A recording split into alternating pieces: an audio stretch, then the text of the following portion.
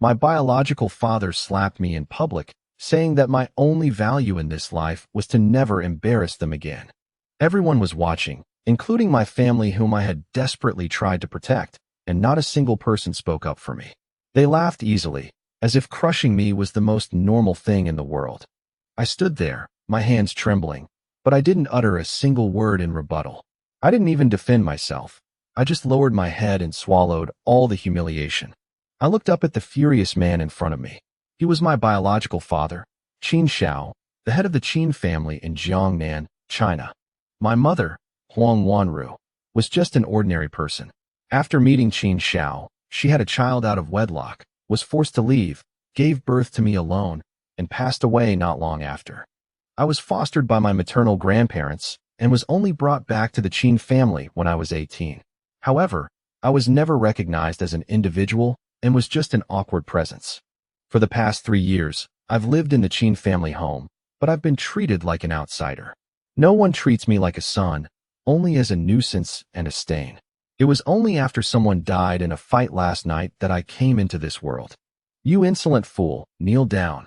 Qin Zhao's aura pressed down, the overwhelming power of a grandmaster of the earth realm trying to force me to bow my head and accept my fate. I stood straight, looking at him coldly.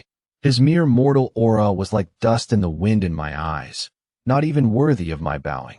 How could the Qin family, with its reputation, raise trash like you? The accusations were like knives, but I only felt absurdity. When had they ever acknowledged that I was a member of the Qin family?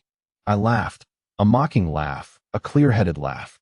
Does anyone outside know that I'm Qin Zhao's son? Does anyone acknowledge that I'm the eldest son of the Qin family? The hall fell silent. I continued. Everyone knows Qin Tianhe is the eldest son of the Qin family. What am I? Since they don't acknowledge him, why should I admit my mistake? My stepmother, Zhao Wanqing, tried to smooth things over, but her words were full of blame, saying I was useless and unworthy of being the eldest son of the Qin family.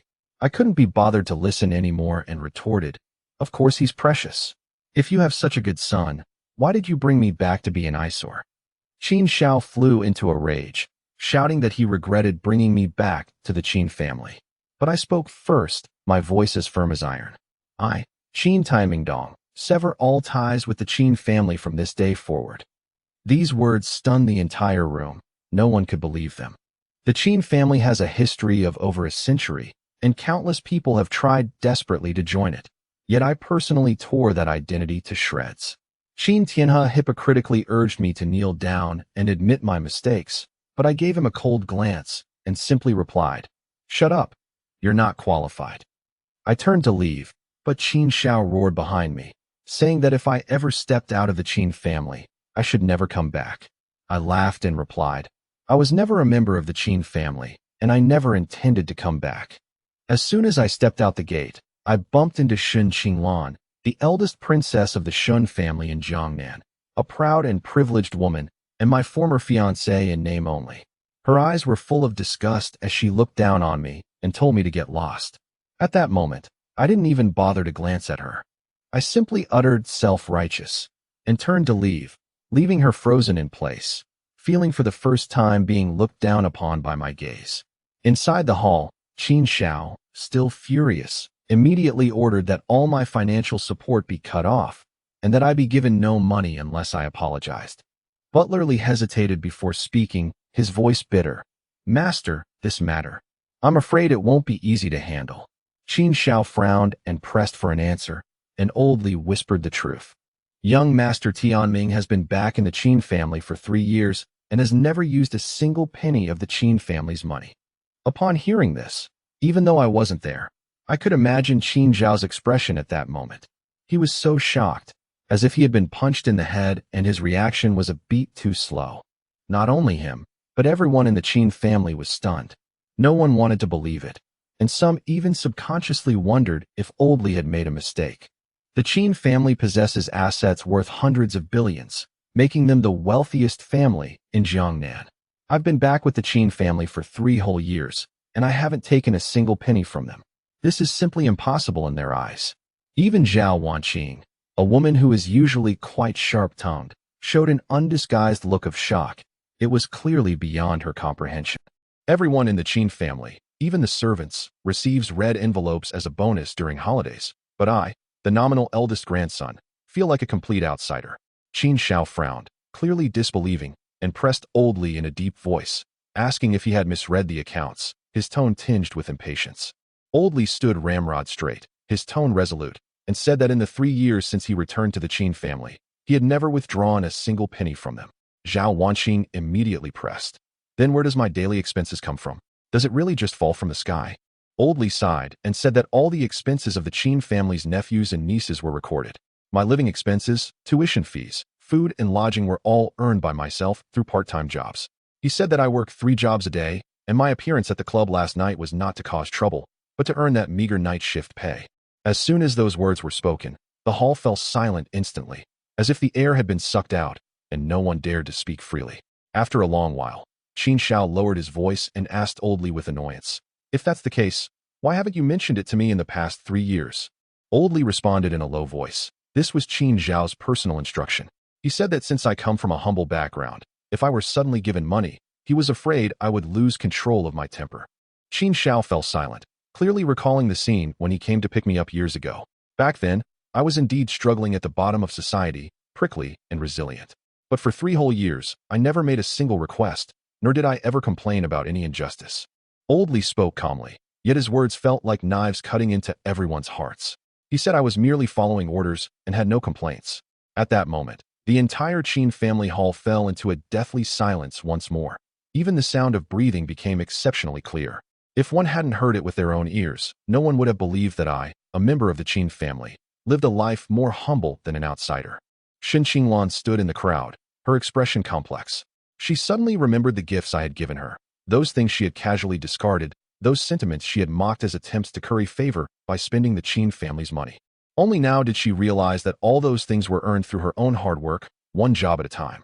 Her heart ached, and for the first time she realized that her so-called aloofness and independence were also tinged with indifference and prejudice. Qin Xiao slowly closed his eyes, memories of the past 3 years flooding his mind. He realized he had never truly looked at me.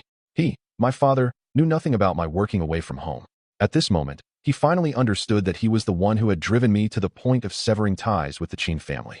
Qin Tianhe stepped forward to comfort me, saying I was only leaving temporarily and would naturally return once my anger subsided. Upon hearing this, Qin Xiao looked at his son, on whom he had placed so much hope, and barely managed to compose himself before responding in a low voice. Just then, a servant rushed in, saying that the police had arrived. Everyone's expression changed. They immediately recalled the rumors from the club last night and had already anticipated the worst possible outcome. Qin Xiao composed himself and had someone invite the police officers in. Soon, a smartly dressed policewoman led a middle-aged officer into the lobby, exuding a clean and efficient aura. Shen Qinglan recognized the person at a glance as her friend, Wang Shengnan, the deputy captain of the criminal investigation team at the Jiangnan police station. Without exchanging pleasantries, Wang Shengnan looked directly at Qin Xiao and asked if I was a member of the Qin family.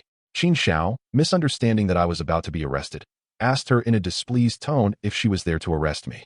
The next moment, Wang Shengnan gave a completely opposite answer, saying that I had done a great service last night.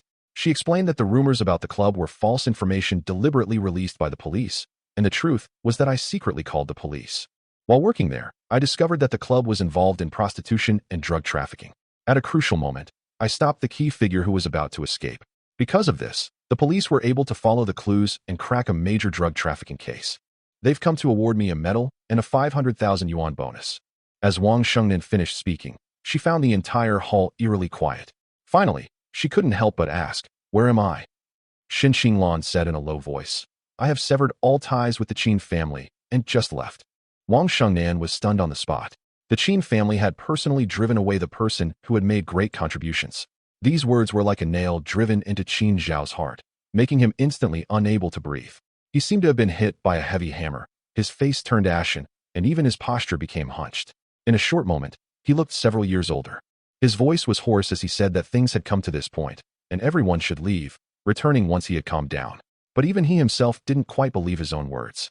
Everyone knew that staying would only make the situation worse, so they all got up and left, no one daring to utter a word. Qin Xiao also turned and left, dejected. He finally realized that he had truly lost a good son. And all of this, no one forced him. It was the result of his own actions, step by step.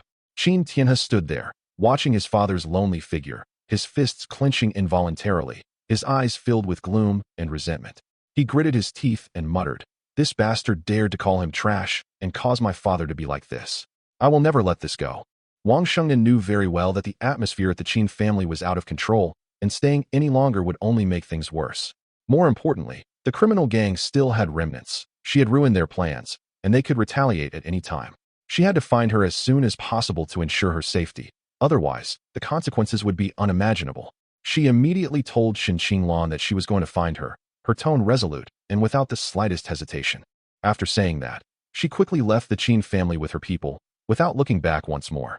Shen Qinglan also walked out of the Qin family, completely distraught, her mind replaying everything she had just heard. She finally understood that I was not the useless, troublesome good-for-nothing she had always thought of me. I had performed a great service, yet I was misunderstood, driven away, and forced to break with the Qin family. In that environment, my situation was so humble, it was almost transparent, and she only truly saw it now. She finally understood why I had never possessed the confidence and arrogance expected of the eldest son of the Qin family. It wasn't that I lacked it, but rather that no one had ever given me that confidence.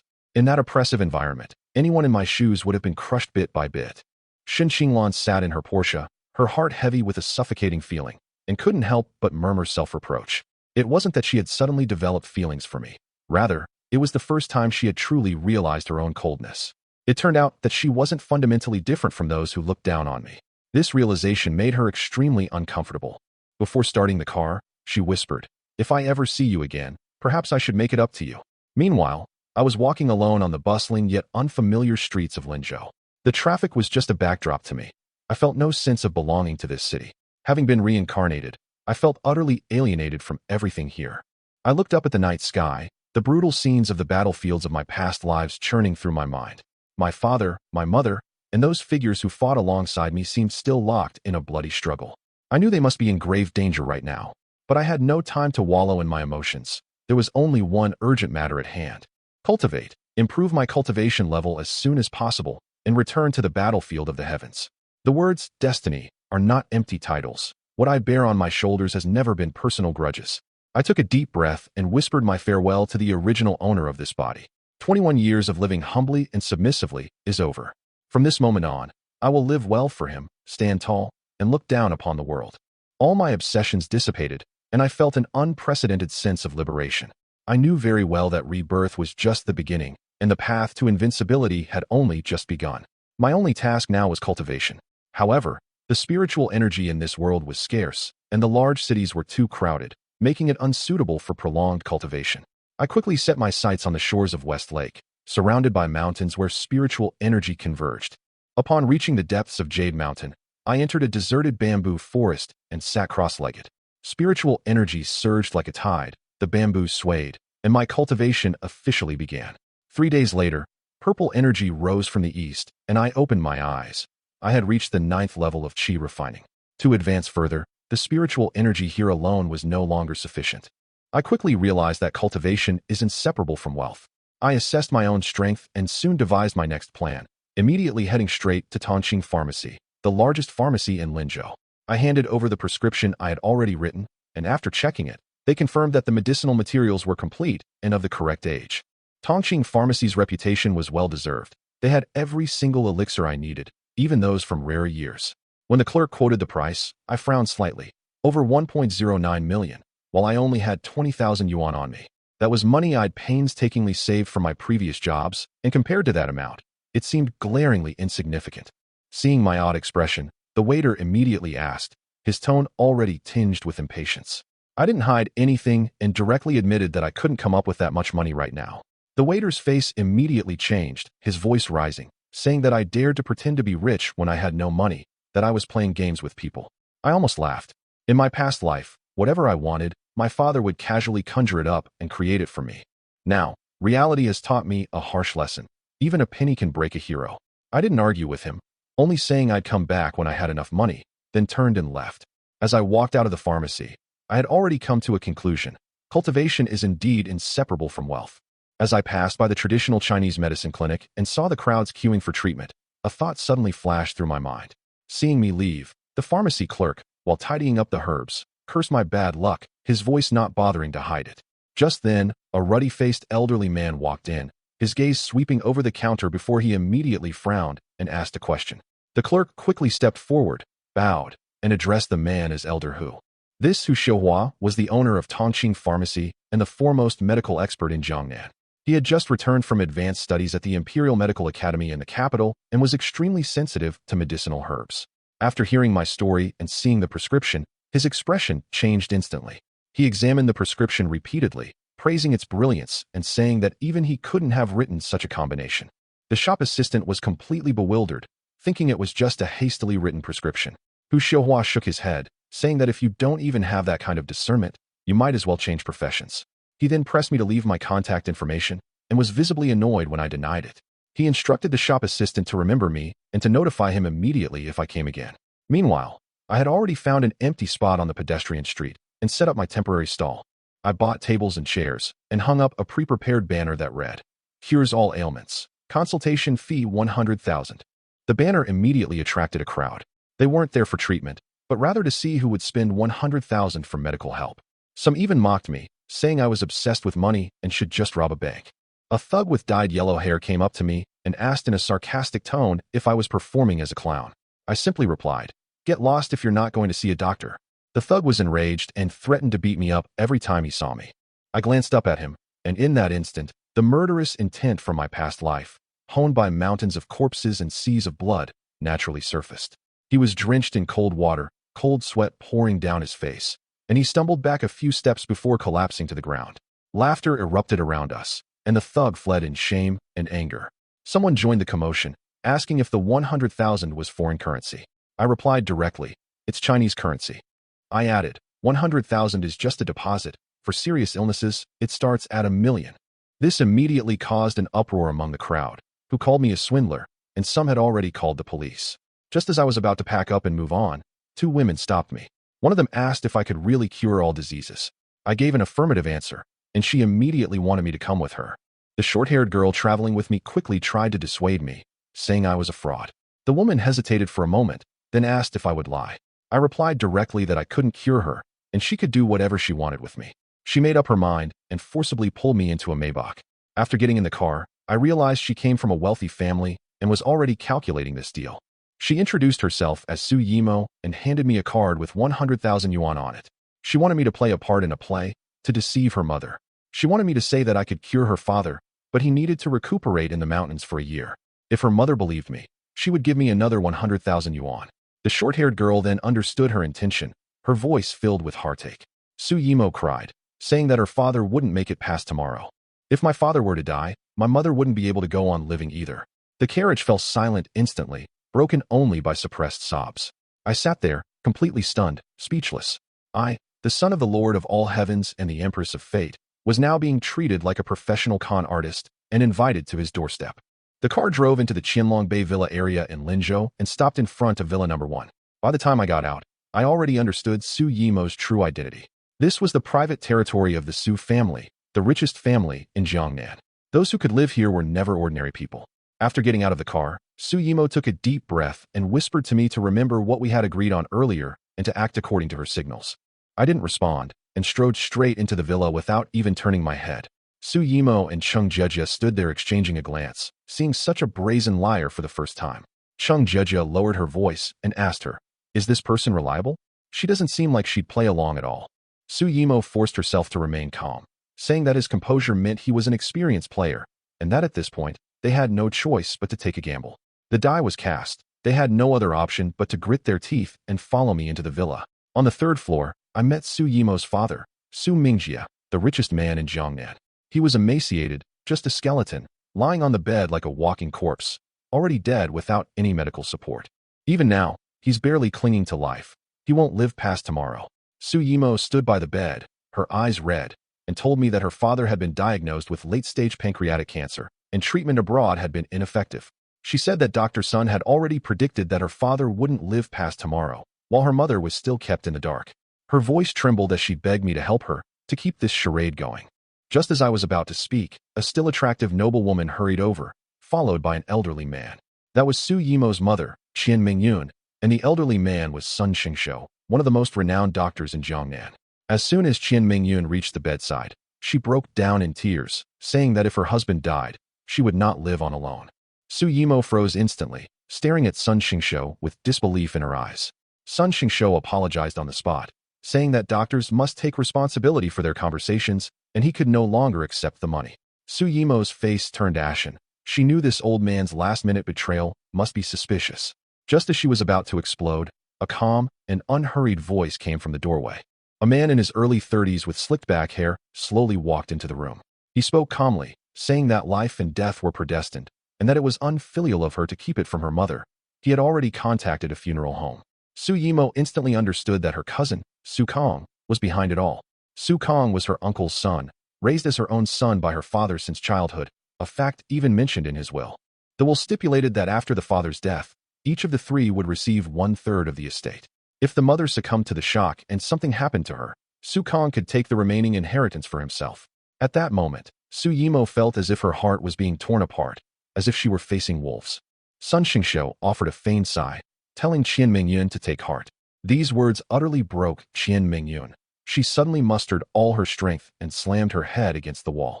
Su Yimo screamed in agony, rushing forward, but it was too late.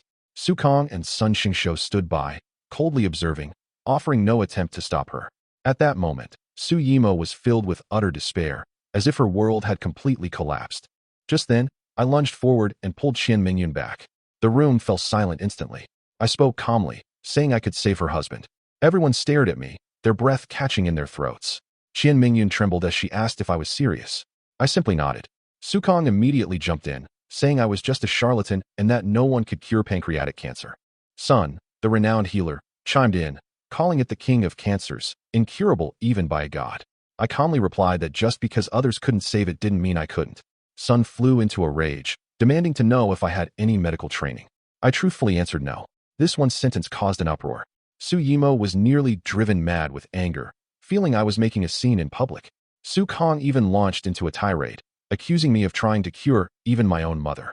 The next instant, I raised my hand and slapped him away, sending him crashing heavily against the wall. I coldly warned him that if he dared to mention my mother again, he would die. Su Kong lay paralyzed on the ground, his body cold, even his roar caught in his throat.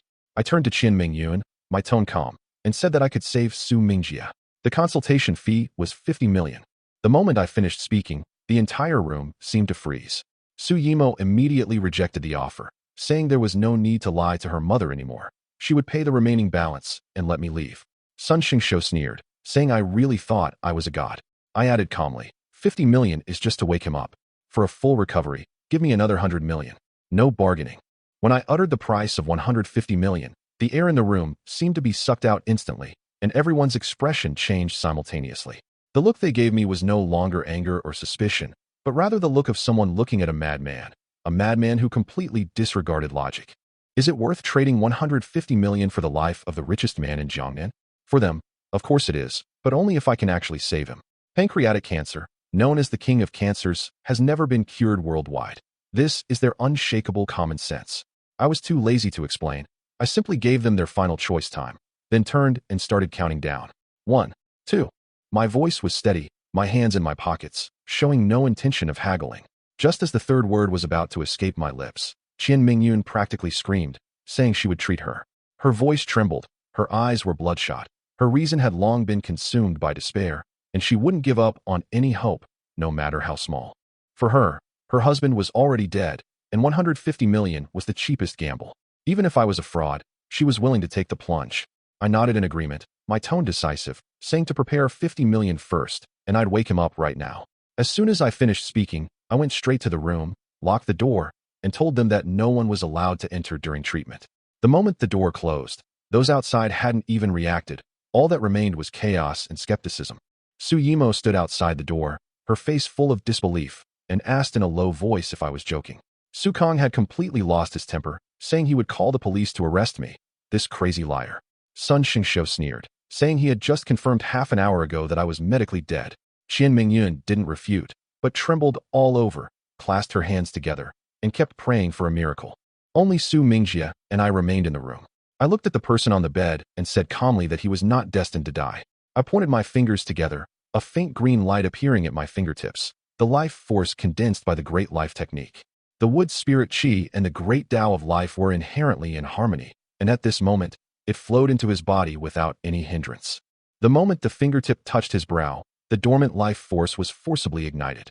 His previously withered body began to regain color, and the breath of life quickly returned. 5 minutes later, he was in no different from a normal person, except that he was still asleep.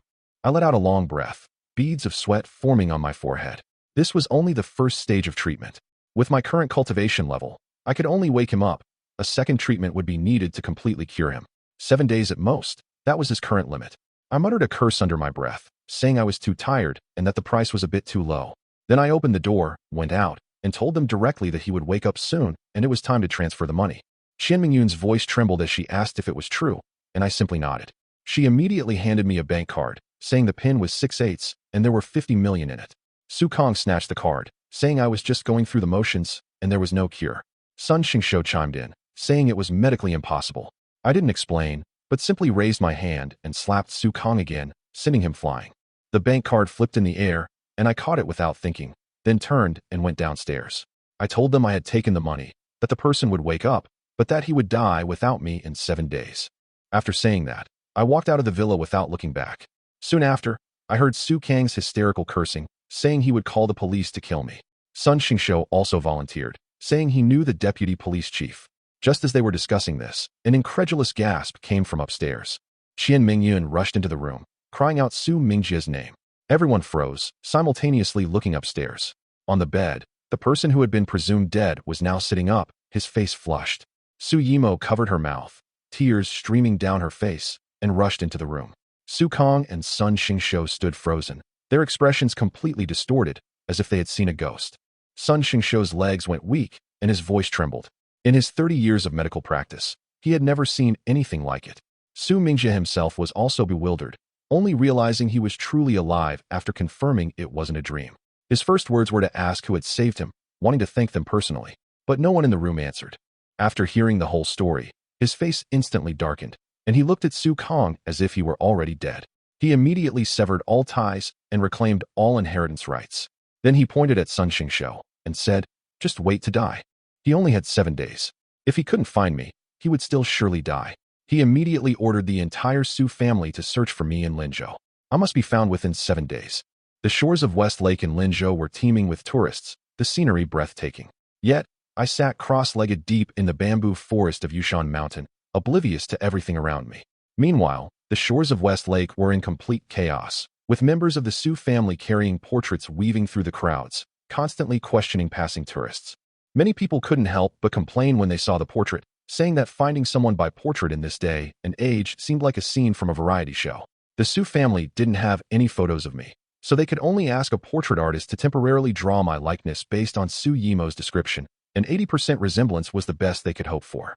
For them, as long as there is a glimmer of hope, they cannot let it go. My name is being repeatedly mentioned throughout the entire West Lake area. Meanwhile, in an upscale cafe by the lake, 2 women are sitting by the floor-to-ceiling windows, their gazes frequently falling on those searching for me. One of them was Shen Qinglan. She had been feeling troubled lately and had just met up with her best friend to clear her head, but she hadn't expected to stumble upon this scene. She frowned and whispered, "Su Mingjia is almost dead, yet the Su family is still searching for him everywhere. Something doesn't seem right." Lu Zishi looked surprised and reminded her that the Su family's movements had already spread, saying that her competitor was far behind in terms of information. Shen Qinglan shook her head, saying that she had been too busy lately to pay attention to the Su family's every move. Lu Zishi lowered her voice and said that Su Mingjia was said to have come back from the dead, but he only had 7 more days to live, and the Su family was looking for someone to save him. Upon hearing the words, "came back from the dead," Shen Qinglan's expression changed drastically, and she subconsciously denied it, saying that pancreatic cancer was incurable. Lu Zishi shrugged, saying she didn't believe it either, but the facts were undeniable. The Su family's grand display didn't seem fake. Shen Qinglan calmly analyzed, saying it was more like a smokescreen released by the Su family. If Su Mingjia really died, the group would inevitably be in turmoil.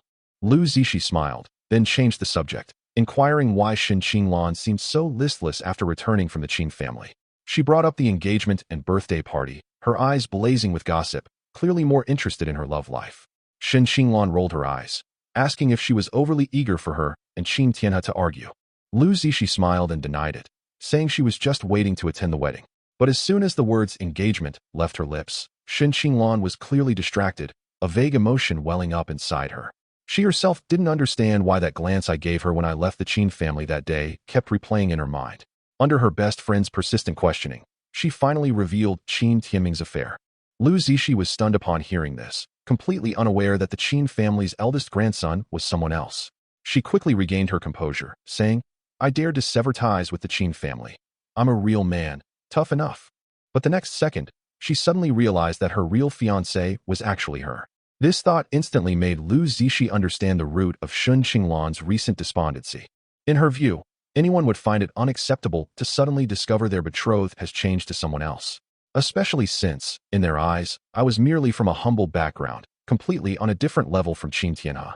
Yet, this engagement was arranged by the two families' patriarchs, making it impossible to easily break. Qin Timing nodded silently, her heart filled with increasing complexity.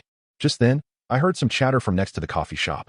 Someone pointed at the portrait and said the doctor looked too young.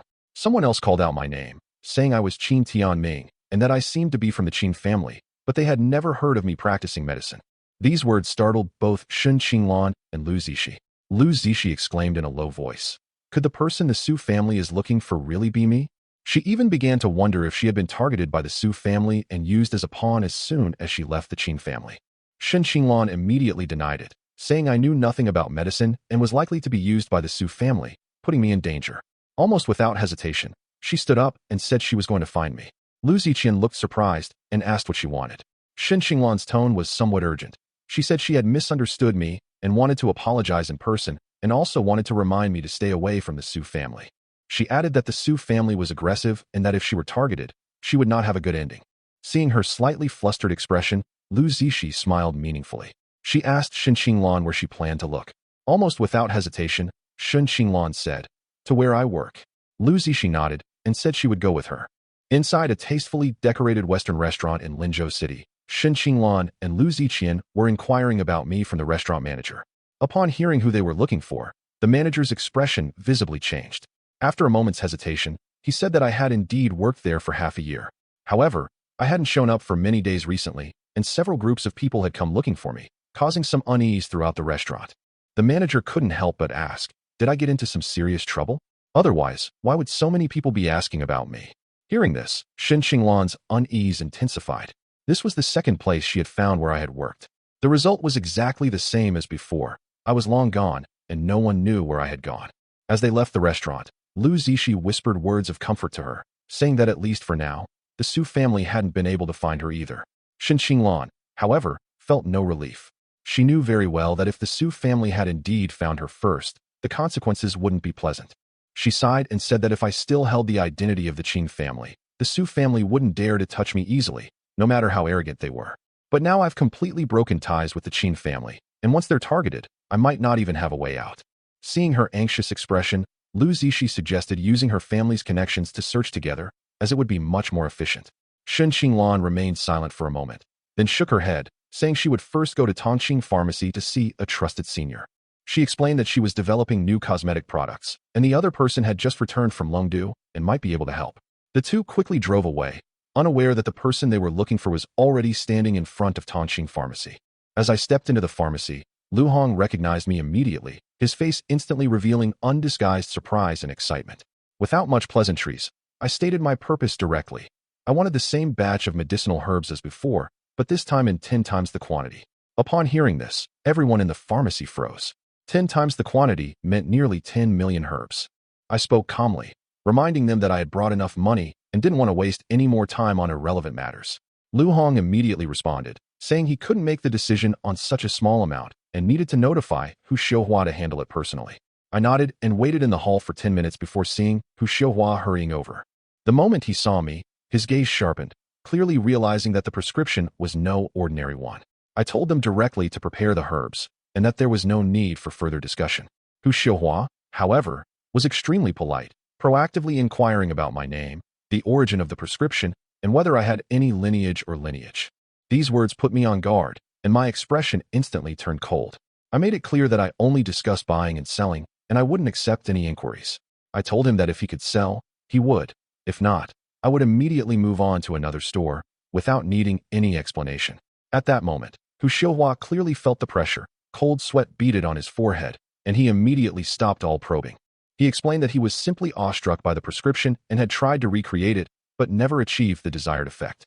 He had been collecting incomplete ancient prescriptions for years, and it was only upon seeing me, so young yet possessing such a formula, that he decided to befriend me. After speaking, he took out a check for 2 million and handed it to me, saying it was compensation for recording the prescription. I took the check, slightly surprised. I hadn't expected that a casually written formula like Ichi Sen would be worth so much. I briefly explained that this prescription only strengthens the body and has no effect on bringing the dead back to life. Hu Xiuhua was visibly disappointed after hearing this, and frankly admitted that what he really needed was a prescription that could save his life. He mentioned that a close friend of his was seriously ill and had made a special trip to the Temple of Medicine, but to no avail. After listening, I spoke directly, saying that I could treat his friend, but the consultation fee wouldn't be cheap. When I quoted the figure of 200 million, Hu Xiuhua was clearly shocked and immediately shook his head in doubt. He believed that it was acceptable for doctors to charge consultation fees, but this price was outrageous. I simply replied that there was no disease in this world I couldn't cure, and 200 million wasn't expensive. To him, this sounded more like boasting. The respect in his eyes quickly cooled, and he just wanted to end the conversation as soon as possible. The transaction was finally completed. I paid for the medicinal herbs, turned and left, wanting only to return to my cultivation as quickly as possible. Before leaving, I didn't say another word, nor did I leave any contact information. Hu Xiuhua stood there, muttering my name softly, but in his heart, he already considered my words as arrogant. Not long after, Shen Xinglan and Lu Ziqian came to visit the pharmacy. Hu Xiuhua bluntly stated that the current cosmetic products were nearing their limits, and he was powerless to create higher-level formulas. Although Shen Xinglan was disappointed, she still politely took her leave. Just as she turned around, Hu Xiuhua suddenly mentioned my name and asked if she had heard of me. The two women were both taken aback, exchanged a glance, and then asked him if he had seen me before. Hu Xiuhua then briefly explained why I had come to buy medicine, and casually asked if I was a member of the Qin family. Shen Xinglan did not answer directly, but only eagerly pressed me to tell her where I had been. Upon receiving a negative answer, her expression visibly darkened. She realized that by completely erasing even her last contact information, I was severing all ties with the past. Before leaving, she only asked Hu Xiuhua to contact her immediately if I reappeared. As we left the pharmacy, Lu Ziqi softly asked if we should continue the search. Shen Xinglan remained silent for a long time before finally, sighing and saying, "Let's send people to continue the search." I, of course, had no idea that Shen Xinglan was searching the entire city for me. At that moment, I had already rented a 3-bedroom apartment in a remote area of Linzhou. I moved in with just my suitcase. There was no extra furnishing. The first thing I did upon entering was to check if the kitchen had all the pots and pans. After confirming they were usable, I immediately began refining the qi-boosting powder. Since I had neither a furnace nor a fire, I had to settle for refining it into a powder. I have mastered the great alchemy technique among the 3,000 great Daos, which has extremely high requirements for the environment. Right now, I can only barely manage to make do. For an entire day, I worked almost nonstop, refining all the medicinal herbs I bought into more than 100 doses of qi-boosting powder. After the pill powder was formed, I did not hesitate and swallowed 100 doses in one go, and my internal energy surged instantly. The medicinal power surged wildly through my meridians, which I forcefully suppressed, guiding it to circulate throughout my body. After a few breaths, my cultivation level broke through the bottleneck, and I entered the 10th level of qi refining. The moment I successfully broke through the limit, I clearly felt my strength surge by at least 50%. At the same time, all 5 senses are enhanced, with hearing, smell, and perception all becoming exceptionally sharp. At that very moment, I frowned slightly and subconsciously looked out the window at the roof of the building next door. The next second, I walked to the window and pushed open the glass, and saw a dark figure lying on the roof of the building opposite. The man was holding a sniper rifle, and the muzzle was steadily aimed at my location. This is an assassin, and his target is clear, me. Seeing that I had deliberately exposed myself, the other party sneered and pulled the trigger without hesitation. But just before the gunshot rang out, I had already jumped out of the window. Using the momentum of the air, the body flew across hundreds of meters and landed precisely beside him. After breaking through the limits of qi refining, although I could not truly fly, I was able to briefly float in the air. The assassin's eyes widened, his face filled with disbelief. Before he could react, I had already grabbed him by the neck and lifted him up. My voice was icy as I stared into his eyes and asked him, "Who sent you?" He struggled to shake his head, saying that the rule for assassins is that they must never betray their employer, even if it means death. I sneered, raised my palm, and a dark light appeared in my palm. The soul-capturing technique activated. His pupils rapidly dilated, and he became completely dazed. I threw him on the ground and asked again who sent him. This time, he said his name without any resistance. Qin Tianlong. I continued to press the other party for their background and motives. He said Qin Tianlong was the leader of the Tianlong gang, an underground force in Jiangnan, and that he had given him 3 million to buy my life. As for the reason, he didn't know. I found out Qin Tianlong's address, Villa number 6, Tianxiangmingdu. As soon as I finished speaking, he suddenly came to his senses, looked at me in horror, and asked me what I had done to him. I told him it was just soul stealing. The next moment, I struck down with my palm, smashing his head to pieces. I never leave alive anyone who dares to plot against me.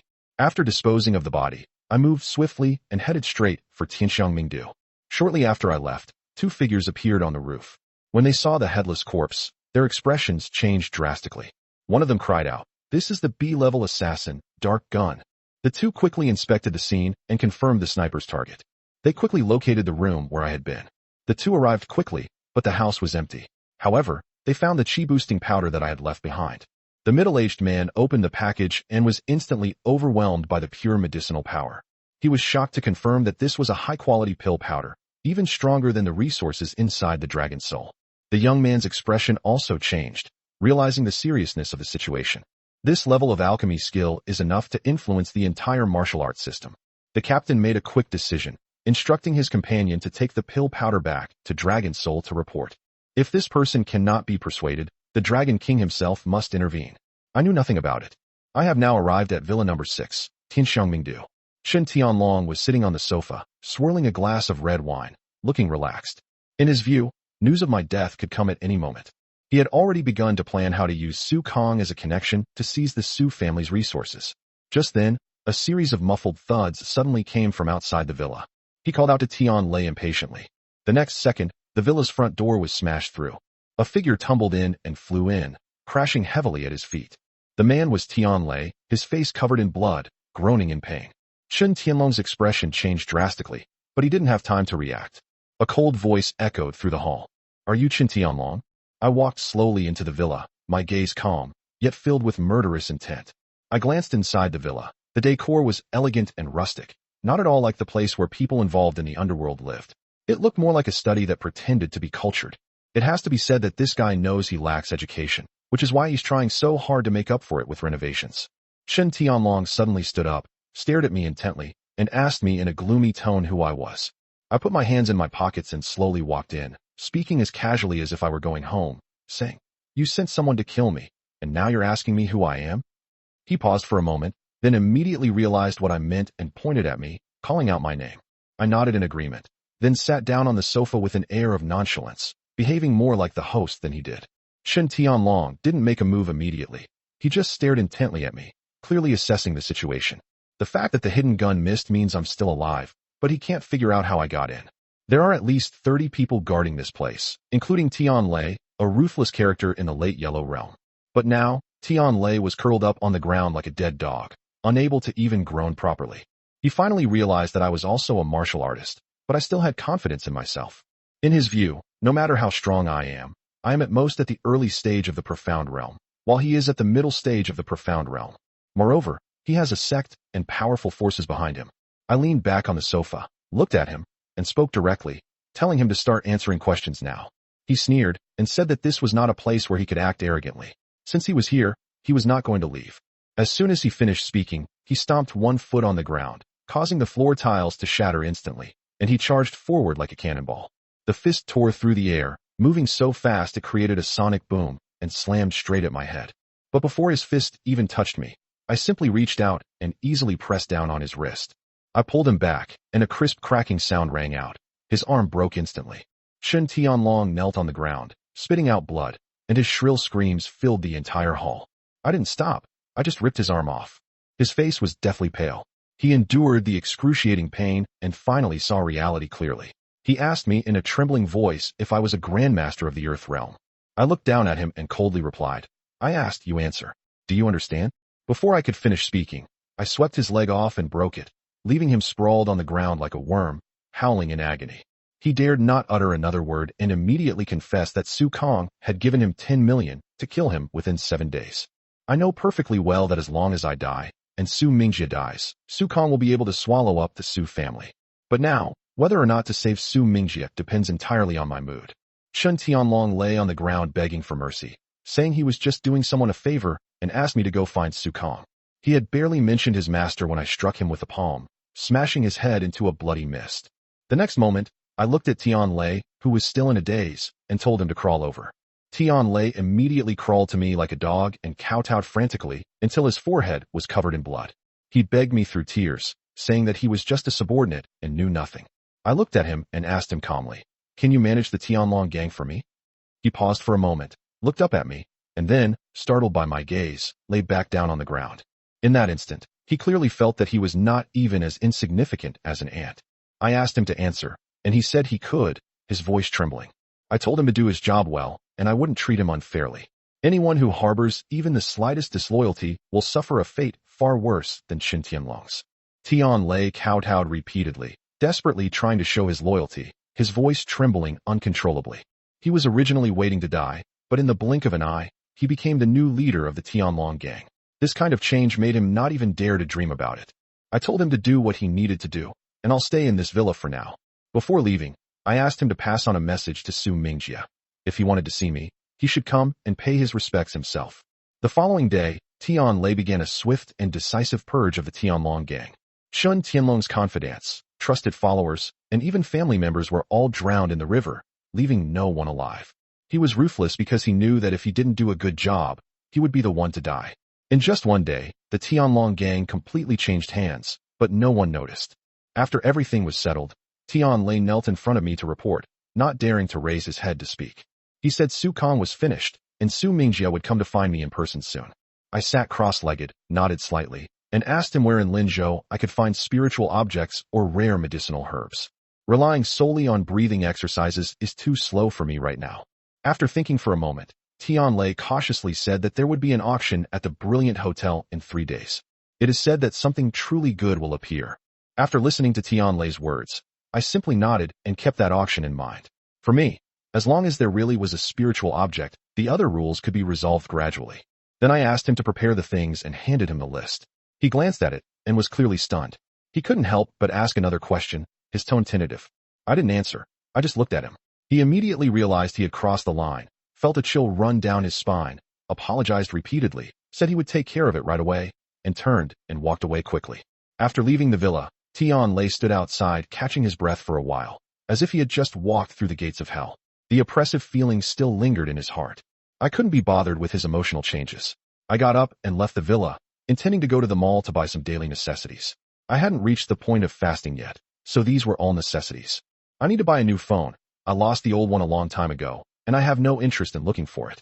There's no need to keep things from the past. Not long after, I arrived at a large shopping mall in Linzhou. It was bustling with people and brightly lit. As soon as I stepped into the entrance, 2 people blocked my way. I looked up and my face instantly turned cold. In front of me were Shin Qinglan and a strange woman. I only uttered 2 words, telling them to get out of the way. Shin Qinglan was stunned by my shout. Her face immediately darkened, and her eyes filled with anger. She said that my current situation was very dangerous and that I should go back with her. All I could do was laugh. I asked her if she had forgotten what I said that day. The Qin family had never cared about me in the past 3 years, and now she was talking about being worried? Didn't she find that ridiculous? She was clearly stunned, as if it was the first time she had ever heard me speak like that.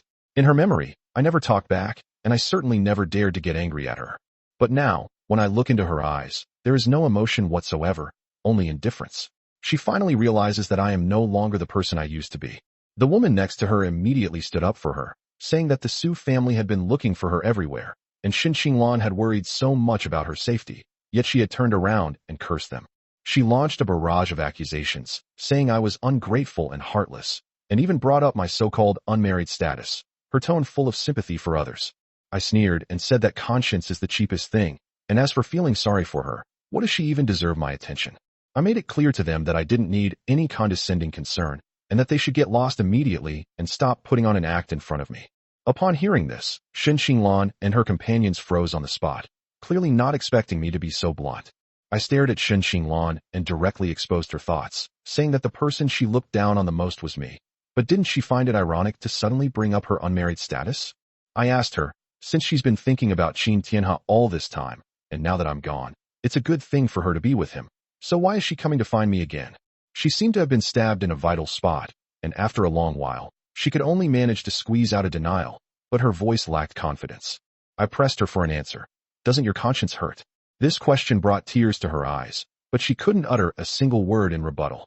She was indeed a victim as well. The marriage she was told she would be engaged to suddenly became me. I can understand her resistance, but I cannot accept that I am the one being sacrificed. These past few days she's been thinking repeatedly about taking me back to the Qin family to make amends and try to restore everything to its original state. But the reality is clear. That original state no longer exists, and every act of kindness she showed seemed superfluous to me. I impatiently told her to stop acting like a victim, saying that I had already shown the utmost restraint by not causing her any trouble. I told her not to come looking for me again, because we were never from the same world. These words struck her like a hammer blow to the heart, bringing her to her senses. She finally understood that this was not a momentary act of defiance. I have long since severed ties with the past, and I no longer belong to the position she perceives me to be. She remained silent for a long time, her eyes filled with complex emotions, before finally coldly admitting that we were indeed not from the same world. As soon as she said it, she felt a sting of pain, but she still forced herself to stay calm and reminded me that the Su family was looking for me.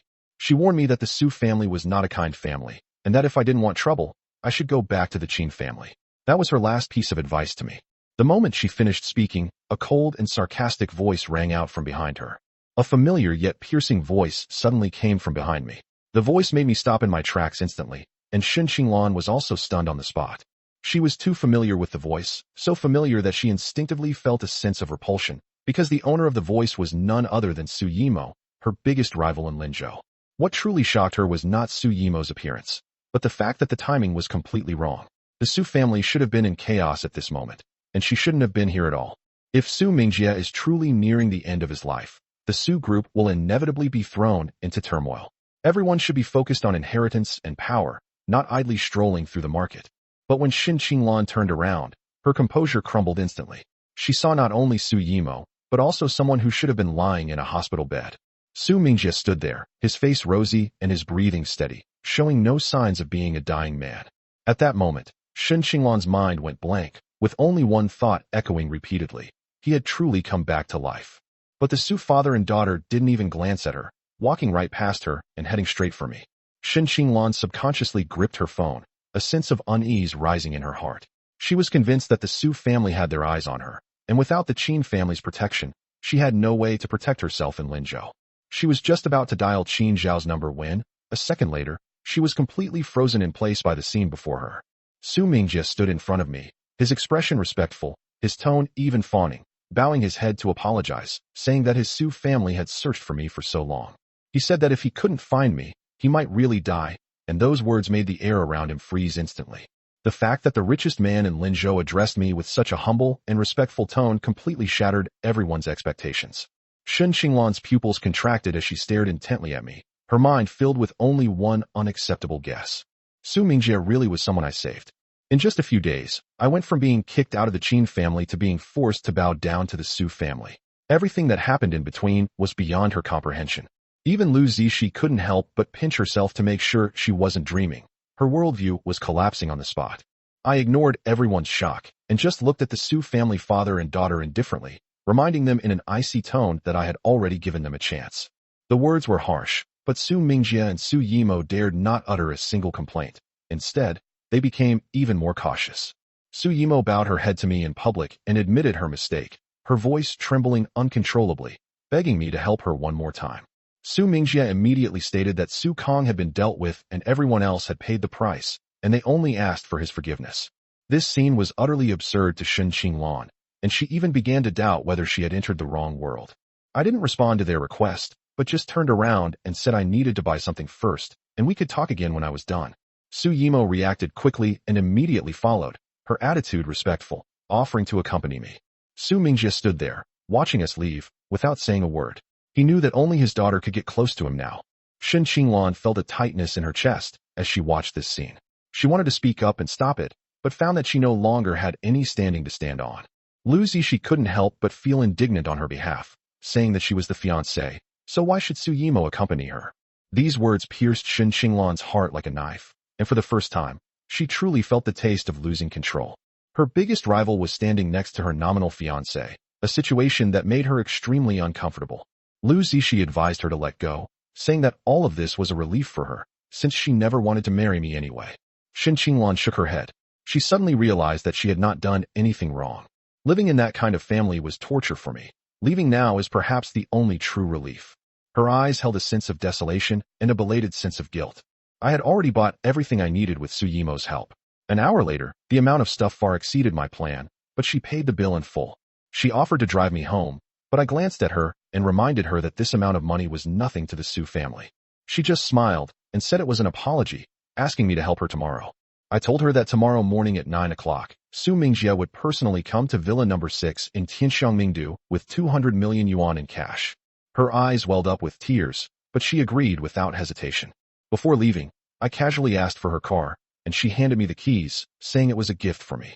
I didn't refuse and drove away from the mall, while she stood there, watching my departing figure, and finally a relieved smile appeared on her face. Her parents were finally saved.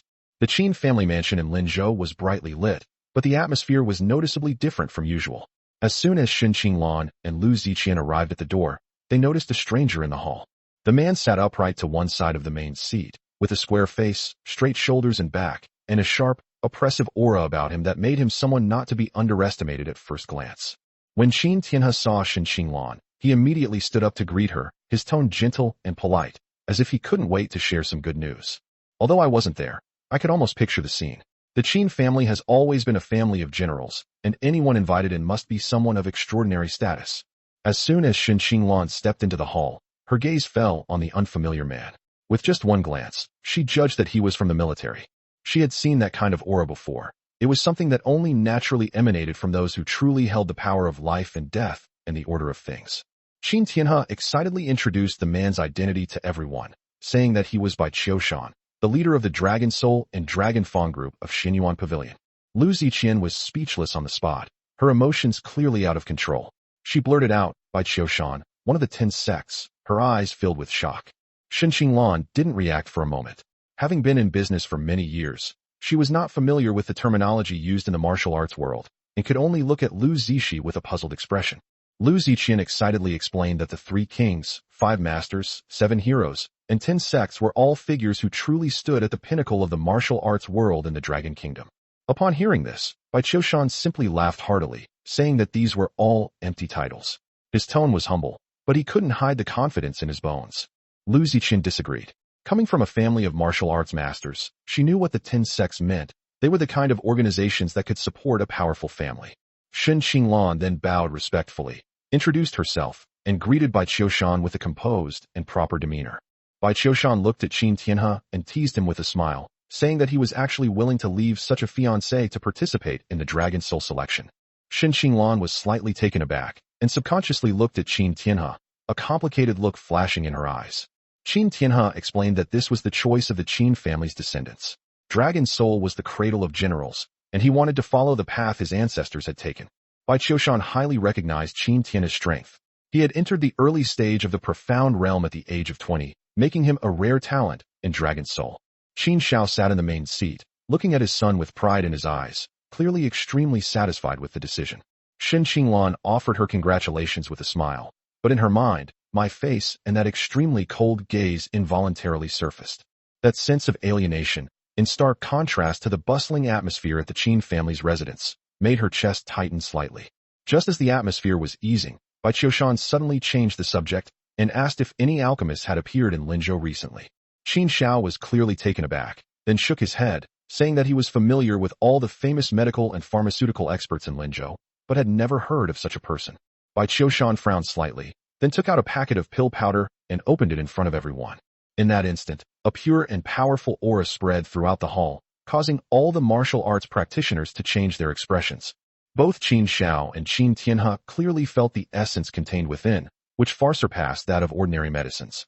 Bai Qiushan explained the origin of the product, saying that this packet of Ichi-san was extremely valuable, with a single packet worth no less than 5 million. He stated frankly that anyone capable of concocting such a substance must be a master alchemist, far surpassing anyone he had ever met. Everyone gasped in astonishment upon hearing this, realizing that even the pills used by the dragon soul could not compare. Qin Timing couldn't help but ask, "A single package is worth 5 million? This is something that completely overturns my understanding of the world." Qin Timing patiently explained the importance of elixirs to martial artists, emphasizing that what is truly precious is not the elixir itself, but the person who refines it. He mentioned that if it could be made into an elixir, its value would increase many times over, even reaching an unimaginable level.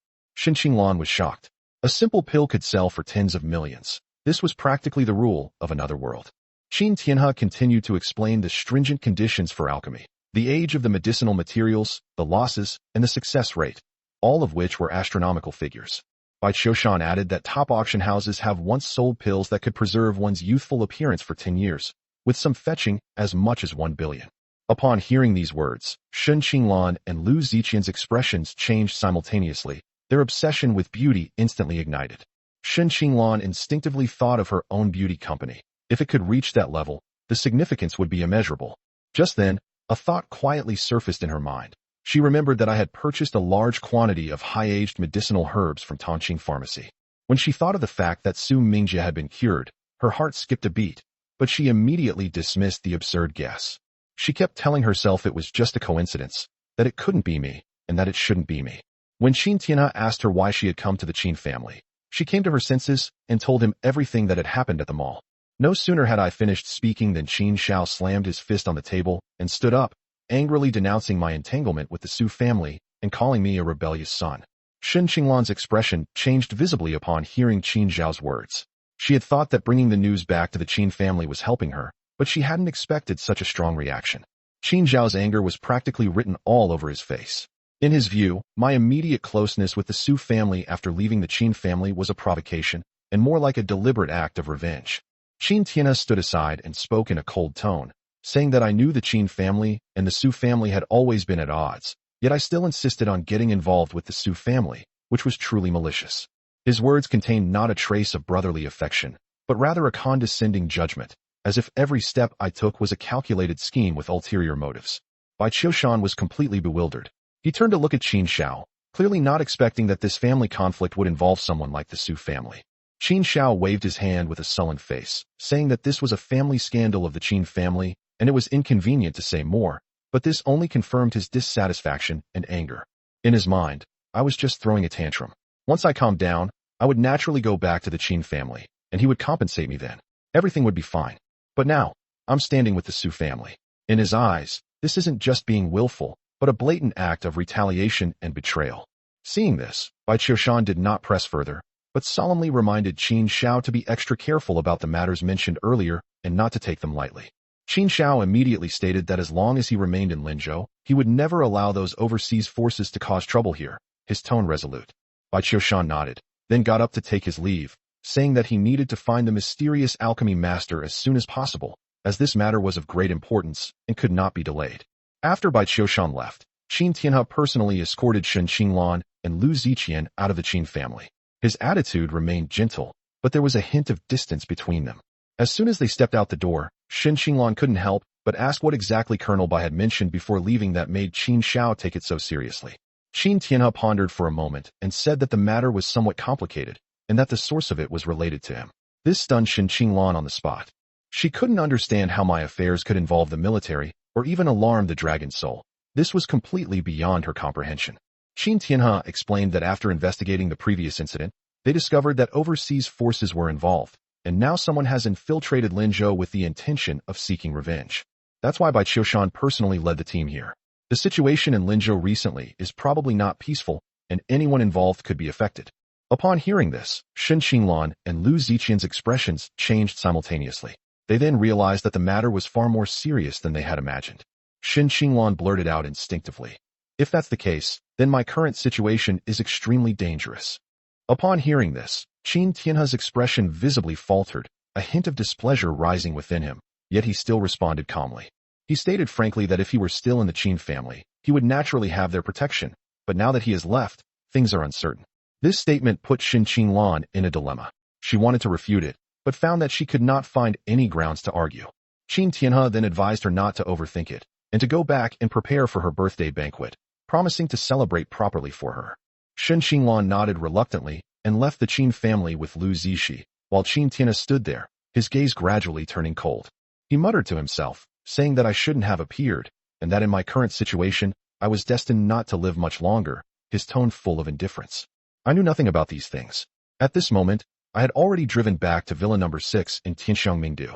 Several delivery trucks were parked in front of the villa, and Tianlei was directing the Tianlong gang members to move boxes of goods inside. When he saw me return, Tianlei immediately came up to me and said that he had bought a full 5 tons of meat as I had instructed. He reminded him somewhat awkwardly that there was no cold storage in the villa, and so much meat probably wouldn't last long. I simply replied that there was no need for that, and that these things would naturally disappear overnight. Tianlei was stunned. 5 tons of meat gone overnight. This was absurd to anyone. But he dared not ask any more questions, and could only do as he was told, sending all the flesh and blood into the villa before quickly leaving with his men. I walked into the villa and, without the slightest hesitation, began to devour the mountain of flesh and blood. These are all carefully selected top-quality meats, some even still bloody, but I don't care at all. At this moment, I am circulating the blood-soul tempering technique within the great blood-soul art, and the blood and qi within my body are surging like a torrent. When my qi cultivation was temporarily blocked, I turned to body cultivation. I never neglect any of the 3 paths: body, spirit, and qi. The great blood-soul technique requires no body tempering medicine. One can temper the body simply by continuously consuming flesh and blood and absorbing the essence of powerful beings. The stronger the flesh and blood, the better the effect. However, since we can't find any exotic beasts now, we can only use these ordinary flesh and blood as substitutes.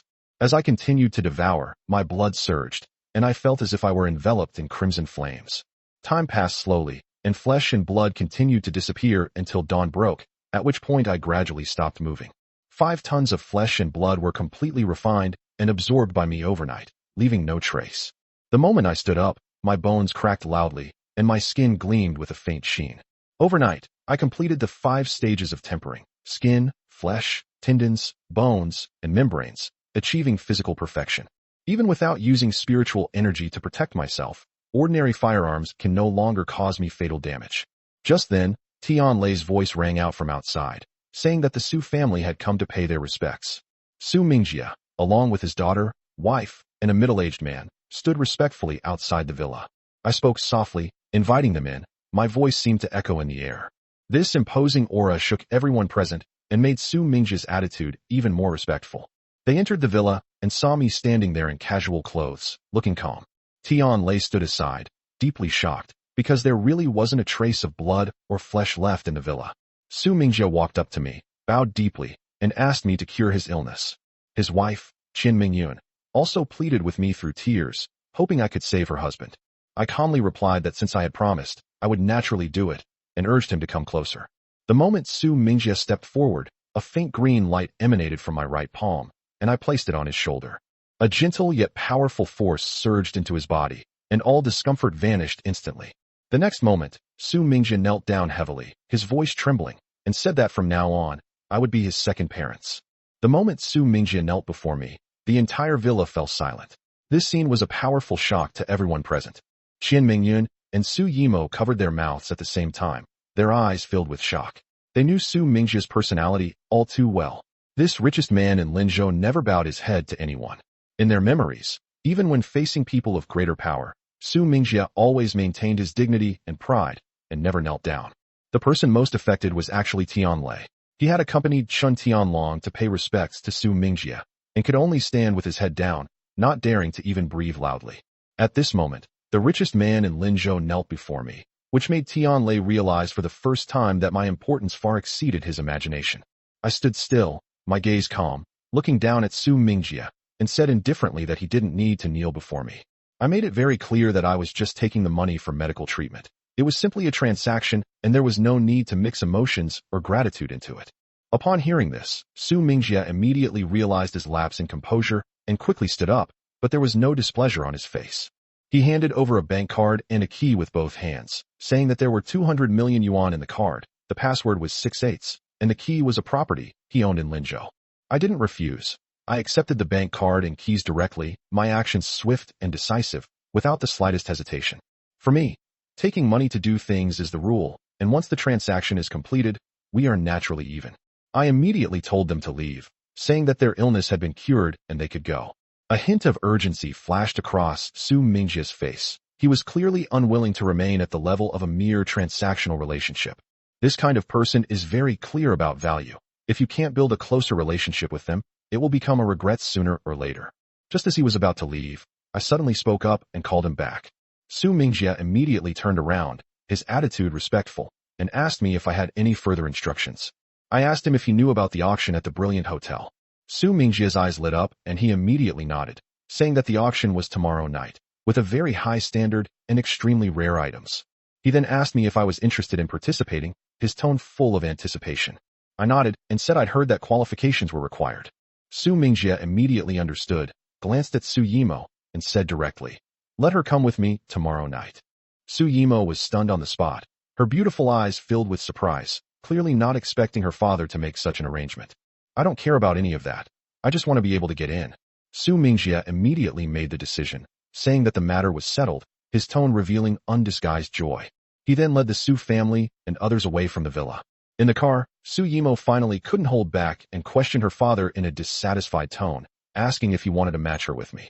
She emphasized that her relationship with the Su family was purely transactional.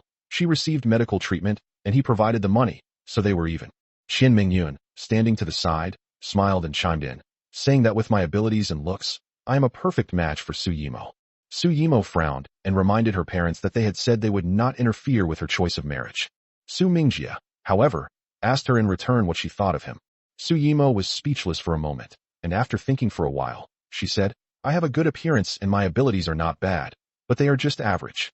She said she knew too many outstanding young talents and didn't think I was particularly remarkable.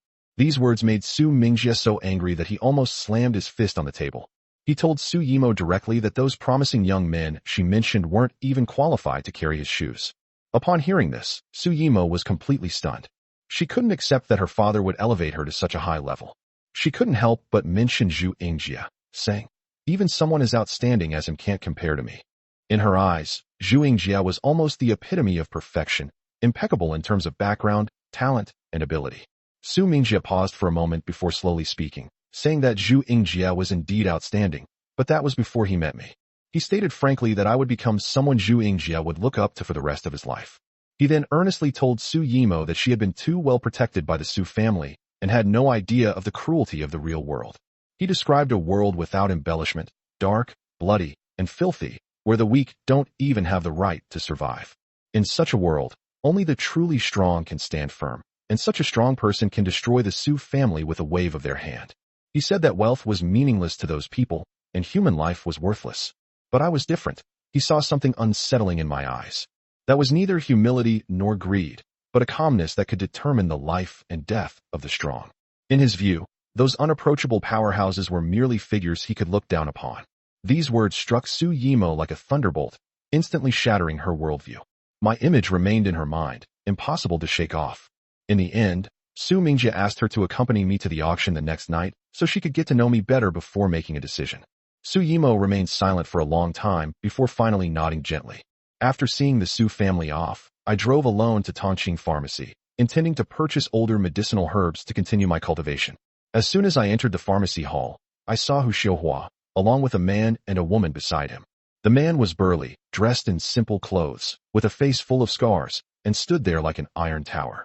The woman was dressed in a white brocade cheongsam, with skin as smooth as jade, and bright, moist eyes. She naturally possessed a gentle and charming temperament. The figure outlined by the cheongsam is extremely eye-catching and hard to ignore. When Hu Xiuhua saw me, he smiled and said, "We were just chatting when I arrived." Immediately afterwards, the woman in the cheongsam turned around, her gaze falling on me, her tone scrutinizing and intrigued. The cheongsam accentuated her curves, which were extremely eye-catching, especially the lines at her chest. Any man who took a look would be captivated. But I didn't glance at it again. I simply stepped into the pharmacy, as if it had nothing to do with me. When Hu Xiuhua saw me, a smile immediately appeared on his face. He said that he had just arrived while the other person was chatting, and his tone was somewhat casual. Immediately afterwards, the woman in the cheongsam turned around, her bright eyes falling on me with a scrutinizing and playful look. She spoke directly, questioning whether it was me and old who said that as long as the consultation fee was 200 million, her grandfather could be cured. I didn't answer her question or even glance at her. I simply walked up to Hu Xiuhua and handed her the prescription. I told old Hu that I wanted these medicinal herbs, but they had to be at least 30 years old. I didn't want any of the others. The woman's face darkened instantly when I ignored her, and her tone became angry as she scolded me, asking if I was deaf. I then looked up at her, my tone icy, and told her that I didn't know her and had no interest in listening to her nonsense. I reminded her that if she wanted me to treat her, she should have the right attitude. Otherwise, she should shut up. She raised an eyebrow, her eyes sharp as knives, and retorted that I was lecturing her, her tone full of arrogance. I responded coldly, "She's not worthy of my time to teach her a lesson." Just then, I clearly felt a sharp, killing intent lock onto me, not from her, but from the man behind her. The man was tall and imposing, with a fierce aura, like a beast ready to pounce on its prey at any moment. The woman raised her hand to stop him, her tone icy, saying that no one in Jiangnan had ever dared to speak to her like that. She told me frankly that I had already caught her attention. Since I dare to say that there is no disease in the world that I cannot cure, then she will give me a chance to cure her grandfather. She made a very firm statement. If I recover, I will receive the full 200 million yuan in treatment fees. If I don't recover, she will take my life. I've heard this threat too many times. I just find it laughable. Hu Xiuhua became anxious and quickly spoke up, saying that there is no reason why a doctor's illness should lead to someone's death if the illness cannot be cured. He said he was just mentioning it casually and didn't really want me to get involved in this kind of trouble. The woman in the Cheongsam coldly interrupted old Hu, saying that since I dared to speak about the Qin family, I must pay the price. Hu Xiuhua looked helpless. He clearly hadn't expected that a casual remark would escalate to this point. When the woman saw that I didn't speak, she raised her chin, assuming that I was guilty. She mocked me, saying that since I was confident, what did I have to be afraid of?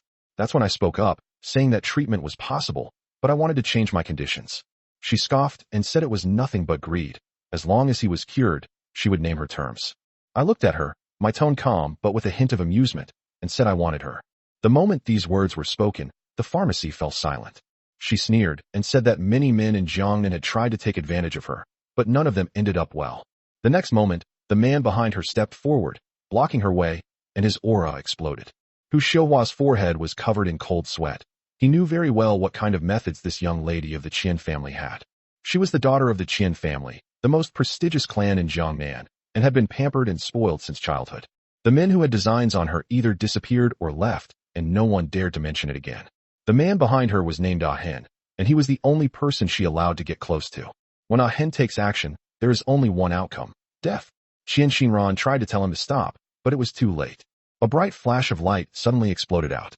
Ah Hen stood there, one hand in his pocket, his sword strike extremely steady. This showed absolute confidence in his own strength. He was convinced that no one could withstand this blow. But in the next instant, everyone's understanding was completely shattered. With one hand in my pocket and the other raised, I firmly gripped the blade with my index finger and thumb. The knife stopped in midair, unable to move forward even an inch. Hu Xiuhua and Qian Xinran stared wide-eyed, their faces filled with shock. Ah Hen couldn't believe it. His proudest strike had been caught by someone's bare hands. Just as Qian Xinran realized something was wrong and spoke up to warn others, it was too late. I kicked out, and a dull thud resounded as Ah Hen flew backward. He flew through the air, crashing through walls and smashing one of them before finally stopping, looking utterly disheveled. I turned to look at Qian Xinran, my gaze calm, yet it sent a chill down her spine. She spoke almost immediately, saying that as long as I cured her grandfather, she would be mine. Ah Hen crawled out of the ruins, spitting blood, and wanted to fight again, but was sternly rebuked by her.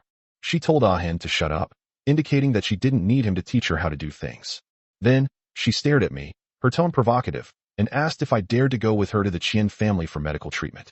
She was certain I wouldn't dare, believing that once I entered the Qianwang mansion, she would have the final say in everything.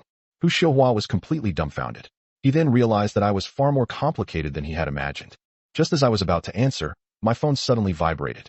I glanced at the incoming call. It was from Tianlei. When the call connected, all that came from the other end was a fearful cry. "Master Qin, help." The next second, the sound stopped abruptly, leaving only harsh static on the phone. My face instantly darkened. Without looking at anyone else, I turned and left. Upon seeing this, Qian Xinran sneered and said, "I'm just a thief in name only, without the guts to steal." Hu Xiuhua shook his head, preparing to compose himself, when he noticed the prescription I had left behind. He picked it up casually, glanced at it, and froze. The next moment, he exclaimed in surprise, saying that this was truly the work of a master. Old Hu suddenly looked shocked, which made Qian Xinran frown subconsciously. She asked him what he had seen, her tone filled with confusion.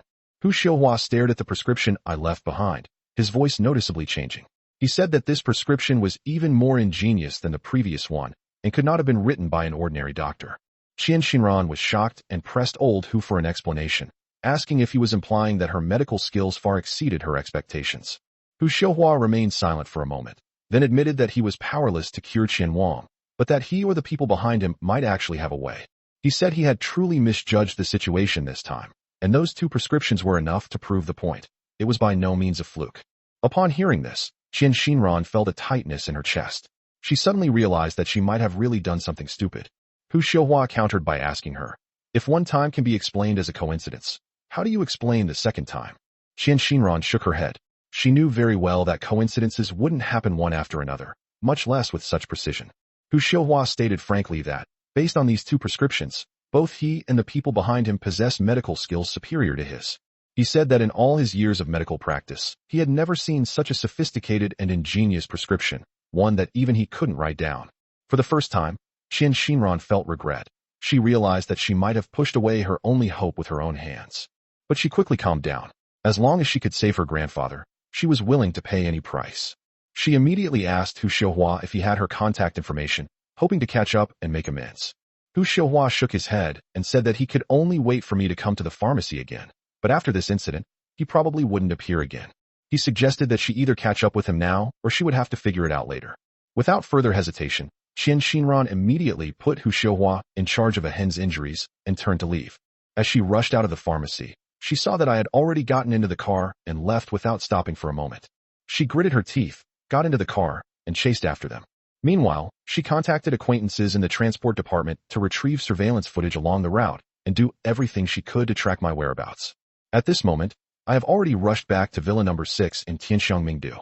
The villa was in a mess, and the air was thick with the stench of blood. Tianlei lay on the ground, his legs twisted at an odd angle, as if they had been broken by someone. He crawled outwards with difficulty using his hands, leaving a glaring trail of blood on the ground. The villa was littered with the corpses of Tianlong gang members, none of them intact. Those people had clearly suffered cruel torture and were brutally murdered. A burst of ear-piercing, maniacal laughter echoed through the villa.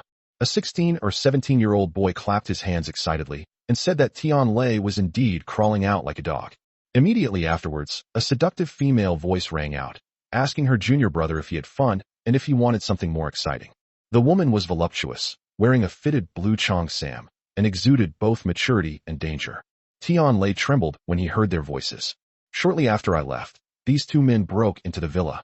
Tianlei only asked about the boy's background before the boy attacked him. Their actions were so ruthless that several members of the Tianlong gang were killed on the spot. That woman was even more cruel and disgusting, taking pleasure in ripping out people's internal organs. Tianlei fought back desperately, only to find that the 2 sides were not even on the same level. His legs were broken, and he was forced to crawl out like an animal. They told Tianlei that they would spare his life if he could climb out of the villa. The boy clapped his hands excitedly, saying he wanted to see something even more fun. The woman walked up to Tianlei in high heels, a gentle smile on her face. Tianlei looked up at her, his eyes filled with despair. He struggled to speak, asking who they were and why they were doing this. The woman didn't answer. She simply lifted her foot and stomped her high heel on his head. She smiled and asked her junior brother if he wanted to see a watermelon smashed by high heels. The boy responded excitedly, saying he wanted to see it. The woman suddenly pressed down with her foot, and Tianlei let out a shrill scream. In that instant, the villa door was kicked open. I walked in, my gaze icy cold. The woman and the boy turned around at the same time and shouted angrily, "Who's courting death?" I didn't answer. I instantly used the blood dragon sky step, transforming into a blood shadow and rushing forward. The woman sneered, raised her leg and swept it horizontally, creating a thunderous sound. She was confident that this kick could kill someone, but I reached out and firmly grasped her leg. The next moment, I flung her away, sending her crashing heavily into the wall. The wall collapsed, and she coughed up blood and fell to the ground. I didn't look at her again and immediately knelt down to save Tianlei. He activated the Great Life technique, and life force surged into his body. 3 minutes later, Tianlei recovered completely. He knelt down and thanked me. I looked up at the pair of senior and junior disciples, my gaze icy. The woman gritted her teeth and said that they were disciples of the King of Hell. Just then, a shocked female voice rang out from the doorway. I turned around and saw Qin Shinran standing there, her face filled with horror. I was indeed a little surprised to see Qin Shinran follow me here, but at that moment my mind was not on her at all. I turned to look at the couple, my tone calm and cold. I had never paid attention to the name Ghost King before. Qin Shinran stood aside and carefully explained that Ghost King Yama was one of the top 10 martial arts masters. He was ruthless and fled overseas after being wanted by the authorities. She said that the King of Hell had 5 disciples, known as the 5 Ghosts, who were cruel, twisted, and just like their master. The mature woman wiped the blood from the corner of her mouth and coldly admitted that they were indeed one of the 5 ghosts. She said that Jinya, whom I killed, and Shen Tianlong were their fellow disciples. Hearing this, I finally understood that the connection between the club and the King of Hell had been linked from the very beginning. I couldn't help but laugh and said that it seemed I had offended one of the so-called 10 grandmasters.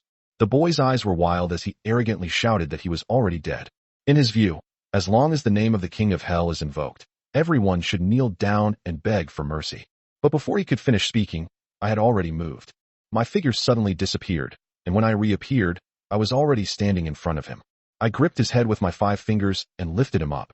I looked down at him and asked if he had just said he wanted to make me wish I were dead. The boy's pupils dilated, giving him no chance to react. The next instant, his head exploded under my palm, blood and flesh splattering everywhere. The entire hall fell silent instantly. The mature woman froze for a few seconds before letting out a piercing scream, saying that I had killed her junior brother. Before she could finish speaking, I slapped her across the face. Her head also exploded, and her body fell straight down. 2 lives, in my eyes, are no different. Qin Shinran stood there, breathing rapidly, her face pale. She finally understood that all those so-called King Yama were just a joke in front of her. I turned and walked towards her, then raised my hand and grabbed her neck. Her face flushed instantly, and she spoke with difficulty, saying that she had something to say. I let go of her hand and let her finish speaking. Her first words were an apology. I coldly told her that if all she wanted to do was apologize, she shouldn't waste my time. She immediately said that she had come to me for help because of her grandfather's illness, and that she would name her price if I helped. I only replied with one word: get lost. She was stunned, clearly not expecting me to refuse so decisively. She took a deep breath and revealed her identity, saying that she was the eldest daughter of the Qianwang mansion in Jiangnan. I looked at her and asked in return, so what? She was completely stunned. In Jiangnan, the name King Qian is enough to make countless people bow their heads. But it means nothing to me. She gritted her teeth and spoke again, saying that she would be willing to give herself to me as long as I could cure her grandfather. I told her that when I said I wanted her, I meant I wanted her life. These words left her frozen in place. But the next second, she nodded in agreement. She said she would give her life to save her grandfather. At that moment, I became more interested in her. True ruthlessness is not directed at others, but at oneself. I nodded and said yes. So I followed her to the Qianwang mansion. The Qin family has a 1,000-year-old tradition and is a pillar of strength in Jiangnan. The Qianwang mansion is not large, but it is ancient and dignified. As I walked along, everyone in the mansion looked at me with shock. No one dared to ask a single question. Soon, we arrived at the small courtyard where King Qin lived. A middle-aged man with a refined demeanor blocked the way and introduced himself as the King of Money's private physician. Qin Shinran introduced him to me, saying that this was Dr. Liao. Dr. Liao shook her head, saying that she had already consulted too many doctors, and that hiring a young man now would be an insult to him. He was about to leave after he finished speaking. I just told him to get lost. As soon as I finished speaking, I slapped him across the face. Before Dr. Liao could react, I slapped him away, his mouth full of blood. Qin Shinran stood there, completely dumbfounded. Qin Shinran stared blankly at the struggling Dr. Liao on the ground, her mouth agape. She was completely bewildered as to how things had turned out this way.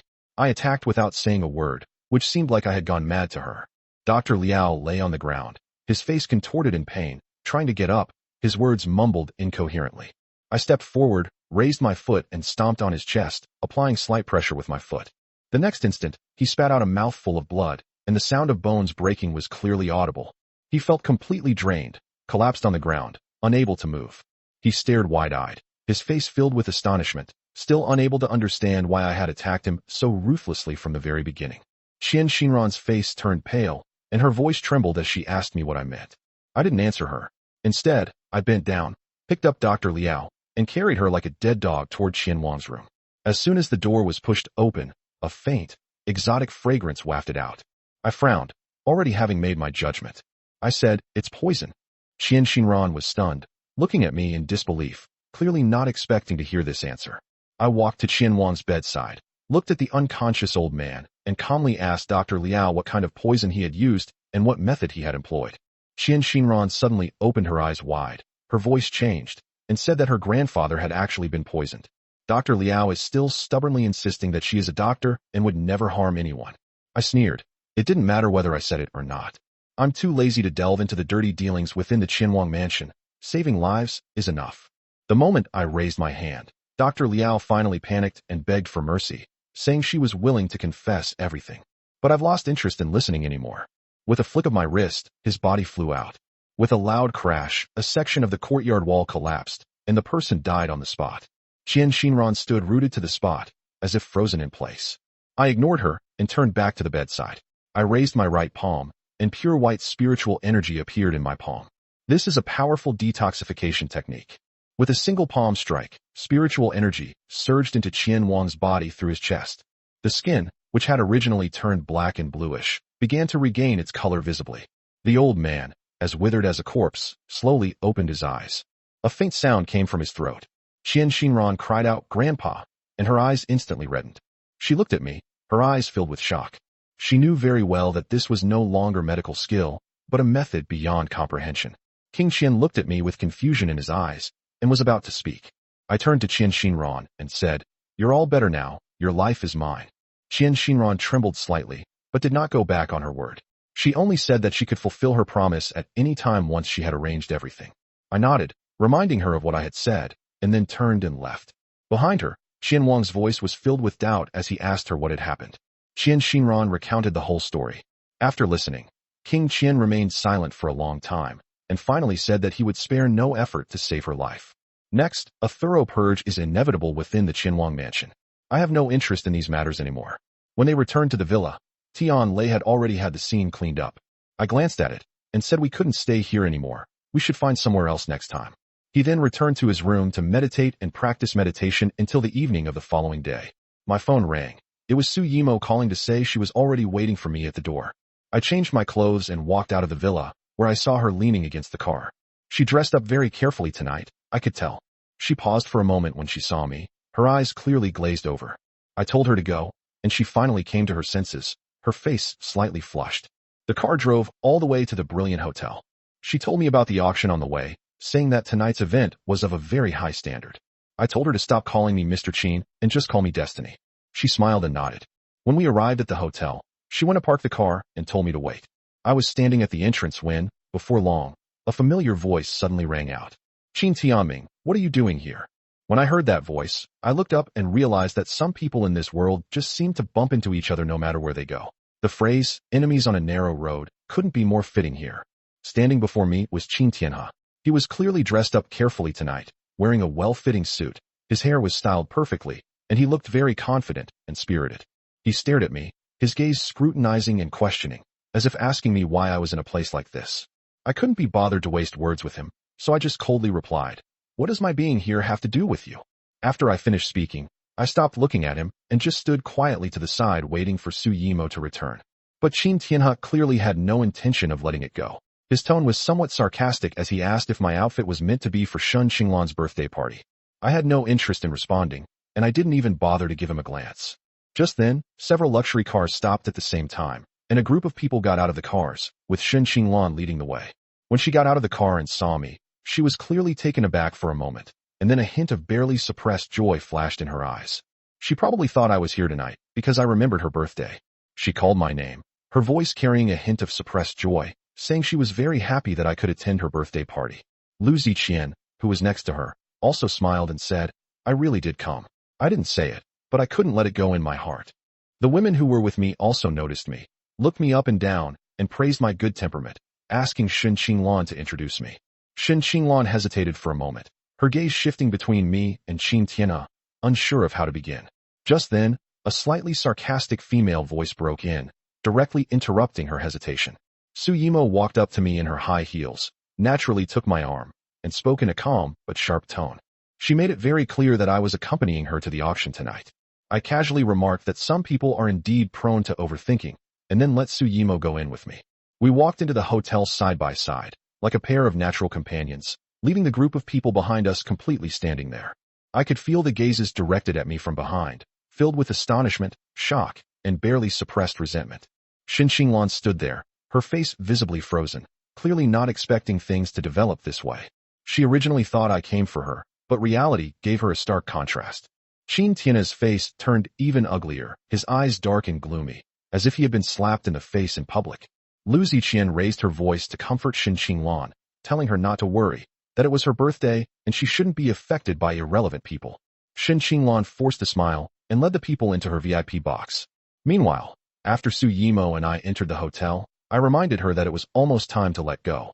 Her face flushed slightly, and she immediately let go of me, saying that she just wanted to provoke Qin Timing and that I shouldn't overthink it. I gave a casual reply and didn't take it to heart. She seemed curious and asked me what my relationship with Qin Timing was, as she could tell he cared about me a lot. I only replied with 3 words, stranger.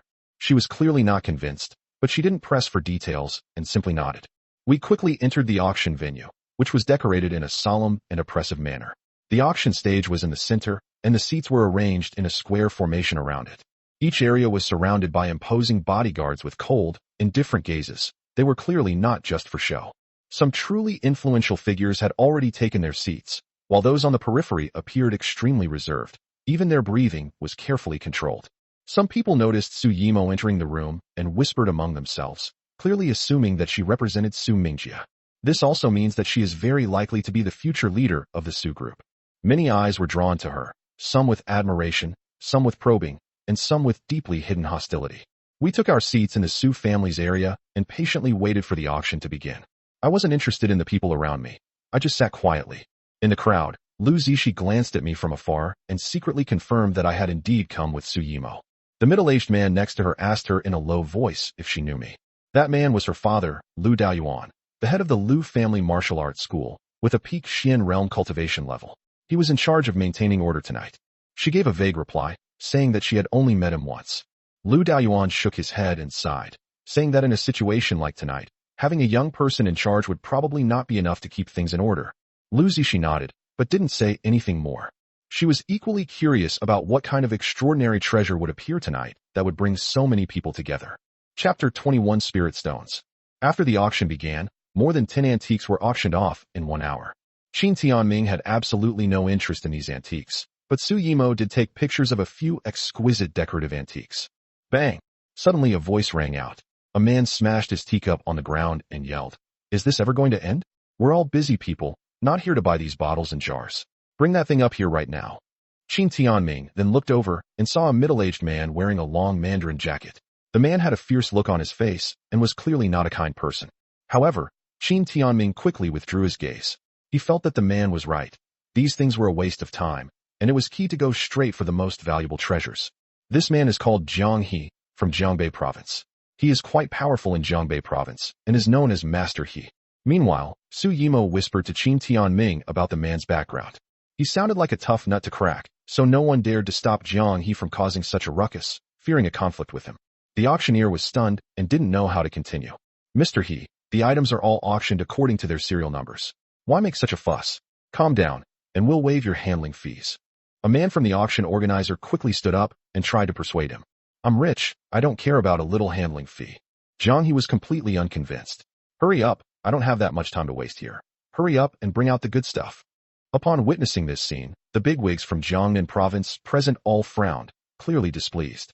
Jiang He, harmony brings wealth, harmony brings wealth. A middle-aged man who was somewhat overweight stood up to smooth things over. "Fatty Wong, what's it to you? Just because you have a few bucks doesn't mean you can stand on equal footing with me. Get lost." Jiang He cursed at Fatty Wong. This fat man, named Wang Fuguwei, runs a logistics company with assets of over 5 billion yuan. He is considered a prominent figure in Jiangnan.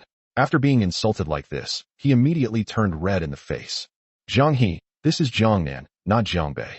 This is not a place where you can run wild. Sit back down."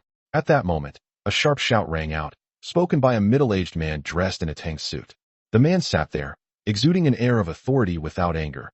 He was clearly a prominent figure from Jiangnan. "Master Wei, my time is precious." Jiang He still refused to listen. Everyone was quite surprised to see that Jiang He was not buying it. Master Wei, whose real name is Marquis Wei, is the head of the powerful Wei family in Jiangnan and the owner of the brilliant hotel. The old man of the Wei family once governed Jiangnan province. Although he has retired, he still has a deep network of connections and knows many important figures. Therefore, few people in Jiangnan were willing to make enemies of the Wei family. They always treated them with amicable politeness and even fawned over them. Upon hearing this, Marquis Wei's expression darkened slightly, and he glanced at Lu Daoyuan. Lu Daoyuan immediately stood up, looked directly at Jiang He, and said loudly, "Master He, please sit back down." As he spoke, Lu Daoyuan's aura was so powerful that everyone in the room felt a stinging sensation on their skin. Jiang He has probably bitten off more than he can chew. He's going to get a lesson from Coach Lu. He's just used to being arrogant. He's going to get thrown out now. When everyone saw Lu Daoyuan stand up, they immediately spoke up, waiting to see what would happen. Lu Daoyuan has a great reputation in Jiangnan province. He is a peak Xian realm martial artist, and the next step will be a D realm grandmaster. He is hard to beat in Jiangnan province. However, Jiang He showed no fear whatsoever, only looking at Lu Daoyuan and sneering, "Blackie." As soon as he finished speaking, a middle-aged man from Jiang He's group stood up, releasing an aura that made many people's scalps tingle. Also at the peak of the profound realm, Lu Daoyuan looked at the man who stepped forward, his expression immediately darkening, appearing extremely solemn. Upon hearing Lu Daoyuan's words, Wei Ho and the other big shots all changed their expressions. They hadn't expected that Jiang He would also summon a martial arts expert at the peak of the profound realm. "Master Wei, do you really want to ruin such a great scene tonight?" Jiang He said with a hint of smugness. Upon hearing this, Marquis Wei's face darkened. He knew that if the two martial artists at the peak of the profound realm started fighting, the auction that night would have to be cancelled. He immediately asked Lu Daoyuan to sit down, and then said, "Then bring up that item for auction." Upon hearing this, everyone was shocked. The Marquis of Wei had actually compromised. In Jiangnan, the number of people who can make Marquis Wei compromise can probably be counted on one hand. "Father, that person?" Lu Zishi asked immediately after her father sat down. Very impressive. Lu Daoyuan's expression was solemn, and his fists clenched slightly. Lu Zishi's expression changed drastically upon hearing this. The other party had made her father feel threatened. Meanwhile, Su Yimo received the message. This is what Dad meant when he said that the strong can compromise on wealth and status. Su Mingjie had told her a lot, and tonight, she saw the truth. Power had truly made Wei Ho compromise. Can he really be as good as Dad says? At the same time, Su Yimo looked at Qin Tianming sitting next to her, somewhat puzzled. Qin Tianming had been quietly watching the show until the item was brought up. His eyes lit up and a look of joy appeared on his face. He thought to himself, "It's spirit stones, and 5 of them. With these spirit stones, I can at least advance to the 13th level of Qi refining." The item on display for auction was a jade stone carved with the 5 characters Fulu Cai Shi Sog, fortune, prosperity, wealth, happiness, and longevity. However, what others see as jade is not what Qin Tianming sees. These are all spirit stones. At this moment, Qin Tianming had made up his mind that he would get his hands on these 5 spirit stones, whether by buying or by stealing. When everyone looked at these 5 words, their expressions changed. One glance was enough to tell that these 5 words were extraordinary. The auctioneer explained, "These are 5 characters carved from jade, representing fortune, prosperity, wealth, happiness, and longevity." This was originally a family heirloom of a wealthy merchant, but his family fell on hard times, and he had no choice but to put it up for auction. What family heirloom? Everyone just ignores it. This is a basic auction tactic. This is the standard approach for anything of dubious origin. As everyone has heard, there was a practice called Qi Refining Master during the pre-Qin period, and these 5 characters are a set of magical artifacts crafted by Qi Refining Masters during that period, the auctioneer concluded. Qin Tianming frowned upon hearing this, thinking to himself, "It can indeed be called a magic weapon. So this world once had a civilization of cultivation. It really is a magical artifact. If you buy it, you'll be blessed with good fortune, wealth, happiness, and longevity, and you won't be afraid of any evil spirits or monsters." As for the other big shots, they were all so shocked that they stood up and exclaimed in surprise. The brilliance emanating from these 5 jade stones almost eclipsed the dazzling lights of the hall, something that ordinary jade could never achieve. Such a celestial treasure would be coveted by any mortal who sees it. The auction begins. The starting price is 100 million, and each bid must be at least 10 million, the auctioneer announced. "I'll put up 100 million. Nobody fucking can take it from me." As soon as the auctioneer finished speaking, an extremely arrogant voice rang out, and it was Jiang He who spoke. Chapter 22 Whoever dares to move, dies. Jiang He crossed his legs, a cigar dangling from his lips, appearing extremely arrogant. as if he was certain that no one would dare to take it from him. 110 million. Of course, a bigwig from Jiangnan province wouldn't tolerate him, so someone made an offer. Jiang He then looked at the person who made the bid and sneered. You surnamed Song. You dare to try and steal from me. This is an auction. The highest bidder wins. What's there to be afraid of? This man surnamed Song is named Song Yangming. He is a real estate tycoon with assets exceeding 10 billion. You fucking have guts, Jiang He sneered, then shook his head.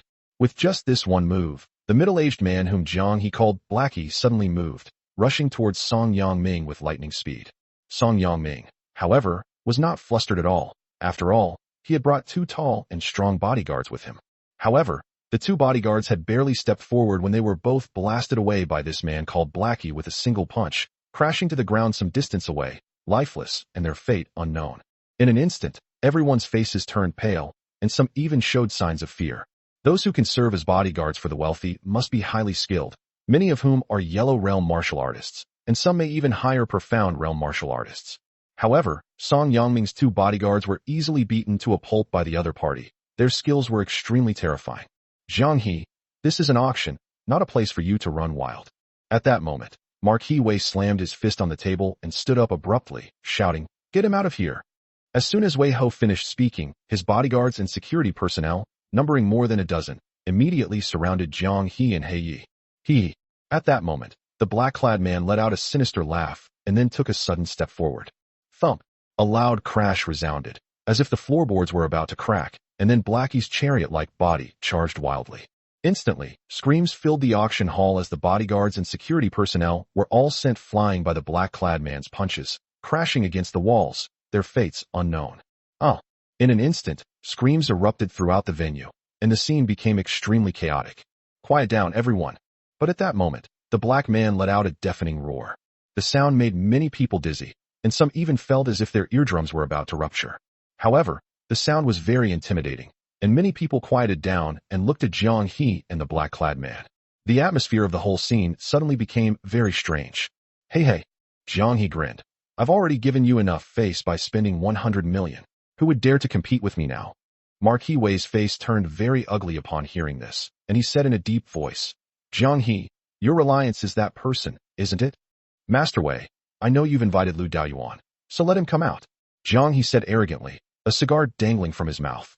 Marquis Wei immediately looked at Lu Daoyuan, who stepped forward with a solemn expression to face the man in black. Father, seeing this, Lu Zixi palms were sweating with nervousness. She had just talked with Lu Daoyuan, and this black master was very strong, definitely no less than her father. Everyone held their breath, watching Lu Daoyuan and He Yi. Instructor Lu is a famous martial artist in Jiangnan. He has the strength of the peak of the Profound Realm. Only those Earth Realm Grandmasters can defeat him. Fortunately, Master Wei had the foresight to invite Instructor Lu this time. Yes, Instructor Lu is a successor of the Bejiquan school. His Bejiquan skills have reached a superb level. In Linzhou, and even in Jiangnan, as long as a Grandmaster does not appear, no one can defeat him. The bigwigs present were relieved to see Lu Daoyuan come out, and spoke up. However, they didn't consider one question. What if Lu Daoyuan lost? I know you, Lu Daoyuan. You are at the peak of the Profound Realm, a practitioner of Bejiquan, and a disciple of Bejiquan Grandmaster Lu Chong. The black-clad man suddenly said to Lu Daoyuan, You actually know my master? Lu Daoyuan was somewhat surprised. After all, it's one of the 10 sects, so of course I know. However, in my opinion, the 10 sects are just a name without substance, including your master. Blackie grinned. Arrogant. Lu Daoyuan's face turned cold when he heard his master being humiliated. He flashed forward and made the first move. Blackie immediately accepted the challenge, and instantly, the sounds of fists and feet clashing filled the arena, terrifying everyone present. This is a very close match. Wait a minute, didn't you notice that Coach Lu seems to be struggling a bit? Will Coach Lu admit defeat? If we lose, Jiangnan will lose all face. Watching the 2 Xian realm martial artists fight in the arena, some experienced practitioners spoke up, noticing something amiss.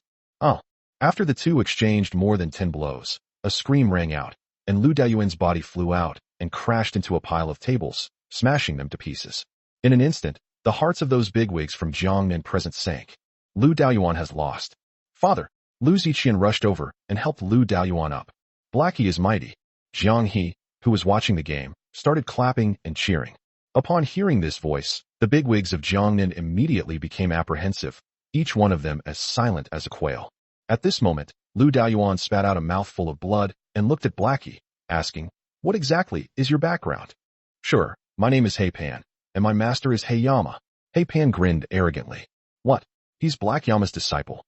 He Pan, the eldest disciple of He Yanwang. Zhang He actually managed to get him to come. Upon hearing about He Pan's origins, these powerful figures all showed expressions of fear.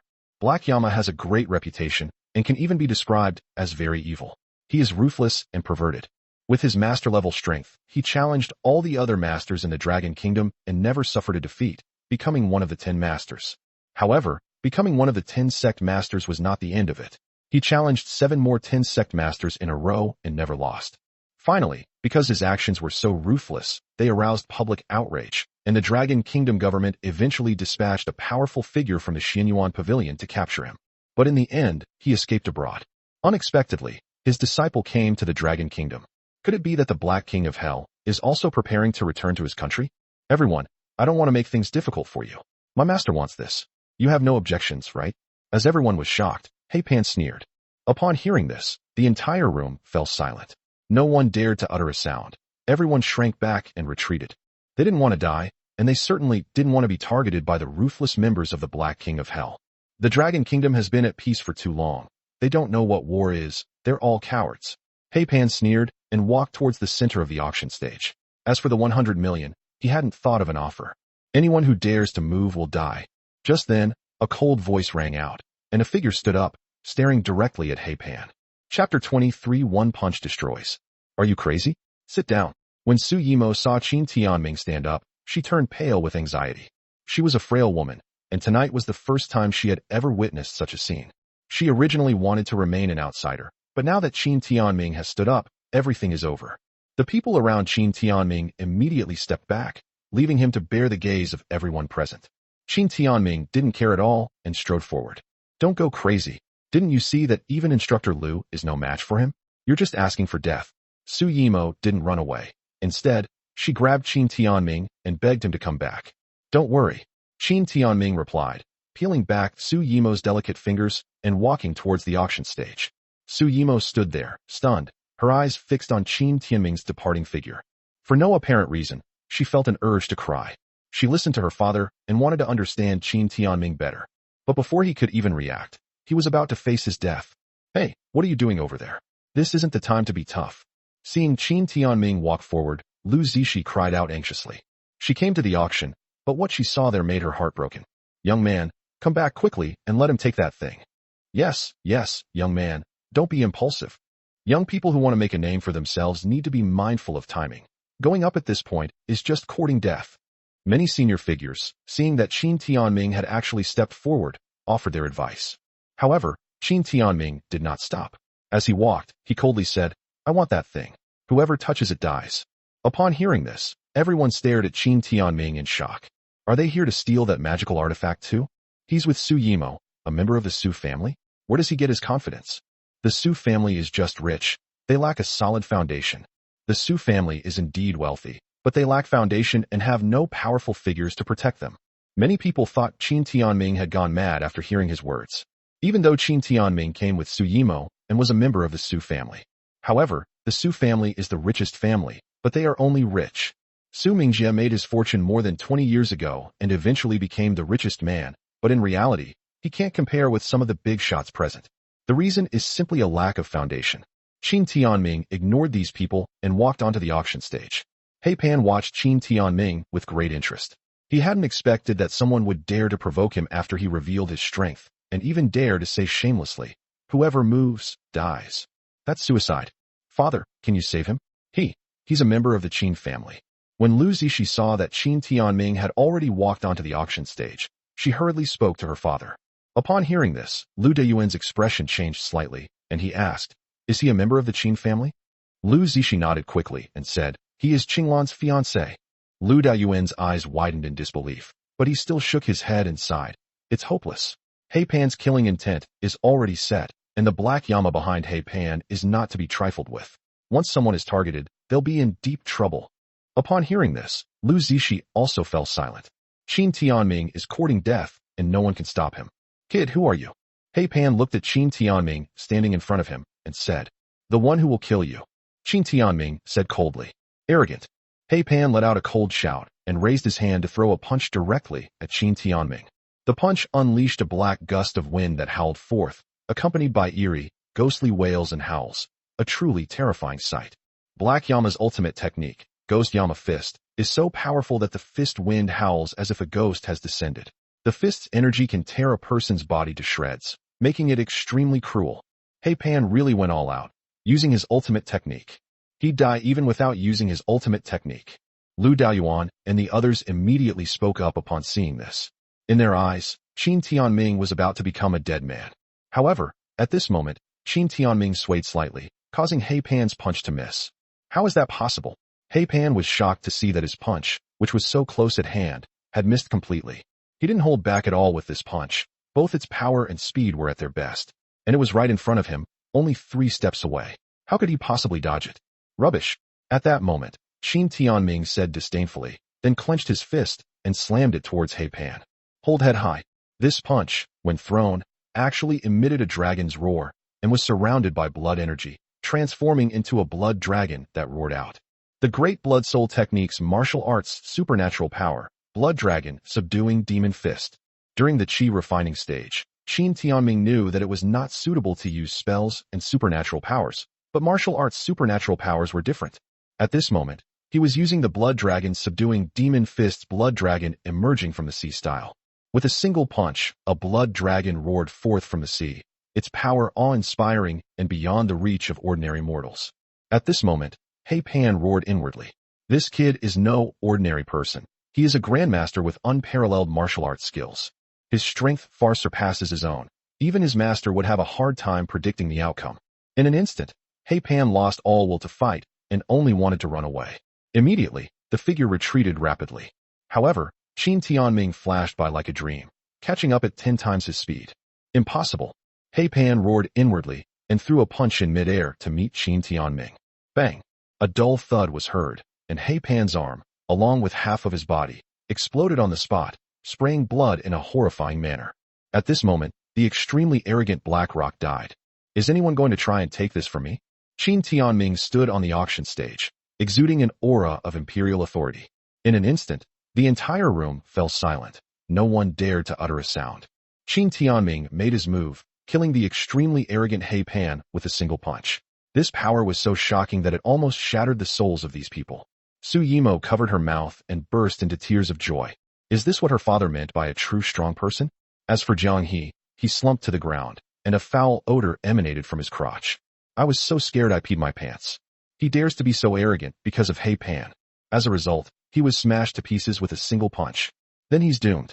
Haha. This is what they call a hero's origins don't matter, and you can't judge a book by its cover. At this moment, Marquis Wei laughed heartily, feeling a sense of triumph. No wonder he dared to stand up. He's been hiding his true abilities. I misjudged him. This is a true master. The other bigwigs were all shocked, truly stunned by Qin Tianming. The most shocked was Lu Ziqian. At this moment, Lu Zixin's mouth was agape in disbelief. She simply couldn't believe what was happening. Is this a descendant whom the Qin family looks down upon?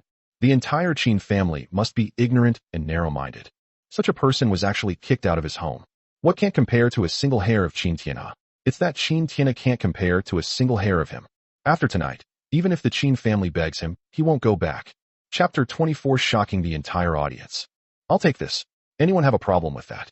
In the moment of utter silence, Qin Tianming's voice rang out again. Upon hearing this, everyone snapped out of their shock. Wei Ho, the highest-ranking official tonight, stepped forward and loudly proclaimed, Mr. Qin, this item is yours. As for the cost, Wei, will pay for it. Upon hearing this, the bigwigs present all stood up in a flurry, like obedient schoolchildren. Marquis Wei, being quite sensible, picked up the jade box. Qin Tianming glanced at it, then slightly raised his hand. The jade box was lifted by a mysterious force and then fell into Qin Tianming's hand. Telekinesis. Everyone's pupils contracted, their faces filled with shock. Marquis Wei was so shocked that he was somewhat stunned. He shattered the Black Rock with a single punch, and now he can even manipulate objects from a distance. This is definitely a martial arts grandmaster of the Earth realm, and a martial arts grandmaster who has mastered the use of true Qi to an unparalleled degree. Ziqian, he really is a member of the Qin family. When did the Qin family produce such a martial arts master? And he's probably a master at the peak of the Earth Realm. Lu Daoyuan opened his mouth, incredulous. Earth Realm martial arts grandmasters are divided into early, middle, late, and peak stages. Only peak Earth Realm grandmasters like his master, Lu Chang, who is one of the top 10 grandmasters, can retrieve objects remotely.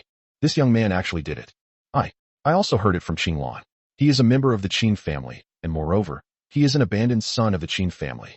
Lu Zixi said with a bitter smile. From Lu Zixi's position, she could just see Qin Timing's profile. She stood there, stunned, her body stiff.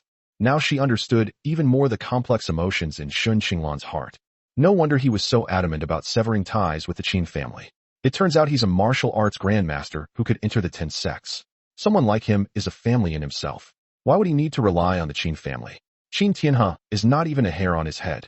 Lu Zixi was now extremely shocked. I'll take this. After accepting the 5 spirit stones, Qin Tianming walked towards Su Yimo, preparing to leave. Within a mere 10 meters, everyone watched Qin Tianming with respect, no one uttering a sound, simply watching him walk towards Su Yimo. Su Yimo watched Qin Tianming walk towards her, and it felt like centuries had passed. Her heart raced even faster. Many of those present were on equal footing with her father, and some even held a status far exceeding his. However, these people looked at Qin Tianming with only respect, or even admiration. At this moment, her heart was filled with excitement. This is the kind of man she admires. A man whom countless people look up to. Mr. Qin, please wait. Just as Qin Tianming walked to Su Yimo's side, Wei Ho withstood Qin Tianming's powerful aura and shouted, a shout that required almost all of his strength. Qin Tianming stopped and looked at Marquis Wei, asking, is there something you need? Mr. Qin, would you do me the honor of inviting me to dinner? Marquis Wei said, his forehead beaded with sweat. Let's talk about it another time. Qin Tianming replied casually, then looked at Su Yimo and said, let's go. Su Yimo responded, her eyes shining. Then, the two walked outside. Those present watched Qin Tianming leave, their hearts filled with immense shock. The current mayor of Linzhou City and the provincial capital of Jiangnan Province are both disciples of that old man from the Wei family. Therefore, the status of the Wei family in Jiangnan is self-evident. In the entire Jiangnan region, only the Qianwang mansion can compare to the Wei family. Everyone present was a big shot in Jiangnan. Simply wanting to pay a visit to the Wei family was extremely difficult. However, Qin Tianming easily refused, which showed the confidence of a grandmaster. As Lu Zixi watched Qin Tianming leave with Su Yimo, she felt a mix of emotions and didn't know what to say. Please keep what happened tonight to yourselves, and try not to spread it. At this moment, Marquis Wei spoke up, which could be considered a warning. The group reached a tacit understanding. They would not spread what happened tonight. At most, it would circulate among high society. When Qin Tianming walked out of the auction hall and arrived at the hotel lobby, he saw Shen Qinglan and Qin Tianhe's group walking over, indicating that the birthday banquet had ended. Seeing Qin Tianming and Su Yimo standing intimately together, Shen Qinglan naturally felt a pang of sadness and wanted to speak up. Qinglan, tonight is your birthday, and he's here, but he didn't even come to wish you a happy birthday. Why are you paying attention to him? Qin Tianhe said, looking at Qin Tianming with disgust in his eyes. Hearing this, Su Yimo knew that Qin Tianming would ignore them and treat them as strangers, but she wouldn't. Tianming, when it's your birthday, I'll definitely throw you a grand party, Su Yimo said with a smile, taking Qin Tianming's hand. Qin Tianming shook his head, treating these people as if they were just barking like dogs, and said, it's time to go back. Su Yimo was overjoyed to hear this and took Qin Tianming's hand as they walked outside. Before leaving, she gave Shen Qinglan a meaningful look. This glance made Shen Qinglan feel a strange pang in her heart, making her very uncomfortable. Zixi, where did you just go? Just then, Shen Qinglan's friend Wang Duoduo saw Lu Zixian come out and quickly asked. Upon hearing this voice, everyone immediately looked at Lu Zixi. She had just said she was leaving for a moment, but she didn't reappear until the birthday party was over. Lu Zixi then looked at Shen Qinglan and asked, have you seen Qin Tianming? Shen Qinglan found it strange that Lu Zixi asked about Qin Tianming, so she said, I saw him. He just left with Su Yimo. Why didn't you keep him? Upon hearing this, Lu Zixi cried out in alarm.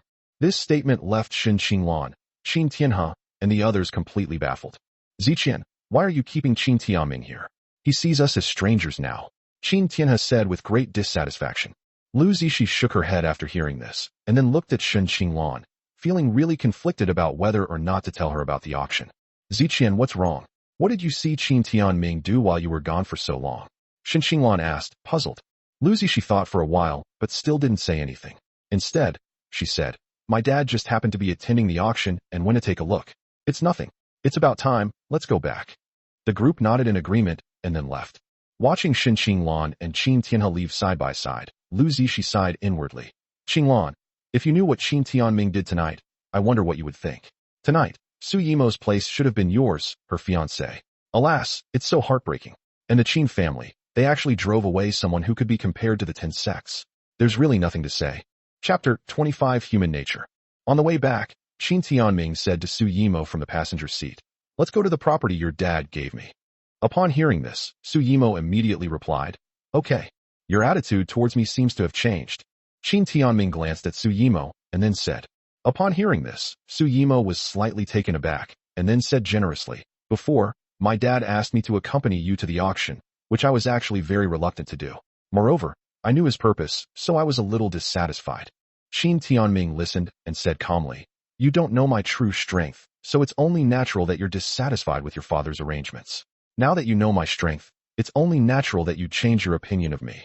Upon hearing this, Su Yimo was at a loss for words.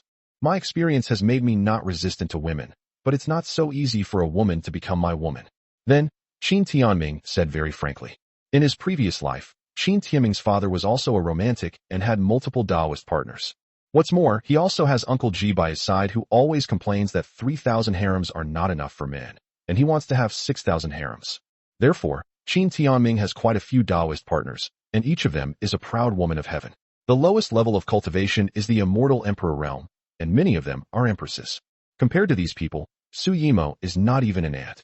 Su Yimo's eyes widened in surprise. She hadn't expected Qin Tianming to speak so bluntly, which left her even more speechless. Forget it, you wouldn't understand anyway. If you really want to be my woman, you have to be prepared that you won't be the only one, Qin Tianming continued. Su Yimo was speechless. Was this man really that blunt? And does this mean they're planning to start a harem? As Qin Tianming finished speaking, his thoughts drifted to the heavens, and he thought of his confidant, and the empress he loved most. The thought of how he shielded him from a fatal blow during the Battle of the Heavens, ultimately sacrificing his life, filled Qin Tianming with murderous intent. Laugh. At that moment, Su Yimo felt Qin Tianming's overwhelming killing intent and slammed on the brakes, causing her to drift on the road and almost plunge into West Lake. Heaven's mandate, what's wrong with you? Su Yimo's terrified voice rang out, her whole body trembling as she looked at Qin Tianming, like a frightened little rabbit. Upon hearing the voice, Qin Tianming snapped out of his reverie, looked at Su Yimo, and smiled, saying, I remembered something. Seeing Qin Tianming smile, Su Yimo felt a little relieved, and said, you can tell me what's on your mind. It's nothing, let's drive. Qin Tianming's killing intent dissipated completely, and then he said. Su Yimo breathed a slight sigh of relief and started the car again. Qingda, if you are reincarnated, I will definitely find you. If you are not reincarnated, I will definitely resurrect you. Qin Tianming thought to himself. Soon, Su Yimo parked her car in front of the house that Su Mingjie had given to Qin Tianming. Qin Tianming was somewhat surprised. It was also a villa, and one that was near Westlake. My dad bought this villa for 200 million yuan, but he never lived in it. When he gave it to you, I was a little unhappy about it, Su Yimo said to Qin Tianming.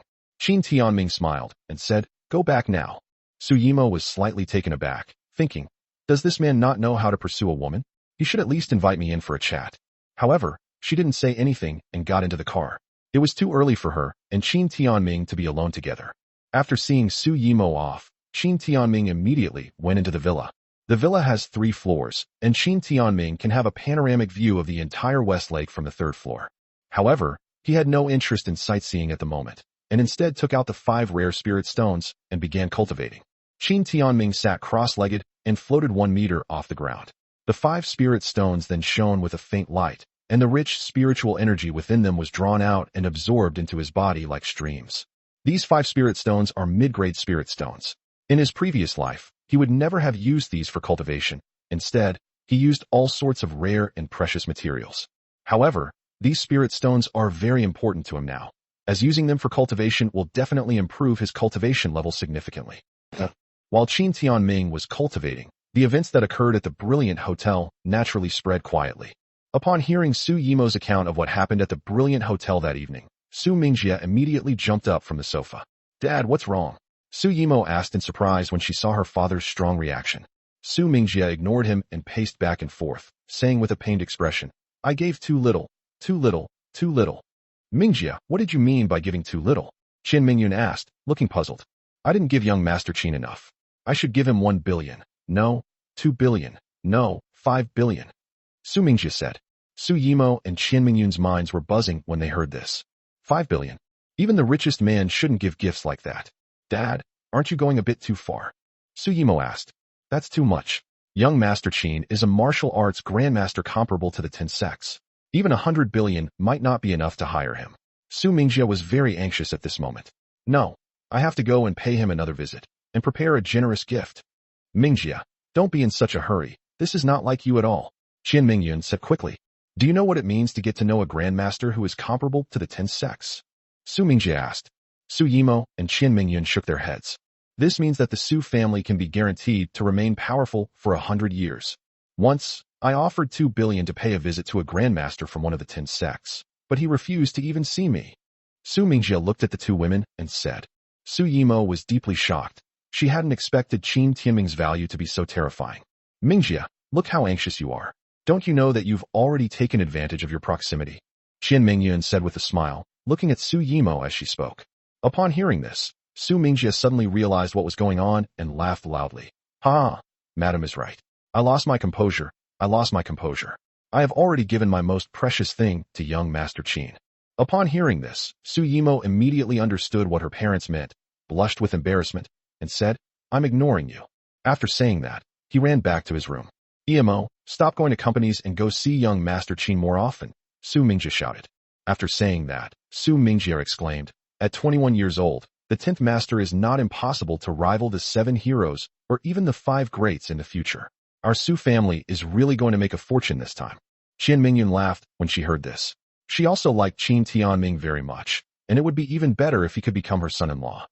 Jiangbei Province, Jinsheng, Shengjiangting. This is the most prestigious villa district in Jiangbei Province, where any villa is worth over 100 million yuan. At this moment, inside the Luong Villa, Jiang He's henchman, who had escaped from Linzhou, knelt on the ground and reported the events at the brilliant hotel to a man. Hirapan was killed with a single punch. Upon hearing this, the middle-aged man flew into a rage and kicked the table away, yelling, What the hell are you saying? Chapter 26, A Visit to the Qin Family. The scalding hot tea spilled all over the floor, and the henchman trembled with fear. Do you even know what you're talking about? He Pan was punched to pieces by a young man. Did you see it with your own eyes? The middle-aged man demanded sharply. Master Hai, I didn't go in with Master He. I only heard it from others. Master He and everyone else who went in were detained. I was the only one who managed to escape, the henchman said, trembling. This, Master Hai, is named Rin Zhonghai, a descendant of the Rin family in Jiangbei. He is even more arrogant and ruthless than Jiang He. Upon hearing this, Rin Zhonghai suddenly stood up and raised his large, fan-like hand to blast out a wave.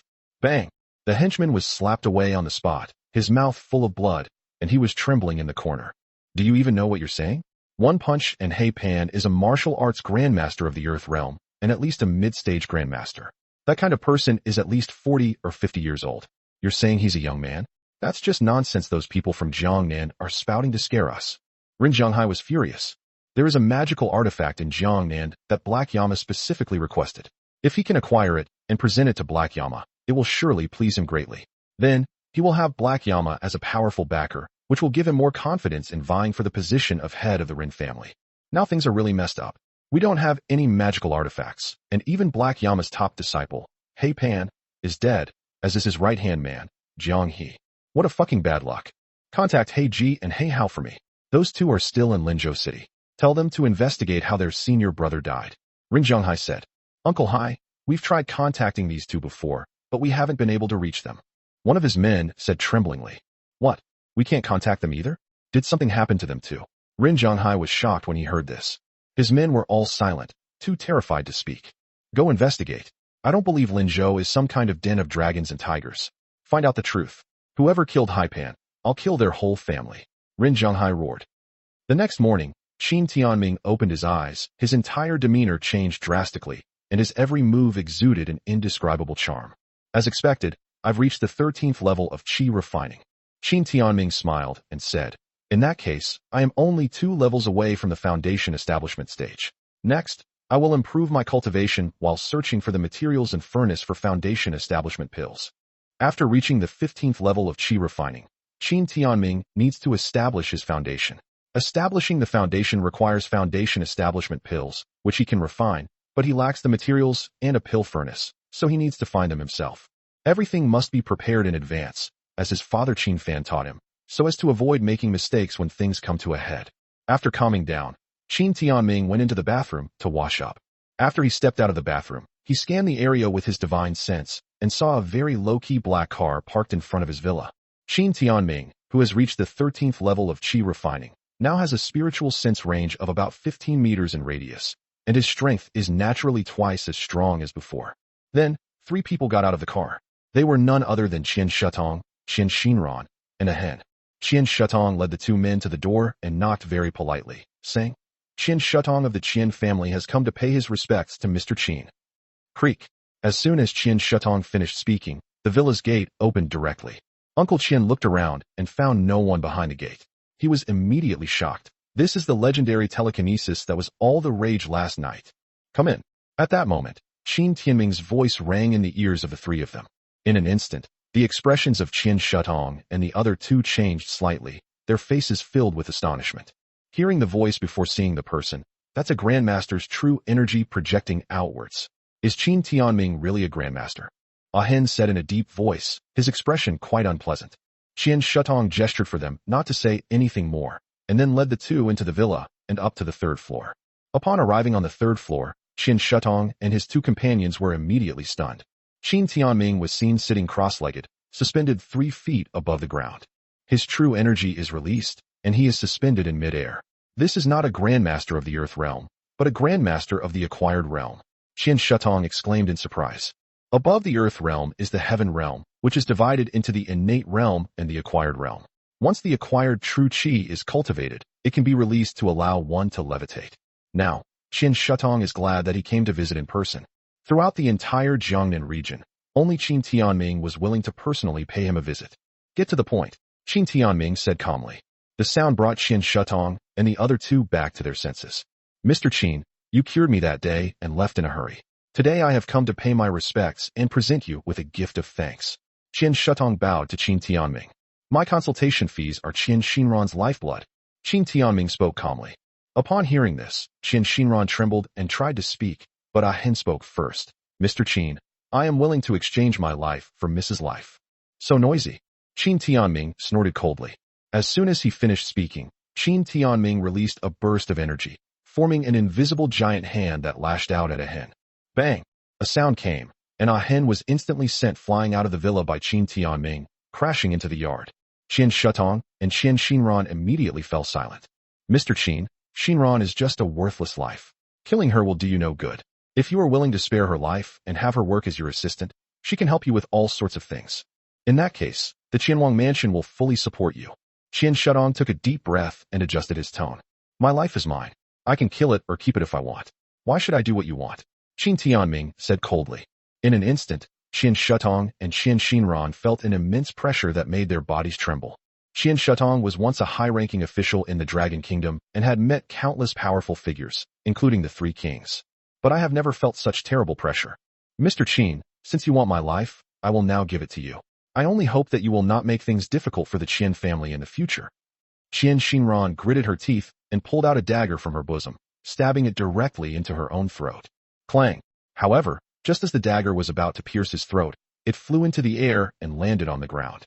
Qian Xinran stared blankly at Qin Tianming, even looking at him with confusion. "Your life is mine. If anyone is to be killed, it's me. No one else is allowed, including yourself," Qin Tianming said coldly. Hearing this, the grandfather and granddaughter breathed a sigh of relief, knowing that Qian Xinran's life was saved. "Mr. Qin, this is a thank you gift, 1,000-year-old wild ginseng and 1,000-year-old snow lotus. They were auctioned off in Harbor City for 1.2 billion to cure my illness," Qian Shutong said. As soon as she finished speaking, Qian Xinran presented the prepared gift, a large wooden box, with both hands. Qin Tianming glanced at the 2 boxes, and the wooden boxes immediately floated up and landed in Qin Tianming's hands. The grandfather and grandson were horrified when they saw this. Retrieving objects from a distance is not a myth. Qin Tianming opened the box, and a look of joy appeared on his face. The 2 spiritual herbs, the 1,000-year-old wild ginseng and the 1,000-year-old snow lotus, contained a rich spiritual essence of heaven and earth and could be called spiritual herbs. He thought to himself, these two spiritual herbs can be used as materials for foundation establishment pills. Seeing Qin Timing's expression, Qin Shutong knew that he had given the right gift. The reason for giving this gift was that Qin Tianming always bought old medicinal herbs from Tongqing Pharmacy, so Qin Shutong took out this extremely rare wild ginseng. Then Qin Xinran spoke up, Mr. Qin, from now on, I am yours. My assets and liquid assets totaling about 5 billion will all be transferred to your name. I will complete the formalities as soon as possible. Qin Tianming nodded slightly and said, I do need someone to serve me, so you'll be the one. Chapter 27 Dragon Soul Arrives. Upon hearing this, Qin Xinran trembled slightly, feeling somewhat unwilling. She was the radiant pearl of Jiangnan, driving countless men in the region mad, but from this day forward, she would become this man's maid. If word got out, I'm afraid no one in the entire Jiangnan region would believe that the eldest daughter of the Qian prince's mansion had become someone else's maid. However, her grandfather had said before she arrived that if the rumors about the auction were true, it would be an honor, not a humiliation, for her to become someone close to Qin Tianming. Moreover, it brings immeasurable benefits to the Qianwang mansion. Now, Qin Tianming is far more than those rumors suggest. A 21-year-old man with such terrifying strength. No one knows what the future holds. It's not impossible for them to stand shoulder to shoulder with those three kings. The three kings were all terrifying beings capable of destroying a country single-handedly. They were top-tier figures in the entire world. There's nothing shameful about being a maid to someone like that. Then I'll be going now. Qin Shutong didn't linger and chose to leave, leaving his granddaughter behind. After Qin Shutong left, Qin Xinran looked at Qin Tianming somewhat awkwardly, unsure of how to interact with him. She used to be able to manipulate all sorts of men, but not Qin Tianming. Take it down. Suddenly, a loud shout came from outside the villa. Immediately afterwards, the sounds of fighting were heard, followed by a man's screams. Qin Tianming narrowed his eyes slightly, then got up and led Qin Xinran to the courtyard of the villa. Outside the villa, Qin Tianming saw 2 military jeeps and 4 men and 1 woman. 2 of the men had subdued Ah Hen on the ground, rendering him unable to move. What are you doing? Let go of Ah Hen. Upon seeing this, Qin Xinran immediately shouted, Ah Hen? His real name is Hua Ji. I can find all his records in Xianyuan Pavilion. The woman, who looked to be in her late 20s, looked at Qin Xinran and sneered. You are from Xianyuan Pavilion. Qin Xinran immediately spoke up upon hearing this. Let me introduce myself. My name is Gu Qingmei, a member of His Excellency Xuanyuan's Dragon Soul Special Forces, with the rank of captain. It's a pleasure to meet you, Miss Qian. Gu Qingmei said to Qin Xinran. Miss Qian, you should know this man's background. He shouldn't be here. Xianyuan Pavilion, one of the 3 sharp swords of the Dragon Kingdom, has 4 special forces teams under it. Dragon Soul, Phoenix Spirit, Tiger Roar, and Qilin. Each of them is an extraordinary individual, with martial arts cultivation at least at the profound realm, and many of them being grandmasters of the earth realm. Qin Xinran listened in silence. She naturally knew Ah Hen's background. It was not clean. However, because she accidentally saved Ah Hen, and then followed her, protected her, and shielded her from all sorts of troubles, she allowed her to stay with her. Never mind, I didn't come here this time because of him. Gu Qingmei didn't dwell on Ah Hen's matter, but instead asked, I did some research, and someone named Qin Tianming lives here. Who is Qin Tianming? What do you want? Qin Tianming looked at Gu Qingmei and asked, Are you Qin Tianming? The one who killed He Pan with 1 punch last night, and is known as Grandmaster Qin, who can enter one of the 10 sects? Gu Qingmei asked, sizing up Qin Tianming. What? You don't believe me? Qin Tianming asked with a faint smile. Gu Qingmei's face was full of disdain. Her gaze was extremely sharp. She took a long, straight, and beautiful step and walked to the front of Qin Tianming, saying, Of course I don't believe it. Do you know who makes it into the ranks of the 10 Grandmasters? Xia Changjing, the previous patriarch of the Xia family in Zhonghai, began practicing martial arts at the age of 3. After 60 years of martial arts cultivation, he entered the Earth realm and became a Grandmaster. He challenged one of the 10 Grandmasters and died on the spot. The Zhang family of the Northwest, 4 generations of warlords, spent countless riches to cultivate 3 Earth realm Grandmasters who challenged the 10 Grandmasters, and all of them were defeated. The head of the Yang family in the Southwest, after 80 years of martial arts cultivation, reached the peak of the Earth realm and attempted to challenge the 10 Grandmasters, yet he was still defeated. Each of the top 10 Grandmasters is at the pinnacle of Grandmasters, and they are simply not something that ordinary martial arts Grandmasters can challenge. Do you know who the only change in the list of the 10 Grandmasters has occurred in the past decade? Gu Qingmei stood before Qin Tianming with disdain in her eyes, questioning him. Qin Tianming naturally didn't know. Nor did he want to know, and he certainly didn't want to answer. Qin Shinran hesitated for a moment before saying, 10 years ago, Ghost Yama, one of the 10 grandmasters, incurred the wrath of heaven and the resentment of the people. The high-ranking officials of the Dragon Kingdom ordered the arrest of Ghost Yama. The person who was arrested was named by Qiushan, Grandmaster by defeated Ghost Yama and became one of the new 10 grandmasters. Good. Gu Qingmei smiled, and then said proudly, Grandmaster by is Colonel Long Han, and also the only newly promoted one of the 10 grandmasters in all these years. As she spoke, she looked at Qin Timing, shook her head, and said, there are quite a few people who have stepped into the Earth realm and become grandmasters, but in the past 10 years, only our Colonel Bai has been able to be on the list and ranked among the top 10 sections. You're just a 20-year-old kid with blonde hair, and you dare to say your strength is comparable to the top 10 grandmasters?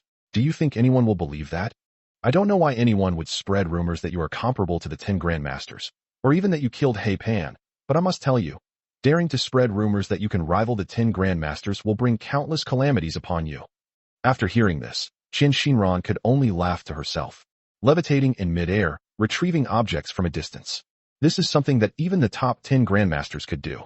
That's something only a grandmaster at the Earth realm can do. Of course, Qin Shinran wouldn't reveal any of this. Now she was Qin Timing's maid, and if her master didn't speak, she could only remain silent. Surprisingly, Qin Timing smiled faintly and said, yes, I think you're right. Qin Timing had no desire to argue with someone who was short-sighted. That's a waste of time. Those people she spoke of were no different from ants in his eyes. After saying that, Qin Timing turned around and went back to the villa. Stop. Seeing Qin Timing about to leave, Gu Qingmei immediately shouted. She's a member of Dragon Soul, and this person is ignoring them. He's utterly ungrateful. However, when she looked in the direction Qin Timing had left, she was stunned. Not only was she stunned, but everyone else was stunned too. Qin Timing stepped through the air, as if ascending to the heavens on invisible stairs, and entered the 3rd floor of the villa. This? Gu Qingmei was dumbfounded. This, ascending to the sky? A member of the Dragon Soul Special Forces stammered as he regained his senses. Upon hearing this, everyone was stunned, as if struck by lightning, speechless. Gu Qingmei's eyes nearly popped out of their sockets, and she screamed in a piercing voice, impossible. This is something no ordinary person could do. No wonder Grandpa said that following him was my greatest opportunity.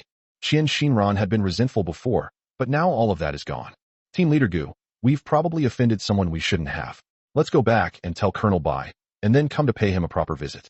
Ascending to the heavens is something even the 10 grandmasters can't do, one of the team members said with a wry smile. Chapter 28 Immortals. Qin Timing returned to the 3rd floor of the villa, while Gu Qingmei and the others naturally slunk away.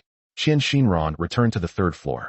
At this moment, Qin Timing was still sitting cross-legged in the air, silently cultivating, while Qin Shinran was very reserved when facing Qin Timing alone, not knowing what to say. Say whatever you want, Qin Timing said, still with his eyes closed. Qin Shinran took a deep breath, and then, as if reporting a task, said, I've already sent a hen away. He'll never show up again. Although Gu Qingmei and the others have left, they will probably come to visit again in a few days.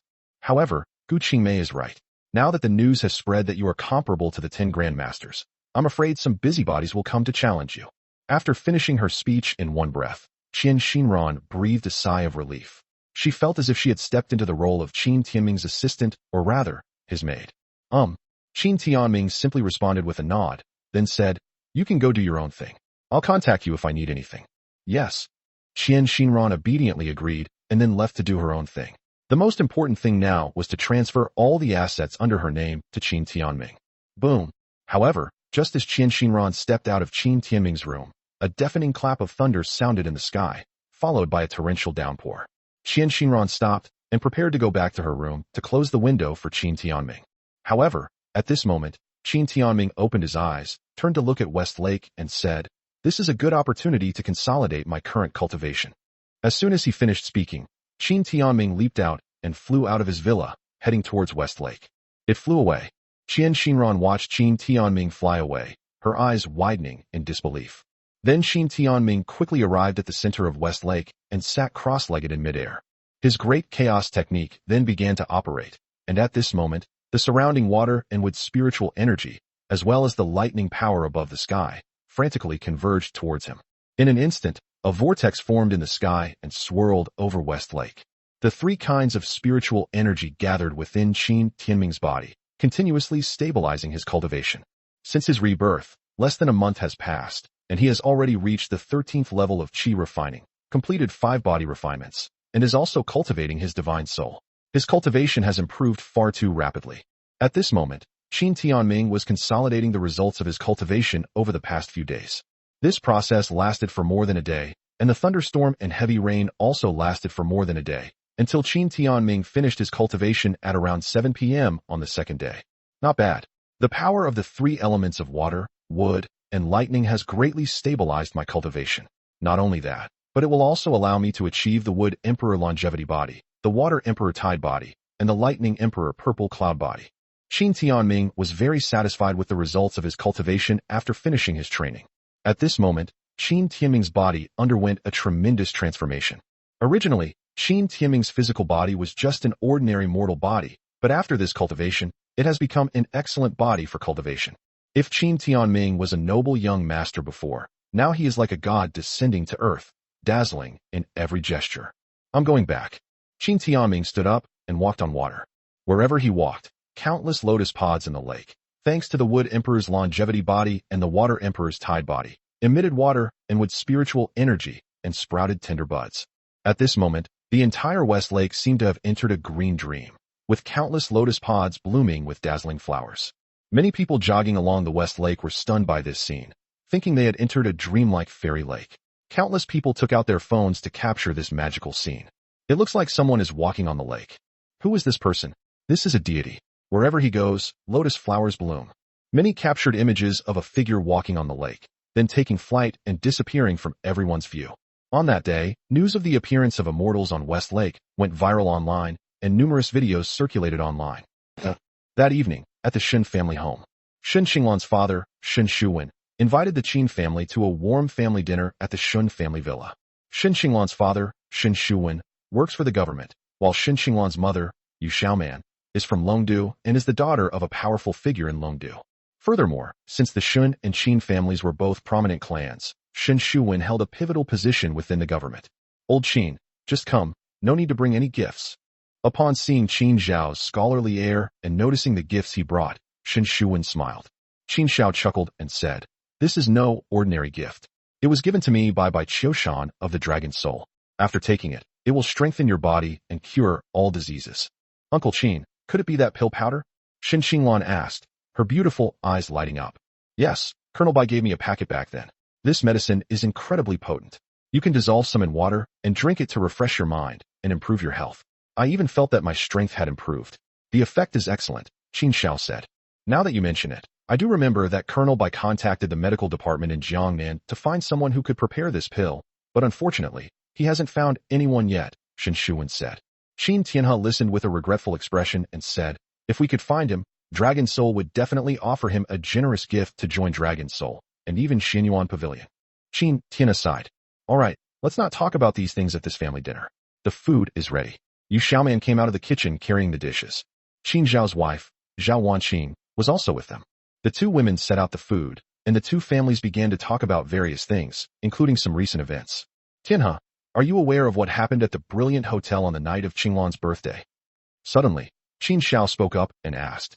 Qin Tianhe and Shen Xinglan were puzzled, and then shook their heads at the same time, indicating that they did not know. About the auction, right? Old Qin, you've heard some rumors, haven't you? Shen Shuwen put down his chopsticks and asked. Qin Zhao nodded. Yes, it was about the auction. The auction was for a very valuable magic artifact. Because of this artifact, a conflict broke out. Jiang He from Jiangbei brought a martial artist at the peak of the profound realm and threatened everyone present. At that time, Lu Daoyuan was also there, but he was no match for him.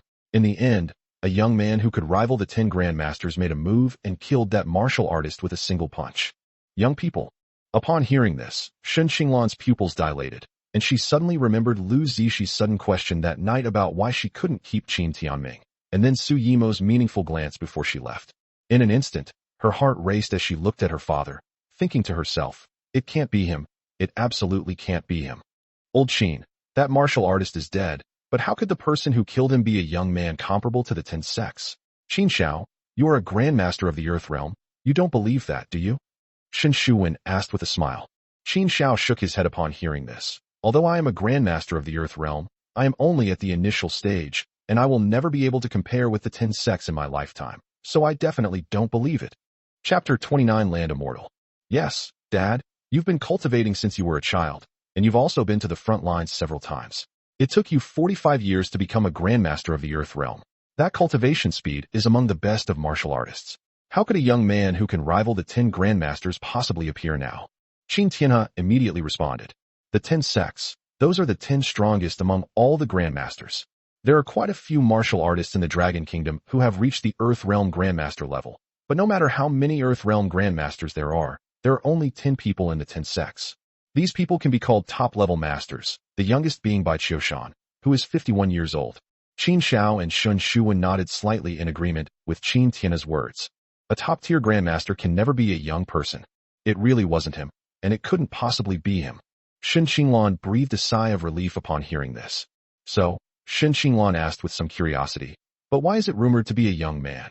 Shen Shuwen and Qin Shao then looked at Qin Timing, indicating that Qin Timing should explain.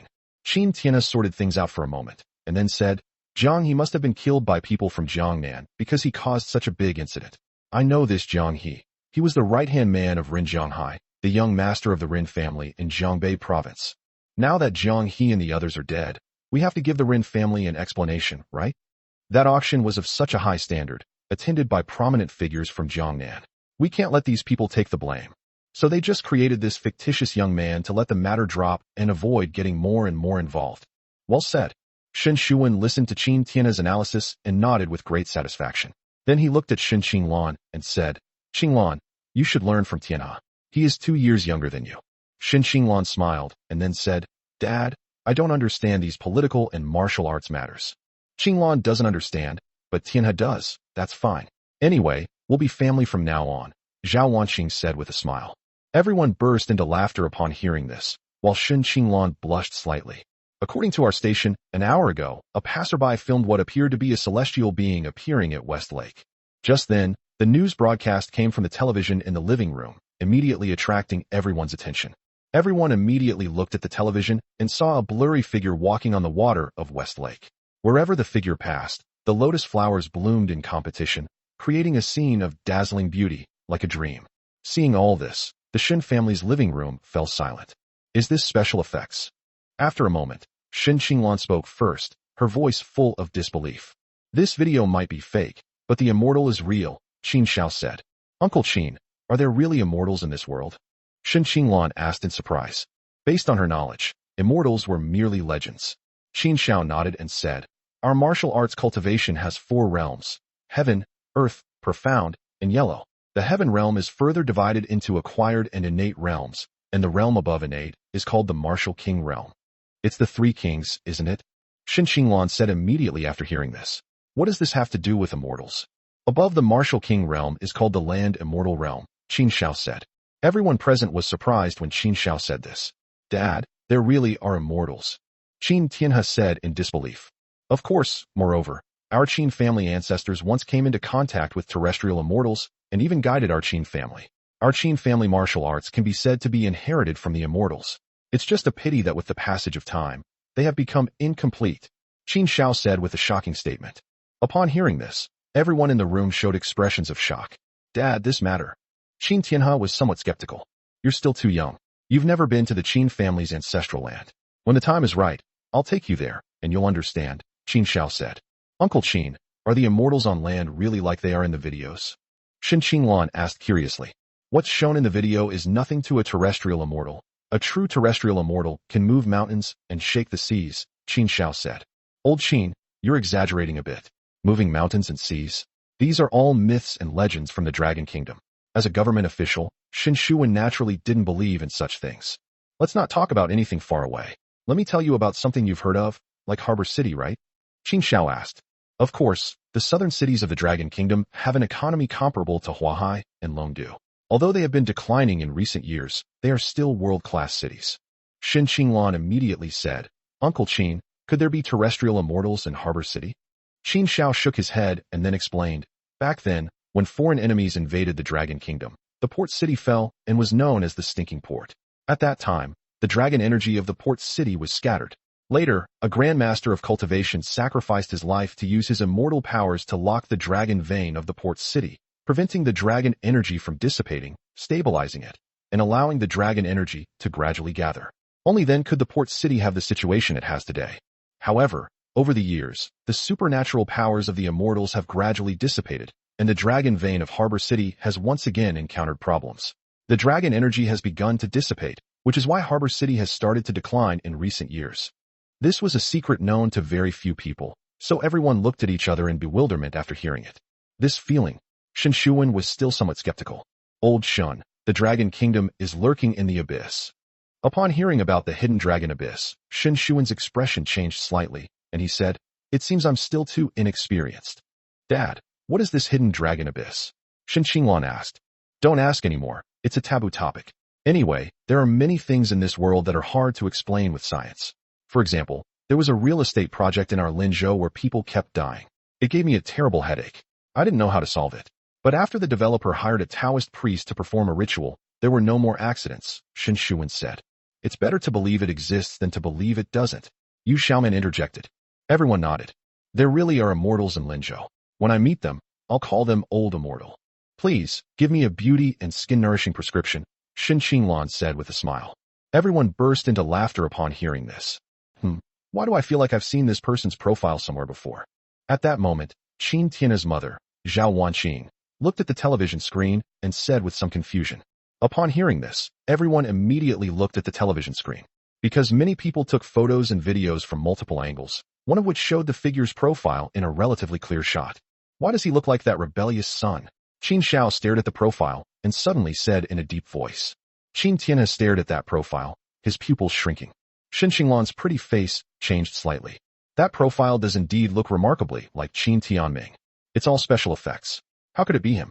If Qin Tianming were a terrestrial immortal, our entire Qin family would kneel down and apologize to him. Qin Xiao said coldly. Qin Tianming? You're talking about Qin Tianming? Old Qin, how can you call him a rebellious son? You have other sons. Shen Shuwen asked repeatedly, somewhat puzzled. These are all mistakes I made when I was young, and they've brought shame to the Qin family, so I've never told you about them. Don't worry about them too much, Qin Xiao said with a wry smile. Yes, let's not talk about this anymore. Bringing it up will spoil Qin Lan and Tiana's good mood, Yu Xiaoman added. Shen Shuwen frowned slightly upon hearing this. He had heard rumors from the auction that the young man's name was Qin Tianming. Is it a coincidence that those people deliberately fabricated a person named Qin Tianming? Shen Shuwen wondered to himself. Chapter 30 The Dragon Soul's Invitation. Qin Tianming returned to his lakeside villa at 9 o'clock in the evening. In the villa's hall, he saw two uninvited guests. Mr. Qin, Colonel Bai has been waiting for you for quite some time. As soon as Qin Tianming returned, Qian Xinran immediately spoke respectfully. Disrespect is unacceptable. Qian Xinran knew that everything that had happened on West Lake was the work of Qin Tianming. This is what a deity is like. Qin Tianming looked into the hall and saw that besides Qian Xinran, there were also Bai Qiushan and Gu Qingmei. At this moment, Gu Qingmei was no longer arrogant and disdainful as before, but stood quietly beside a middle-aged man. Hello, Mr. Qin. When Bai Qiushan saw Qin Tianming return, he immediately stood up and greeted Qin Tianming with a smile. My name is Bai Qiushan. I hold the rank of colonel, and I am currently the leader of the Dragon Soul Division. I came here specifically to apologize for the offense that Xiao Gu committed against you earlier. Bai Qiushan was extremely polite to Qin Tianming. This made Gu Qingmei's delicate eyebrows furrow slightly. Boss, you are one of the top 10 grandmasters. You should have the arrogance of the 10 grandmasters. Even if Qin Tianming is truly comparable to the 10 grandmasters, you don't need to be so respectful. Apologize now, and then you can leave. Upon hearing this, Qin Tianming immediately and rudely ordered them to leave. He really didn't want to deal with government officials. Qin Tianming didn't take that incident to heart at all, otherwise Gu Qingmei and the others would have been dead long ago. Qian Xinran, Gu Qingmei, and Bai Qiushan were all stunned. Unexpectedly, Qin Tianming didn't give him any face at all. The opponent is Dragon Soul, and Bai Qiushan is one of the 10 sect masters. Mr. Qin, I've come here on business. May I finish what I have to say? Bai Qiushan said. Explain. Qin Tianming sat down on the sofa and said coldly. I heard from Xiao Gu that you can ascend the steps in midair. I admit I can't do that, so I want to ask you, are you already at the heavenly realm? Bai Qiushan said. What heaven and earth? I don't know. Qin Tianming replied immediately. Bai Qiushan and Gu Qingmei were stunned when they heard this. Does Qin Tianming not know his own cultivation level? Mr. Qin, are you not clear about the realms of martial arts? Bai Qiushan asked. Upon hearing this, Qin Tianming said with slight impatience, You just want to know how strong I am. As he spoke, he looked at Gu Qingmei's waist and said, Draw your sidearm. Gu Qingmei was taken aback and asked, Why would I draw my gun?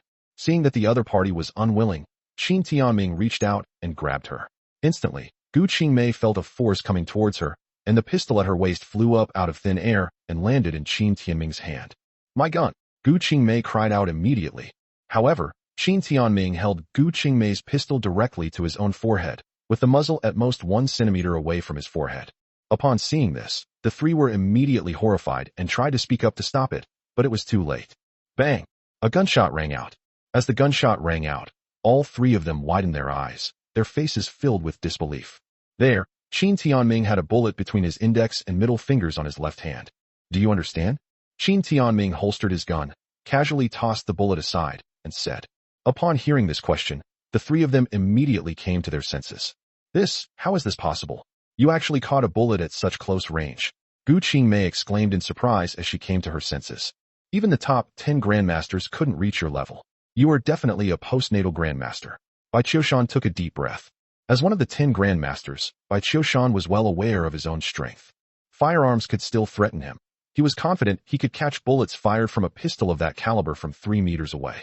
For someone like Qin Tianming, who was only about a centimeter away from the muzzle of a gun, it was lucky he wasn't blown in the head. Mr. Qin, I was presumptuous. Your strength is something we look up to. Bai Qiushan was extremely respectful of Qin Tianming at this moment. Qin Tianming tossed the pistol back to Gu Qingmei and said in an extremely cold tone, Then don't bother me anymore. Upon hearing this, Bai Qiushan took a deep breath and said, Mr. Qin, with such strength, why not choose to serve the country? Our dragon soul is currently recruiting. Not interested. Qin Tianming said. He now only wants to quickly improve his cultivation and return to the great battlefield of the heavens. Joining the country meant nothing to him. To put it bluntly, the lifespan of the Dragon Kingdom is not even as long as his. Bai Qiushan persisted, saying, Mr. Qin, our dragon soul is a special forces unit of the Dragon Kingdom. The lowest level among us are all Xian realm martial artists, and there are even quite a few Earth realm grandmasters, but we don't have any Heaven realm grandmasters. If you could join Dragon Soul, it would be of extraordinary significance. Moreover, once you join Dragon Soul, you'll have the backing of the Dragon Kingdom. With your strength, who would dare to oppose you? Of course, most importantly, once you reach your level, it will be extremely difficult to improve your cultivation. It will require a massive amount of resources, and it will only take a lot of time and effort for you to search for them on your own. If you join Dragon Soul, with the nation's support, this problem won't exist. Bai Qiushan explained the pros and cons to Qin Tianming, hoping that Qin Tianming would consider them. Qin Tianming was genuinely interested when he heard about the search for cultivation resources. Searching alone is indeed time-consuming and laborious. What he lacks now is resources to improve his cultivation. The qi refining stage is easy now, but what about the foundation establishment stage? What about the golden core and nascent soul stages later on? More importantly, to leave this world and travel to a higher plane, one needs to reach the nascent soul stage. These are resources that a person might not be able to find even in 100 years. Moreover, with your strength, if you join Dragon Soul, you would definitely become a major general. Seeing that Qin Tianming was pondering, Bai Qiushan knew that he was already slightly tempted, and then said, Major General. Gu Qingmei and Qian Xinran exclaimed in surprise upon hearing Bai Qiushan's words. Bai Qiushan was only a colonel, while Qin Tianming was a major general, which would place him above him. Moreover, in this peaceful era, how difficult it is to be granted a title of nobility or generalship within the Dragon Kingdom. Bai Qiushan served in the Dragon Soul for 15 years. Later, he relied on his strength to drive away the Ghost King and made great contributions, which led to his promotion to colonel. Now Bai Qiushan says that Qin Tianming will at least become a major general once he enters the Dragon Soul. This is a level that countless people can never reach in their entire lives. To be ennobled and appointed a general at the age of 21 is something that very few people in the world can achieve. If you agree to a few conditions, I might consider it. Qin Tianming listened and said calmly to Bai Qiushan. Everyone was shocked by these words. If it were an ordinary person, they would have agreed long ago if they knew it was a major general, but Qin Tianming put forward conditions before they even considered it. This is truly astonishing. Chapter 31 Excessive Conditions. Mr. Qin, please speak. As long as it does not violate the principles of Dragon Soul, we at Dragon Soul will agree, Bai Qiushan said to Qin Tianming. First, whatever resources I need, Dragon Soul must provide them to me, otherwise I will leave Dragon Soul at any time. Secondly, neither Dragon Soul nor your Xianyuan Pavilion, nor even the high-ranking officials of the Dragon Kingdom, can order me to do anything. If they need my help, they can notify me in advance. If I agree, I will naturally help. If I don't agree, don't force me, otherwise I will withdraw. If you agree to these two conditions, I will join Dragon Soul. Qin Timing stated his conditions directly. In reality, Qin Timing's joining Dragon Soul was only temporary. He could leave at any time if he wanted to. With his strength, no one can stop him. When these two conditions were announced, Qin Shinran and Gu Qingmei were both dumbfounded. Both of these conditions are an insult to the Dragon Soul.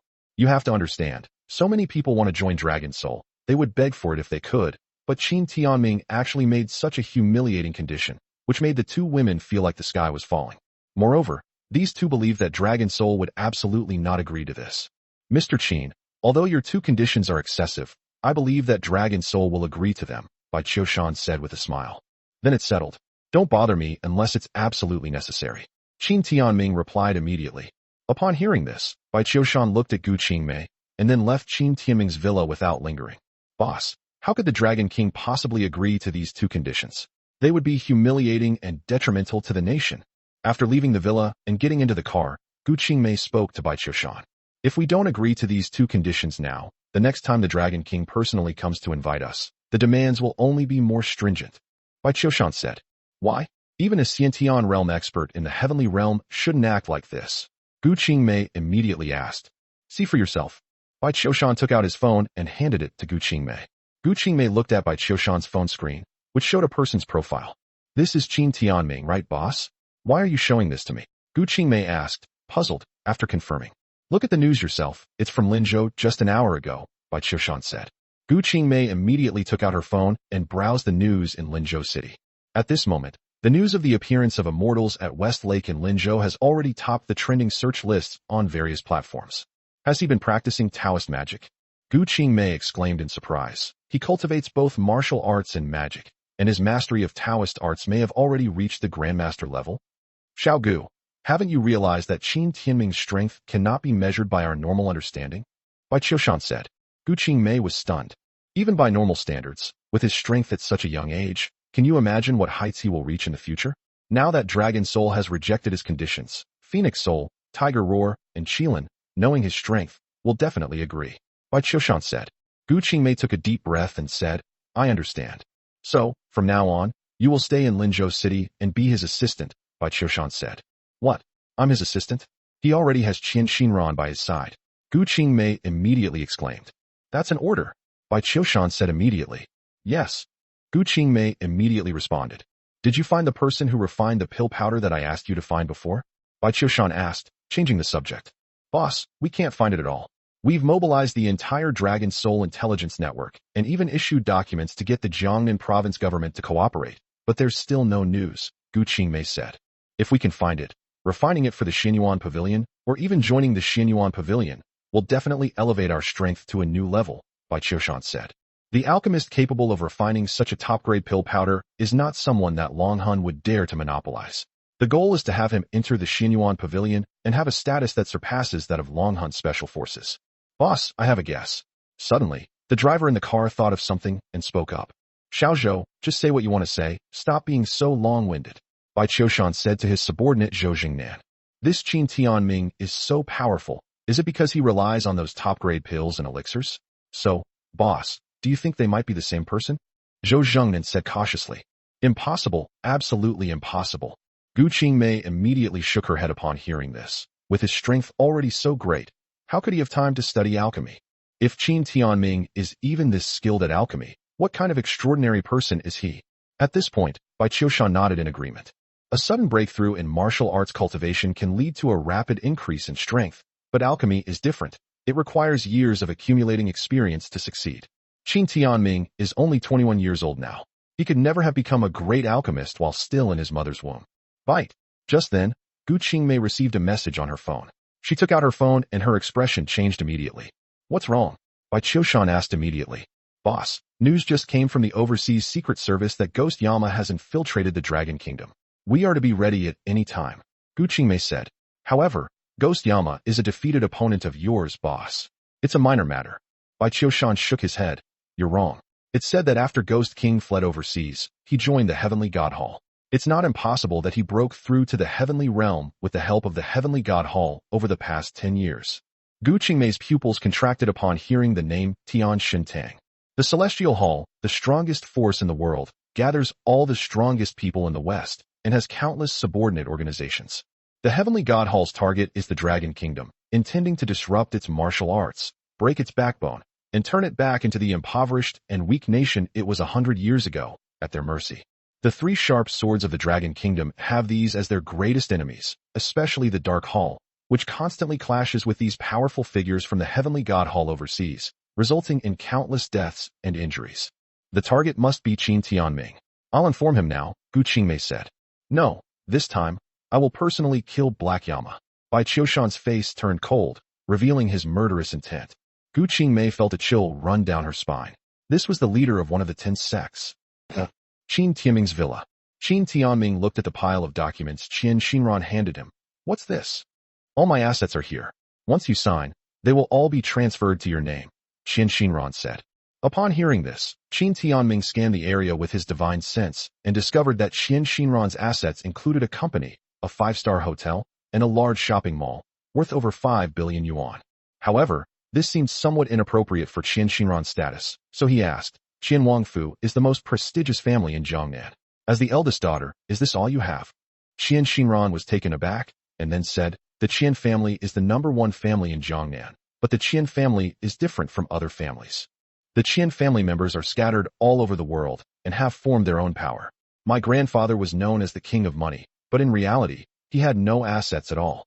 All his expenses came from the Qian Foundation, while my assets were actually left to me by my parents. Scattered, you are like stars in the sky. United, you are like a blazing fire. Your Qian family certainly has extraordinary abilities, Qin Tianming said, and then signed the document. After seeing Qin Tianming sign, Qian Xinran breathed a sigh of relief and then said, next, my assistant will take care of all the formalities. Qin Tianming handed over the documents and said, go and rest. Qian Xinran then went back to her room, and Qin Tianming also lay down to rest. Chapter 32, no more than 25 years old. The next day, Qin Tianming woke up and went to the hall, where he saw that Qian Xinran had prepared breakfast. Qin Tianming cannot abstain from grains yet, so he naturally needs to eat, and because of his body refining practice, he has a large appetite. Wow, it's pretty good, but the portion is too small. Qin Tianming said something that surprised him. At that moment, Qian Xinran returned from outside. Today she was dressed in a business suit, looking extremely capable. Was it because we didn't prepare enough? Qian Xinran naturally heard Qin Tianming's words, and then asked. Qin Tianming shook his head. He had a large appetite, and Qian Xinran couldn't possibly prepare enough for him, so he simply shook his head and said he would find something to eat himself later. I have something I need to ask you about, Qian Xinran said. Speak, Qin Tianming said. My assets are all in your name now. You can hire a professional manager to manage those assets for you, or you can continue to entrust them to me. However, that way I won't be able to stay by your side at all times, Qian Xinran said. You continue managing things. When I need you to do something, just do it well, Qin Tianming said. Qian Xinran seemed to have already guessed Qin Tianming's thoughts, and then smiled and said, I understand. During the few days she spent with Qin Tianming, she learned that he was extremely ruthless and decisive, but that only applied to those who offended him. If you don't offend him, Qin Tianming is actually very lenient with his people, provided they are loyal. You can go and work hard to earn money for me now, Qin Tianming said, waving his hand. Qian Xinran nodded and said, then I'll go to the company first. If you need anything, just give me a call. After saying that, Qian Xinran turned to leave. Wait a minute. Qin Tianming called out to Qian Xinran. Mr. Qin, is there anything else you need? Qian Xinran stopped and asked, do you know where I can buy an alchemy furnace? Qin Tianming asked. Upon hearing this, Qian Xinran immediately said, those high-grade alchemy furnaces are very rare and rarely enter the market. I've only heard of one alchemy furnace that was auctioned at an auction in Longdu, and it was eventually bought by a pharmaceutical family from the southwest for 800 million. I haven't heard of any others. Then you help me find out, and let me know as soon as you have any news, Qin Tianming said. Qian Xinran responded, and after asking if everything was all right, she chose to leave. Not long after Qian Xinran left, Qin Timing's phone rang. It was an unfamiliar number, and after hesitating for a moment, he answered it. Mr. Qin. Gu Qingmei's voice came from the other end. How did you get my phone number? Qin Tianming said coldly. With Dragon Soul's intelligence capabilities, finding your phone number is not difficult, and we even have the ability to know your bank card secrets, Gu Qingmei said. Qin Timing thought about it and realized that he couldn't avoid the eyes of the authorities in China unless he found a remote mountain forest to hide in. Anyone living in a major city and using communication devices will inevitably be located by the authorities. Speak, what is it? Qin Tianming asked. The Dragon Soul has already agreed to your request. The Dragon King will personally come to Linzhou to confer upon you the rank of Major General. Because of this conferment ceremony, a banquet will be held, and you are required to attend. This way, you can get to know everyone, which will make things much easier for you in the future, Gu Qingmei said. Qin Tianming listened and pondered for a moment before saying, I can see the Dragon King, but I won't see anyone else. I have no interest in dealing with others, and I don't want to reveal my identity, so as to avoid having people coming to my door every day, which is very annoying. Gu Qingmei listened and thought for a moment before saying, All right, I will convey your request to the Dragon King. After saying that, Gu Qingmei made an appointment with Qin Tianming to pick him up that evening to meet the Dragon King. And soon it was evening. The Linzhou No. 1 Hotel, Huiwang Hotel, is busier than ever now. The parking lot at the entrance of the brilliant hotel was filled with luxury cars, both domestic and international, including Mercedes-Benz, BMW, Ferrari, NIO, and the Yangwang U8, as well as the Yaoyao Lingxian. However, these cars themselves are not particularly eye-catching. What is truly remarkable are their license plates. License plates for various new energy vehicles, such as Jiang A00001, Jiang B00001, all start with 0000. The owners of these license plates are all leading officials from various cities and counties in Jiangnan province. Goodness, what's going on tonight? Why are there so many official cars? Many family tycoons have also arrived. Does this mean high-ranking officials from the Dragon Kingdom have come to Linzhou? Many passers-by outside the brilliant hotel were excited when they saw this. According to rumors, a very important person has indeed come to Linzhou, so officials and bigwigs from all over Jiangnan have come today. I wish we could go in and take a look. You're dreaming. Anyone who gets in tonight is either rich or powerful. Passers-by were talking about it, filled with envy. At this moment, another car drove up, and then the car door opened, and Shen Qinglan, Qin Tianhe, and Lu Ziqian got out of the car. Tonight is really lively, even more lively than the auction the other day, Lu Ziqi said immediately after getting out of the car. What exactly is going on? Why is there a banquet tonight? And why are important officials here? Qin Tianhe asked, looking around. I heard from my dad that the Dragon King of Dragon Soul has come to Linzhou in person, and his purpose is to confer a Major General title on someone, Shen Qinglan said. Major General. Qin Tianhe and Lu Ziqi looked on incredulously. In this peaceful era, someone can still be awarded the rank of Major General. What kind of person is this? Qin Tianhe exclaimed incredulously. Are we from Linzhou? Lu Ziqi asked. Probably, but I'm not entirely sure. My dad found out about this through official channels, so he sent me here, Shen Qinglan said. I'm so envious. Someone actually got awarded the rank of Major General in this peaceful era. I wonder who it is. Qin Tianhe said with great envy. His dream was to be ennobled and appointed as a general, but now someone in Linzhou had been appointed as a general before him, which made him envious and even a little jealous. Tianhe, you're only 20 years old. That Major General must be quite old. When you reach that age, you might also be a Major General, Shen Qinglan said. Upon hearing this, Qin Tianhe laughed heartily and said, Sister Qinglan is right. Qinglan is mistaken. Just then, a warm and gentle voice came from above, as sunny as sunshine. Shen Qinglan and the others immediately turned around and saw a young man of about 24 or 25 years old walking over. He was dressed in a suit and tie, handsome, with a tall and straight posture, and his outstanding temperament made him the center of attention the moment he appeared. Brother Ingjie, you're back. Qin Tianhe exclaimed in surprise when he saw who had arrived. Mayor Zhu's son, Zhu Ingjie, is back too. So handsome. Soon, many exclamations came from the surrounding area. The person who arrived was none other than Zhu Ingjie, the pride of the nation whom countless young people in Jiangnan looked up to. Zhu Ingjie is the son of the mayor of Linzhou City. It can be said that Zhu Ingjie is a core figure in the circle of people like Qin Tianhe and Shen Qinglan. The fact that even he was called back tonight shows that the main character of this banquet is definitely a heavyweight. Brother Ingjie, what did you mean when you said I misspoke? After exchanging pleasantries, Shen Qinglan asked with some confusion. I heard from my dad that the major generals being awarded medals tonight are no more than 25 years old. Zhu Ingjie said. Chapter 33, does he deserve it? What? No more than 25 years old. Qin Tianhe, Shen Qinglan, and Lu Ziqian all looked incredulous upon hearing this. Brother Ingjie, are you sure? How could there be such a young major general? Qin Tianhe simply didn't believe it. Yes, it's impossible no matter how you look at it. A 25-year-old major general, it's impossible no matter how you look at it. Shen Qinglan also shook her head. The youngest major generals appearing on TV are already 50 years old, yet now they're saying they're under 25. It's simply impossible.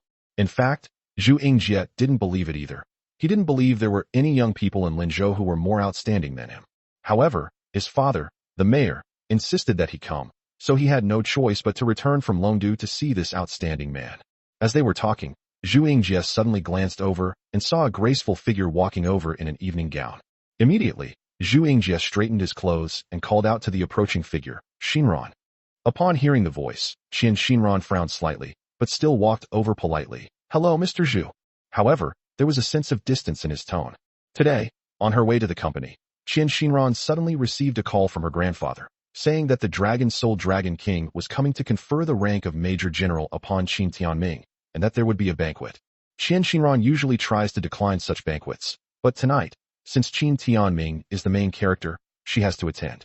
So, after carefully dressing up, I came over. However, she never expected to meet her admirer, Zhu Yingjie. Many people who admired her had been driven away by Ah Hin, but she couldn't deal with Zhu Yingjie. After all, he was the only son of the mayor and the young master of the Zhu family. To outsiders, the only person who could be a good match for Miss Xinran was Zhu Yingjie, a talented young man from Jiangnan. When the others saw Xinran, they all went up to greet her. Xinran nodded slightly, responding politely. It's Qin Timing. Suddenly, Lu Zishi saw a car that was far ahead of the M9 pull up and stop in front of the hotel. Then she saw a man and a woman get out of the car. The woman was tall and slender, with a sharp and heroic air about her, while the man beside her was Qin Timing. Qin Timing was dressed casually, as usual today.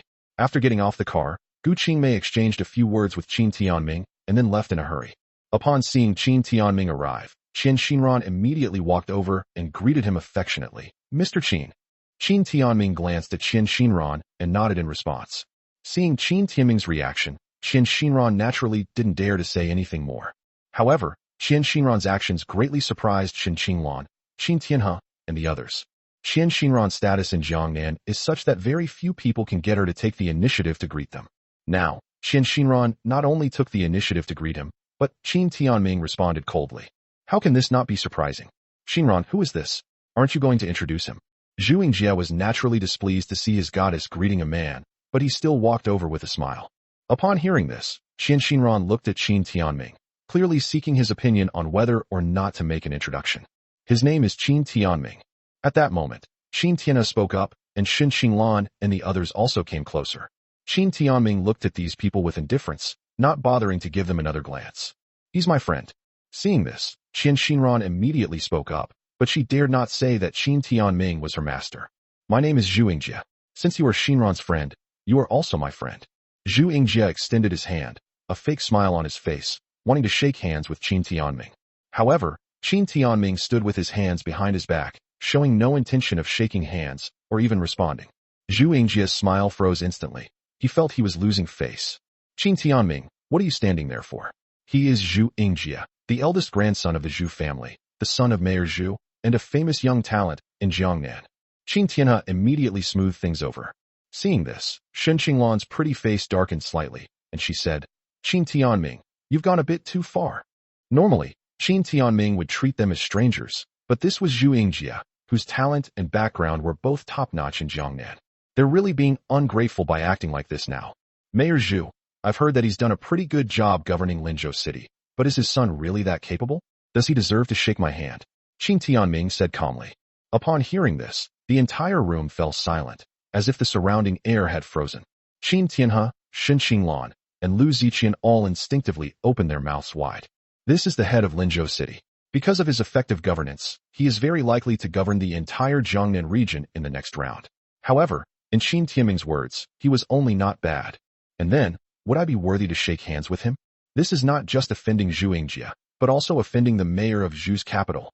Qin Tianhe could only shake his head and sigh inwardly. Fortunately, he has already left the Qin family. If this matter were to reach the Qin family, Dad would probably want to kill him. After all, although the Qin family is a century-old family, it is also dependent on the Dragon Kingdom. This is called learning literature and martial arts, and then selling oneself to the imperial family. At this moment, Shen Xinglan could only shake her head and sigh inwardly as she looked at Qin Tianming. Does he think he can act recklessly just because he's climbed up to the Su family? The Su family is nothing in front of the authorities. It's no wonder he's like this. He was suppressed in the Qin family, but after leaving, he's let loose. Qian Xinran and Lu Ziqian, however, remained completely unmoved. Zhu Yingjie is indeed outstanding, but he's also too pretentious. However, compared to Qin Tianming, 10 of them wouldn't be enough. You're right.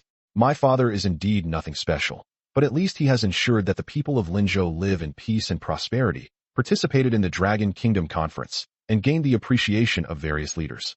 In the next round, this nobody of his will leave Jiangnan and enter the Dragon capital. Zhu Yingjie said with an icy expression. Everyone was shocked by these words. I thought Mayor Zhu would become a high-ranking official in one region, but I never expected him to be heading to the central government. If that's the case, then Qin Tianming's words truly offended the Zhu family. You're right. I'm nothing special as Mayor Zhu's son. Zhu Yingjie laughed again. Although it was a laugh, everyone knew it was a laugh born of extreme anger.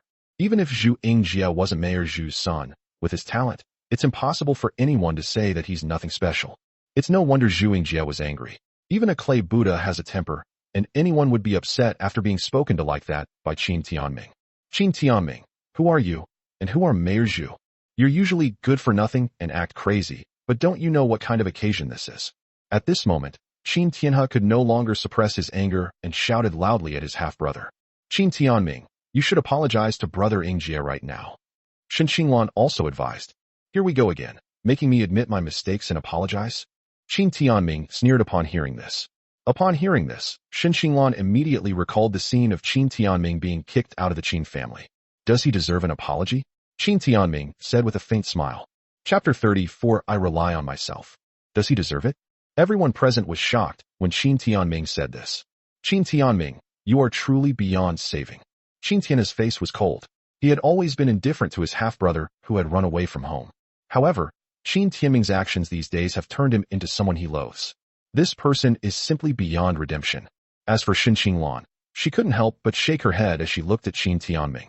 She knew that Qin Tianming had changed after leaving the Qin family, but she didn't expect him to become so crazy and arrogant. She originally felt guilty towards Qin Tianming.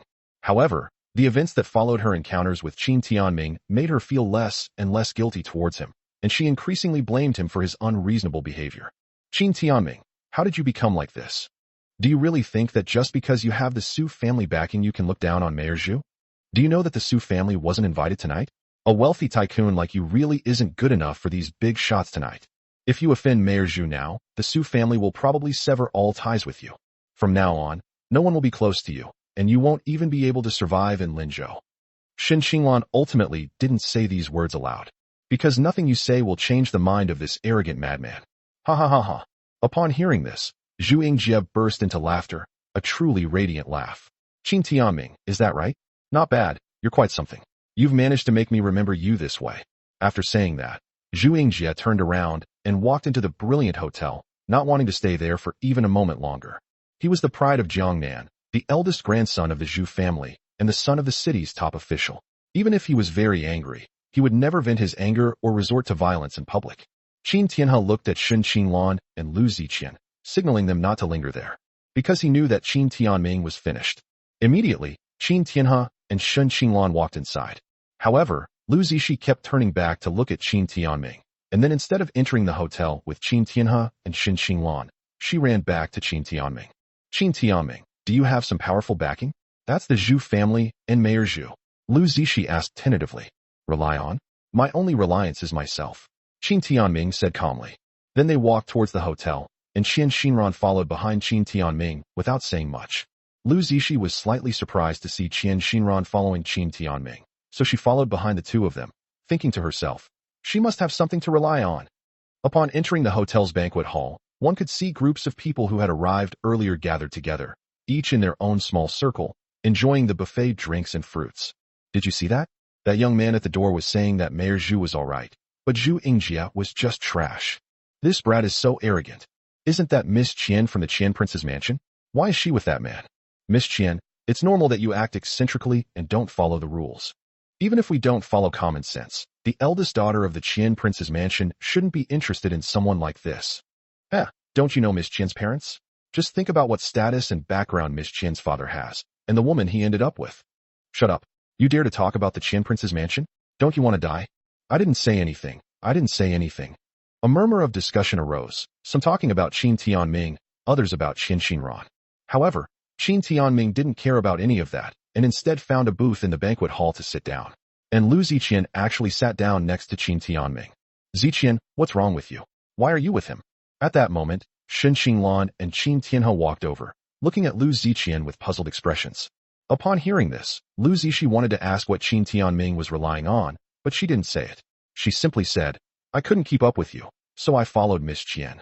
Don't be with him now, lest you get implicated and your martial arts school might have to close down, Shen Xinglan said. After saying that, Shen Xinglan looked at Qin Tianming. She really didn't understand why Qin Tianming had gone so crazy as to offend the Zhu family. Miss Qian, what are you doing sitting here? When Qin Tianhe arrived and saw Qin Shinran sitting there, he asked in confusion. Could it be that Qin Shinran wants to help Qin Tianming? However, Qin Tianhe believed that Qin Shinran couldn't help either, and that if she did, it might anger Zhu Yingjie. After all, everyone knew that Zhu Yingjie was in love with her. He's my friend, so I'm just sitting here to keep him company. Qin Shinran simply smiled faintly. I'll stay here with Miss Qian, Lu Ziqi said immediately. Qin Shinran laughed upon hearing this, and looked at Lu Ziqi, thinking to herself, this guy does have some good taste. Upon hearing Lu Ziqi's words, Shen Xinglan was even more puzzled. However, seeing Qin Shinran smiling at Lu Ziqi, she couldn't force Lu Ziqi to leave and could only leave with Qin Tianhe.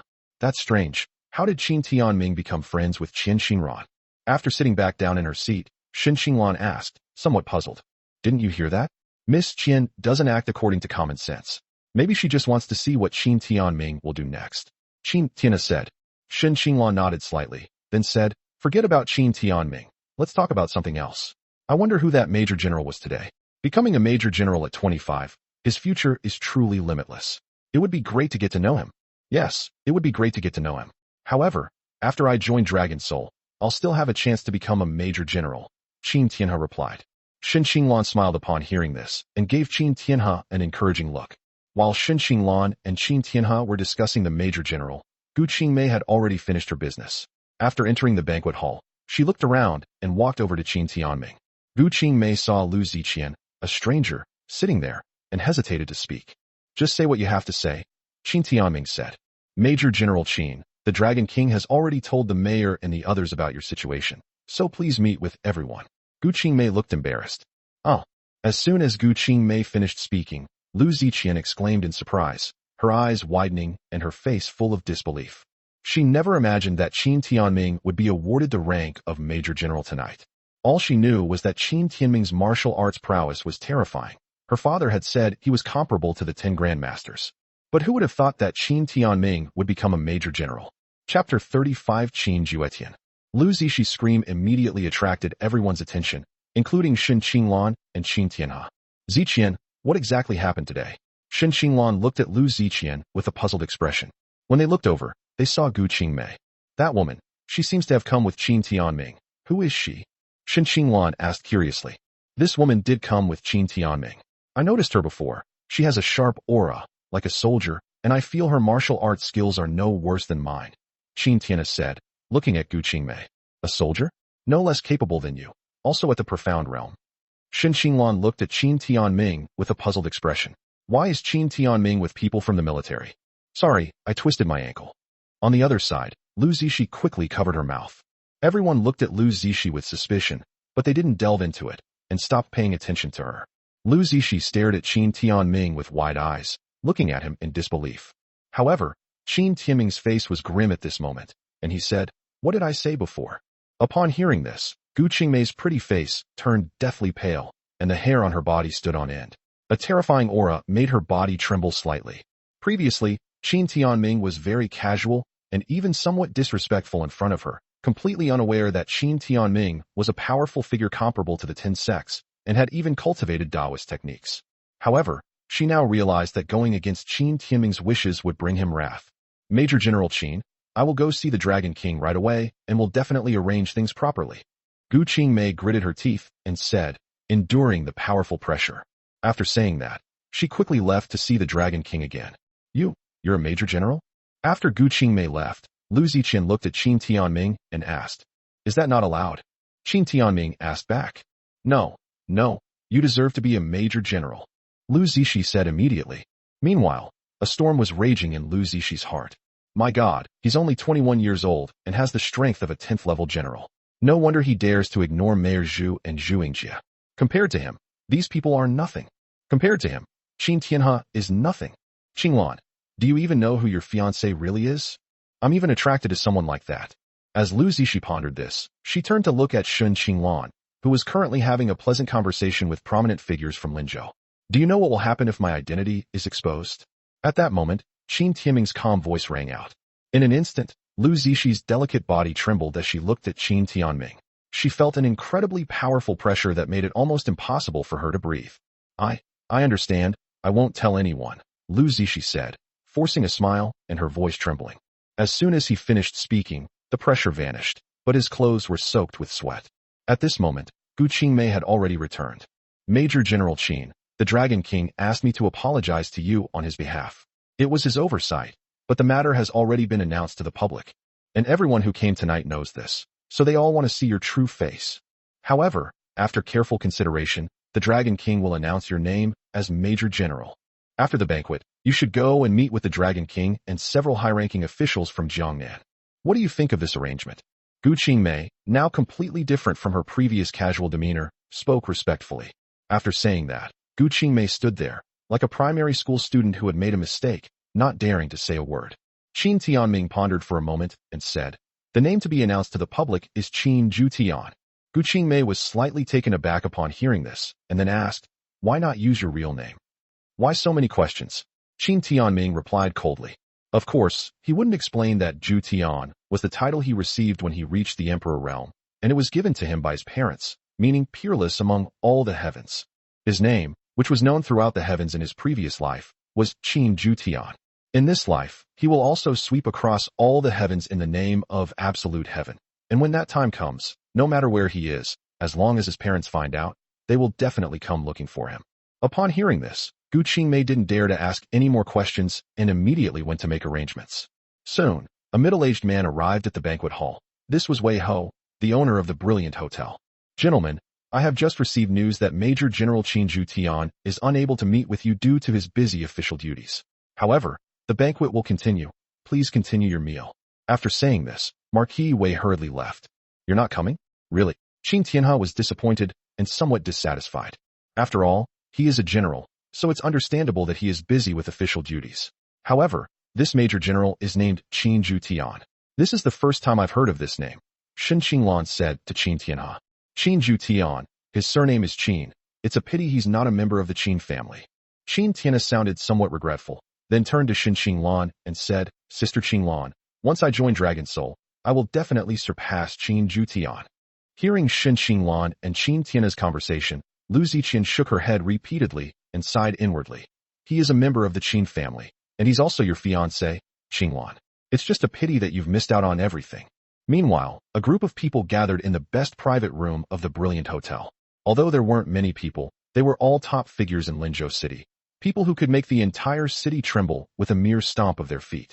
At that moment, Gu Qingmei walked in and approached an elderly man who looked to be around 60 years old, saying softly, Dragon King, General Qin Tian has arrived.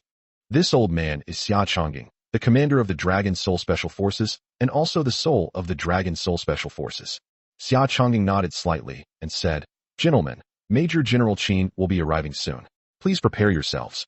As soon as these words were spoken, the bigwigs in the private room immediately looked towards the door, wanting to see what this young man, who was not yet 25 years old and had already been promoted to Major General, looked like. Zhu Yingjie was among these people, and he was able to come entirely because of his father, Zhu Fengwei. Yingjie, don't put too much pressure on yourself. Have a few drinks with the Major General later, make some friends. It will be very beneficial for your development in Longdu, Zhu Fengwei said, patting his son on the shoulder.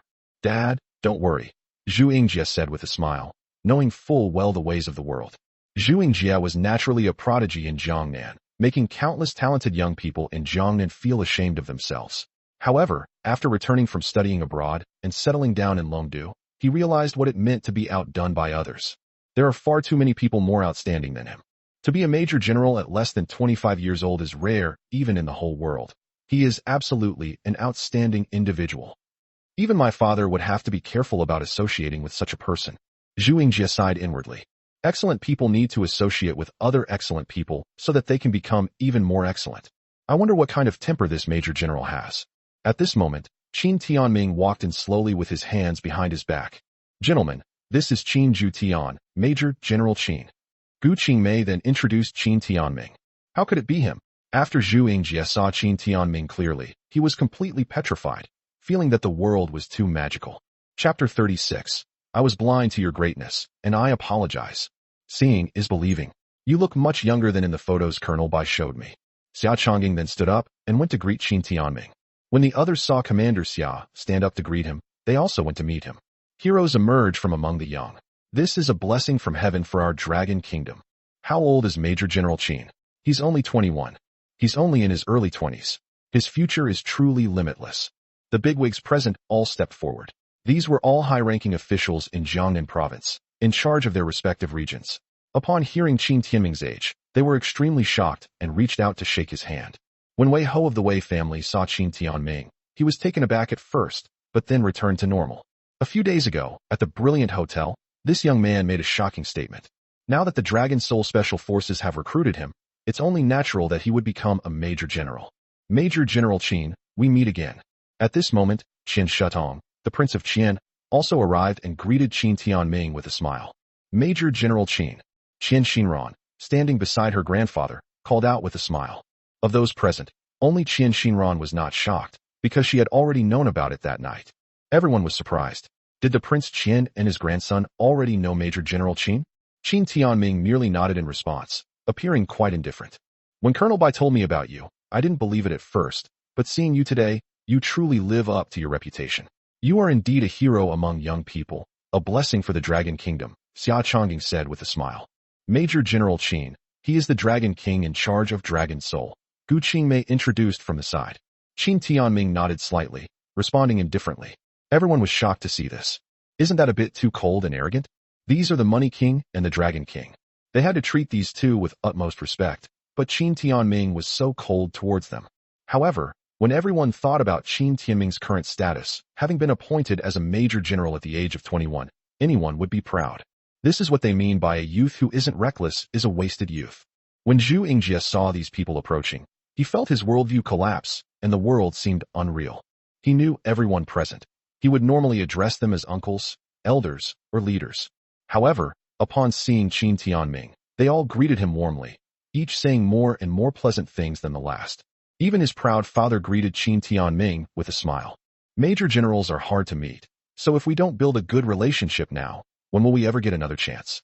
Major General Qin, I am Zhu Fengwei, the mayor of Linzhou City. Zhu Fengwei stepped forward and introduced himself. Mayor Zhu, huh? Qin Tianming replied casually. Zhu Fengwei chuckled, not noticing Qin Tianming's unusual behavior. This major general treated Qian Wang and Long Wang this way, so it was normal for him, as the mayor of Linzhou City, who was one rank lower than the major general, to have the same attitude. Yingjie, come here and see Major General Qin. Then, Zhu Fengwei called out to Zhu Yingjie. Zhu Yingjie trembled, but forced himself to walk up. Major General Qin, this is my son, Zhu Yingjie, 24 years old, currently in Longdu. You are the same age, so please get to know each other, Zhu Fengwei said with a smile. Upon hearing this, everyone knew that Zhu Fengwei was paving the way for his son. With this young major general as a friend, Zhu Yingjie will only rise to a higher level. Who knows, the Zhu family might become the most powerful family in Jiangnan in the future. However, Zhu Yingjie stood there blankly, without even greeting Qin Tianming. Yingjie, what's wrong with you? Why are you greeting Major General Qin? Zhu Fengwei was naturally very disappointed. How could his son have let him down at such a crucial moment? Major General Qin, I'm sorry, I was blind to your greatness. I apologize. The next moment, Zhu Yingjie's words were unexpected. What? Upon hearing this, Zhu Fengwei was immediately taken aback. The others were also extremely surprised. Qin Tianming smiled, but remained silent as he looked at Zhu Yingjie. Yingjie, have you offended Major General Qin? Zhu Fengwei asked quickly. Zhu Yingjie stood there, not daring to utter a sound. Let me speak. Qian Xinran stepped forward and recounted what had happened at the hotel entrance. After Qian Xinran finished speaking, everyone else wore expressions that were neither smiling nor frowning. It turns out they were fighting over Miss Qian. No wonder King Qian already knows Major General Qin. This is something the Qin family had planned for their future long ago. Those who had daughters regretted not bringing them along. You have truly disappointed me. After listening, Zhu Fengwei scolded Zhu Yingjie. After scolding him, he turned to Qin Tianming with a smile and said, Major General Qin, it was my son who was ignorant. Please forgive him and don't hold it against him. Seeing his proud father bowing and scraping before Qin Tianming, Zhu Yingjie felt extremely distressed. Major General Qin, let's just drop this matter. Zhu Yingjie was young and impetuous and didn't know the consequences, so he acted rashly. Other leaders then spoke up. Major General Qin, today is a joyous day for you to receive your medal. You shouldn't let this trivial matter spoil your mood. Please give me face and don't hold it against me, Xia Chongying said at this moment. Xia Chongying knew Zhu Fengwei's abilities and that they were recognized by his superiors.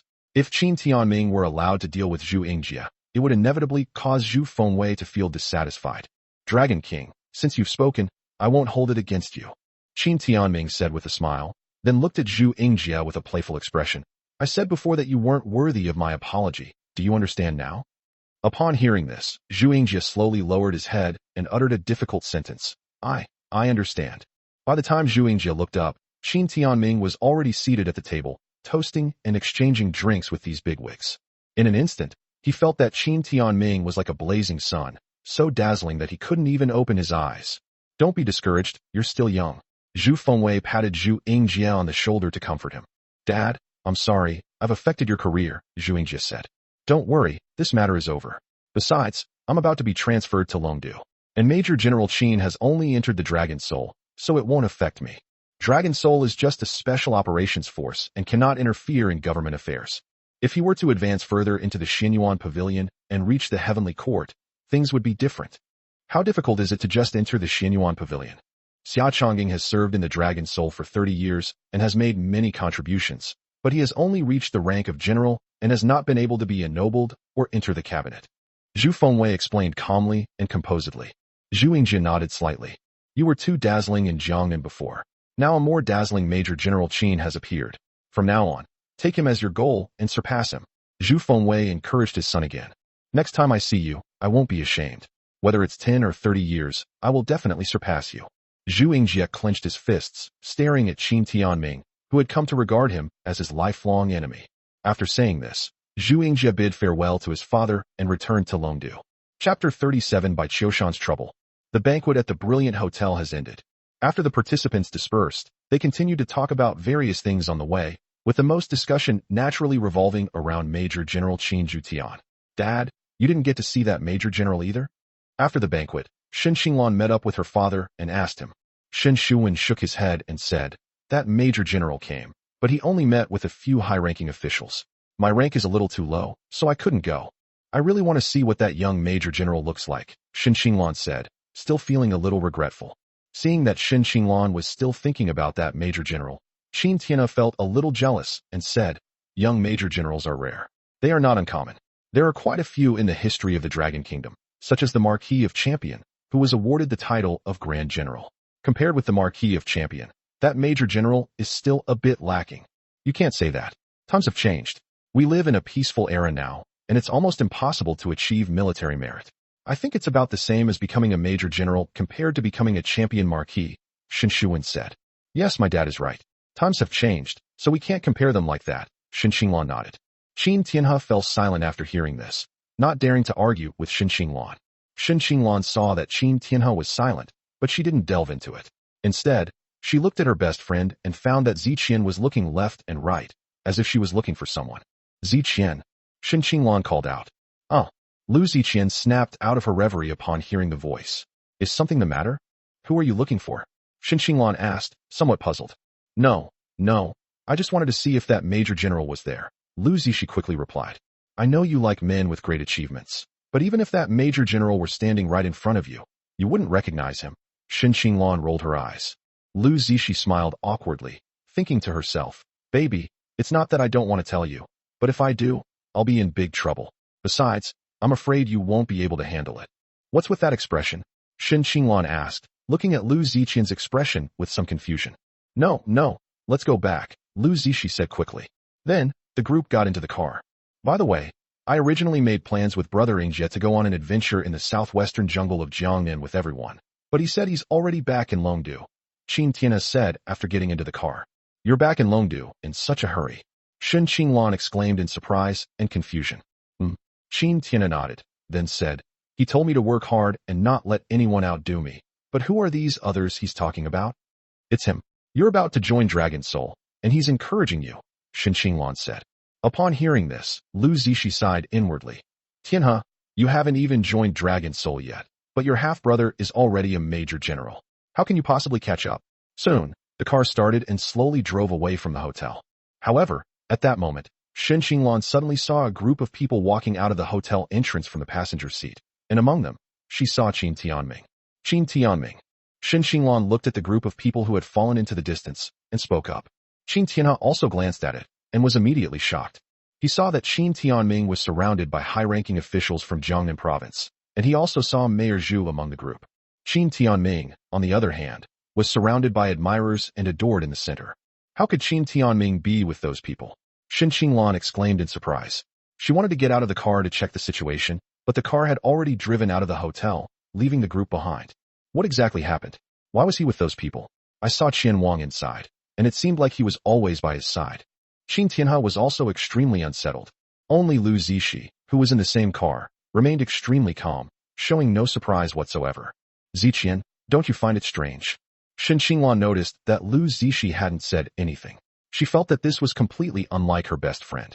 Normally, her best friend would have been the first to speak up, or even gotten out of the car to ask her. Upon hearing this, Lu Zishi immediately shook her head and said, I didn't see it. Are you hiding something from me? Shen Qinglan found Lu Zishi's reaction increasingly strange. A woman's intuition told her that her best friend was definitely hiding something from her. No, what's our relationship? Why would I hide it from you? Don't overthink it. You're a little tired tonight. Go home and rest. Lu Zishi said immediately. Seeing this reaction, Shen Qinglan became even more convinced that Lu Ziqian was hiding something from her. Ziqian was acting strangely tonight. She said she was keeping Miss Qian company, but I feel like she wanted to keep Qin Timing company. She must know something to insist on staying by Qin Timing's side.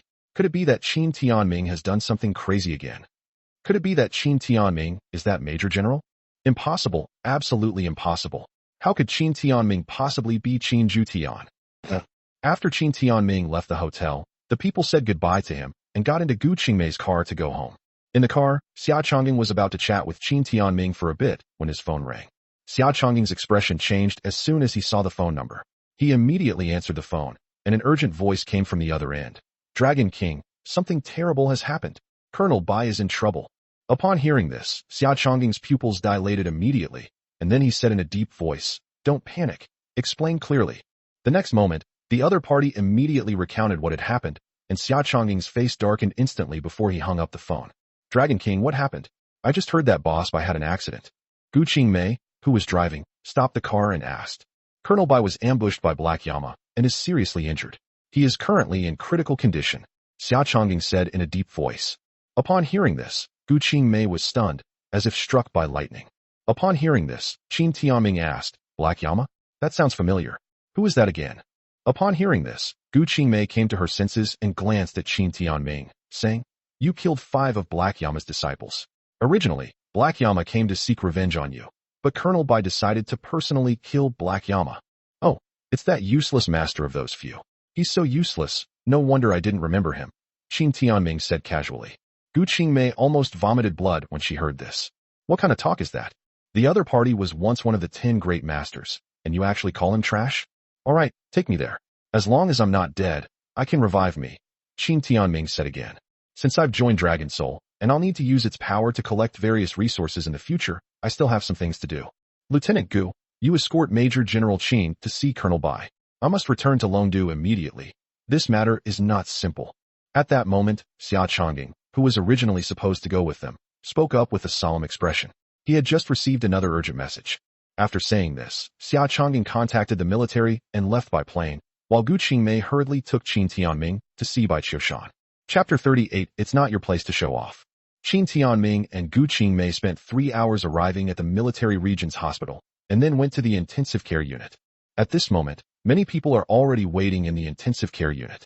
Their eyes are red, and some even have tears in their eyes. Qingmei, you've arrived. At that moment, a tall man walked over and spoke to Gu Qingmei. After saying that, he looked at Qin Timing, his expression darkening slightly, and said, He is the new Major General. Gu Qingmei nodded and said, "That's right. He is Major General Qin Juetian." Upon hearing this, everyone else present looked at Qin Tianming with resentment in their eyes. These people are all powerful warriors of Dragon Soul, each with strong martial arts skills. The man who spoke to Gu Qingmei is even more powerful, possessing the strength of a grandmaster in the early stage of the Earth Realm, and holds the rank of Major within Dragon Soul. These people all earned their current military ranks by going through various life and death battles and making various military achievements. But why is it that this young man, having joined Dragon Soul, can become a Major General, even above their Colonel Bai? Therefore, everyone looked at Qin Tianming with resentment, and some even wanted to challenge him on the spot. Qin Tianming knew this, but he just stood there with one hand behind his back, without saying a word. Gu Qingmei, realizing this, quickly changed the subject to prevent these people from fighting with Qin Tianming. "Major Tang, how is Colonel Bai doing now?"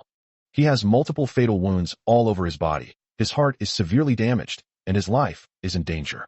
Longdu has sent a divine physician from the Temple of Medicine to treat Colonel Bai.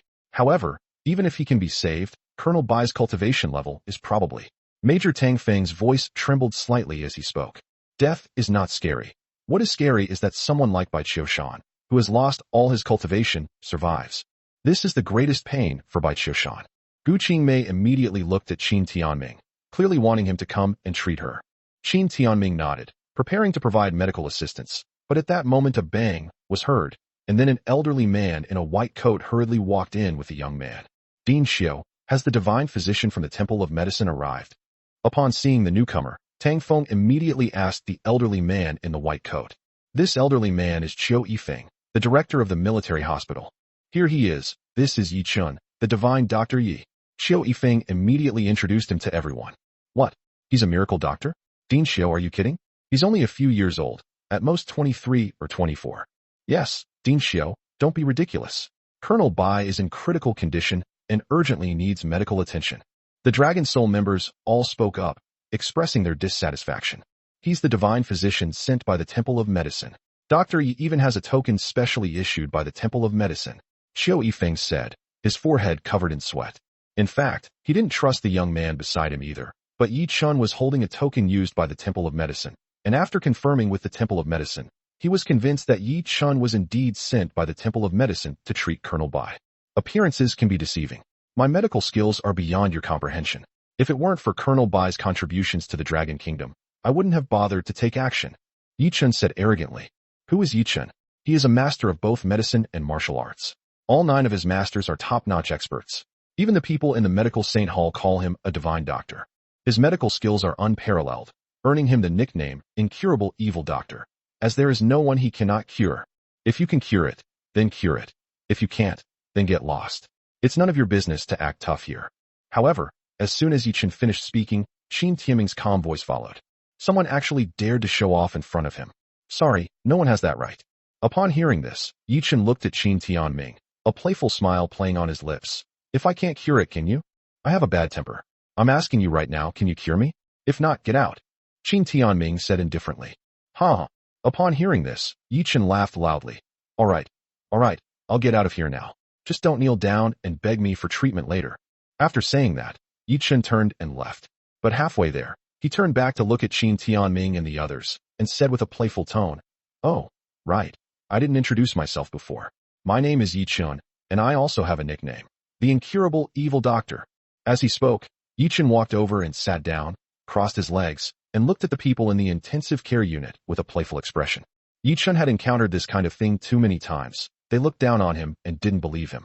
Unfortunately, in the end, those people had to kneel and beg him, and not only kneel, but also offer him substantial apologies. However, at that time, whether or not to treat him will depend entirely on his mood. "You're an incurable evil doctor." As soon as Yi Chun finished speaking, Qiu Yifeng exclaimed in surprise. "What incurable evil doctor? Who exactly is Dean Xiu?" Tang Feng asked hurriedly. "A legendary doctor has appeared in Longdu recently. His acupuncture skills are unparalleled. There is no disease or injury that he cannot cure. His nickname is the Incurable Evil Doctor. Even the doctors from the Temple of Medicine are begging to become his disciples," Dean Xiu said hurriedly. After saying that, he quickly looked at Yi Chun, who was sitting leisurely to the side, looking at Qin Tianming with a playful expression and saying, "I'm in a bad mood right now, and I'm not in the mood to treat the illness." Arrogant. Yi Chun is like that now. Everyone immediately looked at Qin Timing, clearly expecting him to make a gesture and ask this incurable evil doctor to cure Colonel Bai. However, Qin Tian ignored all these people and walked straight to Colonel Bai's side. Colonel Bai has a total of 6 fatal wounds, all of which are to his internal organs. A nail has been driven into his heart, and the nail is also poisoned with a substance called heart-eating black poison. Even if you find someone to perform surgery to heal his wound, the nail still can't be removed, and even if it is removed, the poison can't be neutralized. Yi Chun crossed his legs, looked up at the lamp above, and spoke softly. Upon hearing this, Tang Feng and the others were filled with astonishment. You've never even seen the patient, yet you know about their condition. Ding Xiu exclaimed in surprise. Colonel Bai knew his current condition perfectly at a glance, making one think he was a miracle doctor. And throughout the entire world, only I, Yi Chun, can cure him. Not only can I cure him, but I, Yi Chun, will also ensure that he retains his cultivation. Yi Chun continued, speaking with an air of arrogance. Immediately, everyone turned to Qin Tianming. However, Qin Tianming still ignored him, raised his hand, and then slapped Bai Qiushan's chest. In an instant, he used the Great Life technique, and the pure life force poured into Bai Qiushan's body like a tide. 5 seconds later, Bai Qiushan made a sound, and then opened his eyes. Impossible. Upon seeing this, Yi Chun suddenly stood up. Chapter 39 Tracking. No one understood what was happening. Bai Qiushan, who was seriously injured and on the verge of death, suddenly opened his eyes and woke up. Moreover, the data from those intensive care monitors also returned to normal values at that moment. 5 seconds. In just 5 seconds, Bai Qiushan, who was on the verge of death, was cured. What is this? What happened? Did he just do anything? Is Colonel Bai ready? He just cured Colonel White with a single slap. At that moment, everyone was shocked. Qin Tianming simply slapped Bai Qiushan once, and he was completely healed. Yi Chun stood there, staring at Qin Tianming, completely unable to believe what had happened. Qin Tianming looked at Yi Chun and said sneer, "Do you think I would kneel down and beg you to heal Bai Qiushan? Do you think that we need to pull out some needles or some medicine to cure it? You?" Upon hearing this, Yi Chun was speechless. He truly treats illnesses using needles, relying on his extraordinary 18 needles technique. I treat illnesses without needles or medicine, so let me tell you, if you can cure me, then cure me. If you can't, then get lost, understand? Qin Tianming said sarcastically. Yi Chun's face flushed red, a surge of anger rising within him. What happened? How could this be? Things shouldn't have turned out this way. I should have healed Bai Qiushan, shocked the dragon soul, and gained the support of the military. Why did this happen? Who exactly is this person? It feels like he stole everything from me. As for the others, they were so shocked that they didn't know what to say. How exactly was this treated? It was cured with just one palm strike. This isn't medicine. This is some kind of magic. The Dragon Soul team members no longer looked at Qin Tianming with dissatisfaction, but with admiration. Suddenly, Yi Chun glanced at Major General Bai and chuckled inwardly. You still haven't been able to remove the nail or cure the poison. You'll have to beg me for help later. Major General Qin, what is this? At this moment, Bai Qiushan looked at Qin Tianming and asked, puzzled. It's nothing. I just healed you casually. But you, one of the 10 sects, how did you get beaten up like this? Qin Tianming asked. Black Yama infiltrated the Dragon Kingdom and came to Jiangnan to seek revenge on you. Because of our old grudge, I followed the information I received and hunted him down. However, I never expected it to be a complete trap. Black Yama was waiting for my appearance. I was attacked by 3 peak grandmasters, and I barely escaped with my life. Bai Qiushan briefly recounted what had happened. What? 3 grandmasters from overseas have come to Jiangnan? Gu Qingmei exclaimed in surprise upon hearing this. Yes, this doesn't seem to be just Black Yama seeking revenge. There's probably some other conspiracy, Bai Qiushan said. In short, it's that Black Yama who came looking for revenge on me, and he brought 2 peak grandmasters with him. There's a conspiracy involved, right? Qin Tianming asked calmly. Yes, we don't know what the conspiracy is, but we must find these 3. 3 top masters from overseas are lurking in Jiangnan, which is extremely dangerous, Bai Qiushan said. Fine, I'll just kill those 3 myself. That way I won't have to wait for that Black Yama to come looking for revenge, Qin Tianming said calmly. However, Dragon Soul must give me what I want afterwards. Bai Qiushan was overjoyed when he heard that Qin Tianming was going to take action. This way, he wouldn't need to contact the Dragon King and could send enough Dragon Soul Special Forces members to besiege the 3 peak grandmasters. Okay, I'll use the intelligence system immediately to locate those 3 as soon as possible, Bai Qiushan said. If you want to pinpoint those 3, I do know some Xianmen Taoist techniques that can help. As soon as Bai Qiushan finished speaking, a faint voice came from behind. Upon hearing this voice, Everyone looked over and saw that it was Yi Chun who was speaking. "Who are you?" Bai Qiushan asked, somewhat puzzled. "Colonel Bai, right? My name is Yi Chun. If you're looking for someone, I have a tracking feature to help you find them. And I can also remove the nails and poison from your body," Yi Chun said with a smile. He has tracking talismans from the Xianmin Taoist tradition. After pulling out the nail, he can find those people by relying on the nail's aura. However, it will take some time, and the distance is approximately 50 kilometers. Since we're in Jiangnan, locking onto a location within 50 kilometers will just waste time. "You piece of trash, why didn't you get lost?" Qin Timing said without any politeness. Upon hearing this, Yi Chun stared at Qin Timing and said, "If you want to find that person, you need my help. I can find him in 3 days, at most 3 days. 3 days? Qin Timing scoffed. 3 minutes. As soon as he finished speaking, Qin Timing reached out and grabbed Bai Qiushan's chest, releasing a burst of spiritual energy before drawing it out. A nail about 2 centimeters long was pulled out of Bai Qiushan's heart in an instant, along with a trace of black blood. Upon seeing this, everyone gaped, speechless with astonishment. This is true divine magic. Immediately afterwards, the nail hovered above Qin Timing's palm, and he silently chanted in his heart, "Boundless universe, tracking of all heavens, great tracking technique." Whoosh! The next instant, the nail flew into the air and then shot out at an incredible speed, disappearing from everyone's sight. "Major General Qin, what is this?" Bai Qiushan came to his senses and stared at Qin Timing in astonishment. However, Qin Timing did not answer, but closed his eyes. His divine sense, along with that flying nail, was already 100 miles away. 3 minutes later, Qin Timing opened his eyes and said, "Locked on, in a jungle in the southwest of Jiangnan province." "Found it!" Bai Qiushan exclaimed in surprise. "You don't believe me?" Qin Timing asked. Bai Qiushan, of course, didn't believe it. Even with intelligence networks deployed deep in the mountains, it would probably take 1 or 2 months to find it. It only took 3 minutes, and he actually found it? "Captain Gu, prepare the plane, take off." Qin Timing didn't want to waste time, so he turned to Gu Qingmei and said. Gu Qingmei immediately snapped out of her daze and looked at Qin Timing. "Major General Qin, what is this?" "That's an order," Qin Timing said immediately. "Yes." Gu Qingmei immediately said, "I'll prepare the military helicopter right away, let's go." Immediately, Qin Timing wasted no time and left the intensive care unit with Gu Qingmei, preparing to take a helicopter to the southern jungle of Jiangnan province. Everyone was stunned to see Qin Timing leave. "Colonel Bai, this Major General Qin." Tang Feng asked cautiously. "Are you convinced now?" Bai Qiushan asked with a smile.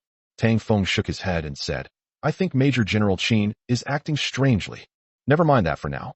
Quickly contact someone to assist Major General Qin and Captain Gu," Bai Qiushan finally ordered. Upon hearing this, the Dragon Soul members nodded slightly and then hurriedly left. Meanwhile, Yi Chun on the other side looked completely bewildered, wondering why things weren't going as he had expected. What's going on? Why isn't it developing according to plan? Yi Chun walked out of the ward somewhat dejectedly, muttering to himself. Chapter 40 Expedition. The southern part of Jiangnan province is a vast primeval forest, and this area is where 3 provinces meet. Because of its pristine jungle, which has been largely undeveloped, it has become one of the most famous adventure destinations in China.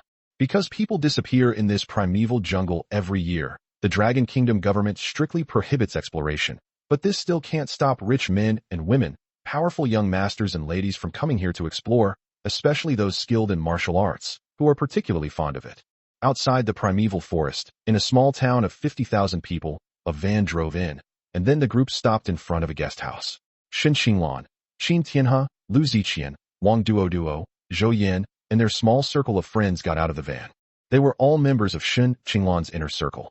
These people had originally planned an adventure for Zhu Yingjie, but Zhu Yingjie returned to Longdu early on. However, the event was not cancelled, so the group arrived as planned. Upon arriving here, everyone felt as if they had traveled back more than 10 years. Everywhere there were shops selling mountain products, furs, herbs, and wild game. Even the roadside restaurants had unique flavors and had no trace of a modern city. Qin Tianhe was the leader of this group, leading them into the guest house and farmhouse, where they met his friend Guanhao. Guanhao had a buzz cut, bronze skin, wore camouflage clothing and a short vest, and had sharp eyes, clearly indicating that he was skilled in martial arts. He is Guanhao, and like me, he is a martial artist at the early stage of the profound realm. Qin Tianhe introduced to everyone. "Brother Hao." Everyone greeted Guanhao. Guanhao nodded slightly and said, "I've already discussed it with the boss this time. We'll be going deeper into the area, but you absolutely must not stray from the group. If anything goes wrong, don't blame us for abandoning you. Don't worry, Brother Hao, we'll definitely follow you. Qin Xinglan's best friend, Wang Duo, said sweetly. At this moment, a door on the side opened, and a dark-skinned man walked out. When he saw Qin Xinglan and the other urban beauties, his eyes lit up. This was the first time he had ever seen such a beautiful group of women, and he actually let out a hee-hee laugh while scratching his crotch. Who is this person? They're disgusting, Wang Duo said with a look of disgust. Brother Hao, who is this? Qin Xinglan asked, frowning. His name is Niu Yong, and he was hired by the boss, Guan Hao said. He wants to come with us? Wang Duo looked disgusted upon hearing this. Did you just see that? Wouldn't someone like that have ulterior motives for following us? Haha, Guan Hao laughed upon hearing this. With Tianhe and me here, Niu Yong's men pose no threat to you at all, don't worry. That's right, Duo, it's only been a few months since we last met, and you've already forgotten that I'm a martial artist at the early stage of the profound realm? Taking on 20 or 30 of these people by myself is no problem. Qin Tianhe laughed. Look at you, so capable. Qin Xinglan rolled her eyes at Qin Tianhe. Baby, don't worry, if Tianhe can't be relied on, I'm here. Lu Ziqian gestured a few times on the spot. After all, her family ran a martial arts school, so she had some martial arts skills. Although she had barely entered the early stage of the Yellow Realm, dealing with ordinary men was not a problem. Qin Xinglan smiled as she listened. Then I'll have to trouble you, Brother Hao, Zhou Yin said with a smile. Afterwards, the group rested at the farm until 2 p.m. before packing their adventure gear and setting off. The air here is so fresh, it's so much more comfortable than in the city. Qin Xinglan was wearing large sunglasses and a sun hat, looking like she was on vacation. Oh dear, there's no signal at all. I can't even turn on the mobile network. Wang Duo held her iPhone, wanting to post the photos she had taken to her WeChat moments. At this moment, a capable woman in her 30s stepped out of an SUV. She was dressed in a tight-fitting outfit and wore various protective gear. She asked calmly, Guan Hao, are these the people you're supposed to bring? Don't you know we're going deep into the no man's land? Of course there's no signal. Don't you all have cell phones with satellite phone capabilities? If you don't even have this basic common sense, go back now and don't drag us down with you. The woman looked at Qin Xinglan and the others with great impatience. What do you mean by lacking common sense? It's your first time here. Why didn't you say so earlier? Wang Duo complained immediately. Seeing this, Guan Hao gave Qin Tianhe and the others a look, and Lu Ziqi immediately pulled Wang Duo back to quiet her down. Guan Hao then walked over to the woman and said, Sister Zhou, they are all from wealthy families and have always lived in the city. Please don't take it to heart. These days, only Apple phones don't have satellite calling capabilities. Besides, this time we have a set route, and we can make it back and forth in 5 days. Our team goes to places like deserts and Gobi, and it's no problem to bring them along to these primeval jungles. All right. Zhou Yi waved her hand and said, as long as it doesn't bother me, it's fine.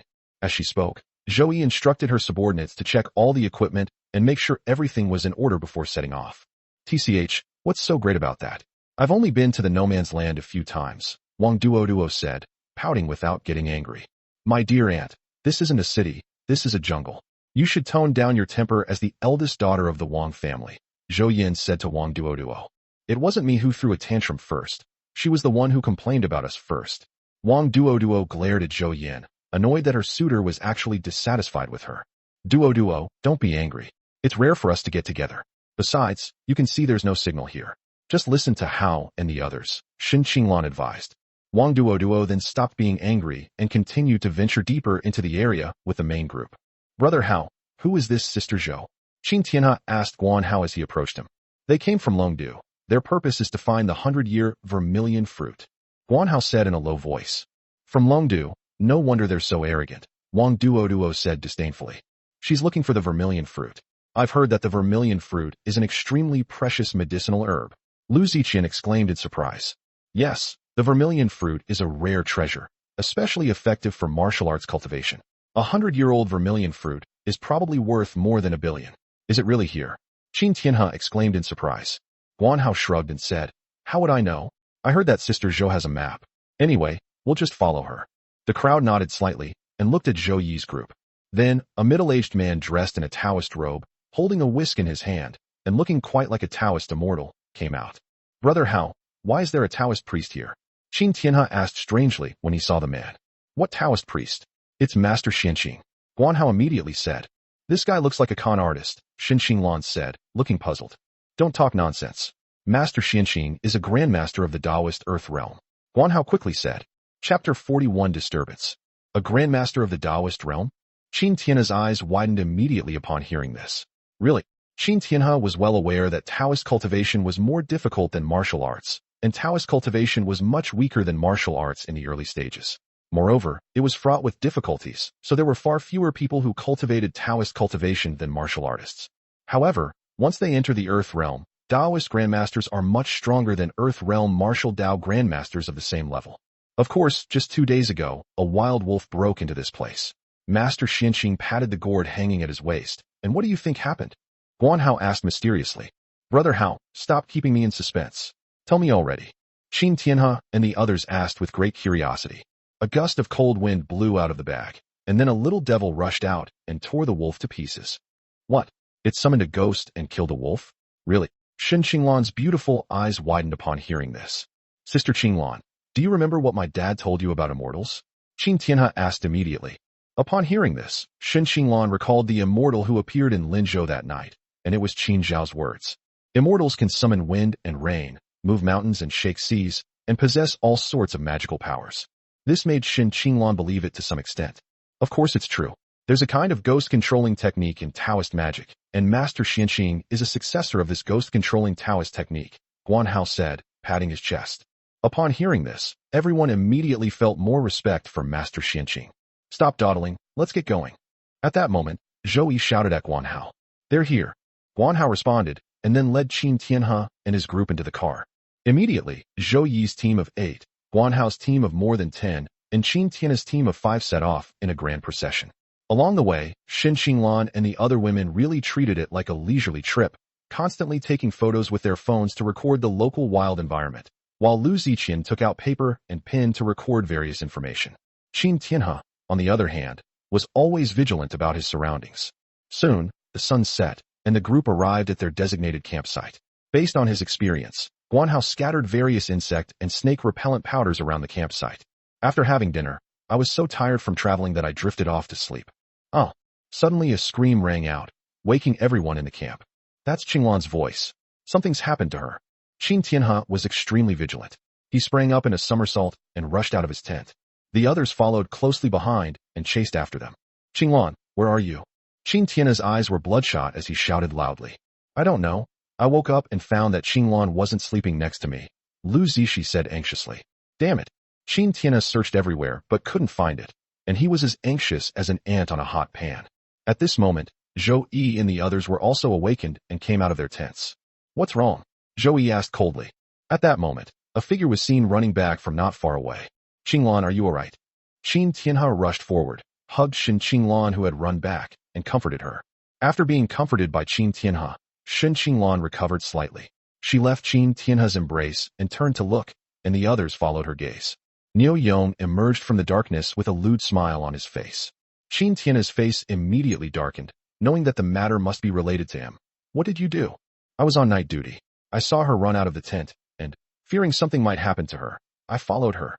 Niu Yong said with a grin. You're talking nonsense. I just went to pee. You. Shen Qinglan's face turned red as she glared at Niu Yong and explained what had happened.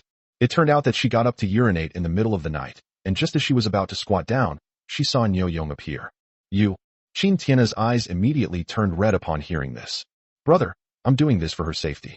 It's dangerous for a woman to leave the group in the middle of the night, Niu Yong continued with a grin. Alright, that's a small matter. Let's end it here. Everyone go to sleep. We have to travel tomorrow, Zhou Yi said coldly, knowing the whole story. Upon hearing this, everyone fell silent. Zhou Yi had the most people here and was the strongest, so she was in charge. Call out.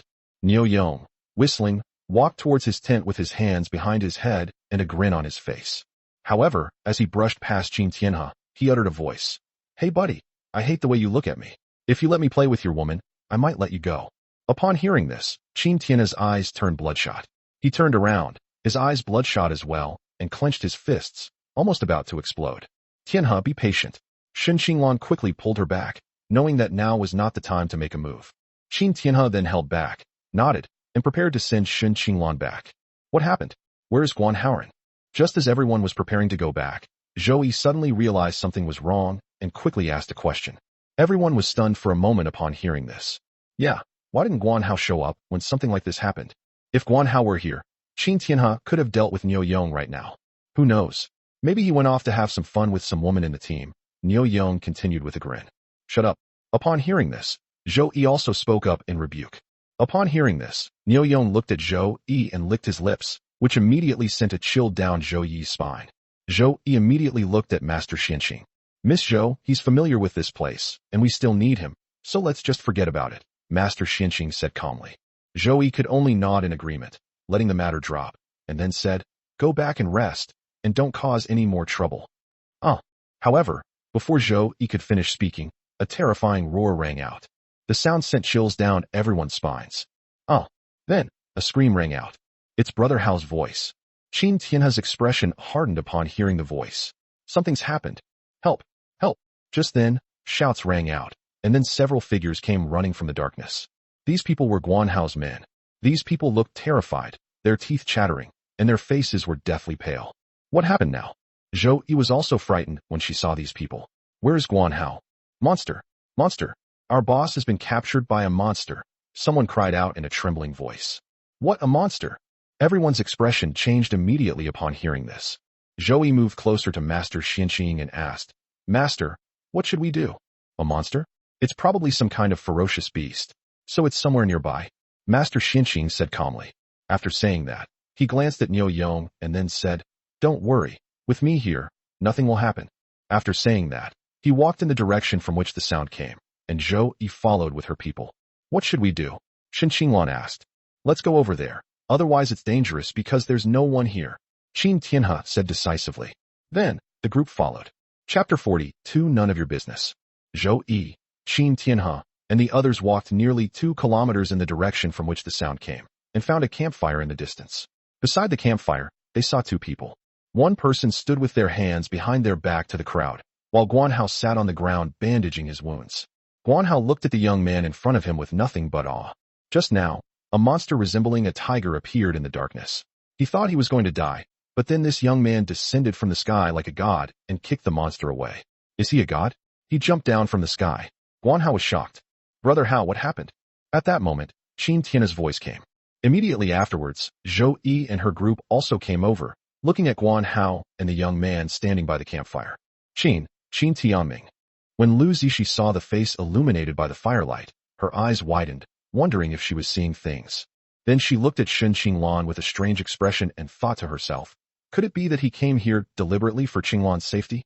Qin Qinglan was naturally bewildered, not knowing why Qin Tianming was here. Qin Tianhe, his face dark, demanded, Qin Tianming, what are you doing here? None of your business. Qin Tianming snorted coldly. Just now, he arrived in this airspace in a military helicopter using the great tracking technique. He originally intended to go directly to find Black Yama and his group, but upon arriving here, he keenly sensed that there were rare and precious treasures here. Killing a few useless people was nothing compared to obtaining rare and precious treasures, so he decisively jumped down from the sky and saw a mutated tiger. This made him very certain that there were rare and precious treasures here, otherwise such a mutated beast would not have appeared. Then he kicked it away, intending to have the beast take him to the rare and precious treasures, but the beast ran too fast and disappeared in a flash. He never expected to run into Qin Tianhe and Qin Qinglan here. Unlucky. What do you mean it's none of our business? We came here as a large group, and you came here alone. Do you know how dangerous that is? Is it wrong for us to care about you? Shouldn't you explain to me why you're here alone? Qin Qinglan couldn't hold back any longer when she heard Qin Timing's words. That's too much. I was just worried about him being alone here and in danger, but I got yelled at instead. Qin Qinglan felt that Qin Tianming was unreasonable, and she also felt wronged. Explanation? Concern? Qin Tianming glanced coldly at Qin Qinglan. I don't need it. Guan Hao, after listening to their conversation, exclaimed in surprise. Tianhe, do you know this friend?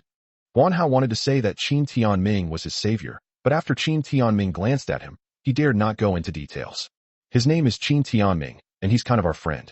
Qin Qinglan hesitated for a moment, then looked at Guan Hao and said, So, could we take him with us? It's dangerous for him to be here alone. Guan Hao thought to himself, it would be best if such a capable person could follow me, but I'm afraid the other party won't agree. Guan Hao, what's going on? Weren't you just talking about a monster? Where's the monster? There isn't one at all. Do you know how this is making us all panic? Zhou Yi said, clearly dissatisfied. Sister Zhou, I'm so sorry, it's my fault. You take your people back and rest, and leave everything else to me," Guanhao said quickly. "Then I'll leave it to you. I don't want any more problems to arise." Zhou Yi turned and left. Before leaving, Master Xinxing looked at Qin Timing, and Qin Timing also looked at him. The moment their eyes met, Master Xinxing shrank his neck and quickly turned his head away, thinking to himself, "What's going on? I feel danger. Call out." Niu Yong glanced at Qin Timing and whistled. "I thought something was wrong." Then he turned around and left. "Sister Zhou, can I take him with me?" At that moment, Guanhao called out to Zhou Yi. "This isn't a kindergarten. You can't just throw anyone in here." Zhou Yi replied with great dissatisfaction. Guanhao looked at Qin Timing. This was no child. He was a Tyrannosaurus Rex. He witnessed Qin Timing kick the terrifying beast away with a single kick. His strength was truly terrifying. Qin Timing, don't worry about them. Come with us," Lu Ziqian said cautiously to Qin Timing. Qin Timing glanced at Lu Ziqi, then looked at Zhou Yi and the others, and said, "Let's go." Upon hearing this, Lu Ziqi smiled and said, "That's wonderful, absolutely wonderful." After saying that, Qin Timing and Lu Ziqian walked towards the camp together.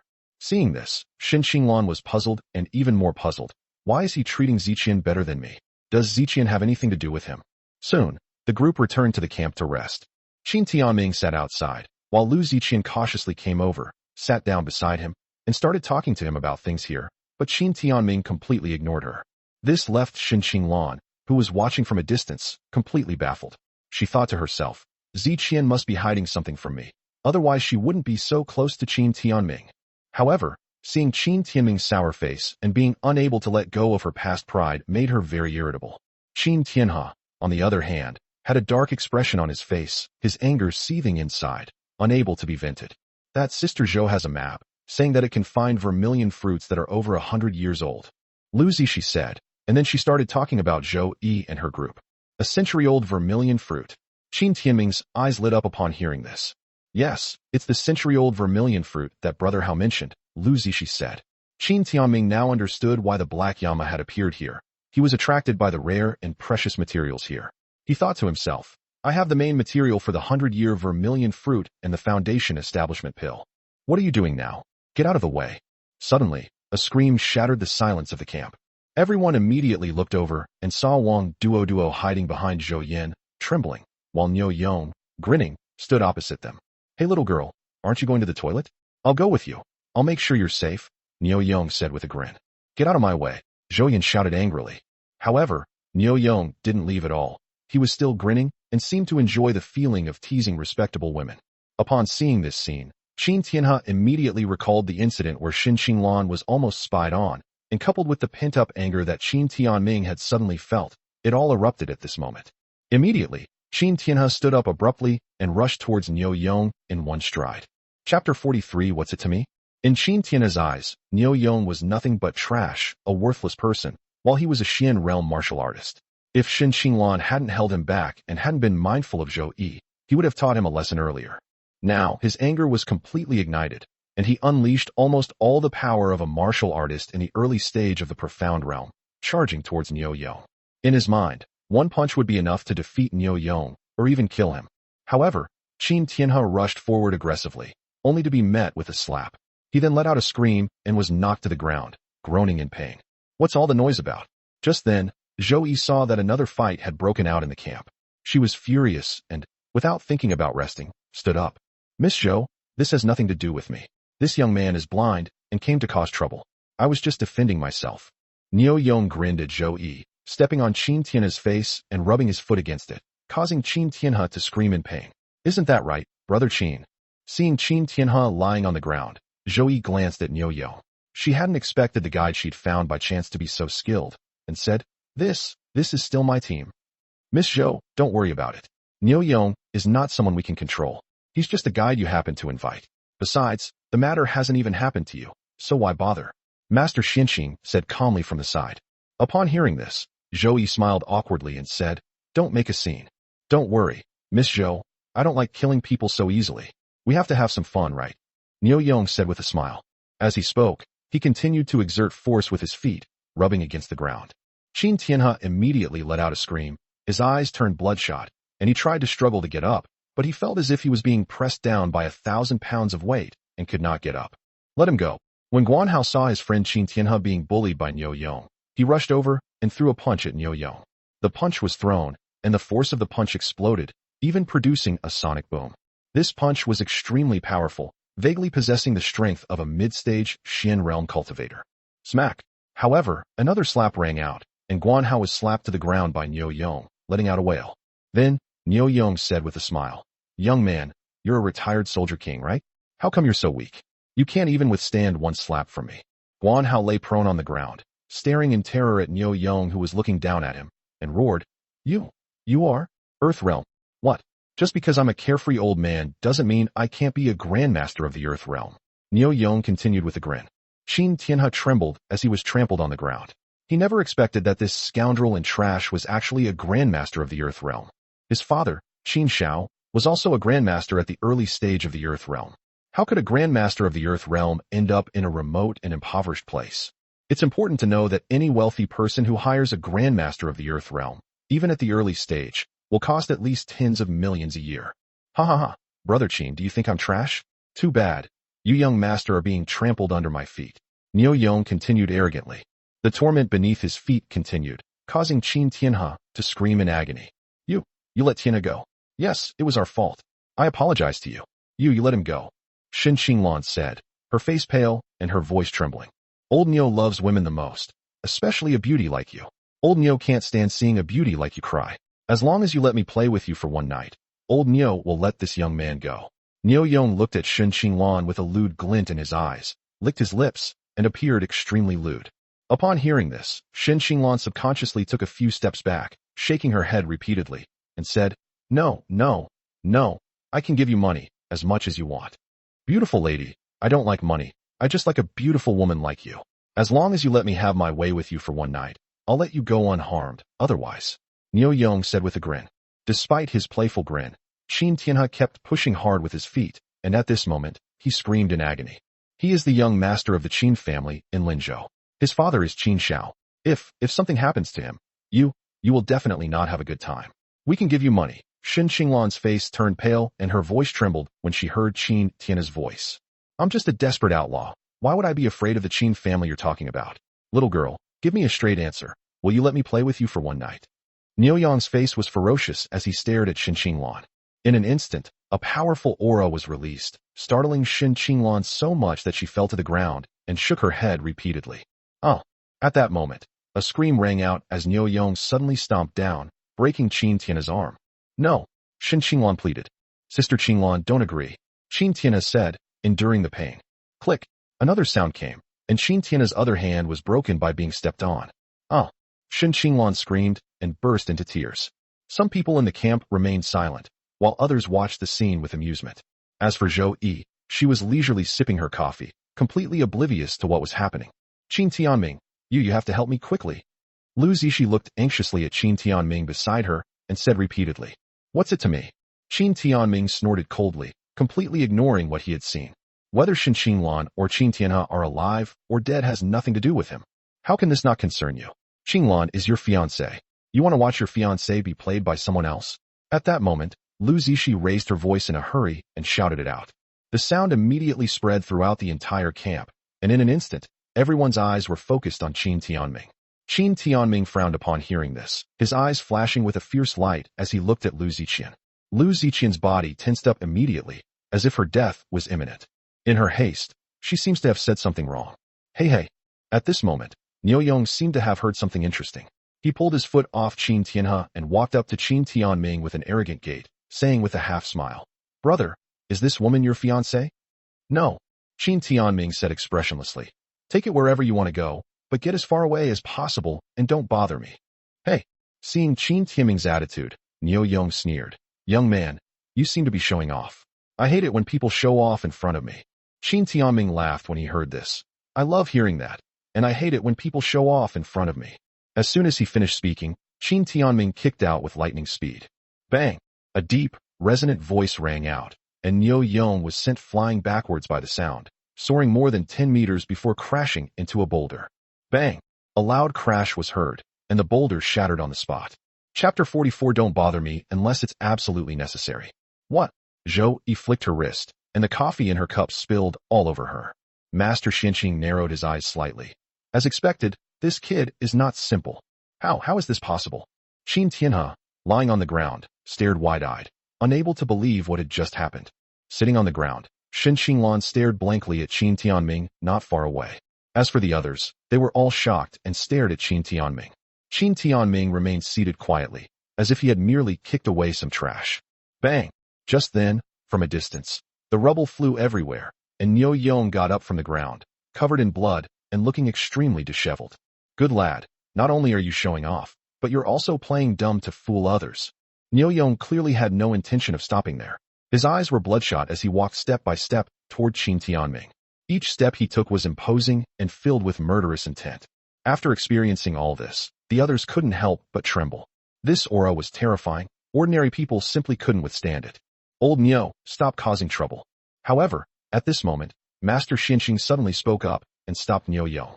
Upon hearing Master Xuanqing's voice, Niu Yong looked over and saw that Master Xuanqing's face was gloomy. He immediately grinned and said, "Boy, then I'll let you talk for a while." As soon as he finished speaking, Niu Yong immediately withdrew his imposing aura, turned around, and walked back to his own tent. With Niu Yong gone, everyone present breathed a sigh of relief, and the matter was finally settled. Guan Hao rushed to Qin Tianhe's side to treat his injuries, as he was familiar with various emergency treatments due to his experience in the military. "Master Xinqing, what's going on with this kid? He seems quite skilled," Zhou asked. "He and Lao Niu are both Earth Realm Grandmaster martial artists," Master Xinqing said indifferently, not taking Qin Tianming to heart. "He is a Grandmaster of the Earth Realm, and at his level, he naturally has the ability to restrain other Grandmasters of the Earth Realm.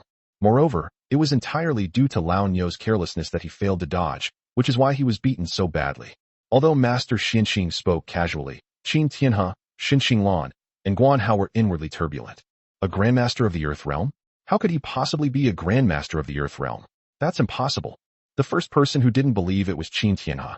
His father, Qin Shao, only reached the Earth Realm at the age of 45, and now Qin Tianming has reached the Earth Realm at only 22 years old. He simply cannot believe it. He doesn't seem to have practiced martial arts before. How did he suddenly become a Grandmaster of the Earth Realm? Shen Xinglan looked at Qin Tianming with a face full of surprise. She couldn't believe it either. Although she doesn't practice martial arts, because of the Qin family, she knows very well that martial arts training starts from a young age. Qin Tianhe started practicing martial arts with Qin Shao when he was 6 years old, and he was exceptionally talented, reaching the profound realm at the age of 19, which allowed him to join the Dragon Soul. However, he should only be in the early stage. It's very difficult to advance even one stage after reaching the Earth Realm. Dad, he's been stuck in the early stage for 5 years. If he's above the middle stage, that would be heaven-defying. Qin Tianhe tried his best to calm himself down. Was he hiding his true abilities all along? Shen Xinglan was very puzzled. She looked at Qin Tianming, hesitated for a moment, and then walked towards Qin Tianming. This time, Shen Xinglan walked up to Qin Tianming and was about to speak. Roll. However, before Shen Xinglan could finish speaking, Qin Tianming had already uttered a single word. Shen Xinglan froze on the spot, then her eyes reddened, and she said in a tearful voice, I just wanted to thank you. Get lost. I told you not to bother me." Qin Tianming, however, spoke without any politeness. Hearing this, Shen Xinglan could only wipe away her tears and leave feeling extremely wronged. Seeing this, Lu Zishi shook her head repeatedly, stood up, and said, "Do you have to make things so tense between you and her? She's a victim too." After saying that, he caught up with Shen Xinglan to comfort her. Qin Tianhe's eyes turned bloodshot as he looked at him, and he secretly vowed, "I must join Dragon Soul, and then surpass you." Guan Hao treated his injuries, then walked towards Qin Tianming and said, "Brother Qin, thank you again." "It's nothing," Qin Tianming replied indifferently. Seeing Qin Tianming treat Guan Hao, whom she had just met, better than she had ever met, Shen Xinglan felt increasingly aggrieved. "Xinglan, don't cry. He might still resent the Qin family. Once he understands you, he won't act like this anymore." Lu Zishi comforted her. "Ziqian, he never told you to get lost. I just wanted to say thank you to him." Shen Xinglan sobbed, feeling very wronged. Lu Zishi could only sigh inwardly. What is this? The baby is dead but still knows to come for milk. Are you hiding something from me? Did you already know he was a martial artist at the Earth Realm? Shen Xinglan suddenly asked. No, why would I hide this from you, darling? Don't think about these things, Lu Zishi comforted her. Shen Xinglan could only remain silent after hearing this. As for Qin Tianming, he naturally ignored all of this. It was Niu Yong who insisted on provoking him. If Niu Yong hadn't provoked him, he would have pretended not to see it and would never have made a move. At this moment, Zhou Yi's bodyguard walked up to Qin Timing and said, Miss Zhou needs to see you. Please go over there. If she needs anything, let her come over herself, Qin Timing said coldly. The bodyguard was stunned for a moment, then sneered. Although you have the cultivation of the Earth realm and are indeed capable, you are nothing to Miss Zhou from Longdu. You saw it yourself, she just casually hired 2 Earth realm experts. She asked you to come over because she sees potential in you and wants to give you some pointers. Don't be ungrateful. Smack. No sooner had the bodyguard finished speaking than Qin Timing raised his hand and slapped him across the face, sending the bodyguard flying and crashing heavily to the ground, where he groaned in pain. How dare a mere bodyguard speak to him like that? I'll say it again, don't bother me unless it's important. Qin Timing's voice echoed throughout the camp. Everyone's expression changed drastically. He's just a martial artist at the Earth realm, at most an early stage, yet he dares to put on airs in front of me. If this were in Dragon City, I would make him kneel down and regret it. Zhou Yi was so angry that her face turned ashen. Miss Zhou, let it go, Master Xinqing advised. Don't worry about other things. It's getting light now. We should set off and find that century-old vermilion fruit as soon as possible. Miss Zhou nodded slightly and said, according to the map, it's only a 2-day journey. Let's set off. Zhou Yi nodded slightly in agreement. Afterwards, everyone tidied up and continued their journey toward the century-old vermilion fruit. Qin Timing naturally followed. With a map, why wouldn't he go along and save himself the trouble of finding it himself? At this moment, Shen Qinglan moved closer. When Guan Hao and the others around Qin Timing saw her coming, they consciously sped up to leave the 2 of them alone. Qin Timing, can we have a proper talk? Shen Qinglan said, walking beside Qin Timing. Chapter 45 Arrival at the Valley. Why didn't you say you were so skilled? Shen Qinglan walked beside Qin Timing, remained silent for a long time, and then asked. However, Qin Timing had no intention of paying any attention to her. Seeing that Qin Timing didn't answer her, Shen Qinglan was truly aggrieved. Does our relationship have to be so strained? From beginning to end, we are both victims. Our engagement was arranged by the old master, and I had no choice. I'm not a member of the Qin family anymore, and there's no such thing as a marriage contract. Is there any need to talk about it? Qin Timing was really getting impatient with this woman. Although it wasn't a compliment, at least Qin Timing responded, which made Shen Qinglan take a deep breath and say, with such good skills, if you told the Qin family or me, they wouldn't treat you like that, and they certainly wouldn't force you to leave the Qin family. What do you mean by that? Do you regret it? Qin Timing asked. Upon hearing this, Shen Qinglan was slightly taken aback.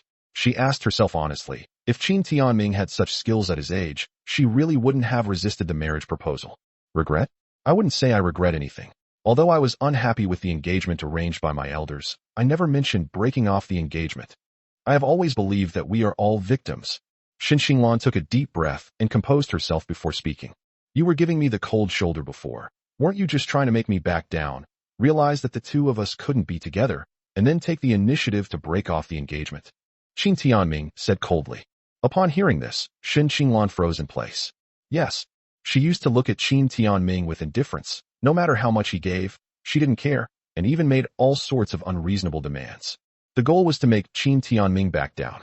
I'm sorry, Shen Qinglan said softly, her eyes slightly red. Stop crying and whining around me. I hate people like that the most. Get lost, Qin Timing said coldly. Shen Qinglan glanced at Qin Timing, her eyes slightly red, and said, I'm sorry for bothering you, but I still want to say thank you for last night. After saying that, she quickened her pace and caught up with Qin Tianhe. Seeing this, Lu Zishi, who was not far away, sighed. They were clearly engaged. Why did it turn out like this? For the next 2 days, nothing else happened to the team, and following the map Zhou Yi had written down, they arrived at a valley. The spiritual energy here is very rich. No wonder it produces rare and precious materials, and even has mutated beasts. However, those 3 have also arrived. After arriving here, Qin Timing smiled and thought to himself, At that moment, a terrifying roar came from the valley, causing everyone's expression to change drastically. Inside, are there some monsters or beasts? Zhou Yi's voice trembled slightly. Miss Zhou, we're here. What do you have to be afraid of? Master Xinqing said calmly. Zhou Yi nodded immediately upon hearing this, and then ordered everyone to rest before entering the valley. Is there any danger inside? Shen Qinglan asked, looking at the valley with a mixture of curiosity and fear. Honestly, she really regretted joining this expedition. With Brother Qin here, there's nothing to be afraid of, Guan Hao said. He personally witnessed Qin Timing kick that monster away. Maybe we shouldn't go in. We're just exploring, not picking any medicinal herbs. Wang Duoduo said fearfully. Duoduo is right. We have no choice but to risk going in, Qin Tiana said. Shen Qinglan agreed and decided not to go in. However, the next second, she suddenly realized something was wrong and immediately shouted, Qin Tianming, don't go in. You're not going to gather herbs. Upon hearing this voice, Zhou Yi and the others immediately looked ahead and saw Qin Tianming walking towards them with his hands behind his back. Hey kid, what are you doing? Who let you in? Master Xianqing was furious when he saw Qin Tianming walk inside. This guy is skilled, and his goal is the blood fruit. We can't let him get there first. Zhou Yi said angrily upon hearing this. Go kill that brat. Niu Yang's face contorted with rage. That night, he hadn't forgotten his grudge against Qin Tianming. Immediately afterwards, Zhou Yi led her dozen or so people, closely following behind Qin Tianming, and quickly headed towards the valley. Why does Qin Tianming want to enter the valley? Shen Qinglan asked, puzzled. He must also be after the vermilion fruit, which is extremely useful for martial arts cultivation, Lu Zishi said immediately. She regretted mentioning Zhu Gua. Then Shen Qinglan watched Qin Tianming walk away, her curiosity about him growing. Was there something he was hiding from everyone? Sister Qinglan, it's very dangerous inside, don't go in. Qin Tiana said. He was still recovering from his injuries, and there was no way he could go in, much less let Shen Qinglan in. Shen Qinglan hesitated after hearing this, staring at the valley, but ultimately did not go over. Guanhao camped outside the valley and waited. Meanwhile, Qin Tianming and his men had already entered the valley. The valley is large and long, nearly 200 meters wide, and about 2 kilometers long. As soon as he entered the valley, Qin Tianming smelled the aroma of medicine mixed with the stench of blood. However, only Qin Tianming could smell the bloody stench. Zhou Yi and the others were already incredibly excited by the aroma of the medicine. This is the taste. It's exactly the same as described in the ancient books. There are vermilion fruits here. Master Xianqing exclaimed excitedly. Master, are you sure? Zhou Yi asked. Of course it's true. The vermilion fruit is known as a spiritual fruit. It can nourish qi and blood, and even improve blood circulation. If it's over 300 years old, it's even rumored to be able to bring the dead back to life. Master Xianqing recounted the vermilion fruit as if it were a treasure. Upon hearing this, Zhou Yi immediately ordered, find them all. A reward of 10 million will be given for finding them. Upon hearing this, the bodyguards who had accompanied him immediately set out to search the valley. Soon, the group spotted a shrub on a small hill in the valley, with ruby-like fruits growing on it. Under the sunlight, the fruit glows with a faint reddish light, making it impossible to look away. However, 3 people were already standing by the bush. Who are you? When Zhou Yi saw that the 3 of them had arrived first, she immediately stepped forward and asked. The 3 men were dressed in black. One was short and ugly, like a dwarf. The second was tall but very thin, like a bamboo pole. The last one was of normal build, dressed in black, and had a thick beard. You are the Black King of Hell. Master Xianqing immediately recognized the bearded man's identity. Wow, I've been away from the Dragon Kingdom for 10 years, and I didn't expect anyone to still remember me. Tell me, who are you? Black Yama asked immediately when he saw that someone recognized him. Zhang Xianqing, successor of the Yin Ghost sect, Master Xianqing said proudly. So you're a cunning ghost hunter, Black Yama said with a half-smile. Upon hearing this, Zhang Xuanqing's face turned black and white. This was an insult to him. I don't care who you are, that fruit is mine. Zhou Yi completely ignored all of that and shouted in her usual manner as the eldest daughter of the Zhou family. Chapter 46, Zhu Gua. Upon hearing this, Zhang Xuanqing's expression changed immediately, and he grabbed Zhou Yi, saying, Miss Zhou, don't be impulsive. Master Xianqing, what's wrong with you? I invited you here not because I'm afraid of these people. Zhou Yi immediately raised her voice. Miss Zhou, haven't you heard of the Black Yama? Niu Yong raised his voice to remind her. What Black Yama, White Yama? All I know is that the fruit is mine. Zhou Yi didn't listen at all. After all, the Black Yama incident happened more than 10 years ago, so of course she had never heard of it. Besides, she was a young lady from the Zhou family in Longdu, so she didn't care. Huh. Upon hearing this, Black Yama burst into laughter. I have been away from the Dragon Kingdom for 10 years, and it seems that many people are unaware of my former fame. Now I will let this Miss Zhou know. Bang! As soon as Black Yama finished speaking, he stomped his foot and then shot out like a cannonball, instantly appearing between one of Zhou Yi's bodyguards. Snap! The next moment, a snapping sound was heard, followed by blood. The bodyguard's head had been twisted off by Black Yama. Not only that, the Black Yama also drank a mouthful of liquid that flowed from his head. Oh! Zhou Yi screamed in terror. Zhang Xianqing immediately stepped in front of Zhou Yi and said, Black Yama, she is a young lady from the Zhou family of Longdu. Haha, what Zhou family, or whatever, Anyone who dares to get in our way will die. That's right. These 300-year-old vermilion fruits are ours. Anyone who dares to lay a finger on them will die. The two men, one short and one tall, then grinned maliciously. Upon hearing this, Zhou Yi recovered and quickly asked, "You mean a 300-year-old vermilion fruit?" "Yes, otherwise why would we risk our lives to infiltrate the Dragon Kingdom?" the tall, thin man said. Upon hearing this, Zhang Xuanqing's expression turned serious. He said, "Are you from overseas? One is tall and the other is short. Could you be the Turtle and Crane brothers?" "I never imagined that our name would be known in the Dragon Kingdom." "No problem. We brothers are the Turtle and Crane brothers of the Green Gang in Southeast Asia." The two men laughed upon hearing this and introduced themselves. "Miss Zhou, it seems you won't be able to take this vermilion fruit with you." At that moment, Niu Yong said with a grin. Upon hearing this, Zhou Yi immediately looked at Niu Yong, whom she had hired, and said, "Niu Yong, did you tell these three that the vermilion fruit is here?" Hey. Niu Yong then laughed. "Didn't you say you had a map?" Upon hearing this, Zhou Yi turned pale. She remembered that she had come to that small town outside and had a chance encounter with Niu Yong.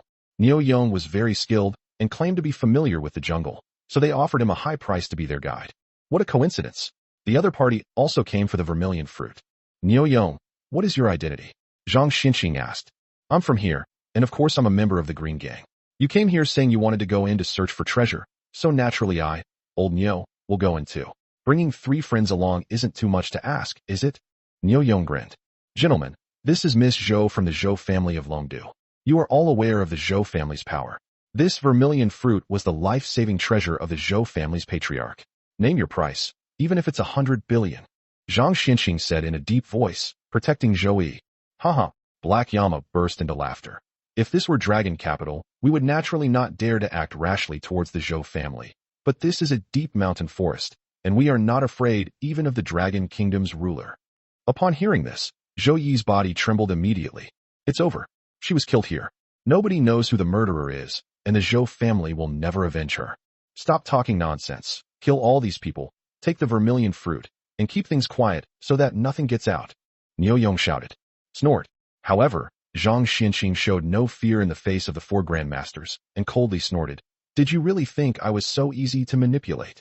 After saying that, Zhang Xinqing reached out and patted the gourd at his waist. Suddenly, a plume of black smoke billowed out, followed by the howling of ghosts and wolves, and then 3 ghostly figures appeared. The Yin ghost sect once possessed some skill, but its lineage has been severed for over a century. What good is it if you become a Taoist master? Ghost Yama sneered upon seeing the 3 ferocious ghosts fly out.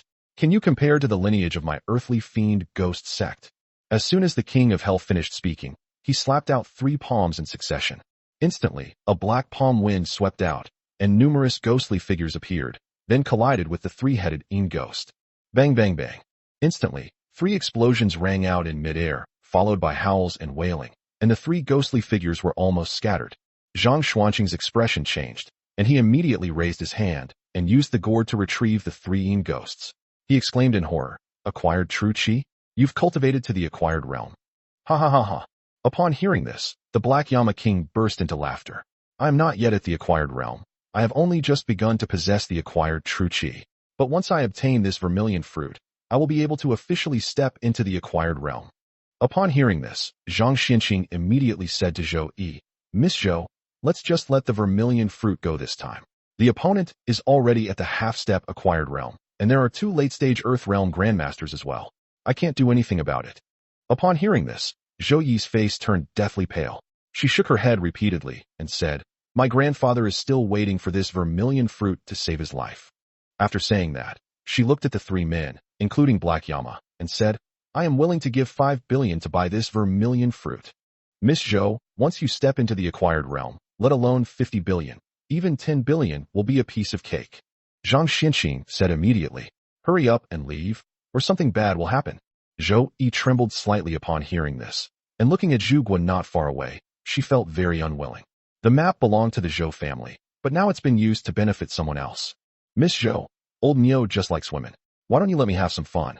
Maybe I can persuade the gang leader to give you the vermilion fruit." At that moment, Niu Yong grinned at Zhou Yi. "You lecherous ox. If you want this woman, just take her. Why all the nonsense?"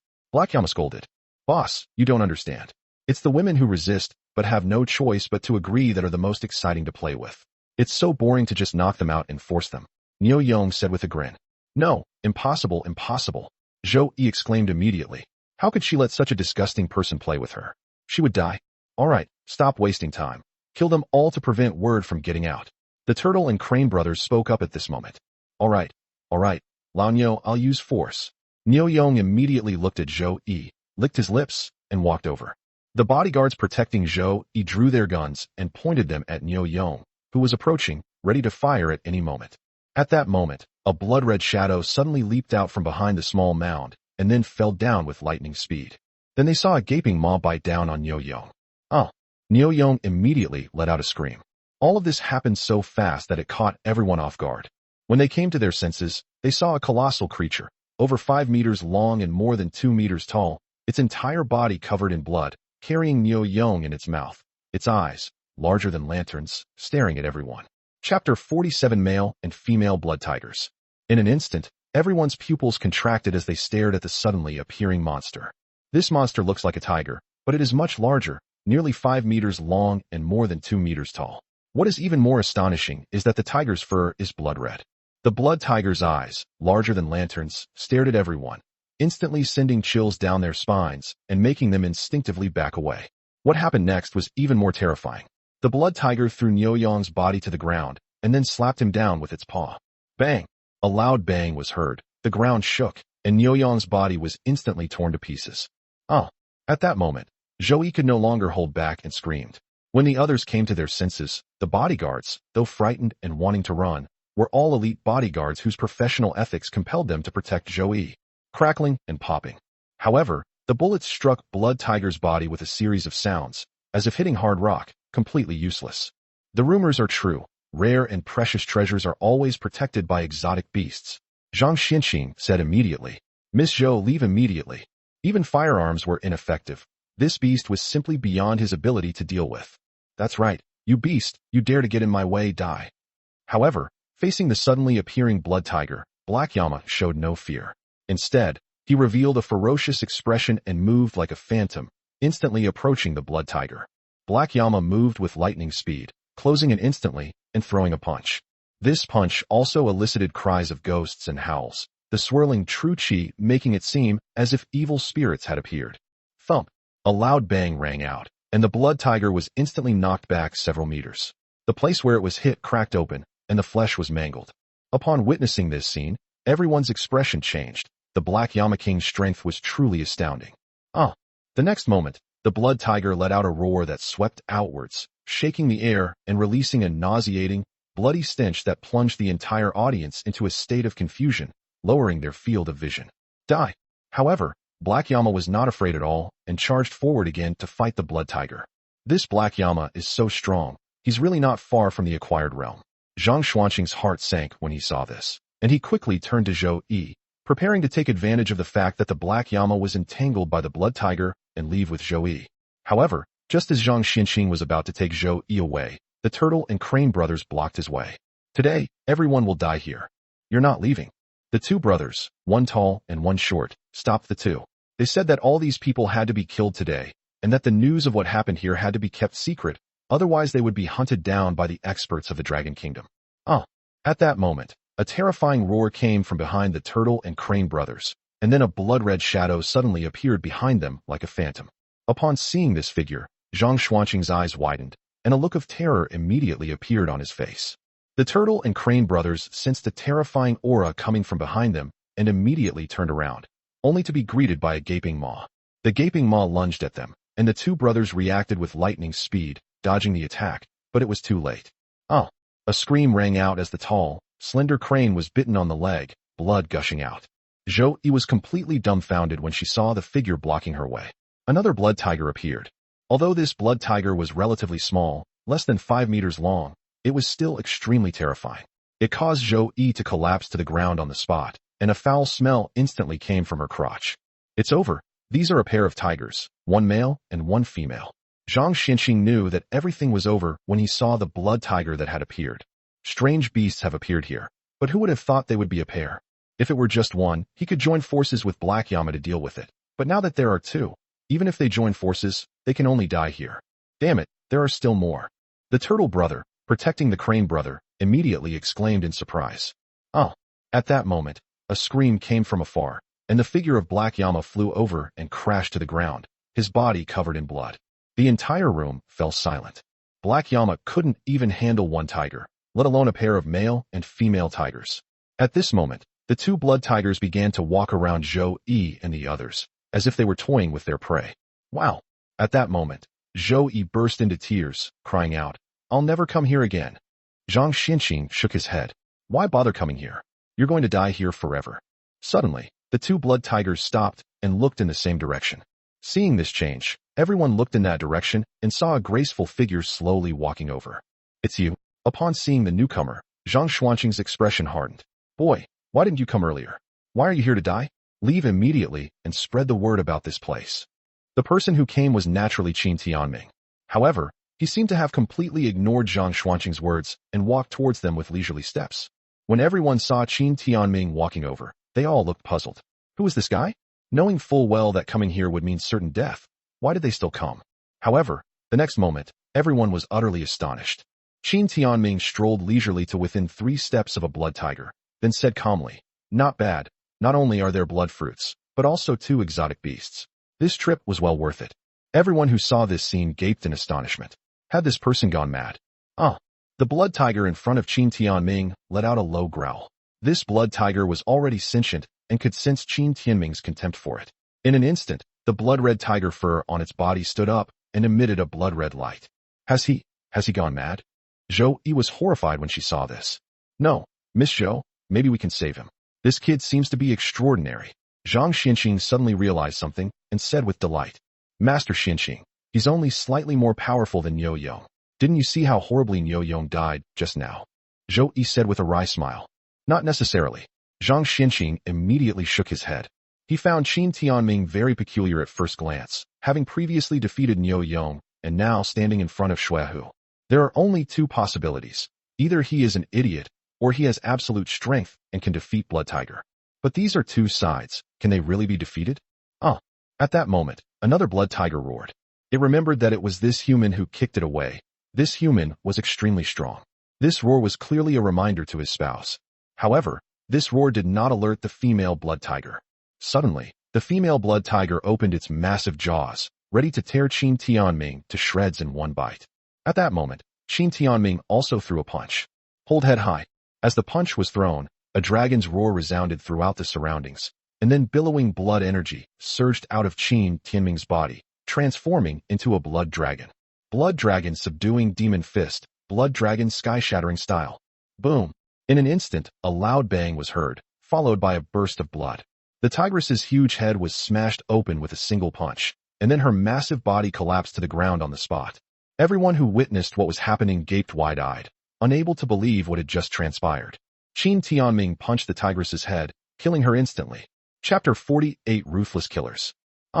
When the male tiger saw Qin Timing kill its mate with a single punch, it immediately let out a shrill scream, and its large, lantern-like eyes seemed to burn with blood-red flames.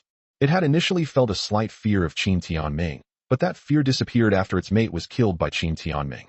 In an instant, that overwhelming rage transformed into boundless killing intent. Then, the tiger leaped up more than 10 meters into the air, its blood-red fur standing on end like blood-red steel needles, and blood-red flames appeared in its gaping maw. Roar! A roar resounded, and crimson flames instantly spewed from its mouth. "Oh no, this tiger has gone mad. It's over." Zhang Xinqing and the others immediately screamed in terror. They all felt the terrifying temperature of the crimson flames and were shocked. This isn't some ferocious beast. It's a tiger demon that has become a spirit.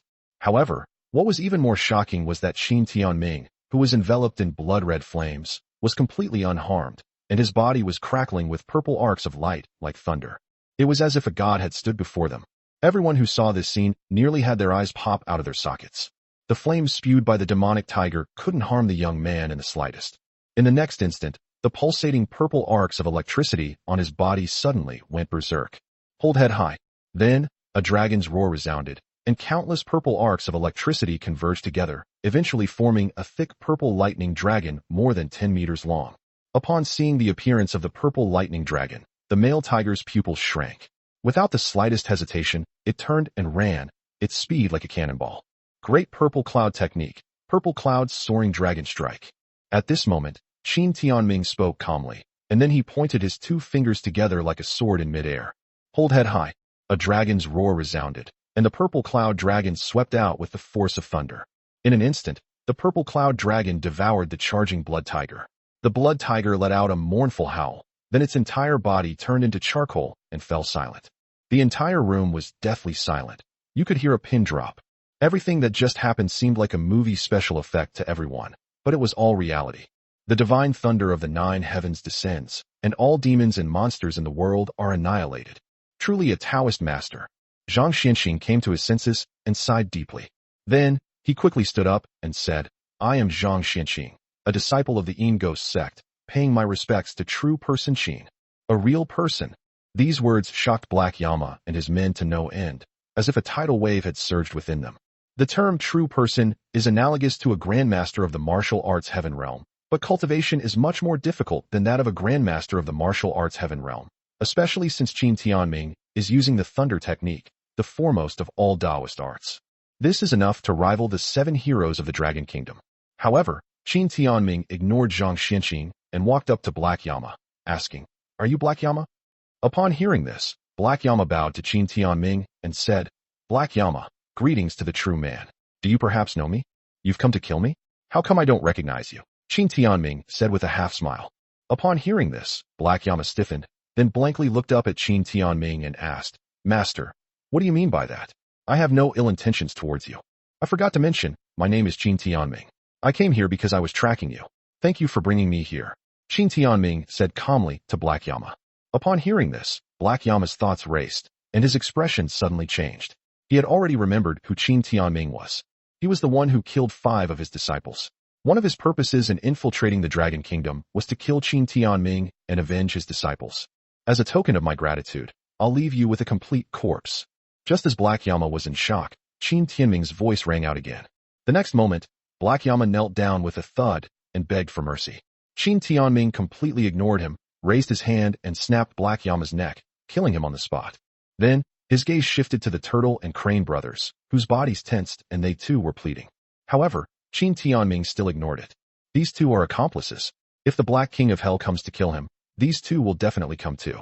Therefore kill. Qin Tianming flashed over and instantly snapped the heads of the 2 Earth Realm Grandmasters with 2 palm strikes. Zhang Xianxing and Zhou Yi were both stunned. This person is truly ruthless in killing. Take these 3 corpses out and hand them over to Dragon Soul. Qin Tianming glanced at the 2 stunned people and said something indifferently before walking towards the 300-year-old vermilion fruit. Seeing Qin Tianming walk towards the vermilion fruit, Zhou Yi came to her senses and mustered her courage to ask, Are you really a Taoist master? Miss Zhou, how dare you be so rude? Zhang Xuanqing's heart nearly jumped out of his chest upon seeing this. Didn't Zhou Yi see Qin Tianming just kill people without blinking an eye? If he were to turn around and slap Zhou Yi to death, the Zhou family could then find a Taoist master, and a true master of thunder magic, to cause trouble. Mr. Qin, this vermilion fruit was discovered by our Zhou family before, and we even drew a map of it. So, could you please return it to me? Zhou Yi took a deep breath and said, neither humble nor arrogant. Did your Zhou family find it first? Qin Tianming asked with a playful expression. If Mr. Qin is not satisfied, our Zhou family is willing to pay for it. You can name your price, Zhou Yi said, frowning immediately upon seeing Qin Tianming's attitude. Qin Tianming stared at Zhou Yi, smiling without saying a word. 500 million. 1 billion. 2 billion. 50 billion. Zhou Yi shouted out 5 billion in one breath, but Qin Tianming did not react. Mr. Qin, how much money do you want? Just name your price. Zhou Yi said immediately when Qin Tianming didn't speak. Zhang Xianxing was dumbfounded. Lei Fa Jinren is on par with the 7 heroes and can create a family worth hundreds of billions on his own. How could he possibly care about a mere 50 billion? Your Zhou family is quite powerful, so wealthy. Qin Tianming asked Zhou Yi with a half-smile. Mr. Qin, our Zhou family of Longdu is not just rich. If you know what's good for you, I can make you a guest retainer of the Zhou family, and you'll be set for life. Zhou Yi spoke of the Zhou family with utter arrogance. If you don't know what's good for you, Zhou Yi paused here, looking at Qin Tianming with a meaningful gaze. Zhang Xianxing was completely dumbfounded. This is a threat. A true person should not be insulted. I'll take your life. Qin Tianming spoke calmly at this moment. Upon hearing this, Zhou Yi's expression changed, and she wanted to speak.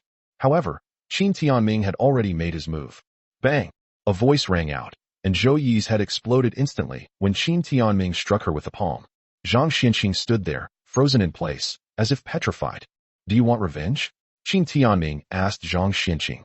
I wouldn't dare. Zhang Xianqing gave a bitter smile. Go and do what I asked you to do. Qin Tianming waved his hand and said. Chapter 49, Half a Month of Cultivation, Reaching the Pinnacle of Qi Refining. After Zhang Xianqing left the valley, he discovered that Guan Hao and his group had not left, so he asked Guan Hao to transport the bodies out of the primeval forest. Master Xianqing, have you seen Qin Tianming? Seeing Master Xianqing bring out 4 corpses, but not Qin Tianming, Shen Qinglan cautiously asked. Zhang Xianqing looked at Shen Qinglan and, recalling Qin Tianming's attitude towards her earlier, said, Miss Shen, there are some things you shouldn't ask. Just leave now. After saying that, Zhang Xianqing ignored Shen Qinglan and set off with Guan Hao. Along the way, because Qin Tianming did not appear, Shen Qinglan and the others became taciturn. They wanted to ask what had happened in the valley, but they did not dare to ask. Finally, on the 3rd day, the group left the primeval forest and returned to the town. In the small town, Zhang Xianqing met Gu Qingmei and her group, who had come looking for Qin Tianming. That night, Gu Qingmei and Qin Tianming rode a helicopter together into the airspace above the primeval forest. Qin Tianming jumped directly from a height of over 100 meters, shocking her so much that she felt her worldview had collapsed. Unable to go down, she could only return to the town and contact Bai Qiushan. Bai Qiushan hurriedly led his men to the primeval forest to search for Qin Tianming, but before they entered, they encountered Zhang Xianqing coming out. Colonel Bai, this is the body that Master Qin asked me to give you. He said he needs to stay in the forest for a while, so there's no need to look for him. Zhang Xianqing explained the general situation to Bai Qiushan. Bai Qiushan took a deep breath after hearing this. He had already overestimated Qin Tianming as much as possible. But after hearing what Zhang Xianqing said, he felt that he had underestimated him. Real person. A real person who is 22 years old. This is no longer just the 10 sects. It's comparable to the 7 heroes. In the future, they will surely be able to stand shoulder to shoulder with the 5 greats of the Dragon Kingdom. Bai Qiushan even felt that as long as Qin Tianming continued to grow, the Dragon Kingdom would produce a 4th king. As for Miss Zhou's body, please hand it over to the Zhou family. Tell them that I, Zhang, was unable to protect her, and I will return everything the Zhou family gave me, Zhang Xianqing said finally. Bai Qiushan knew the Zhou family's background, but he certainly wouldn't delve into how Zhou Yi died, so he immediately agreed.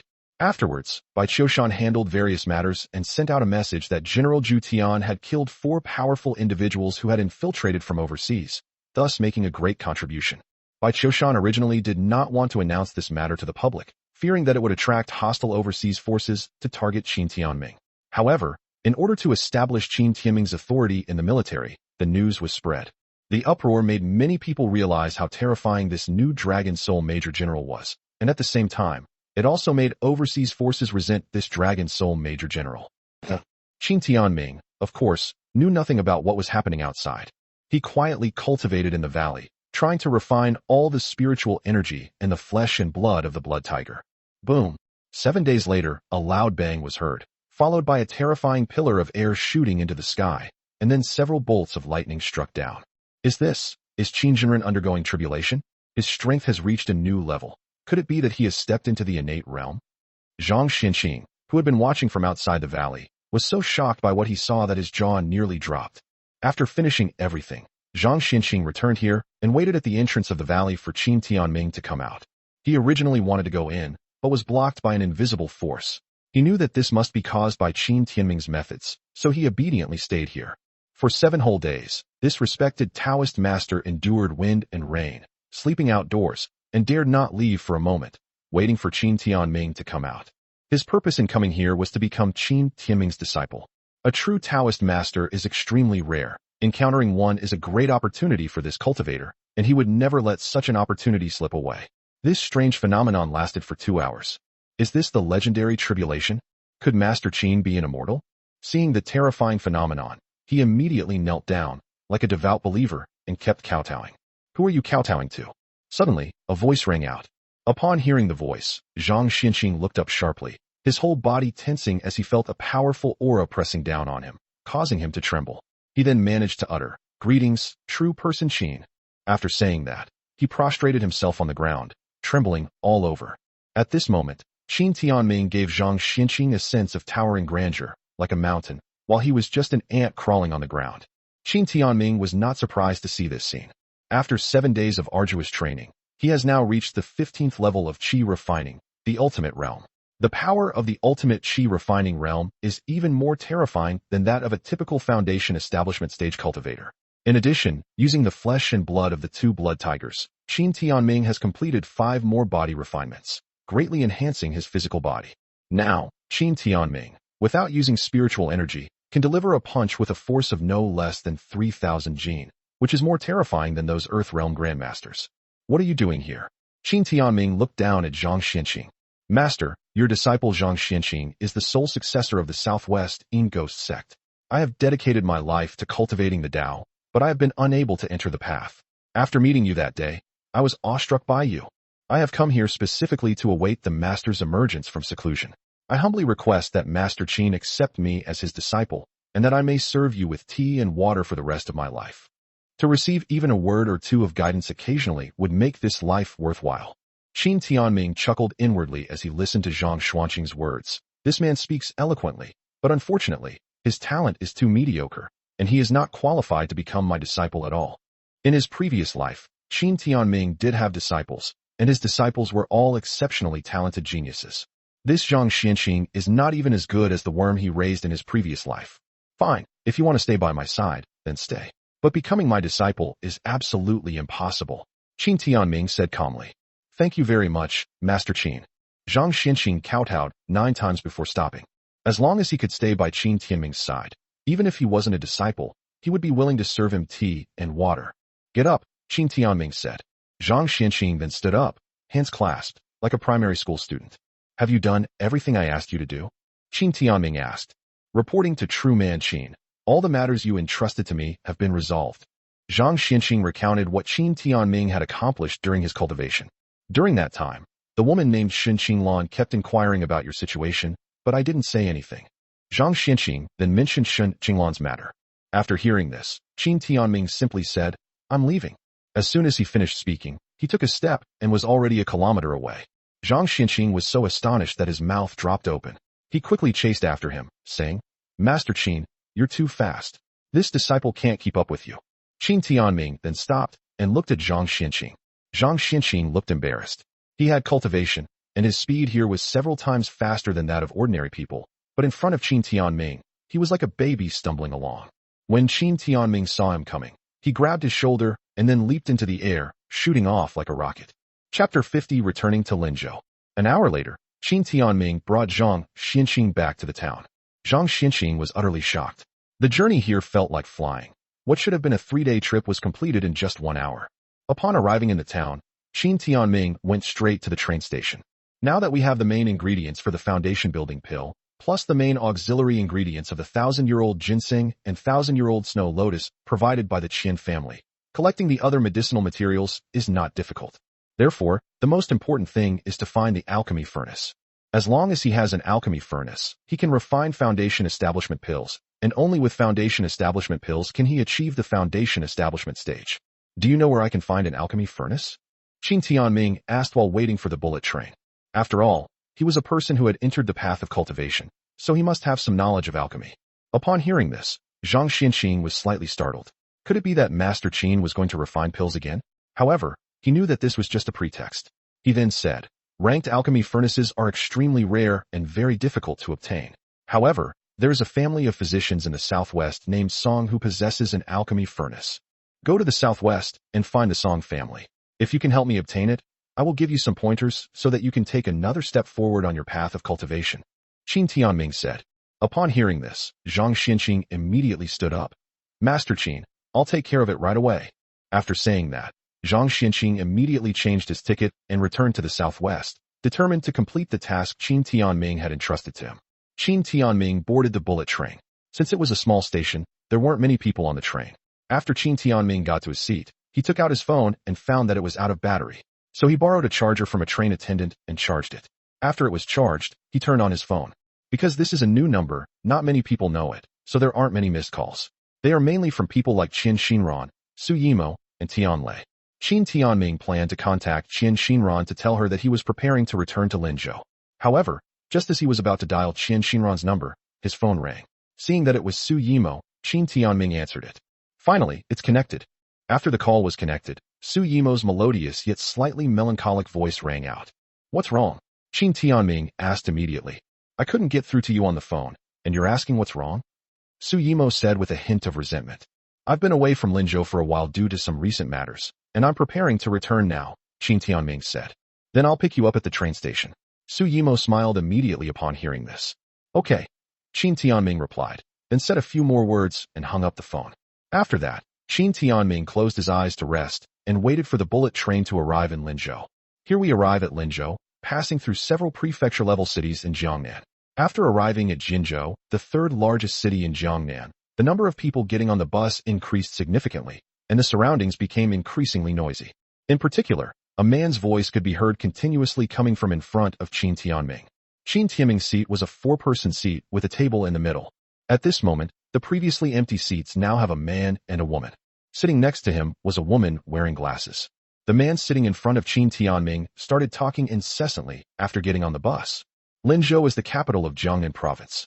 It has a developed economy and is home to all kinds of large companies, including international companies. The most famous of them is the Su Group, owned by the richest family in Jiangnan. It is not easy to get a job there. However, my brother works there as a manager, so you guys are really lucky. The man was well-dressed and spoke with great enthusiasm. In short, he was showing off his strong abilities and connections within the Su Group, which allowed him to get a job there.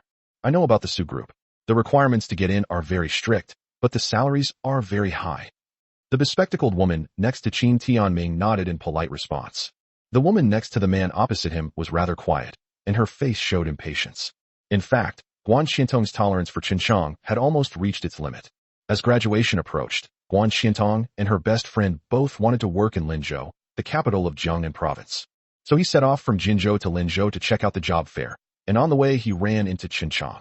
After learning of the two men's purpose, Qinchang began to boast incessantly. At first, she was quite patient and would even smile and agree with me. But as time went by, these two things were brought up again and again, more than 10 times, and she, who had always been very good-tempered, became impatient with them. However, out of politeness and self-restraint, she couldn't bring herself to speak directly. Sure enough, even the people sleeping peacefully across the street were woken up. Guan Xiantong was about to apologize, but her eyes lit up when she saw Qin Timing's appearance. What a handsome young man. The young man opposite me had a resolute face, with features that were extremely sculpted as if carved by a knife, and eyes as clear as lake water. More importantly, this young man exuded an indescribable aura while sitting there. This young man is even more handsome than the celebrities on TV. Although Guan Xiantong isn't a fangirl, she couldn't help but feel a fondness for such a handsome young man when she saw him for the first time, especially with a chattering fly nearby as a foil. Sorry I disturbed you. Guan Xiantong apologized to Qin Tianming. Qin Tianming simply nodded slightly, indicating that he didn't mind. Hello, my name is Sun Rurue. Are you also going to Linzhou? The woman next to Qin Tianming was much more outgoing. Seeing that Qin Tianming was handsome and about the same age as her, she took the initiative to greet him. Right. Qin Tianming responded with a faint yes. We're both going to Linzhou, what a coincidence.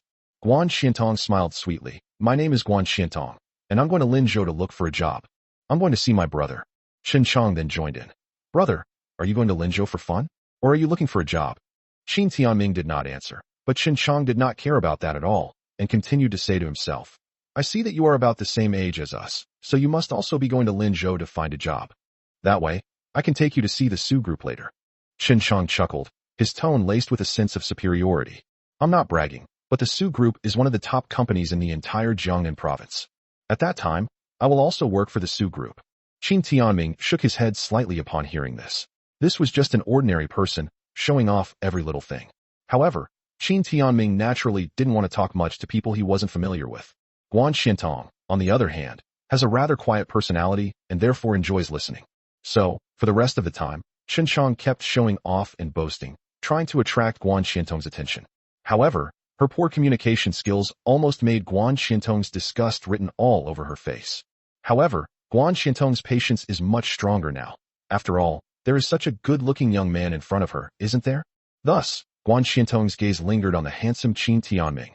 Soon, around 4 p.m., the bullet train arrived at Linzhou station. Qinchang tried to get Guan Xiantong's contact information, but was rebuffed.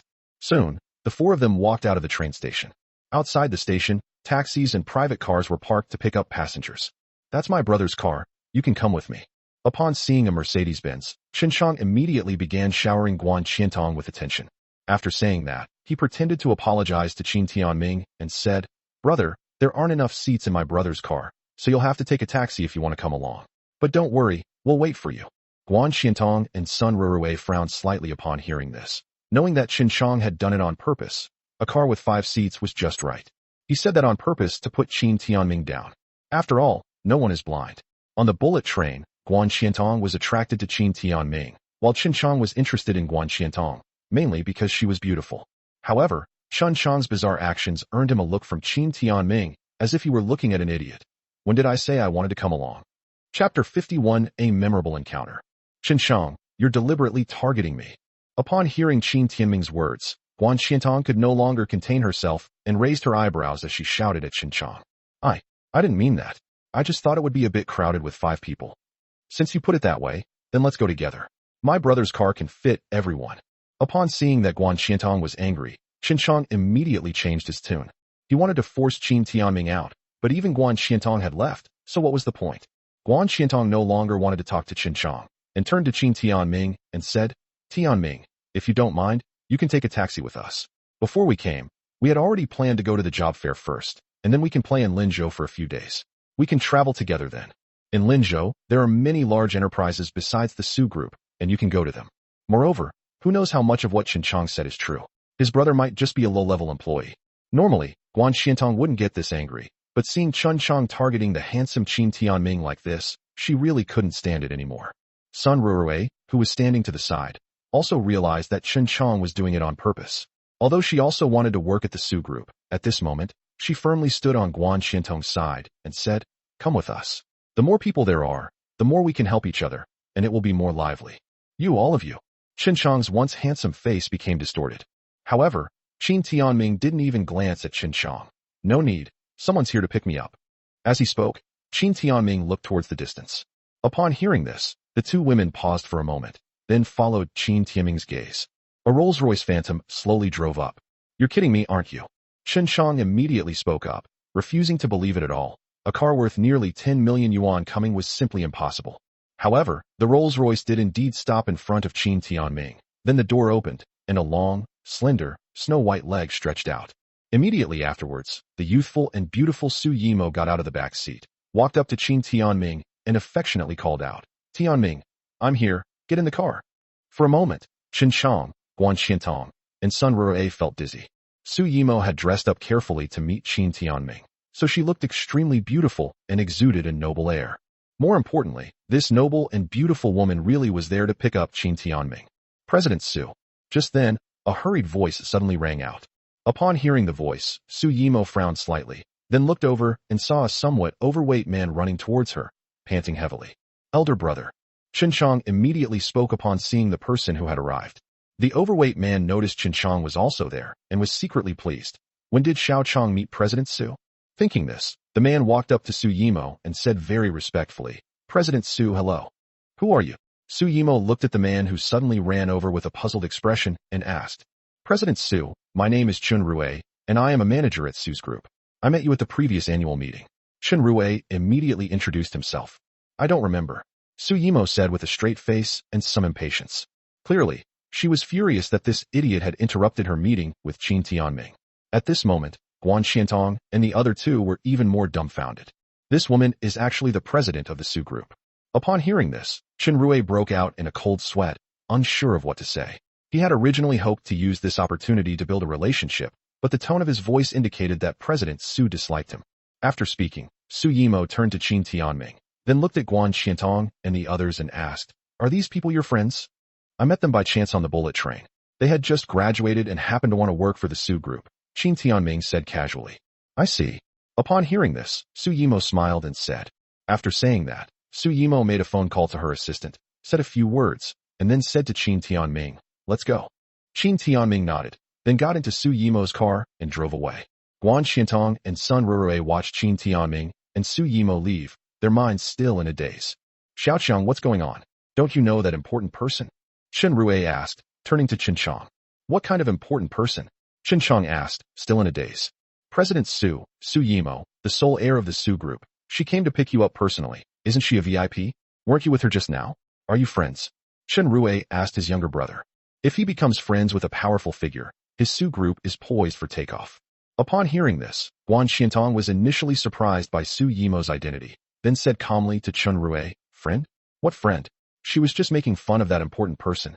Upon hearing this, Chen Rui's forehead veins bulged, and he slapped Qin Chong across the face, then cursed. I told you long ago not to show off everywhere, and now look what's happened. I really want to beat you to death. Qin Chong was stunned by the slap, but Chen Rui didn't stop. He started punching and kicking Qin Chong, yelling as he did so. Do you know you're trying to kill me? That important person mentioned it casually, and Su Yimo was able to arrange jobs for the two women. If that important person had just mentioned it casually, he would be finished. The whole family is finished. Brother, how was I supposed to know? He has such a powerful background. Qin Chong was also extremely annoyed at this moment. I never expected that the quiet and reserved person sitting across from me would have such a powerful background. Chen Rui kicked a few times, then quickly turned around and caught up with Guan Xiantong and Sun Rui, who were about to leave. Ladies, do you have the contact information for that person from earlier? Chen Rui asked the two women with utmost respect. Guan Xiantong and Sun Rui found Chen Rui's expression somewhat amusing. No. Guan Xiantong shook her head, saying with a hint of bitterness. After saying that, he pulled Sun Rui into a taxi to meet Su Yimo's assistant. Tong, it's such a pity we didn't get Qin Timing's contact information, Sun Rui said with some annoyance after getting into the taxi. Rui, even if it's coming, so what? Guan Xiantong said bitterly. We can contact him, Sun Rui said immediately. Guan Xiantong shook her head and said, Rui, we are ultimately from different worlds than him. Sun Rui paused for a moment after hearing this, then looked out the window. Yes, the two women came from ordinary families, while Qin Timing was like a lofty son to them. In the end, they were just two fleeting passers-by to Qin Timing. Having met him once, and even receiving his help, is already quite good. To want to take the relationship further is nothing short of wishful thinking. Chapter 52. So what if I hit you? You dare say no? After picking up Qin Timing, Su Yimo and Qin Timing went to a high-end restaurant in Linzhou, just like a couple on a date, intending to have a proper meal and then enjoy their date. You won't contact me unless I call you? After ordering, Su Yimo said with a resentful look. Su Yimo has always been a reserved lady. Even though her parents kept urging her to contact Qin Timing, she never took the initiative. However, Qin Timing acted as if he had nothing to do with her and never took the initiative to contact her. Before she knew it, more than a month had passed. Su Yimo couldn't hold back any longer and contacted Qin Timing. She made many calls before finally getting through.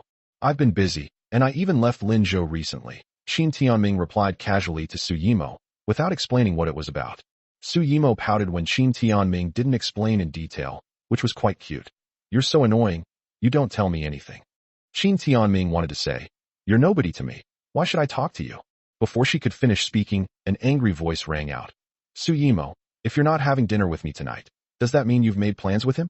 Upon hearing the voice, Qin Timing looked over and saw a handsome man dressed in exquisite clothes leading several men and women, staring at Su Yimo with angry eyes. Su Yimo frowned and said, Ren Jiangshan, I've told you before, we're just business partners. I don't need to go on a date with you alone. Let's see what kind of person he is, daring to steal my woman. Upon hearing this, Ren Jiangshan looked at Qin Timing and let out a cold laugh. His tone was full of sarcasm. Smack! No sooner had Ren Jiangshan finished speaking than a crisp slap rang out. Before Su Yimo and Ren Jiangshan's men could react, they saw Ren Jiangshan fly out and crash to the ground, losing 7 or 8 teeth and his mouth full of blood. Everyone looked over and saw Qin Timing pick up a wet wipe from the table, wipe his right hand, and casually throw it away. What kind of thing are you to dare talk to me like that? The entire venue was deathly silent. Everyone in the restaurant was stunned. Who would have thought that Qin Timing would suddenly make a move, and do so ruthlessly, beating this young Master Ren to a pulp? Young Master Ren. One of the men who had come with Ren Xiao rushed over and helped Ren Jiangshan up. Su Yimo stared at Qin Timing in astonishment, not expecting him to make a move so suddenly, and a strange sense of pleasure flashed through her heart. Recently, the Su group has been negotiating a cooperation with the Ren family in Zhongbei province. Ren Jiangshan, taking advantage of the Ren family's influence, has been harassing her frequently, which she finds extremely annoying. However, the other party is, after all, the third young master of the Ren family in Zhongbei, and fighting him would cause a lot of trouble. How dare you hit me? Rin Jianshan stood up and wiped the blood from the corner of his mouth. Because all his teeth had fallen out, he was speaking with a lisp. Emo has already explained it to you, and you're still acting all high and mighty. How dare you talk to me like that? If I don't beat you up, who will I beat up? Qin Timing looked at Rin Jianshan without any politeness. Qin Timing is now a major general, and his cultivation has reached the pinnacle of the 15th level of qi refining. No one in the entire Jiangnan region can surpass him. Now that someone has jumped out to humiliate him, what use is his cultivation if he doesn't fight back? The only reason Rin Jianshan wasn't killed by a slap was because of Su Yimo. Now that Rin Jianshan has been killed, who would dare to cause him trouble? Fine, kid, you've got guts to hit me. Do you know who I am? After Rin Jianshan got up, he yelled at Qin Tianming, but because he had lost his teeth, he could only speak with a lisp. Tell me, what's your background? Qin Tianming asked with amusement. My name is Rin Jianshan, the third young master of the Rin family, the #1 family in Zhangbei. My grandfather is a high-ranking official, my father is a martial arts master, and our Rin family is a 1,000-year-old family in Zhangbei with assets of hundreds of billions. We even have a grandmaster of the acquired realm in charge. How dare you hit me? Rin Jianshan shouted at Qin Tianming. Upon hearing this, everyone present gasped in shock. It turns out this person is the young master of the Rin family in Zhangbei. If we were to make a comparison, the Rin family would be like the Qin family of Jiangnan. More importantly, the Rin family is stronger than the Qin family because the Rin family has a grandmaster at the acquired realm who is in charge. This young man has such a powerful background. The Rin family of Zhangbei is too terrifying. If it were an ordinary family, the Su family could handle it with their backing, but since it's the Rin family, this matter will be difficult to resolve. This guy is too impulsive. He thinks that being with Su Yimo means he can do whatever he wants. This young man has chosen a narrow path. The people in the upscale restaurant were all influential figures, and they all knew a bit about the power of the Rin family in Zhangbei. They spoke up one after another, some of them sympathizing with Qin Tianming, who was far too arrogant. At this moment, even Su Yimo began to worry about Qin Tianming. However, no sooner had Rin Jianshan finished speaking than Qin Tianming suddenly raised his hand, grabbed him, and a powerful force lifted Rin Jianshan up out of thin air. Then, Rin Jianshan flew high into the air like a cannonball and crashed into the wall. Young Master Ren. Those who came with young Master Ren exclaimed in surprise upon seeing this scene, and immediately gave chase. Rin Jianshan is just a mortal. How could he withstand such a blow? He would probably be either dead or seriously injured. However, the moment this person caught Rin Jianshan, his whole body trembled, his internal organs shifted, and then he spat out a mouthful of blood with a poof. The hands that caught Rin Jianshan were smashed on the spot, making a horrifying crack sound. Bang! Even though someone caught Rin Jianshan, he still fell to the ground like a dead dog, looking utterly miserable. So what if I hit you? You dare say no? Qin Tianming sat there with his golden sword and a swagger, speaking calmly. Everyone who saw this scene gaped open, staring at Qin Tianming in shock, not daring to utter a sound. The other party had already introduced himself and claimed to be someone important, yet he was still brutally beaten like a dead dog and almost killed. However, no one dares to say a word now. I'm sorry. My young master was ignorant and offended you. I apologize on his behalf. The man who followed him stood up and spoke with great difficulty, appearing extremely respectful. In their recent exchange, he had already realized that Qin Timing's strength was extremely terrifying. He was a martial artist at the peak of the profound realm, but he was no match for Qin Tianming. The young man before me must be a grandmaster of the earth realm. As for a grandmaster of the acquired realm in his 20s, this man didn't even dare to dream of it. What good will your apologies do? He probably wants to kill me now. Qin Tianming looked coldly at Rin Jianshan. Rin Jianshan glared at Qin Tianming with resentment, and finally gritted his teeth and said, Yes, I'm sorry, I offended you just now. Everyone who witnessed this scene was filled with disbelief. Even Su Yimo couldn't help but cover her mouth, finding it hard to believe. She knew all too well how arrogant Rin Jianshan was. However, Qin Tianming still had to obediently lower his head. Just how strong is Qin Tianming? Chapter 53, I want to take her away. Get out. After seeing Rin Jianshan's apology, Qin Tianming snorted coldly. He had long seen the resentment in Rin Jianshan's eyes. Killing someone in public here would only bring him a lot of trouble. There was no need to cause unnecessary trouble for such a good-for-nothing. If Rin Jianshan dares to seek revenge, Qin Tianming will definitely kill him. Thank you, senior.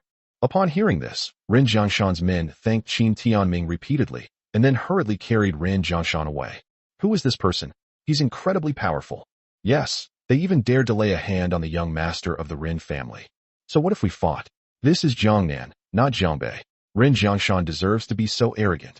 Many people spoke out after seeing Rin Jiangshan leave, feeling that they had finally gotten their revenge. Su Yimo's beautiful eyes were sparkling as she looked at Qin Tianming, feeling that this man was truly too outstanding and had already captivated her. Am I that good-looking? Qin Tianming smiled and replied when stared at. It's beautiful, so beautiful. I want to look at it for a lifetime, Su Yimo said with a smile. Qin Tianming felt that this was a confession, but he was not in the mood for romance at the moment. He only wanted to cultivate and improve his cultivation level. Soon, Qin Tianming and Su Yimo finished their dinner, and then Su Yimo took Qin Tianming to the lakeside villa. Mr. Qin, you're finally back. After Qin Tianming and Su Yimo pushed open the door and went in, Qian Xinran's voice came through. Qian Xinran, dressed casually in her home clothes, with what appeared to be nothing underneath, stood in front of Qin Tianming with a smile. Su Yimo saw Qian Xinran roll her eyes. In fact, Qin Tianming was not here these days, but she had been to this villa and had met Qian Xinran. What she knows so far is that this young lady from the Qin family, Qian Xinran, claims to be Qin Timing's assistant, helping him manage his assets. Su Yimo naturally didn't believe it, but Qin Tianming wasn't there, so he couldn't verify it. However, now that Qin Tianming is back, I can ask him. Tianming, what is your relationship with Miss Qian? Why is she staying here? Did you allow it? Maid. Qin Tianming responded with a faint yes. Upon hearing this, Su Yimo's beautiful eyes widened as she looked at Qian Xinran. Qian Xinran smiled knowingly and said, the kind of maid who can warm the bed, you know. Upon hearing this, Su Yimo's face immediately turned red. Don't talk nonsense, Qin Tianming said. Qian Xinran simply shrugged her shoulders and said, Miss Su, are you staying tonight? Or, I'm not staying. Su Yimo rolled her eyes at Qian Xinran, then glanced at Qin Tianming, waiting for him to explain the true nature of their relationship. A maid or an assistant, use your own understanding, Qin Tianming said casually.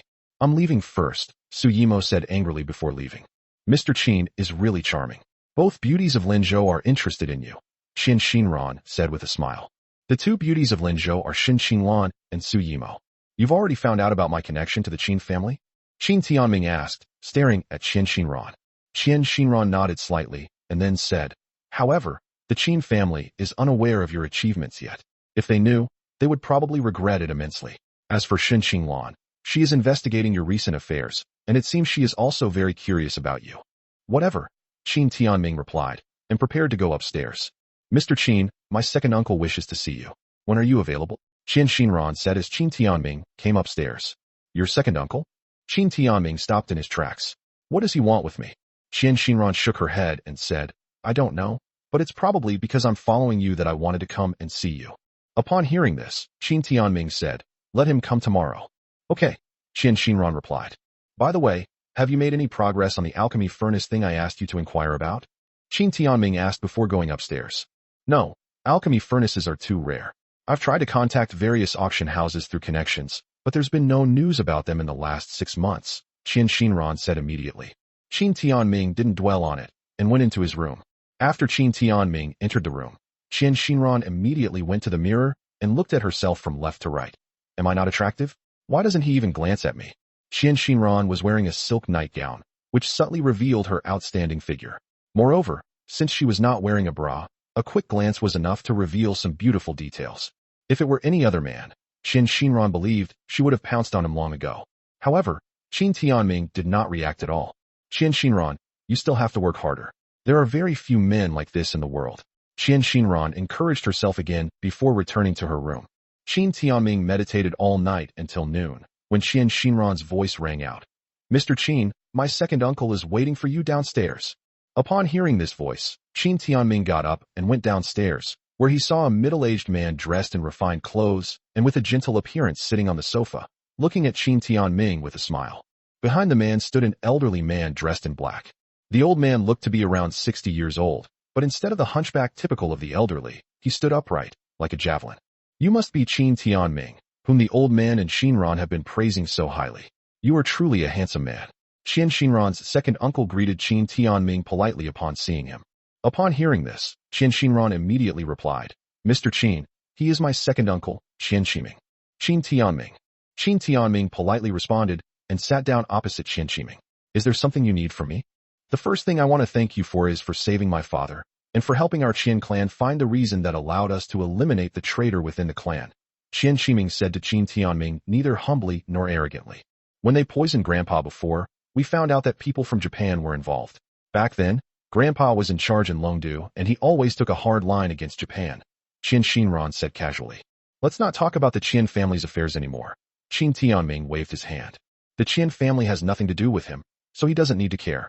Qin Shinran felt a little embarrassed, while Qin Timing was slightly displeased. He then continued, as for what happens next, Mr. Qin, would you be willing to take a walk with me by Westlake? Qin Tianming, knowing that Qin Timing didn't want Qin Shinran to hear what happened next, said, all right. Mr. Qin, please. Qin Timing stood up and said politely. Immediately, Qin Timing led the old man and Qin Tianming out of the villa and arrived at the West Lake. Speak. Qin Tianming and Qin Timing stood on the shore of West Lake and spoke. Mr. Qin, Shinran followed you because of the bet, and now I want to take her away. Qin Timing said calmly, looking at West Lake. Chapter 54 The Rin Family Attacks. Do you even have the right to bring this up with me? Qin Tianming responded with a faint yes. Qin Timing listened to Qin Tianming's words without thinking and said calmly, Qin Tianming, Shinran's parents died early and no one could discipline her. I have regarded her as my daughter since she was a child, and she has always been a woman of her word. That is why she fulfilled the bet. But it was precisely because of this bet that her life was ruined. So, I'm taking her away. You tell me your conditions. Impossible. Qin Tianming said calmly. Besides, how much do you know about me? How do you know that following me will ruin her life? Qin Tianming didn't cherish Qin Shinran that much. It was just that Qin Timing could take her away whenever he wanted. Didn't he have any pride? I know you are a skilled doctor and also have martial arts skills, but you are like this beautiful West Lake in front of us. In Jiangnan, it is beautiful and vast, but once you leave Jiangnan, what does West Lake count for? China is vast, and the world is even larger. Your achievements in Jiangnan are nothing compared to the true prodigies of heaven. I won't even mention those prodigies from Longdu, like Rin Minghui from the Rin family in Jiangbei. He's only 26 years old, but he's already a major in the Xinyuan Pavilion's Tiger Roar Special Forces. If you compare yourself to those prodigies of Longdu, you are utterly insignificant. Therefore, Shinran following you will only ruin her. I'm taking Shinran away to Longdu. Qin Timing gazed at West Lake and spoke calmly, his words carrying a hint of disdain.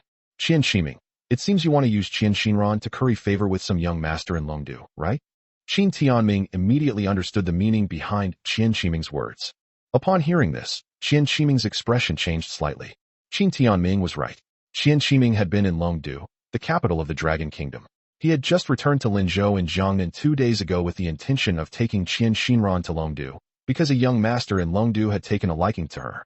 However, he did not expect that after returning to Linzhou, Qin Shinran would become Qin Timing's assistant, or even a maid, which is why she came to see Qin Tianming. He only knew from Qin Shinran that Qin Tianming had cured his father and possessed martial arts skills. He hadn't investigated anything else about Qin Timing's actions in Linzhou. Of course, in Qin Timing's view, even if this 22-year-old has superb medical skills, how could his future achievements compare to those of the young master from Longdu? Qin Tianming, you are just a fish in this small pond of Jiangnan. You can't see the vastness outside, or even the height of the sky. Qin Timing said again in a deep voice. Qin Timing, everything you see is nothing to me. Qin Tianming said calmly. I'm giving you a piece of advice. Stop trying to take advantage of Qin Shinran. Otherwise, even if you're Qin Shinran's second uncle, I'll still kill you. Arrogant. Upon hearing this, Qin Timing immediately shouted, You think you can do whatever you want just because you have some martial arts skills? You've never even seen those masters. However, Qin Tianming didn't want to waste any more words with Qin Timing, so he turned around and left.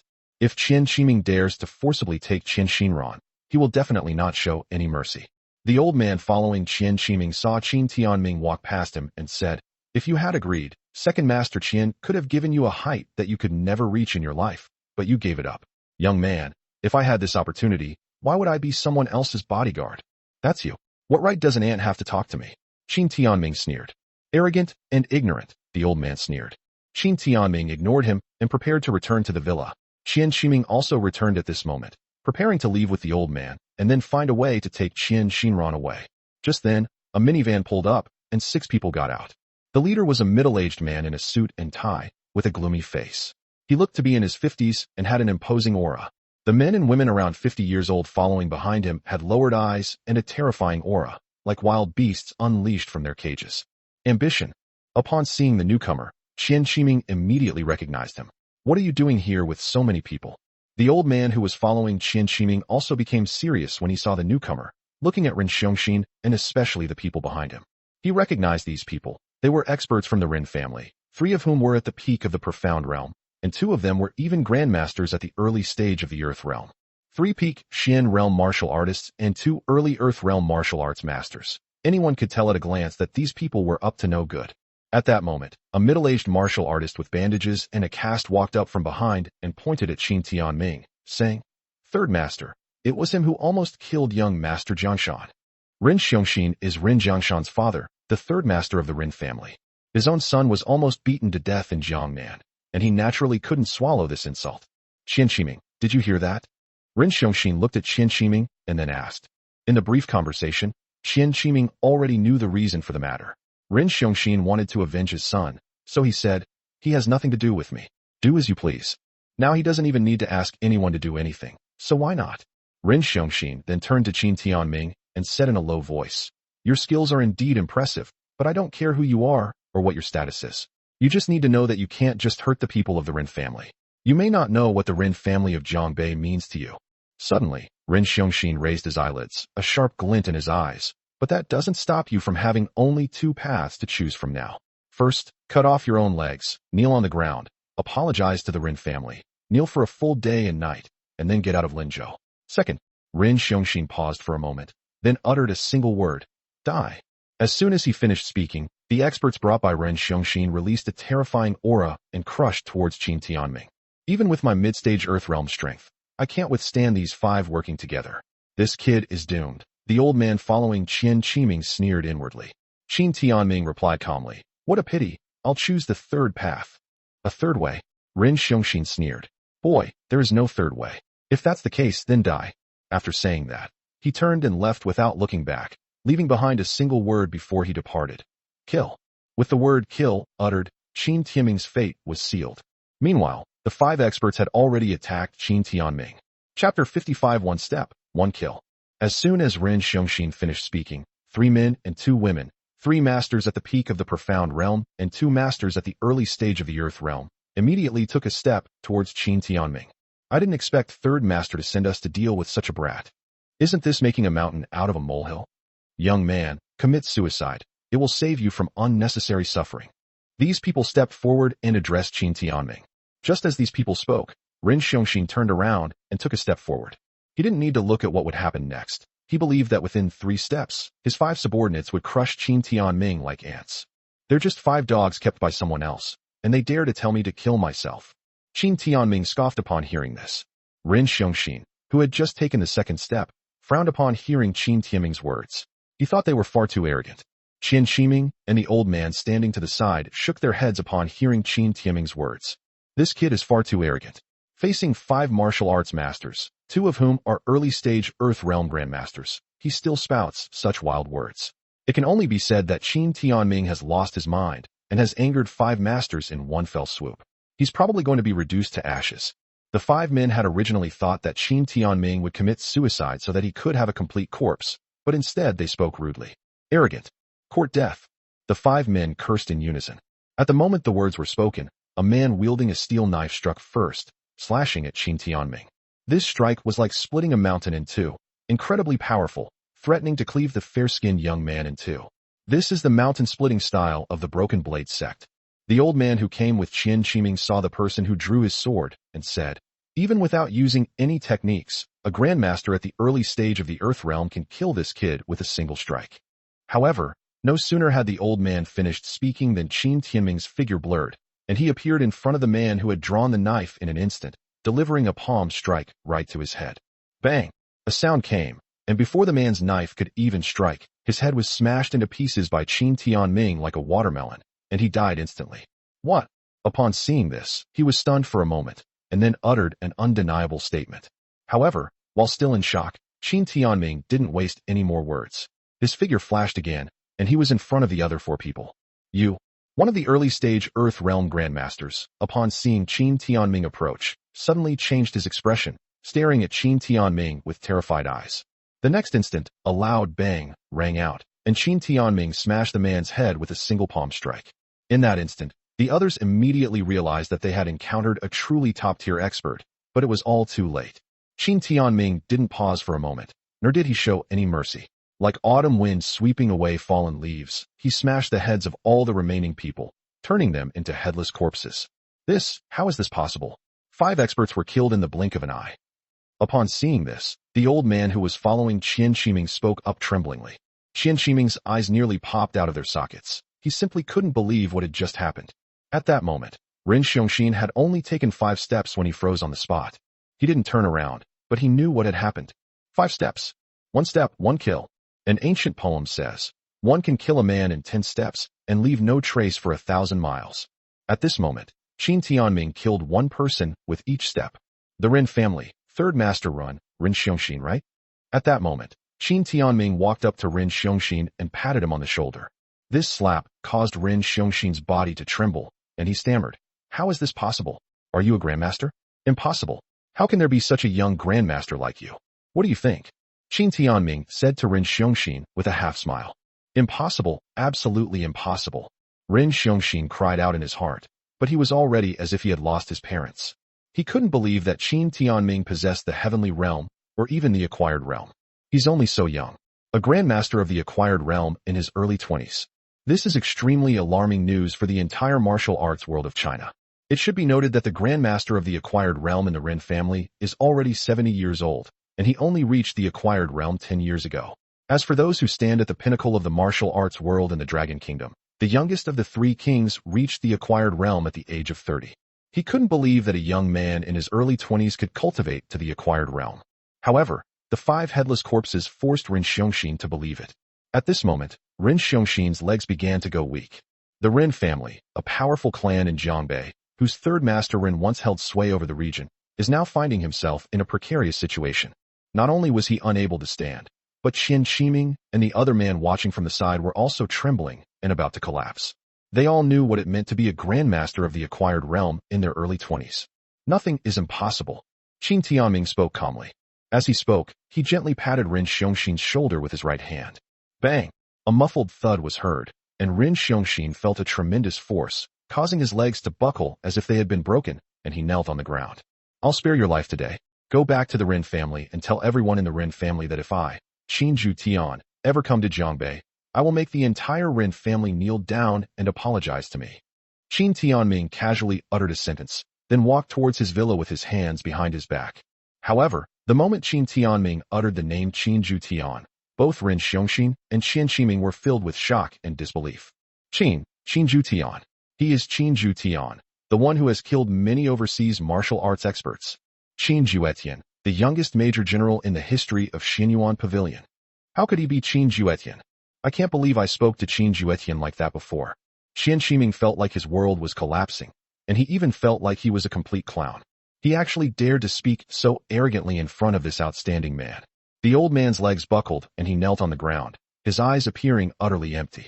So, he was saying I was an ant, unworthy of my attention and his efforts to improve our abilities.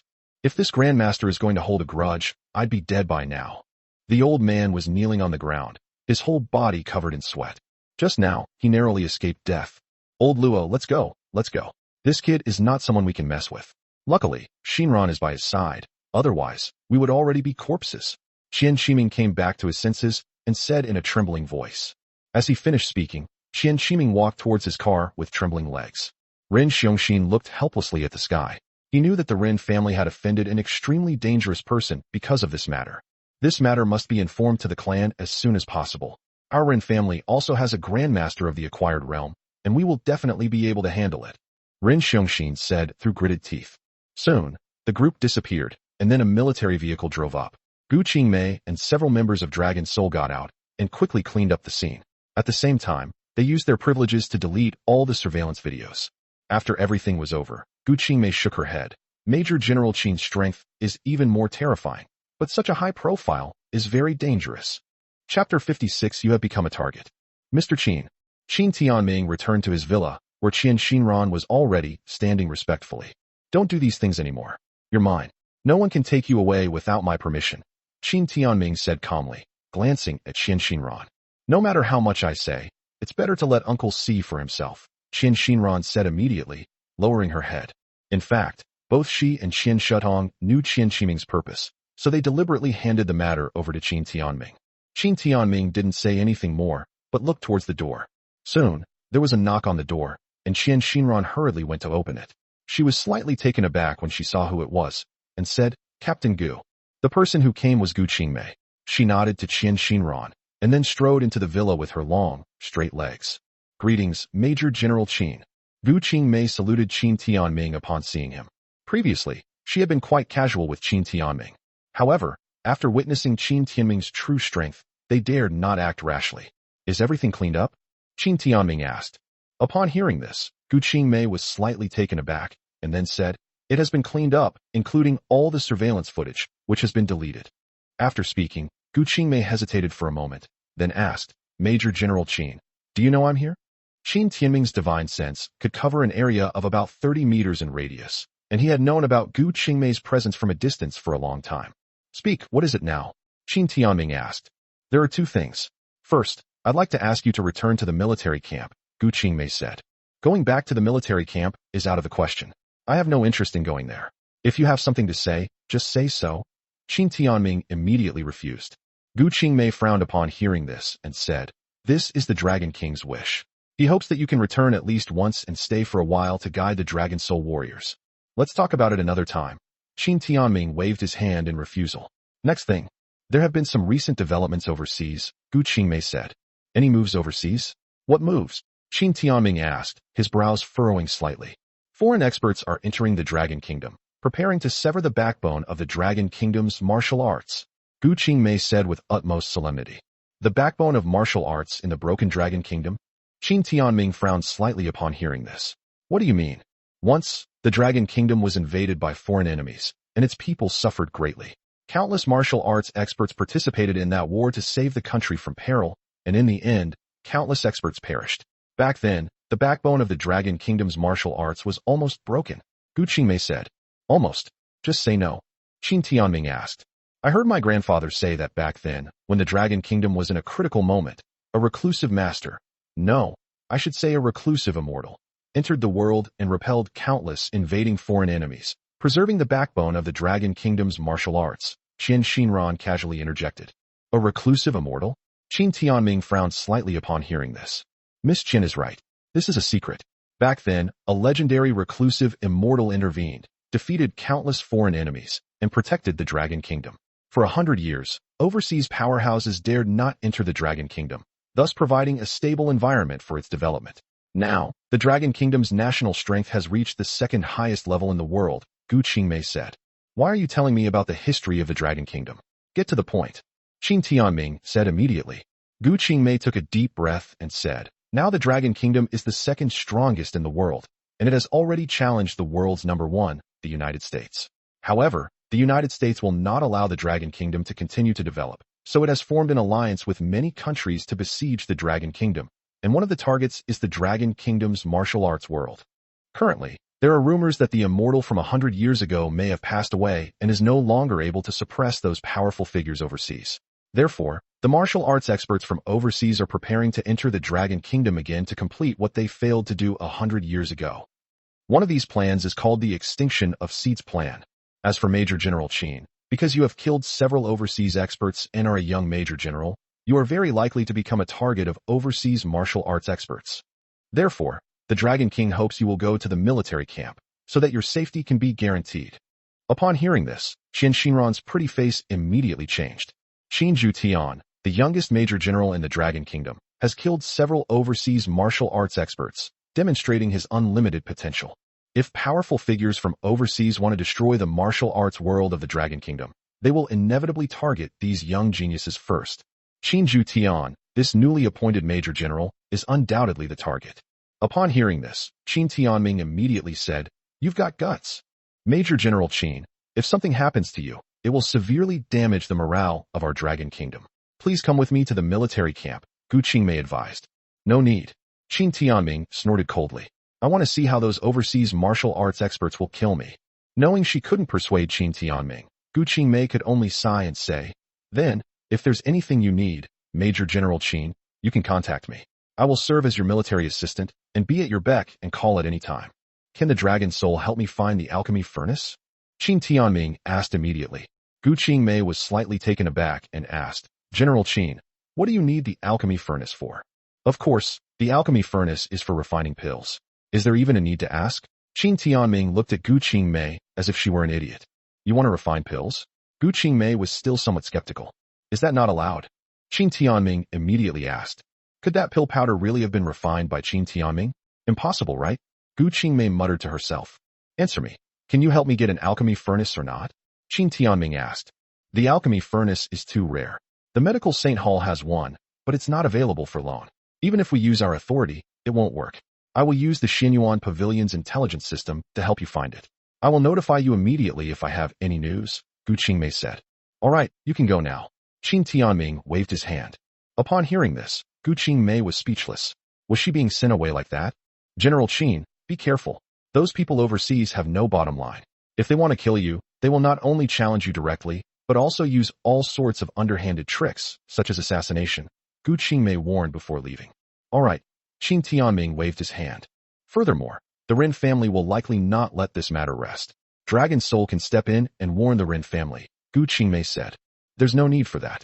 If the Ren family wants to wipe them out, I'll send them to their deaths, Qin Tianming said menacingly. Gu Qingmei sensed Qin Tianming's murderous aura, took a deep breath, and said, Then I'll be going now. After saying that, Gu Qingmei turned and left. Xian Xinran looked at Qin Tianming, who said, If those people overseas resort to any means necessary, I am not afraid at all. They might target the people around me. Xian Xinran was slightly taken aback upon hearing this. Did these words mean that he was worried about her safety? However, she understood that Qin Tianming was just that kind of person, extremely ruthless to his enemies, but fiercely protective of his own people. Do you know where I can buy high-quality jade? Qin Tianming asked. High-quality jade? Xian Xinran was taken aback. Mr. Qin, what do you do with jade? Refine a protective talisman, Qin Tianming ordered. Chapter 57 The Ren Family's Operation. Amulet. Xian Xinran looked surprised and puzzled upon hearing this. Don't worry about all that. Just help me find it. The higher the grade of the jade, the better. Money shouldn't be a problem, right? Qin Tianming asked. Okay. Xian Xinran replied immediately. Qin Tianming returned to his room and sat cross-legged in meditation. He has now reached the Qi refining peak and is just waiting for the Foundation Establishment pill to achieve the Heavenly Tao Foundation Establishment. He has already completed 10 body refinement sessions, but he does not have any good materials for body refinement, so he will no longer cultivate Qi refining or body refinement. Therefore, at this moment, Qin Tian began to hone his soul using the Great Soul Transformation technique. Ordinary Qi refining stage cultivators do not possess divine consciousness, but Qin Tianming is different. He is at the extreme level, and more importantly, he has mastered the Great Soul technique, the primary cultivation path for tempering the divine soul. Therefore, Qin Tianming developed divine consciousness very early on. Even after cultivating the Great Soul technique, he was able to kill people with his divine sense and soul power. Of course, more importantly, Gu Qingmei said that he would become a target of foreign forces. Qin Tianming was not afraid of any overseas forces at all. He was worried about people connected to him, such as Qian Xinran and Su Yimo. Whether one is an ordinary person or a spiritual practitioner, one can never escape interpersonal relationships. Therefore, if his soul is strong enough, he can empower these people, protect them, or even launch a direct counterattack. While Qin Tianming was cultivating, Ren Xiongxin had already been sent back to the Ren family in Jiangbei. Qin Ju Tian, even though you are the youngest major general, you actually made the entire Ren family kneel down and apologize. Ren Xiongxin recounted the events in Linzhou, Jiangnan, but naturally embellished the story, attributing everything to Qin Juetian. Qin Ju Tian is incredibly powerful, likely possessing the cultivation level of a grandmaster in the acquired realm, and is also the youngest major general in the Dragon Soul. However, they still cannot challenge the Ren family, the #1 clan in Jiangbei. Dad, Ren Xiongxin's legs were already useless. With bitterness, he said to Ren Hongsheng, the current head of the Ren family, This Qin Juetian is too lawless. We can't just let this go. Killing 5 elders of my Ren family is something we should naturally settle accounts with Qin Juetian for. However, asking him to take action is a bit premature. Moreover, we should also consider his status as a Dragon Soul Major General. Our Ren family cannot go too far. Ren Hongsheng, after all, had seen a lot and was a high-ranking official. He wasn't a hothead. When it came to grudges and feuds in the martial arts world, he would consider things more carefully. However, in his view, dealing with Major General Qin Ju Tian should not be too aggressive, Otherwise it would be troublesome if the dragon soul was angered. Grandpa, leave this to me. Just as Ren Hongsheng finished speaking, a voice came from behind. Jiang Hai, do you have a solution? Upon hearing the voice, Ren Hongsheng looked at the speaker and said, This man is Ren Jianghai, the second young master of the Ren family. According to what third uncle and Jiangshan said, Qin Tian is related to the Su family. So let's target the Su family first. Although the Su family is the richest family in Jiangnan, they have only been around for more than 20 years. Their foundation is incomparable to mine. With the deterrent power of our Ren family, we can completely block the Su family, Ren Jianghai said. The Ren family members nodded slightly in agreement. Starting with Qin Tian was a good choice. We can hire assassins to settle the hatred of the deaths of 5 of my family's elders. Then Ren Jianghai said with a fierce expression. Upon hearing this, everyone exchanged glances before looking at Ren Hongsheng. Ren Hongsheng thought for a moment and said, Jianghai, then I'll leave this matter to you. Grandpa, your grandson will not let you down. Upon hearing this, Ren Jianghai immediately replied. His previous defeat in Linzhou, Jiangnan, had drawn criticism from the Ren family. Now, if he does this well, he has a very good chance of becoming the heir of the Ren family. All right, everyone disperse, Ren Hongsheng said, waving his hand in final gesture. Immediately, the Ren family members dispersed, while Ren Jianghai hurriedly returned to his room, turned on his computer, and logged onto a website. Secret Network. The most mysterious network in the world today, the internet that facilitates all kinds of shady transactions, can issue any task, as long as you can afford the price. As for the employer's identity, even the person accepting the task will not know who issued the task. Only the owner of the secret network knows the identity of the person who issued the task. No one in the world knows who owns the secret network. In short, the secret network is a mysterious network that is almost impossible to trace. Ren Jianghai posted an assassination mission worth $10 million on the secret network, and the target was Qin Juetian, the newest major general of Dragon Soul. After issuing the mission, he poured himself a glass of red wine, swirled it in his hand, and said casually, Qin Tian, so what if he's the youngest major general? He'll still become my stepping stone. As soon as he finished speaking, he downed the drink in one gulp. Meanwhile, a message also returned from the secret network.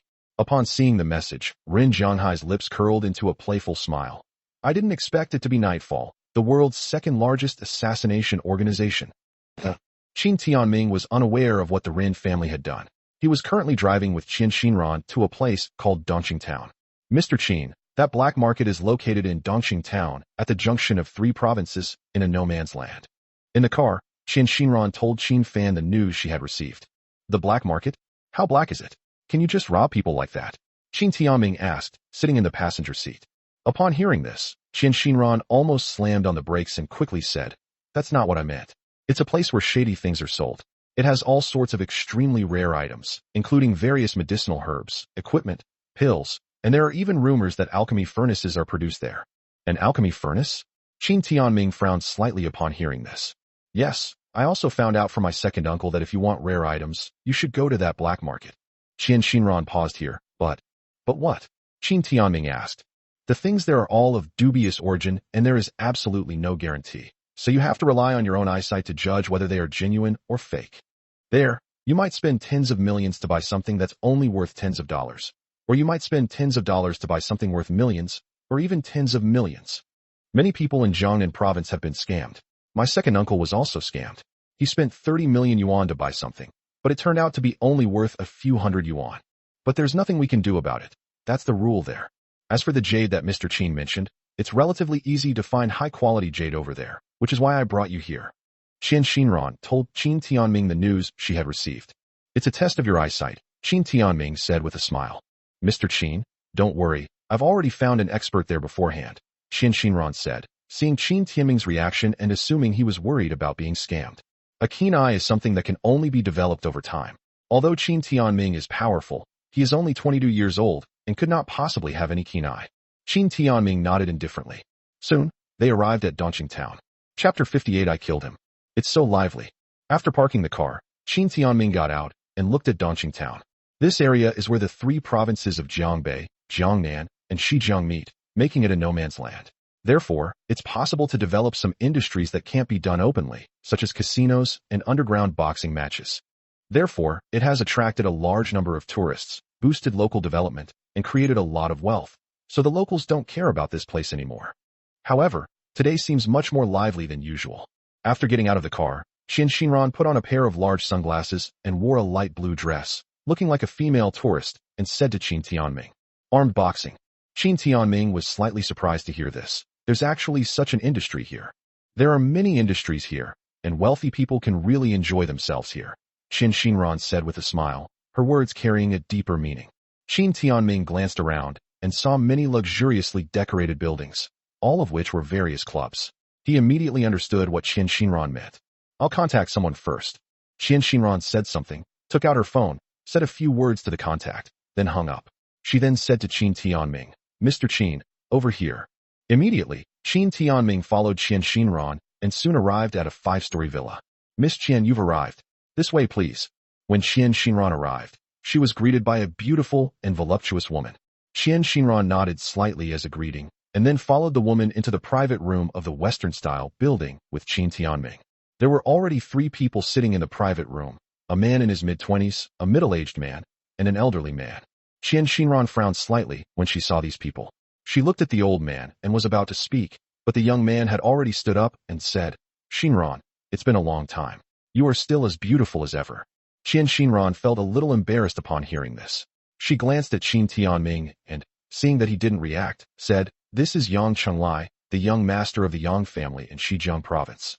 After saying that, he looked at the old man and said, "That is Elder Yu, an appraisal expert, known as Yu the Sharp-Eyed." "You flatter me," Yu Huiyan said immediately with a smile. "Who is this?" Yang Chenglai then looked at Qin Tianming and asked, "This is Mr. Qin. He needs to buy some jade this time. Of course, if there are any good items, he will also buy them." Qin Shinran did not reveal Qin Tian's given name. She knew Qin Tianming's personality. He was too lazy to say a word to people he didn't know well. "Mr. Qin? The Qin family from Jiangnan?" Yang Chenglai asked with a smile. "No." Qin Shinran immediately answered for Qin Tianming. She knew very well that Qin Tianming loathed the Qin family, especially since some people associated him with the Qin family. "Then there are no famous Qin families in Jiangnan," Yang Cheng said, his words laced with disdain. Although the Yang family of Xizang province is not a top-tier family in Xizang province, it is still considered a second-tier family with assets of tens of billions. "Didn't we encounter the Qin family earlier?" The middle-aged man spoke up at this moment. Upon hearing this, Qin Shinran was slightly taken aback, and then said, "You encountered people from the Qin family of Jiangnan here?" "That's right. The Qin family patriarch, Qin Shao, the vice leader of the Jiangnan Martial Alliance, his son Qin Tianhe, and a few others are in town," the middle-aged man said. "I forgot to introduce him. This is Su Pengfei, a grandmaster at the early stage of the Earth Realm, and an elder of the Martial Alliance of Xizang province," Yang Chenglai said immediately. "Nice to meet you." Qin Shinran greeted him, then asked, "Young Master Yang, is there anything you're here to buy?" "Shinran, isn't it better if you call me Chenglai?" Yang Chenglai said, somewhat displeased by Qin Shinran's way of addressing him. "That's too intimate." Qin Shinran immediately shook her head, being very straightforward. Yang Chenglai felt helpless upon hearing this, as his goddess had absolutely no feelings for him. He then said, "Shinran, you've forgotten the time. These 3 days are the time for the Underground Arena Challenge." Upon hearing this, Qin Shinran remembered the reason and looked at Qin Tianming, saying, "Mr. Qin, this purchase of jade may have to be postponed for 3 days." "Why?" Qin Tianming asked immediately. "Every year there is a ring challenge here, which attracts many masters, including martial arts masters from overseas. It can be described as a grand event. In addition, the underground forces in the 3 provinces will use this challenge to resolve their disputes, distribute profits, and even open betting on the challenge. No wonder it's so lively today. It was my mistake in making the arrangements." Qin Shinran immediately explained the reason to Qin Tianming. "Then let's stay here for 3 days, Qin Tianming replied. Just as he finished speaking, Qin Tianming's phone rang. He saw that it was Tianlei calling, and after understanding the situation, he answered the call. Tianlei's voice came from the other end. "Master Qin, are you in Dongqing town? I think I just saw you." "Yes." Qin Tianming replied. "Now Qin Tianming gave his location and then hung up the phone. 5 minutes later, Tianlei brought in a middle-aged man. "Master Qin." Upon seeing Qin Tianming, Tianlei immediately greeted him respectfully, and then added, "He is the expert I invited, Ma Kuan, a Xian realm martial arts master." Ma Kuan glanced at Qin Tianming and nodded slightly, which was considered a greeting. "You must be Tianlei from the Tianlong gang." At that moment, Yang Chenglai also recognized Tianlei. "Who is this Mr. Qin? Turns out he's from the Tianlong gang." Upon learning Qin Timing's identity, Yang Chenglai immediately became disdainful.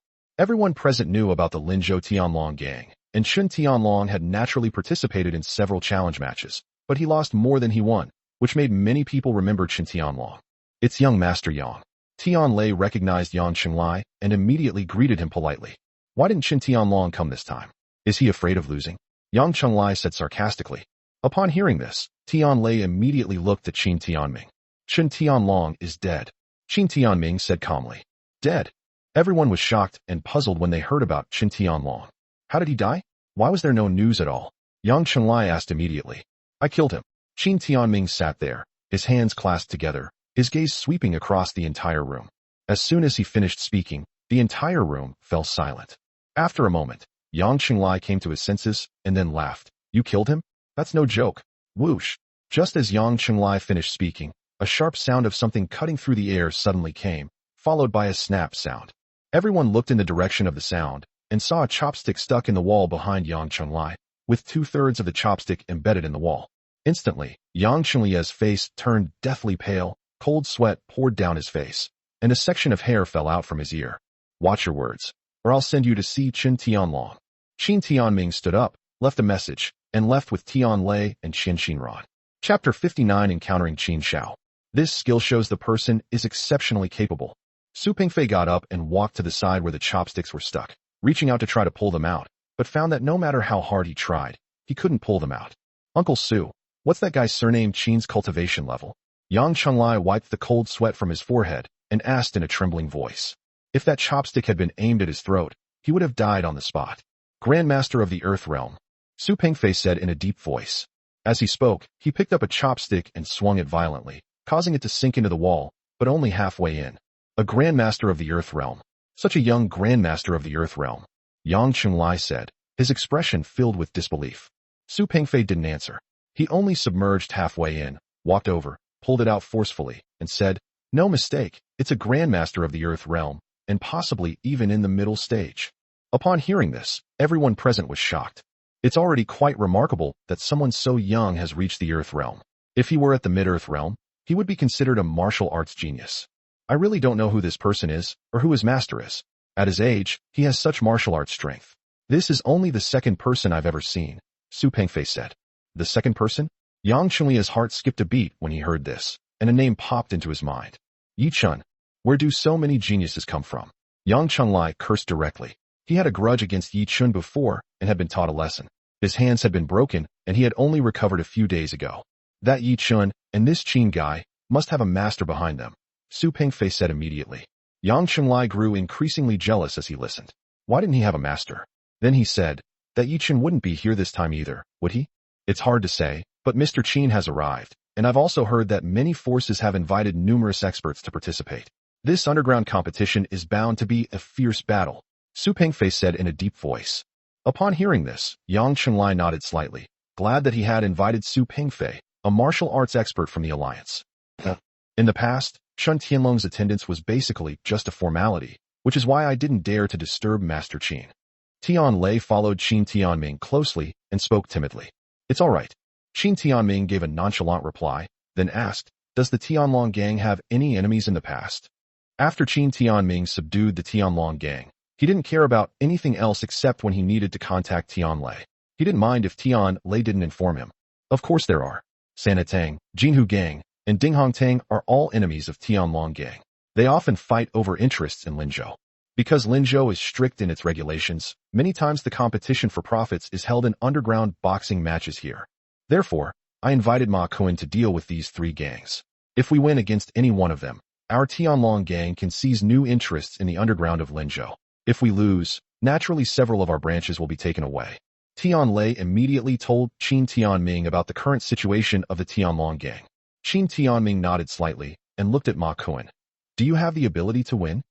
When Qin Tianming asked him, Ma Kuan immediately replied, I am a mid-stage Xian realm martial artist, but I do not know the strength of my opponent, so I cannot give you an answer, Master Qin.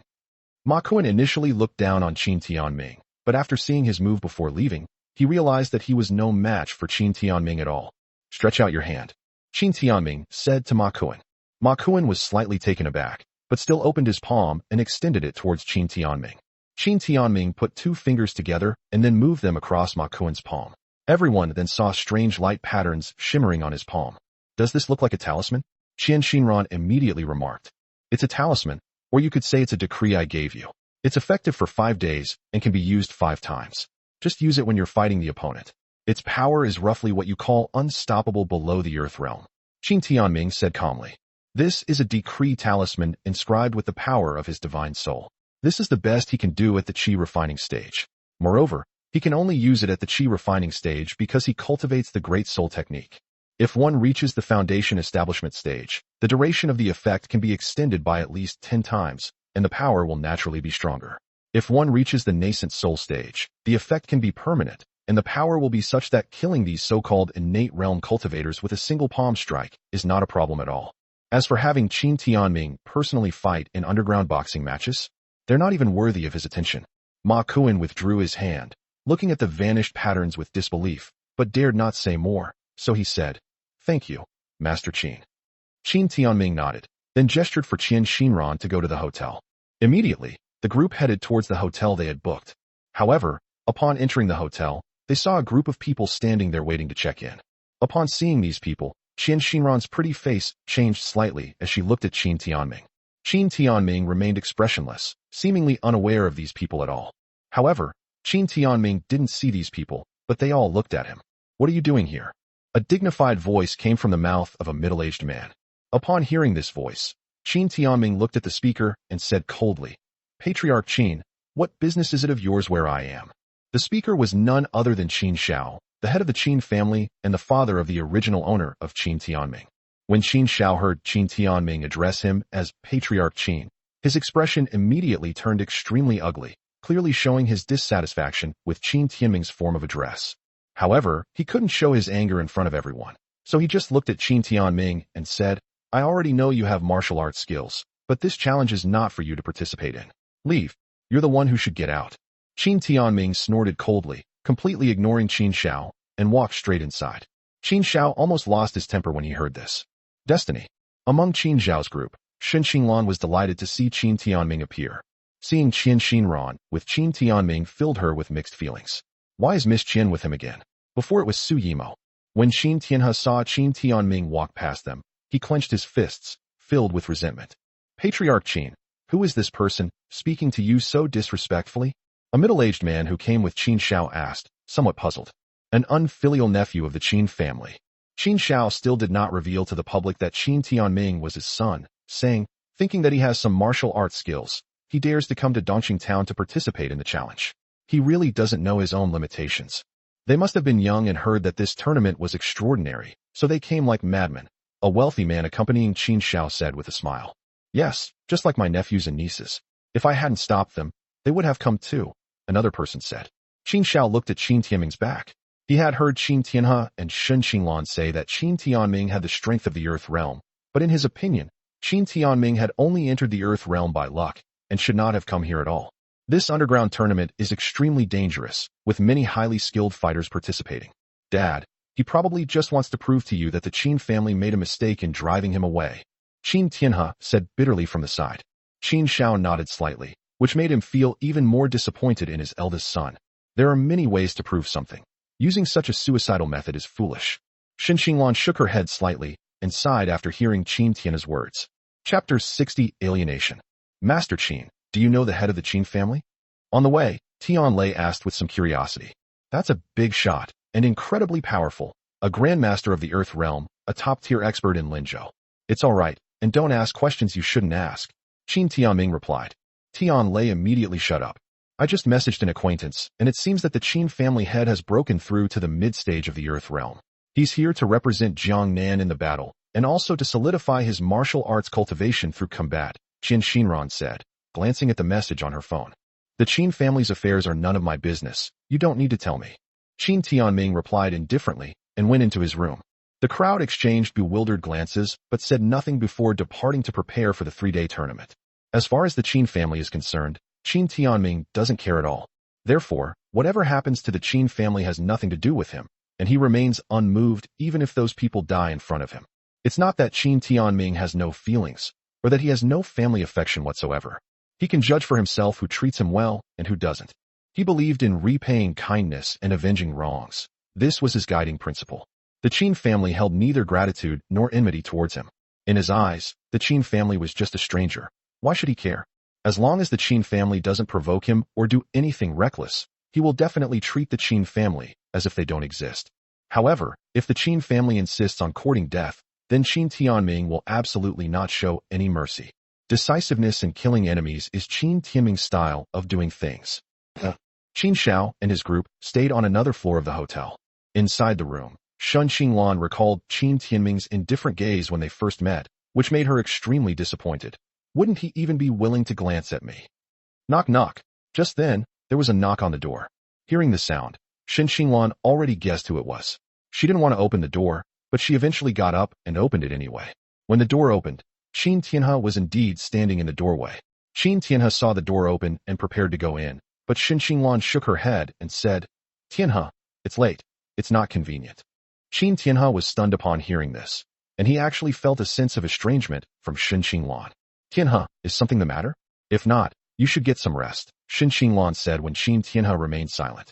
"Sister, I noticed you've been down ever since you came back from that adventure, so I brought you here this time, but you seem to be..." Qin Tianhe hesitated for a moment before speaking. "If it's still about these things, then let's not talk about it anymore. I want to rest. Tomorrow, let's have some fun in town and watch the competitions," Shun Qinglan said listlessly.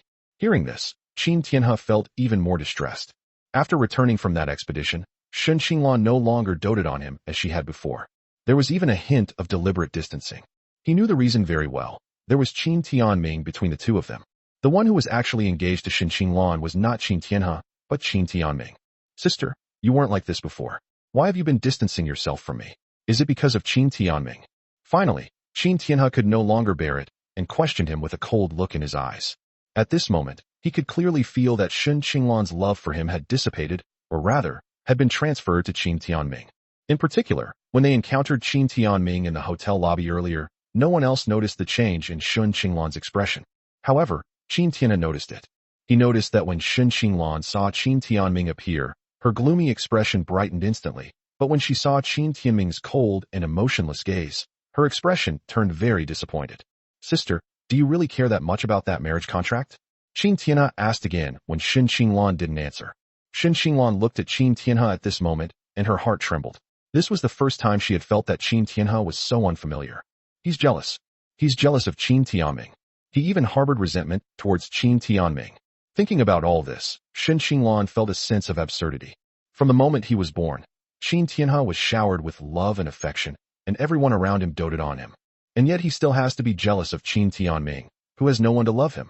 Thinking about all this, Shun Qinglan felt inexplicably sorry for the Qin family. Doesn't Qin Timing deserve even the slightest bit of concern? Why did Qin Xiao speak to Qin Timing in that tone when they met before?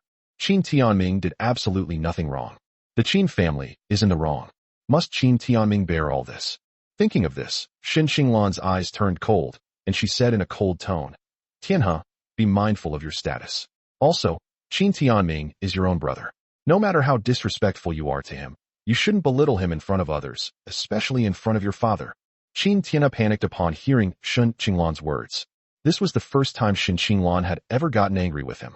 This time, it's for Qin Timing. "Sister Qinglan, Qin Tianhe was a little anxious and wanted to explain. "All right, you don't need to explain to me, and I don't want to hear it. You know what you're really thinking. It's late, I want to rest. Starting tomorrow, I'll have a great time here for 3 days. You don't need to worry about me or stay with me." After saying that, Shun Qinglan closed the door. After meeting Qin Timing today, Qin Tianhe's words hurt her deeply and even made her feel a slight aversion to him. After the door closed, Qin Tianhe stood blankly at the doorway. He had never seen his sister Qinglan treat him like this before. Finally, Qin Tianhe turned and left with a twisted expression, thinking bitterly. Qin Timing, it's all your fault. Why did you even show up? Tianhe, what's wrong?" Suddenly, a voice came, and then Qin Xiao walked over. Qin Xiao had just gone out with some others and returned when he saw his son looking somewhat lost, so he asked him with concern. Qin Tianhe shook his head when he saw his father and said, "It's nothing. Tianhe, you've been outstanding since you were little. Don't lose your way because of some minor setbacks." Qin Xiao said when he saw his son like this. "I know, Dad," Qin Tianhe said. "Tianhe, I know you feel uncomfortable because Qin Timing's cultivation at the Earth realm is ahead of yours, but this is only temporary. As I told you before, after this, I will take you to the Qin family's ancestral land. There, As long as you can gain the approval of the Qin family elders and cultivate the Qin family's inherited immortal martial arts, it is not impossible for you to catch up with Qin Tianming. Qin Shao patted Qin Tianhe on the shoulder and said. Qin Tianhe immediately nodded and said, Dad, I won't let you down. It's getting late, go and rest. Qin Shao nodded. After saying that, Qin Shao returned to his room.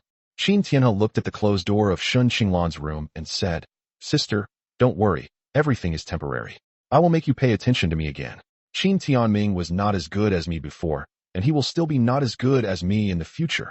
Chapter 61, Lord Qin's Decree.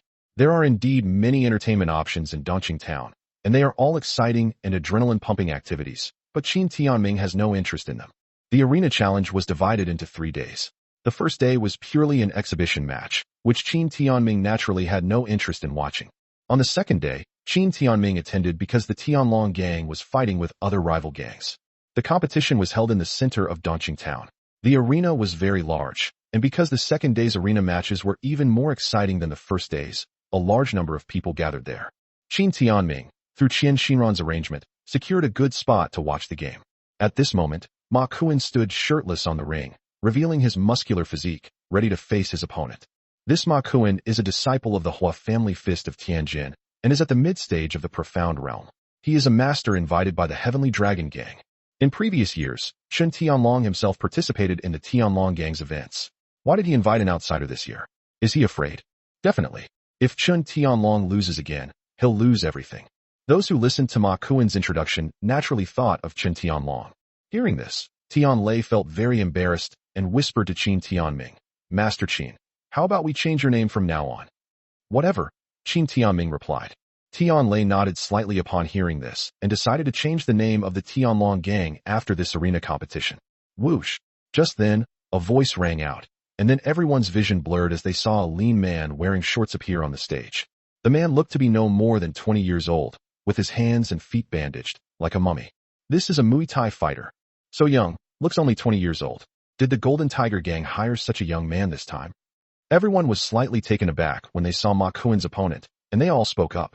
This is what they call a hero emerging from among the young. At that moment, a rough and arrogant voice rang out. The speaker was a pot-bellied man wearing a thick gold chain and smoking a cigar. Master Qin, this is Jin Hu. I didn't expect him to have invited a Muay Thai fighter. Tian Lei said to Qin Tianming. I've already learned about this. Many overseas martial artists have come. It's said that they've even invited a swordsman from the Sakura Kingdom to Shijiang. Qian Xinran whispered to Qin Tianming.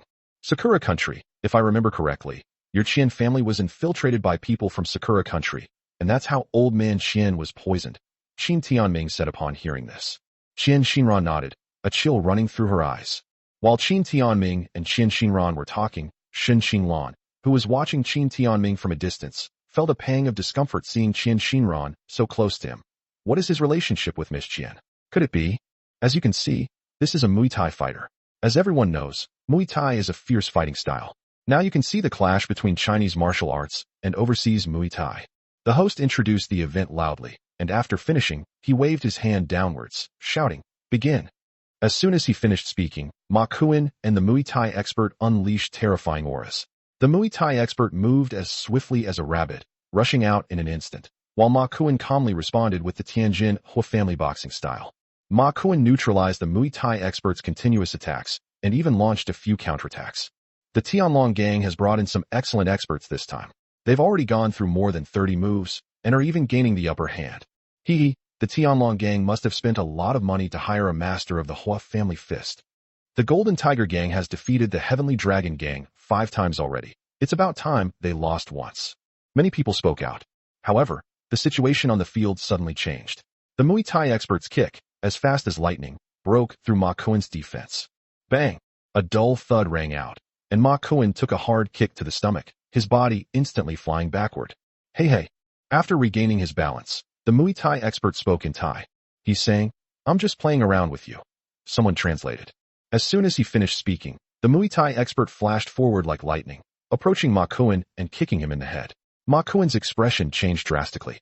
He tried to defend himself, but the expert changed his move, using his waist strength to perform a spiral roll in the air. Then, with his legs crossed, he slammed his head down on Ma Kuan's shoulder like a mountain crashing down. Ma Kuan bent his knees and slammed heavily onto the arena floor, causing the stone slabs beneath to crack with terrifying fissures. Wow, that's amazing. I never expected him to be a wolf in sheep's clothing. The Heavenly Dragon Gang is going to lose again. This time they'll probably have to pay a hefty price again. Many people cheered upon seeing this. Tian Lei suddenly stood up, looking at Ma Kuan with extreme tension. Upon seeing Ma Kuan kneeling on the ground, the Muay Thai expert revealed a ferocious expression and launched another attack. This time, they went straight for the vitals, aiming to kill. Once you step into the ring, you are responsible for your own life and death. Ma Kuan's expression changed drastically. He knew he was about to die. You don't need my decree. Just then, a voice suddenly reached his ears. Ma Kuan's mind raced, and he suddenly raised his right hand and struck out with a palm, shouting at the same time, Lord Qin's decree. As the palm struck, a light flashed from its center, and then a virtual giant handprint appeared before crashing down. Bang! A deafening roar rang out, and before anyone could react, they were slammed onto the ring, creating a deep crater in the ground. The Muay Thai expert was instantly killed. The once lively atmosphere suddenly became completely quiet. The spectators were all in a daze. Even Ma Kuan was dumbfounded. He actually killed a mid-stage Xian realm martial artist with a single palm strike. Then, Ma Kuan glanced at his palm, got up, and said indifferently, What Muay Thai expert? He's nothing but an ant. Upon hearing this, everyone in the room came to their senses. Holy crap, what just happened? How could he be killed with just one palm strike? That's right, they were clearly no match for him. So how did they kill him with a single palm strike? He just seemed to shout Lord Qin's decree. What the heck? Many people came to their senses and exclaimed in astonishment. Qin Timing shook his head and sighed. That idiot, who told him to shout Master Qin's decree? He could have used it with a single slap. Qian Xinran and Tian Lei stared at Qin Timing in utter astonishment. Imperial decree from Lord Qin. That's really impressive. He killed a martial artist in the mid-stage of the profound realm with a single palm strike. Even a grandmaster of the earth realm isn't this strong. He cheated. He cheated. Jin Hu jumped up and shouted. Upon hearing this, the host immediately led several people up to inspect the site. No problems were found. No cheating, the host announced. He just shouted Master Qin's decree. Jin Hu retorted, unwilling to admit defeat. So you also shouted Master Qin's decree. How come no one died? Stop babbling at me. We want to see the next scene. Yes, let's hurry up and move on to the next match. Voices immediately arose from the surroundings, all pointing fingers at Jin Hu. Jin Hu's face immediately turned ashen, and he sat back down in his seat. Are you going to continue playing, or take a break? The host asked Ma Kuan. Continue. Ma Kuan is now full of heroic spirit, exuding the aura of a strong man. He can't wait any longer. Lord Qin's decree is too powerful. Immediately afterwards, the Tianlong gang's enemy, the Sanhetang, arrived. He was also a mid-stage Xian realm expert from the Sakura country. Is this an imperial decree from Lord Qin? Ma Kuan gave a calm shout, and the Japanese expert was instantly killed. Then, the experts from Dinghongtang were also killed by Ma Kuan's shout of Master Qin's decree. Qin Tianming rolled his eyes. This guy is a fucking idiot. Then he left Tian Lei with the words, Don't call me Master Qin anymore, and walked away with a disgruntled expression. Qian Xinran followed behind Qin Tianming, secretly laughing. From now on, Lord Qin's decree will probably become a meme. Chapter 62, Door-to-Door Visit. Why are you laughing? Qin Tianming looked at Qian Xinran, who was secretly laughing behind him, with a dark expression. Lord Qin's decree is invincible, Qian Xinran said, suppressing a laugh. That scene was hilarious. Qian Xinran, have I been too lenient with you? Qin Tianming asked coldly. No, Qian Xinran said seriously. Qin Tianming rolled his eyes and said, Let's go back to the hotel. Yes, Master Qin. Qian Xinran then called out. Don't shout like that, Qin Tianming said immediately upon hearing this. Mr. Qian, Tian Lei just messaged me saying that after this, the Tianlong gang has taken over 12 venues, so they want to celebrate tonight. I wonder if you are free, Qian Xinran said, following Qin Tianming. Qin Tianming listened, thought for a moment, and said, All right, I don't have anything else to do anyway. I'll go over there later. With that, Qian Xinran nodded slightly, and then returned to the hotel with Qin Tianming. However, at the hotel entrance, Qin Tianming encountered Xin Xinglan, who was alone. However, Qin Tianming treated her like a complete stranger, passing by her without any regard for her feelings. Qin Tianming, are you not even willing to look at me now? But in an instant, Xin Xinglan's aggrieved voice rang out. However, Qin Tianming completely ignored him and disappeared without even responding. Xin Xinglan felt increasingly wronged. She hadn't done anything wrong, yet Qin Tianming insisted on treating her this way. The two are still engaged. Qian Shinran followed Qin Tianming and asked in a low voice, Mr. Qin, you and Miss Shin? Since you're so free, why don't you make some more money for me? Qin Tianming replied casually. Upon hearing this, Qian Shinran's heart stirred. She suddenly learned something more about Qin Tianming. Never let Qin Tianming become heartless. Once he does, he truly becomes cold-blooded.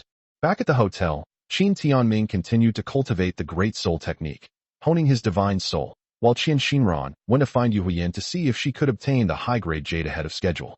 She could tell that Qin Tianming wasn't interested in the arena competition, so she wanted to get things settled as soon as possible. That evening, Tianlei, Ma Kuan, and several brothers enjoyed a delicious meal and drinks at a farmhouse in Dongqing, and were extremely happy. Especially Ma Kuan, who stood there with one hand behind his back, looking like a peerless master. Brother Ma, you have truly displayed your prowess today, and we brothers are truly impressed. Brother Ma, from this moment on, you will become famous overnight. Today he killed 3 mid-stage Xian realm martial artists with 3 palm strikes on the arena. This achievement made him feel like he was floating on air. Especially now that the people around him are praising him, he has truly experienced what it means to be a strong person. Gentlemen, it's all right, it's all right. Ma Kuan said calmly, seemingly forgetting that all of this was due to Qin Timing's decree, or perhaps he was drunk and carried away. Master Ma, I have Master Qin's decree in my hand. I can kill whoever I want. Haha, that's right. With Master Qin's decree, we can kill whoever we want. From now on, our Tianlong gang will be the underground boss of Linzhou. Tianlei shouted, his face reeking of alcohol. Ever since he latched onto Master Qin's coattails, his career has skyrocketed. Now, with just a little manipulation, Master Qin has granted him endless wealth and luxury. Right at that moment, everyone have a great time. A man in a blue robe walked in with a smile on his face. Upon seeing the newcomer, Ma Kuan, Tianlei, and the others immediately stopped and looked at him. The man was only about 1.6 meters tall and had a mustache. You are Ling He, the head of the Sanha Hall. Tianlei sobered up instantly upon seeing the newcomer. Tianlei, you've got a respectable air about you now. You're even the boss of the Tianlong gang. Just after Tianlei sobered up, another voice came. Immediately afterwards, a portly man appeared. Jinhu, what are you doing here? Tianlei's expression changed when he saw the person who came. Me too. However, before Tianlei could get a reply from Jinhu, a provocative voice came from behind him. Then, a beautiful woman with a slender figure and still charming appearance walked in. Zhuang Hong, the head of Dinghong Hall. Tianlei's eyes widened when he saw the newcomer. This means that the leaders of Tianlong gang's 3 biggest enemies have all appeared. Moreover, these 3 people arrived, and they brought many people with them. Among them was a man dressed in the attire of a Japanese samurai with a cherry blossom sword at his waist, which made Tianlei's pupils shrink instantly. He had been in the underworld for a long time and was a peak yellow realm martial artist himself.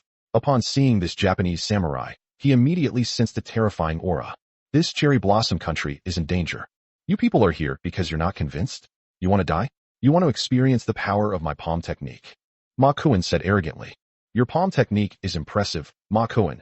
You're really flattering yourself. Zhuang Hong shouted angrily. You dare to use underhanded tricks to steal my territory? You're really courting death. That's right, Ma Kuan. You're just a mid-stage Xian realm martial artist, yet you killed a martial artist of the same level with a single slap. Do you think we don't know why? Jinhu said coldly. Ma Kuan, it's that Qin Ye's decree you're talking about that's causing all this trouble. When you were casting it, Master Hasegawa saw a light appear in your palm. It's a kind of magic, which is called yin-yang magic in Japan. Ling He stepped forward and said sternly. After he finished speaking, the man dressed in Japanese samurai attire next to Ling, he stepped forward and said in broken Chinese, that yin-yang technique you're holding has a limited number of uses, right? You little dwarf, what do you know? How could Master Qin's decree have any limits? Come out now and I'll kill you. Ma Kuan cursed immediately upon hearing this. Bakayuru.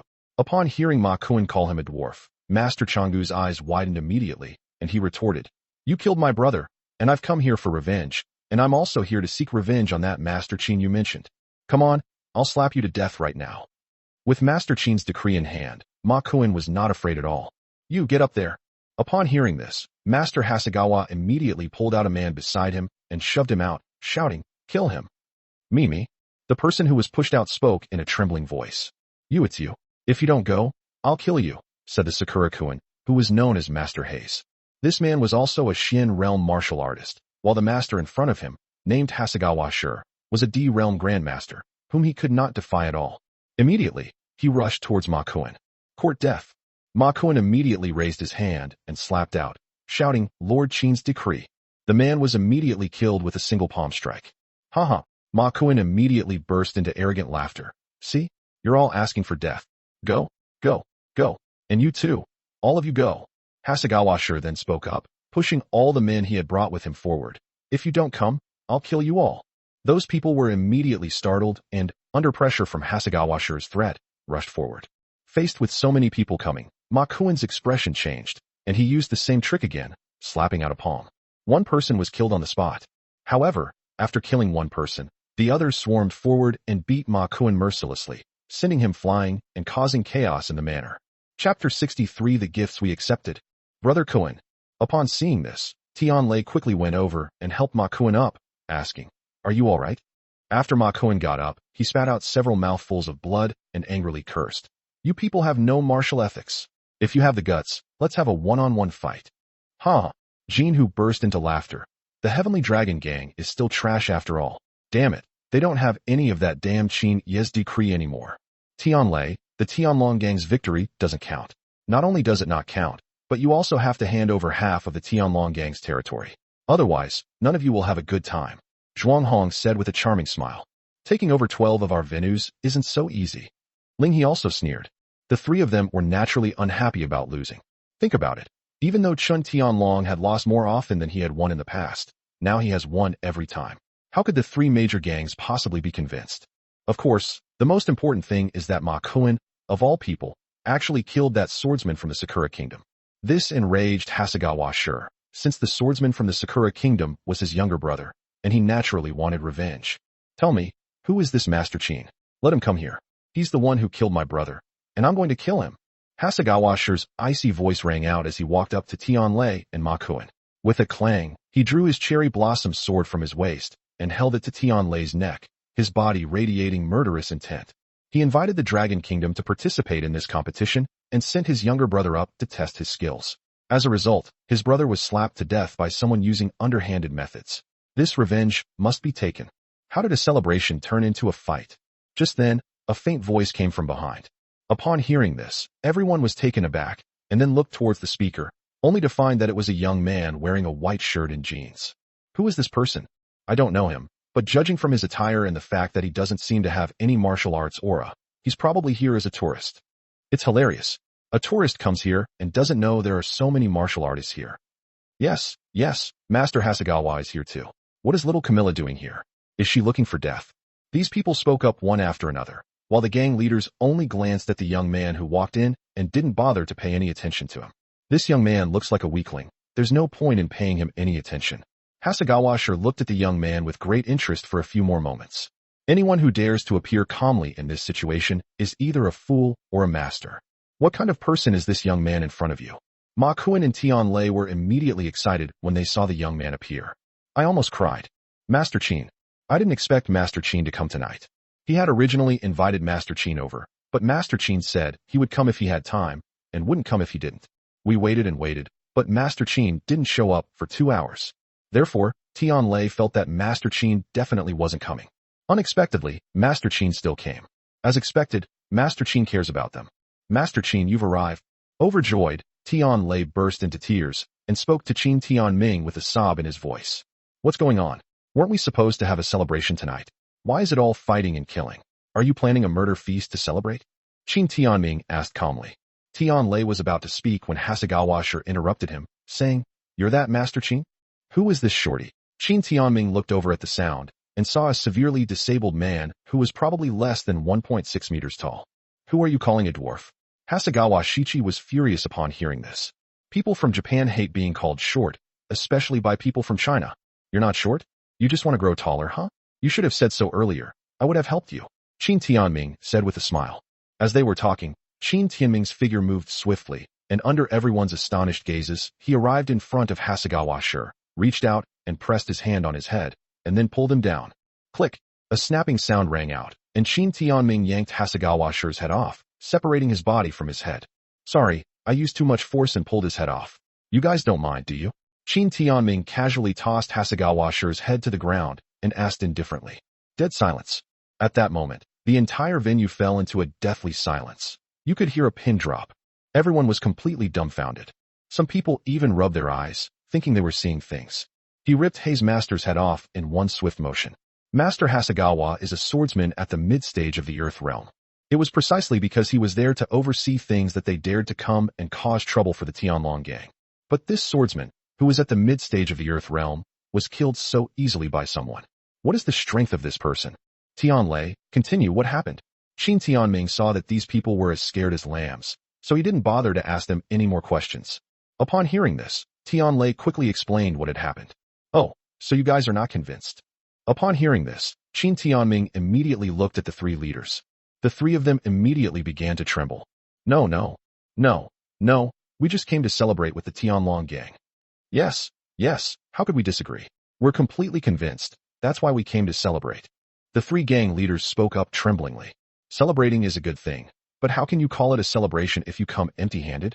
Qin Timing walked over and patted the portly Jean Hu on the shoulder, asking a question. A gift. Jean Hu's voice trembled, and he could no longer stand. He knelt on the ground with a thud. Master Qin, it was I who didn't know what was good for me. I admit it. I have no reason to be dissatisfied. Whether you accept my offer or not is none of my business, Qin Timing said, looking down at Jean Hu. Upon hearing this, Jean Hu kowtowed repeatedly, saying, Master Qin, please tell me, what do you want? I want it all, Qin Timing said coldly. Upon hearing this, Jean Hu froze, remaining silent. You don't want to? Qin Timing snorted coldly. Yes, from now on the entire Golden Tiger gang belongs to Master Qin. Golden Tiger immediately replied. And you too? Qin Timing asked, looking at the other two. The two men immediately knelt down and kowtowed frantically to Qin Timing. Sanatang will belong to Master Qin from now on. Dinghong Tang is the same. It all belongs to Master Qin. Ling He and Zhuang Hong frantically begged for mercy. Qin Timing looked at the three of them and sneered. What a pity. I see that none of you three are convinced. As soon as he finished speaking, Qin Timing made his move. The three were instantly turned into mincemeat and died. After killing the three, Qin Timing stretched and said, Tianlei, I've been to this celebration. You can clean up the mess behind me now. After saying that, Qin Timing walked away leisurely. Tianlei was completely stunned. With Master Qin's arrival, the matter was resolved. Not only that, but now, the Tianlong gang will dominate the underground world of Linzhou. Chapter 60 for the Swordsmen of the Cherry Blossom Country. In Dongqing Town, there is a high-end 5-story villa. You idiot. You mean my junior brother Hasegawa is dead? How did he die? A furious roar came from the 5th floor. The speaker was a middle-aged man from the land of cherry blossoms, dressed in samurai attire and carrying a samurai sword. Master Yagyu was killed by a man named Master Qin. At that moment, a middle-aged man with a goatee sat there and spoke. This middle-aged man is named Feng Yangda. He is the eldest son of the Feng family in Xizang province and controls a large amount of resources. The Feng family's overseas businesses and many venues in Dongqing Town are all his. In a lawless area like Dongqing Town, the profits from those gray and black industries are simply too high. As for this Master Yagyu, he was a Japanese swordsman, a swordsman whom Feng Yangda had invited from the Yasukuni shrine in Japan at great expense. His cultivation was extremely powerful. Even Feng Yangda was unaware of Master Yagyu's true strength.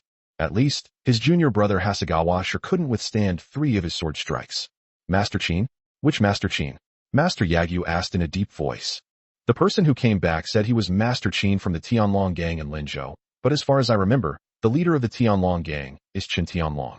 I've never heard of Master Qin, Feng Yangda said to Master Luxing. Feng Jun, didn't you send anyone to investigate? Master Luxing said coldly, looking at Feng Yangda. Master Luxing, I have already sent people to investigate. It will take time, but since he is from Linzhou in Jiangnan and his surname is Qin, he must be a member of the Qin family. Feng Yangda said. The Qin family from Linzhou? Did the Qin family come this time? Master Luxing asked. Yes, this time the Jiangnan Martial Alliance sent Qin Shao, the deputy leader of the Jiangnan Martial Alliance. He is the head of the Qin family. Feng Yangda said. Boom. Upon hearing this, Master Yagyu unleashed a powerful aura from his body, producing a booming sound that caused the entire small villa to shake. Upon seeing this, Feng Yangda's expression changed drastically, and he said, Master Yagyu, please calm down. Master Yagyu then dispersed his aura and said, Tomorrow, Qin Shao will die. After saying this, Master Yagyu got up and left. Seeing Master Yagyu so angry, Feng Yangda's lips curled up slightly, and he said, Very well, I don't care if you, Master Qin, are a member of the Qin family or not. Master Yagyu is now completely enraged. Qin Xiao, you are doomed to lose. Feng Yangda has already investigated this arena competition, and the strongest person is Qin Xiao, the vice leader of the DISOWNED Martial Arts Alliance. The following day, Dongqing Town was even more lively than the previous 2 days, with thousands of people gathering in the center early in the morning to wait for the start of the arena competition. Today is the day for the big shots to enter the fray. Accompanied by Qin Xinran, Qin Tianming sat down below. Mr. Qin, last night, you took over Sanhetang, Jinhu Gang, and Dinghongtang? Qin Xinran asked in a low voice as she sat next to Qin Tianming. It's their good fortune to have won them over. Qin Tianming replied calmly. Qin Xinran was speechless. In just one night, the 3 major underground forces in Linzhou had been subdued. From now on, the Tianlong Gang would probably dominate Linzhou. This is a small matter. Didn't you go to Baijade last night? How did it go? Qin Tianming asked. No problem. I've already had it sent directly to Linzhou. It should arrive by the time we get back. Those jade stones were all carefully selected by Yu Huoyan, so the quality is definitely top-notch, Qin Xinran said. Then what are we doing here? Let's just go back, Qin Tianming said. Mr. Qin, since you're already here, why not take a good look around? All the big shots from Jiangnan are here, Qin Xinran advised. Upon hearing this, Qin Tianming glanced around and indeed found that many people from Linzhou, such as Marquis Wei of the Wei family, had indeed arrived. They also saw Qin Tianming, but because there were too many people around, they didn't come over to greet him, they just nodded as a greeting. The arena battle begins. Just then, a voice suddenly rang out. All eyes immediately focused on the arena. A middle-aged man held up a microphone and announced loudly. The rules remain the same this year. Defending the arena and attacking the arena. Each side will be divided into 3 teams, Jiangnan, Jiangbei, and Shijiang. The winners will remain on the arena, and once they step onto the arena, they will be responsible for their own lives. The draw has just taken place, and Jiangbei will be the first to defend the arena. As soon as the middle-aged man finished speaking, another middle-aged man leaped up from below, jumping more than 10 meters high before gently landing on the ring. Jiangbei, Yu Qingdong, the vice leader of the Martial Alliance, accepts any challenge. Yu Qingdong shouted. What are you Jiangbei bringing this time? As soon as Yu Qingdong finished speaking, a voice came from a VIP area. Everyone looked over and saw Feng Yangda of Shijiang sitting calmly like Mount Tai, and asked, this is the rule of every arena match. If you want to enter the arena, you have to bring something of value. The loser leaves, and if you win, you can take the other person's things with you. I'm handing over the profits from the Qishan Hot Spring Resort in Jiangbei after 5 years. Yu Qingdong shouted. Color. Upon hearing this, everyone immediately cheered loudly. Qishan Hot Spring Resort is a well-known resort in Jiangbei, with annual profits exceeding 1 billion yuan, which would amount to 5 billion yuan in 5 years. Anyone who can defeat Yu Qingdong will pocket 5 billion. Jiangbei sent Yu Qingdong right away. It seems they're trying to intimidate everyone. Yes, the vice leader of the Jiangbei Martial Alliance is usually the last to appear. Could there be another expert coming up later? That's unlikely. Everyone has investigated this time. Yu Qingdong is the strongest person Jiangbei sent this time. If he were above that, he would be the leader of a provincial martial arts alliance, which would be a grandmaster. The crowd immediately started discussing it. Okay, I'll take this 5 billion. And what I'm offering is the Mushin mining area, with profits exceeding 5 billion over 5 years. Feng Yangda said immediately after hearing this. Color. Upon hearing this, the people around cheered. Many people were terrified when they heard about this value. This is the game for the rich. A single betting match is worth billions. As soon as Feng Yangda finished speaking, another middle-aged man, as light as a swallow, landed on the arena. People from the land of cherry blossoms. Who is this person? Upon seeing who had appeared, everyone spoke up. The middle-aged man was dressed in samurai attire, with a cherry blossom sword at his waist, and stared at Yu Qingdong with eyes as sharp as swords. Give me a gun. Upon seeing the cherry blossom sword tucked into the other party's waist, Yu Qingdong immediately reached out his hand. Whoosh! The next moment, a sound of air being cut rang out, and a long spear flew in. Yu Qingdong reached out and grabbed it on the spot, his aura imposing. Mr. Qin, who do you think will win this match? Qin Xinran sat down next to Qin Tianming and casually asked a question. That short guy is much stronger than the one with the gun. He'll be defeated in 3 moves at most, Qin Tianming said casually. What do you know? Vice Alliance leader Yu has mastered the Yu family spear technique, and his skills are already superb. This little dwarf is definitely no match for him. Yes, where are you from? You're definitely not from Jiangbei. If you were from Jiangbei, you would never say something like that. You're just boosting the enemy's morale while diminishing your own. How can we, the warriors of the Dragon Kingdom, be defeated by the dwarfs? The Jiangbei people sitting around Qin Tianming began to voice their dissatisfaction. He. Qin Tianming smiled, but remained silent. As they were talking, the battle had already begun on the arena. On the stage, Yu Qingdong was able to parry the first move, but from the second move onwards, he could no longer defend himself. At this moment, everyone's expressions changed. As the third move landed, a blade slashed across Yu Qingdong's chest, creating a long wound from which blood gushed out, and Yu Qingdong was sent flying. 3 moves, exactly 3 moves. That's exactly what Qin Tianming said. Chapter 65 One-hit kill. This is how we lost. How is that possible? Countless bigwigs stood up, and there was complete silence. Yu Qingdong was actually defeated by this swordsman from the Sakura Kingdom, who was wielding a spear. Yu Qingdong has participated in many tournaments and rarely lost, but he lost so easily now, which is unacceptable to many people. Qian Xinran covered her mouth, her face full of surprise. She was well aware of Yu Qingdong's strength, and she couldn't believe that he had been defeated so easily. Moreover, and more importantly, just as Qin Tianming had said, he was defeated in 3 moves. The people from Jiangbei were dejected and extremely frustrated. How did Yu Qingdong lose? Ha ha ha ha. At this moment, Feng Yangda burst into laughter. Brothers from Jiangbei, you're too kind, too kind. Proud. I'm so proud of myself. Damn it, why am I so frustrated? How could we lose to the Japanese? Yeah, of all people to lose to, why do we have to lose to the Japanese? I'm not having it. If you're not convinced, then go up there. Didn't you see? Vice Alliance leader Yu was defeated in 3 moves. You go up there, and you'll be defeated in 1 move. At this moment, not only people in Jiangbei, but also people in Jiangnan felt very aggrieved. In China, we cannot afford to lose to Japan, no matter who we lose to. Next, Jiangnan is open for challenge. Who wants to come up? At that moment, the host shouted loudly. Upon hearing this, everyone looked towards the formation in Jiangnan. At this moment, the bigwigs in Jiangnan all looked solemn, unsure of who to send out. I'll do it. At that moment, a voice rang out, and a middle-aged man stood up. Qin Shao, are you confident? Marquis Wei asked from the side. I once fought against the Japanese on the East China Sea front. Although I understand their swordsmanship, this person is very strong, and I am not absolutely certain of victory. Qin Shao said. Old Qin, if you're not confident, I'll call Major General Qin and ask him to take action.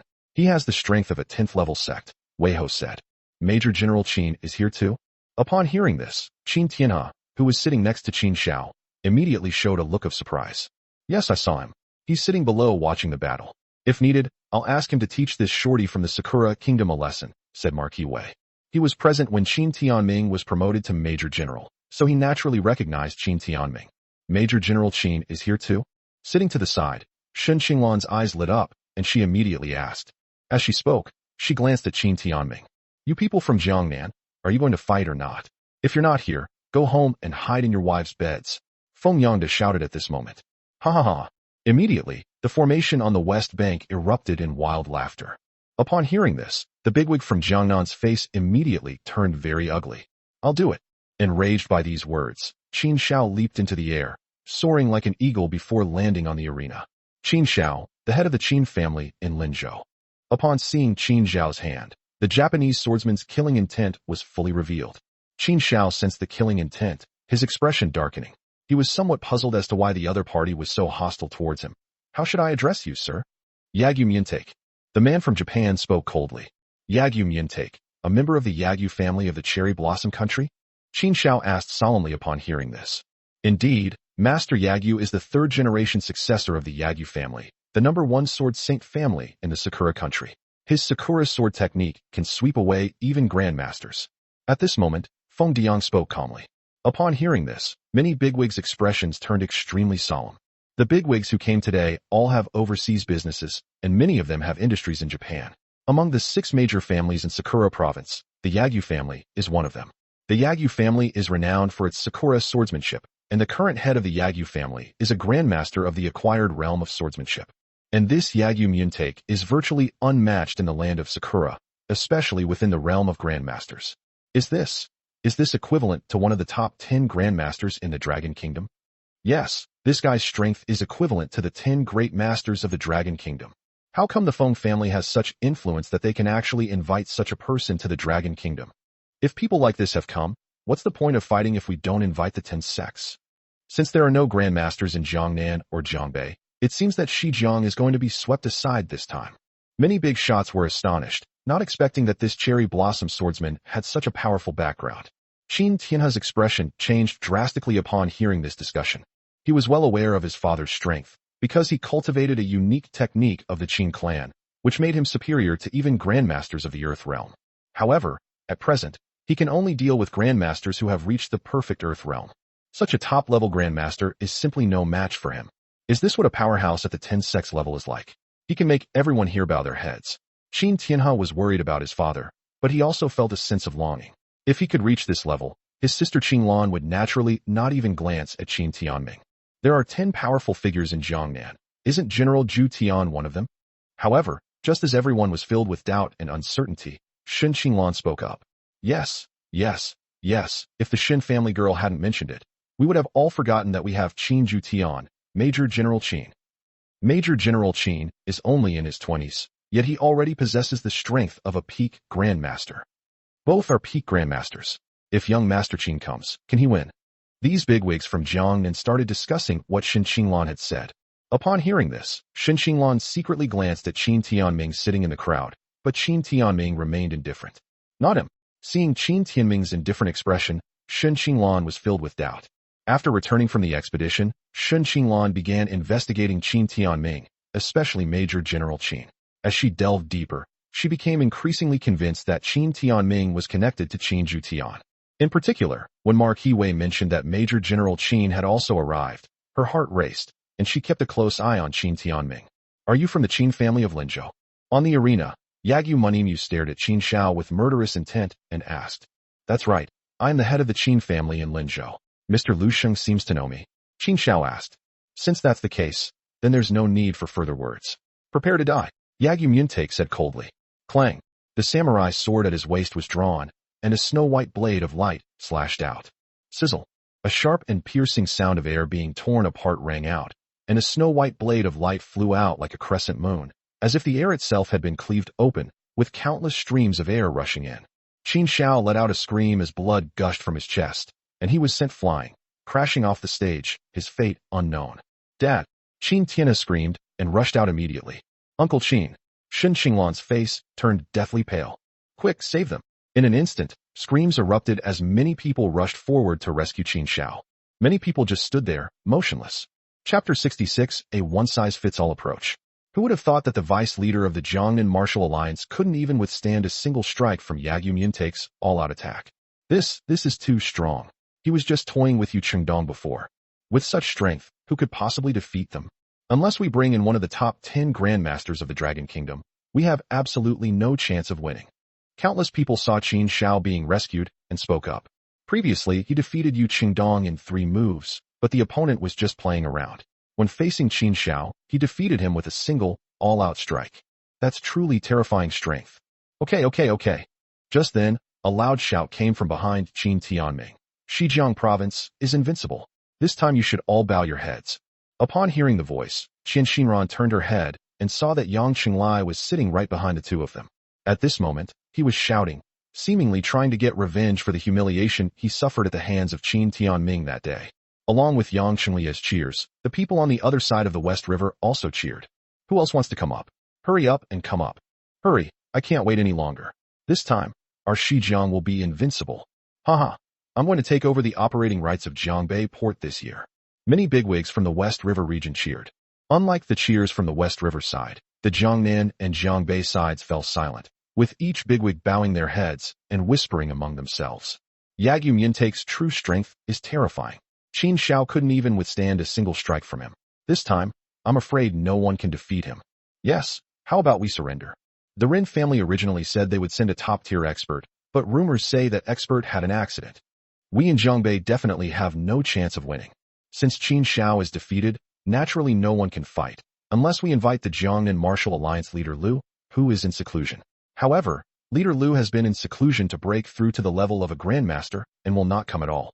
It seems that Xizjiang is going to steal the spotlight this time. Discussions arose, with people from both the south and north of the Yangtze River believing that it was time to surrender. I came here to spar, not to kill anyone, but your Qin family actually killed my junior brother Hasegawa Sure. This strike is revenge, and your Qin family will suffer the consequences. Yagyu Muntake stood on the arena, looking down at Qin Shao, who was being treated on the sidelines. Upon hearing this, Qin Tianha's expression changed, and he immediately retorted angrily. When did our Qin family kill your junior brother? You actually tried to kill my father. Our Qin family will not let you get away with this. The incompetent rage of a worthless piece of trash. Yagyu Muntake sneered upon hearing this. If you want revenge, come up here now. Upon hearing this, Qin Tianha froze, his eyes filled with resentment. But if he went up there, he would only be courting death. Is there anyone else who wants to challenge? If not, this challenge is over, and you'd better hand over your profits. Feng Diang said calmly as he sat there. These words silenced the entire room once again. Mr. Qin, would you like to go up and test your skills? Sitting behind Qin Tianming, Yang Chenglai suddenly asked Qin Tianming a question. Qian Xinran glared at Yang Chenglai and snapped, Shut up. This is the perfect opportunity to make a name for yourself. Isn't this Master Qin going to take it? Yang Chenglai continued to provoke Qin Tianming. However, Qin Tianming didn't pay attention to that. Instead, he was thinking about what Yagyu Muntake had said. Could it be that the short guy last night was Yagyu Muntake's junior brother, and he mistook me for a member of the Qin family, so he tried to kill Qin Xiao with one strike? Thinking about this, Qin Tianming felt somewhat displeased that he had been mistaken for a member of the Qin family. If no one else is here, then this challenge. Seeing that no one was coming up to challenge, the host seemed about to announce the end of the competition. Wait. However, at this moment, Weiho suddenly stood up and raised his voice. We also have 10 powerful figures from Jiangnan, and he is here. Oh. Feng Diang narrowed his eyes slightly. Since you're here, why don't you come up? Are you afraid? Upon hearing this, everyone turned to look at Marquis Wei. Under the watchful eyes of the crowd, Marquis Wei looked toward Qin Timing's position. Upon looking over, Shen Xinglan and Qin Tianha, who were guarding Qin Xiao, also looked over and saw Qin Tianming sitting there. In an instant, Shen Xinglan's heart raced, and she thought, is it really him? We implore Qin Ju Tian, young General Qin, to take action and restore the prestige of Jiangnan. Marquis Wei bowed in the direction of Qin Tianming and shouted loudly. As soon as these words were spoken, everyone's attention turned to Qin Tianming. However, when they saw the moment of Qin Tianming, they all showed surprise. Qin Ju Tian, such a young major general, are the people of Jiangnan crazy? Yes, the people of Jiangnan have given up on themselves. Those who were not from Jiangnan spoke up one after another. At that moment, Qin Tianming stood up. It really is him. Shen Xinglan's beautiful eyes flickered as she stared at Qin Tianming, her heart pounding rapidly. Qin Tianming, is he Qin Ju Tian, Major General Qin? Impossible, absolutely impossible, he's courting death. Qin Tianha kept shaking his head, not believing it at all. Master Qin, are you serious? Are you really going to your death? Yang Chenglai suddenly mocked when he saw Qin Tianming stand up, thinking it was all a joke. You may have the skill, but you're no match for Yagyu Muntake. Su Pengfei frowned and said, You have the strength of a grandmaster of the Earth realm, but you are no match for Lu Xingzongwu. You shouldn't go and die. It would be a real pity if you died at such a young age. This dwarf is not worthy of my help, but he insists that I am a member of the Qin family, which makes me unhappy, so I will reluctantly help him this time. After Qin Tianming stood up, he spoke calmly.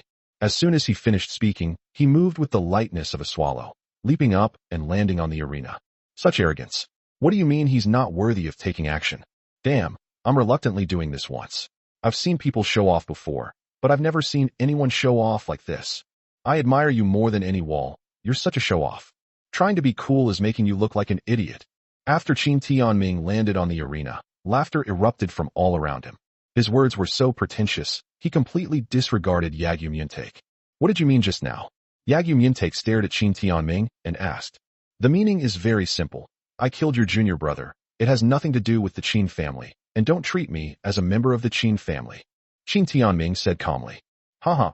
Upon hearing this, Yagyu Muntake burst into laughter. So young, yet so arrogant. You dare say I'm not worthy of your attention? Fine, I'll use our Yagyu family's ultimate technique, the Lone Moonblade, to kill you and make you famous throughout history. As soon as he finished speaking, a terrifying aura erupted from Yagyu Muntake's body. This aura, like an invisible and colorless force, surged towards Qin Tianming like a tidal wave. This aura, like ultrasonic waves, can penetrate boulders and even cut through metal. If it were an ordinary person, they would have been torn to shreds by this aura long ago. Not bad. You were actually able to comprehend the essence of the sword. However, Qin Tianming stood there unharmed and spoke calmly. They have some strength. When Yagyu Muntake saw that Qin Tianming was unharmed, his face darkened. Then take my blade. As soon as he finished speaking, Yagyu Muntake drew his katana, unleashing a proud, crescent-shaped blade of light. This strike was incredibly sharp, carrying a powerful intent, and was aimed at Qin Timing, intending to kill him with a single blow. However, at the very moment the blade struck, Qin Timing extended 2 fingers and gently pinched the blade between them. Smack! A crisp sound rang out, and everyone stared at the arena in astonishment. Qin Timing's index and middle fingers somehow managed to trap Yagyu Myuntake's katana. Yagyu Myuntake gripped his sword with both hands, trying to strike, but he couldn't manage to cut through it.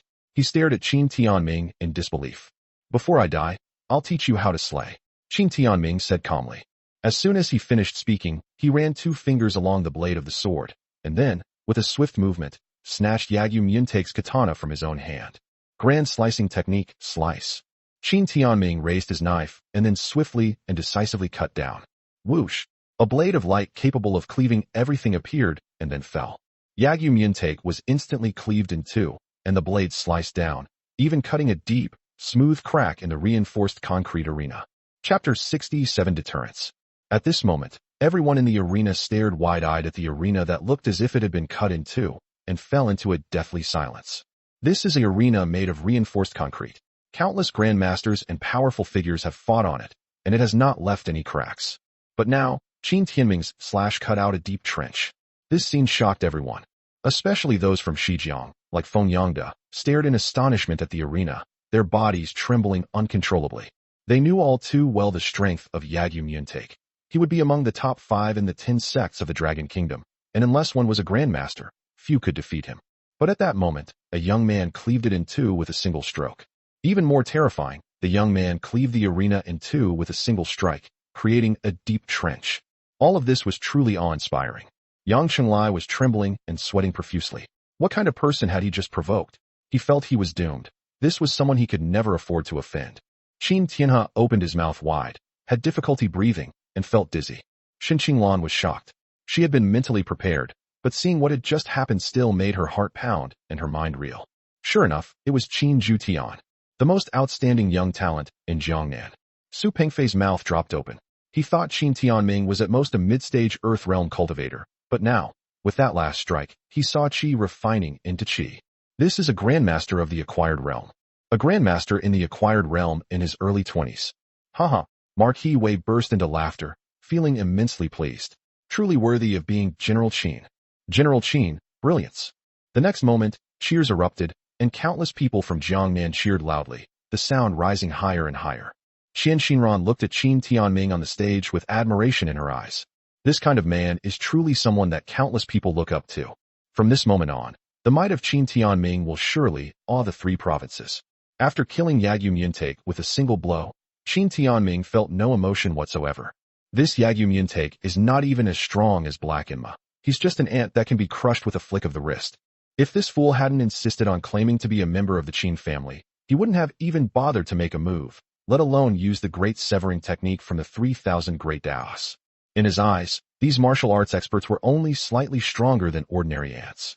Even if an ant is a little stronger, it is still an ant. However, this strike also made Qin Tianming realize that he was still very, very far from his former peak. At my peak, a single slash from me could shatter a star, or even an entire world. Now, a single slash can only cut this arena in 2. It's too weak. I need to find a pill furnace as soon as possible to refine a foundation establishment pill. Otherwise, it's very uncomfortable to keep my cultivation stuck like this. Qin Tianming sighed inwardly, but now was not the time to think about such things. Instead, he looked around. He could see the people of Jiangnan rising up, filled with awe for him, while the faces of people in other places were filled with terror, ashen, and grief-stricken. In particular, Feng Yangde was now slumped on the ground, his face deathly pale. Should we continue? Qin Tianming stood there, planted his samurai sword in the ground, and spoke calmly. The voice made Feng Yangde tremble and struggle to his feet.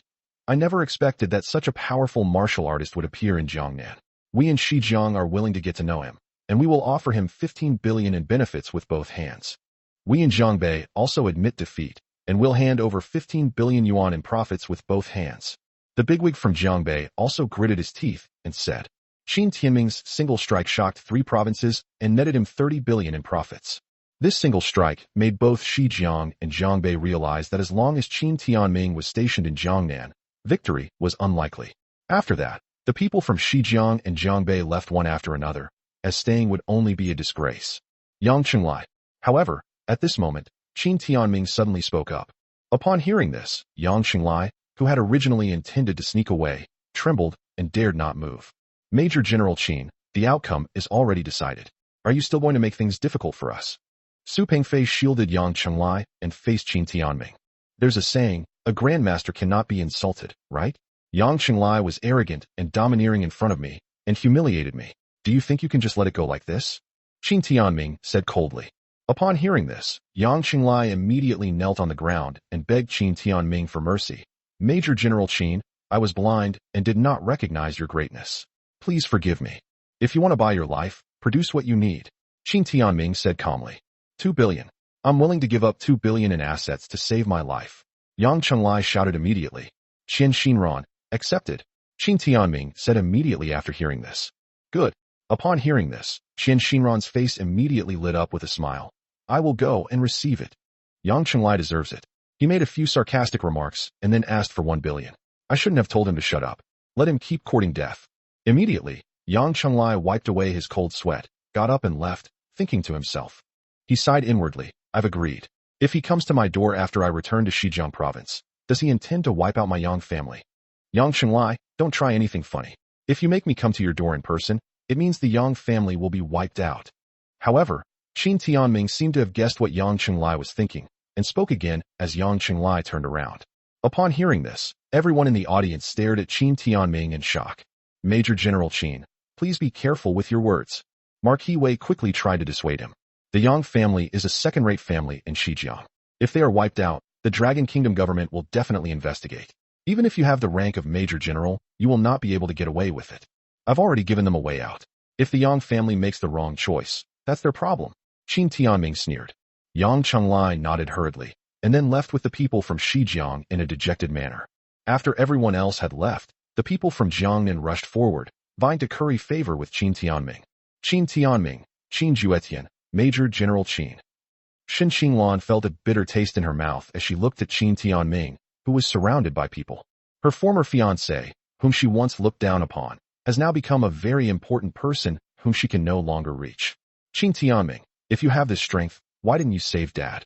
Is he not your biological father? However, just as everyone was fawning over Qin Tianming, a furious roar rang out. As the voice rang out, everyone turned to look at the person who had roared. Qin Tianhe stared at Qin Tianming with bloodshot eyes, his gaze filled with endless resentment. Qin Tianming coldly looked at Qin Tianhe, his figure flashed, and he suddenly appeared in front of Qin Tianhe, then struck out with a palm. Smack! A sound rang out, and Qin Tianhe was instantly slapped away, his mouth filled with blood and countless teeth knocked out. Who do you think you are, daring to tell me how to do things? Qin Tianming stood still, looked at Qin Tianhe curled up on the ground, and said coldly. Qin Tianhe stared at Qin Tianming with malice in his eyes, feeling even more resentful. Remember this, from the moment the Qin family forced me to leave, their life and death are none of my concern. If you dare to provoke me, don't blame me for being ruthless. Qin Tianming coldly left these words before departing. Upon seeing this, Qian Xinran quickly followed. The other bigwigs watched the two leave, but none of them dared to chase after them. Instead, they glanced at Qin Shao, whose fate was unknown, and shook their heads repeatedly. It turns out that Qin Tianming is a member of the Qin family. However, Qin Tianming was forced to sever all ties with the Qin family. The Qin family has let a true dragon leave. From now on, the Qin family will surely perish. Shen Xinglan watched Qin Tianming's retreating figure, her heart filled with bitterness. If only I had treated him better, I would have been the one leaving him. Chapter 68 Night Falls. On the highway, a Mercedes-Benz SUV sped towards Linzhou. Qian Xinran glanced at Qin Tianming, who was sitting quietly in the passenger seat, and said, Mr. Qin, Weiho just contacted me. The total profits from this arena competition in Xizang and Jiangbei amount to more than 30 billion. After discussion, they are prepared to offer you 50% of the proceeds. You can handle this. Qin Tianming listened, and then said. Upon hearing this, Qian Xinran looked at Qin Tianming, sensing his carefree and unrestrained spirit, and said with envy, Mr. Qin, if I wanted to cultivate martial arts. I don't practice martial arts. Qin Tianming immediately said. Upon hearing this, Qian Xinran froze, unsure of how to continue the conversation. If you want to cultivate, I can teach you, but now is not the time, Qin Tianming said calmly. Not the right time? Qian Xinran's eyes lit up immediately upon hearing this. Then when is the right time? Your aptitude is very poor. You need elixirs to help you, Qin Tianming said. Upon hearing this, Qian Xinran immediately felt hopeful and said, I will definitely find a way to help Mr. Qin find the alchemy furnace. Upon hearing this, Qin Tianming nodded slightly and prepared to close his eyes to rest. But the next moment, he suddenly slapped out with his palm, and the car door was flung open. Then he reached out and grabbed Qian Xinran, lifting her up and darting out like a cat. Bang! The instant he darted out, a piercing whooshing sound accompanied the air currents. In a flash, a bullet struck the car's fuel tank. The bullet was from a heavy sniper rifle, and its origin was unknown. When the fuel tank was hit, the entire vehicle immediately exploded and burst into flames. Qin Tianming leaped again, already more than 10 meters away. He carried Qian Xinran, yet he was as light as a kite, running swiftly. In the instant he dodged, another bullet struck the ground, exploding into a series of sparks. The bullet spiraled and penetrated deep into the concrete, cracking all around it. Qin Timing's expression hardened when he saw this. These were specially made sniper bullets with extremely high power. If he were hit, he might not be able to withstand it. Whoosh! However, just as Qin Tianming regained his footing, another bullet whizzed through the air in the distance. His divine sense had already locked onto the bullet, and he could clearly perceive that the bullet was aimed directly at his brow. The shots came in rapid succession, each aimed directly at Qin Timing's vital points. The one firing them was a master marksman. Qin Tianming immediately tilted his head and easily dodged the bullet. Bang! The bullet struck Qin Tianming from behind and exploded on the spot, its power extremely terrifying. However, just as Qin Tianming dodged that bullet, 2 more bullets flew towards him. He immediately used the Blood Dragon soaring step, quickly dodging 2 shots with Qian Xinran in tow. As before, the 2 bullets exploded on the spot after hitting the object, unleashing extremely terrifying power. This is a specialized bomb. After dodging continuously, Qian Xinran came to her senses and screamed.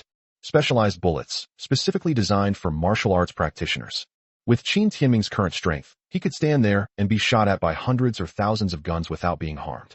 However, these specialized bullets are different. They are specially modified and extremely powerful. Moreover, firearms designed to fire these specialized bullets are all specially manufactured. Moreover, the person who uses such firearms and ammunition must be a person with powerful cultivation. Moreover, such people can even achieve perfect harmony between themselves and their guns, using their powerful mental strength to lock onto a person's aura. They don't even need to look. They can simply raise their hand and shoot them in the head. If Qin Tianming hadn't possessed formidable strength, the previous sneak attack would have been enough to kill someone. Even a grandmaster, or even a grandmaster at the innate realm, would probably find it difficult to withstand. Bang! Another shot was fired with lightning speed, but Qin Tianming dodged it again.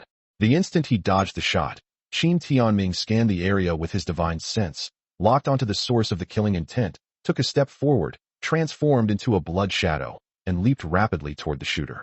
However, the murderous aura vanished the instant he charged out. Trying to run? Don't even dream about it. Qin Tianming sensed the disappearance of the killing intent, and with a thought, he used the great tracking technique to immediately lock onto a figure. A figure was seen running at an astonishing speed through the forest beside the road, about 800 meters away from Qin Tianming. However, how could he possibly outrun Qin Tianming? Qin Tianming sprinted away at an astonishing speed, closing in on the figure in just 5 seconds.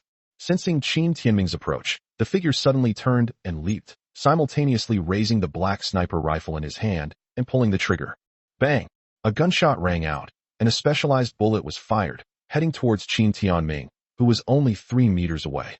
The moment the shot was fired, the gunman's lips curled up slightly. At that distance, no one survived. However, in the next instant, the gunman's eyes widened, unable to believe what was happening before his eyes. Qin Tianming swiftly reached out and flicked his index and middle fingers, unleashing a terrifying force that actually deflected the bullet. Bang! The bullet hit the ground and exploded on the spot, bursting into flames. Qin Tianming had already closed in on the gunman, reached out and grabbed the gunman by the neck, then suddenly slammed him to the ground. Bang! A loud bang was heard, and a deep crater instantly appeared in the ground. The gunman then screamed in agony and coughed up several mouthfuls of blood. At that moment, Qin Tianming landed and put Qian Xinran down. Qian Xinran looked shaken, panting heavily, and sweating profusely. Tell me, who sent you? Qin Tianming grabbed the gunman by the neck and lifted him up again, asking in a deep voice. The gunman stared at Qin Tianming without saying a word. All assassins are this professional. Qin Tianming sneered and directly used the soul-seizing technique from the Great Soul Technique. Immediately, a faint, eerie light emanated from his palm, and the assassin seemed to be stimulated by something, shaking his head repeatedly and even letting out a low growl. Qin Timing's expression hardened. He hadn't expected the opponent's mental strength to be so formidable, resisting his soul-capturing technique. However, this resistance only lasted for a little over 10 seconds before the gunman's eyes gradually became unfocused, and he eventually became dazed. "Tell me, who sent you?" Qin Timing asked. "A mission from the secret network. I don't know the employer," the gunman stammered. "A secret network?" Qian Xinran exclaimed in surprise upon hearing the name. "What?" Qin Timing looked at Qian Xinran. "No one knows the employer of the assassination missions on the secret network except for the network's owner, not even the person who accepts the mission," Qian Xinran said. Upon hearing this, Qin Timing asked again, "Who are you?" "I come from the Nightfall, codename Nightmare, SS-class assassin," the gunman stammered. As soon as he finished speaking, Qin Timing knocked the assassin unconscious with a karate chop, and then dialed Gu Qingmei's number. Chapter 69. News of an alchemy furnace has arrived. About an hour later, a military vehicle arrived, and Gu Qingmei hurriedly got out and walked to where Qin Timing was. "Let's talk about it when we get back." When Qin Timing saw Gu Qingmei arrive, he immediately spoke up, then moved the assassin Nightmare into the car. Gu Qingmei then drove back to Linzhou. "Major General Qin, are you saying that this assassin is Nightmare, an SS-level assassin from Nightfall?" As Gu Qingmei drove, her heart felt like it was about to jump out of her chest, and she couldn't help but ask. Qin Timing nodded slightly and said, "That's right, let's go back first." Soon, Gu Qingmei drove back to Qin Timing's lakeside villa in Linzhou. After entering the villa, Qin Timing kicked the assassin codenamed Nightmare awake. "Where's this place?" "After waking from the nightmare, I felt disoriented, as if my memory was playing tricks on me, and I couldn't understand why I was there." Jiang Han, 26 years old, from Linzhou, is a cardiac surgeon at the first hospital of Jiangnan province. At that moment, a detached female voice rang out. Upon hearing the voice, Jiang Han snapped back to reality and looked at the speaker. The speaker was Gu Qingmei, who was holding a document in her hand containing information about Jiang Han. "Oh." The next moment, Jiang Han laughed. "The investigation is quite thorough." Gu Qingmei continued coldly. Jiang Han, a genius boy, was sent to the United States as an exchange student to study medicine at the age of 16. He returned to China 8 years later and joined the Department of Cardiac Surgery at the first hospital of Jiangnan province. During his tenure, he was kind and had outstanding medical skills. He performed many surgeries that were considered impossible, saving many lives. He was regarded as the foremost medical doctor in Jiangnan in the future. "I have a girlfriend named Lin Ro, who is the assistant to Shen Qinglan, the president of Qingmei Company. They already know I'm an assassin. What's the point of saying all this?" Jiang Han said impatiently. Gu Qingmei took a deep breath and said, "I never expected that the true identity of the Nightmare who strikes fear into people's hearts and has a 100% success rate in assassinations is actually a doctor from Linzhou." Upon hearing this, Jiang Han's expression changed, and he immediately looked at Qin Timing and asked, What? What did you do to me?" Jiang Han would never reveal the identity of the night assassin. That was a grave taboo. If you reveal this information, it will be considered a betrayal of Nightfall, and you will eventually be hunted down by Nightfall. "You don't need to ask me what I did. I just want to know who hired you to kill me," Qin Timing said coldly. "I told you, this is a mission from the secret network. There's no way I could know who the employer is," Jiang Han said immediately. Gu Qingmei nodded slightly to Qin Timing after hearing this, confirming that he was right. Qin Timing looked at Gu Qingmei after hearing this, and then said, "This person is yours. Don't worry, this kind of SS-level assassin is a target of Xianyuan Pavilion. However, I really didn't expect that the famous assassin Nightmare would actually be a doctor," Gu Qingmei said to Jiang Han. Jiang Han then said, "Previously, a fortune teller said that I would have a major calamity at the age of 26. I refused to believe it and insisted on assassinating him on my birthday as a birthday present to myself. I never expected that I would actually fail." Qin Timing waved his hand, signaling Gu Qingmei to take Jiang Han away. How to gather intelligence afterward was up to Dragon Soul. Gu Qingmei immediately took Jiang Han away. "Oh right, I forgot to tell you something." Just as they were being led away, Jiang Han suddenly spoke to Qin Timing. "Speak," Qin Timing said coldly. "If Nightfall doesn't receive a reply from me in half a month, they'll assume the assassination mission failed and will send more assassins. You'd better watch out," Jiang Han said with a smile. Upon hearing this, Gu Qingmei's face became very solemn. She said, "This is the world's second-largest assassination organization. They do not allow missions to fail. Therefore, after Jiang Han's failure, assassins will continue to arrive until the mission is completed. All right, then I'll tear the entire night sky apart." Qin Tianming laughed as well. Major General Qin. Upon hearing this, Gu Qingmei immediately became anxious. Nightfall is not as simple as you think. There are many experts inside, including martial kings. That's right, Night King is a martial king, so after Nightfall accepted this mission, you're doomed. Enjoy your good days ahead. Jiang Han laughed loudly. And then, let me tell you something else. Night King is my master. As long as I don't die, he will definitely come looking for me. Alright, let's see what kind of strength this Night King you're talking about really has. Qin Tianming said calmly. Gu Qingmei didn't know what to say after hearing this, so she could only take Jiang Han back first, and then make plans. In the end, she tried to find a way to cancel the assassination mission. Tell me more about the secret network. After Gu Qingmei left with Jiang Han, Qin Tianming immediately spoke to Qin Shinran. Upon hearing this, Qin Shinran immediately grabbed her laptop and logged into a secret website. After the website opened, a dark shadow appeared. Qin Shinran clicked on it, and a registration page popped up. Qin Shinran then said to Qin Tianming, the registered capital is 10 million US dollars. Register. Qin Tianming said immediately without the slightest hesitation. Qin Shinran then began the process, registering a secret account on the secret network with 10 million US dollars. After registering, I logged into the secret network and saw a large number of tasks. These tasks made Qin Shinran's heart pound with fear. I had long heard that the tasks on the secret network were lawless, but I never expected them to be so far beyond my imagination. Killing people is considered a low-level task on the secret network. There are all sorts of unbelievable tasks, such as stealing nuclear warheads, and some people have even completed this task. In addition, there were missions to assassinate heads of state of various countries, and many of these missions were successfully completed. 10 million US dollars to assassinate me. Who placed the order? Qin Tianming soon saw the mission to assassinate Qin Juetian. This mission was just released not long ago. Mr. Qin, do you have any enemies? Qin Shinran asked. Qin Tianming frowned slightly upon hearing this, and pondered for a moment. The Qin family? The Ren family? Or perhaps the overseas heavenly god hall? He has many enemies, but the greatest danger among them is what Gu Qingmei mentioned. He has become a target of overseas forces. The heavenly god hall has no bottom line, so sending assassins is normal for them. Dare to put a bounty on me?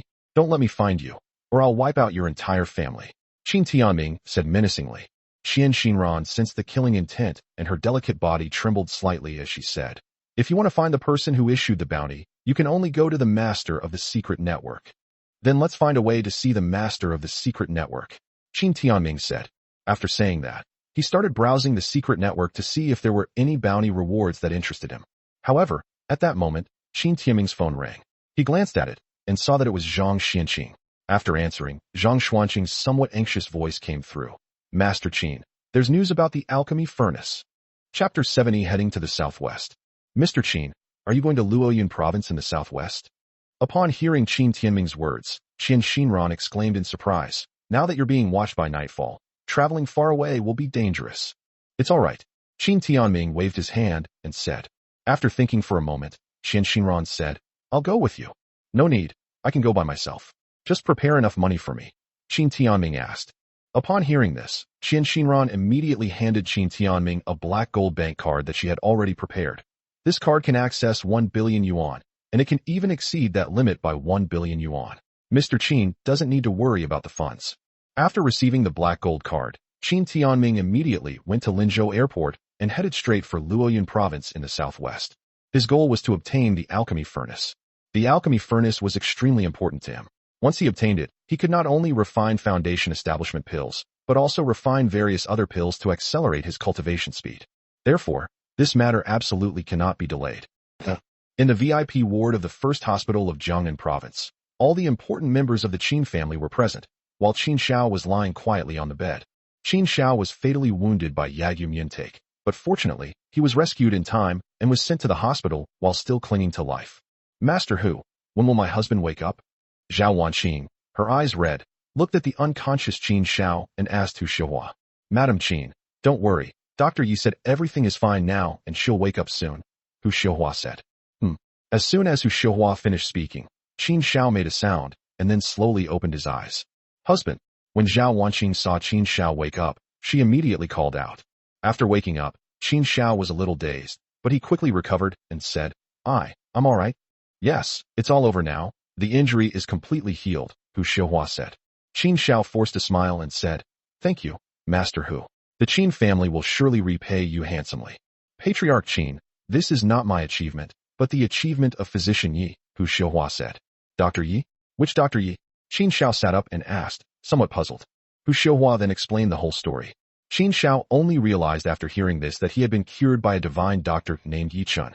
What about Dr. Yi? I need to thank him in person, Qin Shao asked. They've already left, and I couldn't stop them, Hu Xiuhua said. Qin Shao sighed after hearing this and turned to Qin Tianhe, asking, Tianhe, what happened after that? Qin Tianhe trembled slightly upon hearing this, and everyone else looked at him. Finally, he gritted his teeth and told Qin Shao what had happened after his defeat. What? Yagyu Mientake was killed by that rebellious son with a single blow. Qin Shao exclaimed, his eyes wide with disbelief. Dad, Qin Tianming did it on purpose. He deliberately wanted you dead. If he had made a move, you would never have been so badly injured. Qin Tianhe said. Tianhe. However, no sooner had Qin Tianhe finished speaking than Shen Qinglan, who had come to see Qin Shao, immediately interrupted. This has nothing to do with Qin Tianming. Qin Tianhe fell silent immediately upon hearing Shen Qinglan's words. So, Qin Tianming is Qin Zhu Tian, not some Earth Realm Grandmaster, but a postnatal Grandmaster. Qin Shao said in a deep voice, when did this rebellious son start practicing martial arts? Why didn't he mention it to us at all? This question immediately silenced everyone. Uncle Qin, you've never cared about him, so we don't understand him at all. After a long silence, Shen Qinglan spoke with a bitter tone. Shen Qinglan's words struck a chord with everyone in the Qin family. Yes, for 3 years, during his 3 years in the Qin family, no one ever cared about Qin Tianming. He didn't even know that he had never taken any money from the Qin family. Qin Shao took a deep breath and then said, with his current achievements, he is fully worthy of the Qin family. Let him come over and have a good talk. As long as he is willing to let go of his resentment, I will announce that he is the eldest son of the Qin family, and I will take him to the ancestral land of the Qin clan. The entire Qin clan will support him with all their might. Upon hearing Qin Zhao's words, Shen Qinglan frowned and sighed inwardly. Uncle Qin, you still can't let go of your status. Now you're asking Qin Tianming to come. How could he possibly come? Dad, Qin Tianming has no chance of coming back. When you were seriously injured and your life was hanging in the balance, he even said that your life or death was none of his business. In fact, his medical skills are excellent. He could have cured you back then. However, Qin Tianhe spoke up at this moment. Upon hearing this, Qin Zhao's expression turned slightly unpleasant. Did he really say that? Sister Qinglan, you were there at the time. You know what's going on. Qin Tianhe actually threw the difficult question to Shen Qinglan. Upon hearing this, Shen Qinglan looked at Qin Tianhe with great displeasure and said, this is an internal matter of your Qin family. I am an outsider, and it is not appropriate for me to interfere. I will take my leave now. After saying that, Shen Qinglan turned and left. She didn't want to get involved in the Qin family's affairs. However, she felt a little sad as soon as she left the hospital. If Qin Tianming returns to the Qin family, then her engagement with Qin Tianming will continue. Qin Juetian, a man of such stature and integrity, is the dream of countless women, including Shen Qinglan herself. But will he really come back? Shen Qinglan looked up at the sky and sighed. Then her face turned cold. That stinky Ziqian must have known all along, but she just didn't tell me. I'm going to settle the score with her. Inside the hospital ward, however, the atmosphere was somewhat strange. Patriarch, given Tianming's current achievements, he should be allowed to return to the Qin family as soon as possible. Yes, the Qin family hasn't produced such a person in a long time. Several elders of the Qin family spoke up, clearly wanting Qin Shao to see Qin Tianming. As for having Qin Tianming come over, they obviously thought it was impossible, which is why they advised against it. However, Qin Zhao's face turned very gloomy upon hearing this. As a father, how could he apologize to his son? Moreover, it's true that his son refused to help him when he was in danger. Husband, there's no rush to bring Qin Tianming back. He's still angry. If we go to see him now, he'll probably refuse. Zhao Wanqing said gently. Upon hearing this, Qin Shao nodded slightly and said, Wife, you're right. There's really no rush. Zhao Wanqing laughed immediately after hearing this. Husband, besides, I always feel that Qin Tianming changed too quickly, especially after he left the Qin family. Could there be some hidden story behind it? Upon hearing this, the Qin family members looked at Zhao Wanqing, but none of them uttered a sound. Clearly, these people aren't fools. Zhao Wanqing is trying to stir up trouble. However, Qin Shao, as the head of the family, did not think so. He felt that his wife's question was correct. Gold shines wherever it is. Moreover, this is a grandmaster who was born later in life, yet he hasn't shown any signs of it all these years. It couldn't have been cultivated like this after leaving the Qin family. Tianhe, get ready. I'll take you to the ancestral land in 3 days. After thinking for a while, Qin Shao said to Qin Tianhe. Chapter 71 Song in Aichang. 3 hours later, the plane landed smoothly at Mingqing Airport, the capital of Luoyang Province.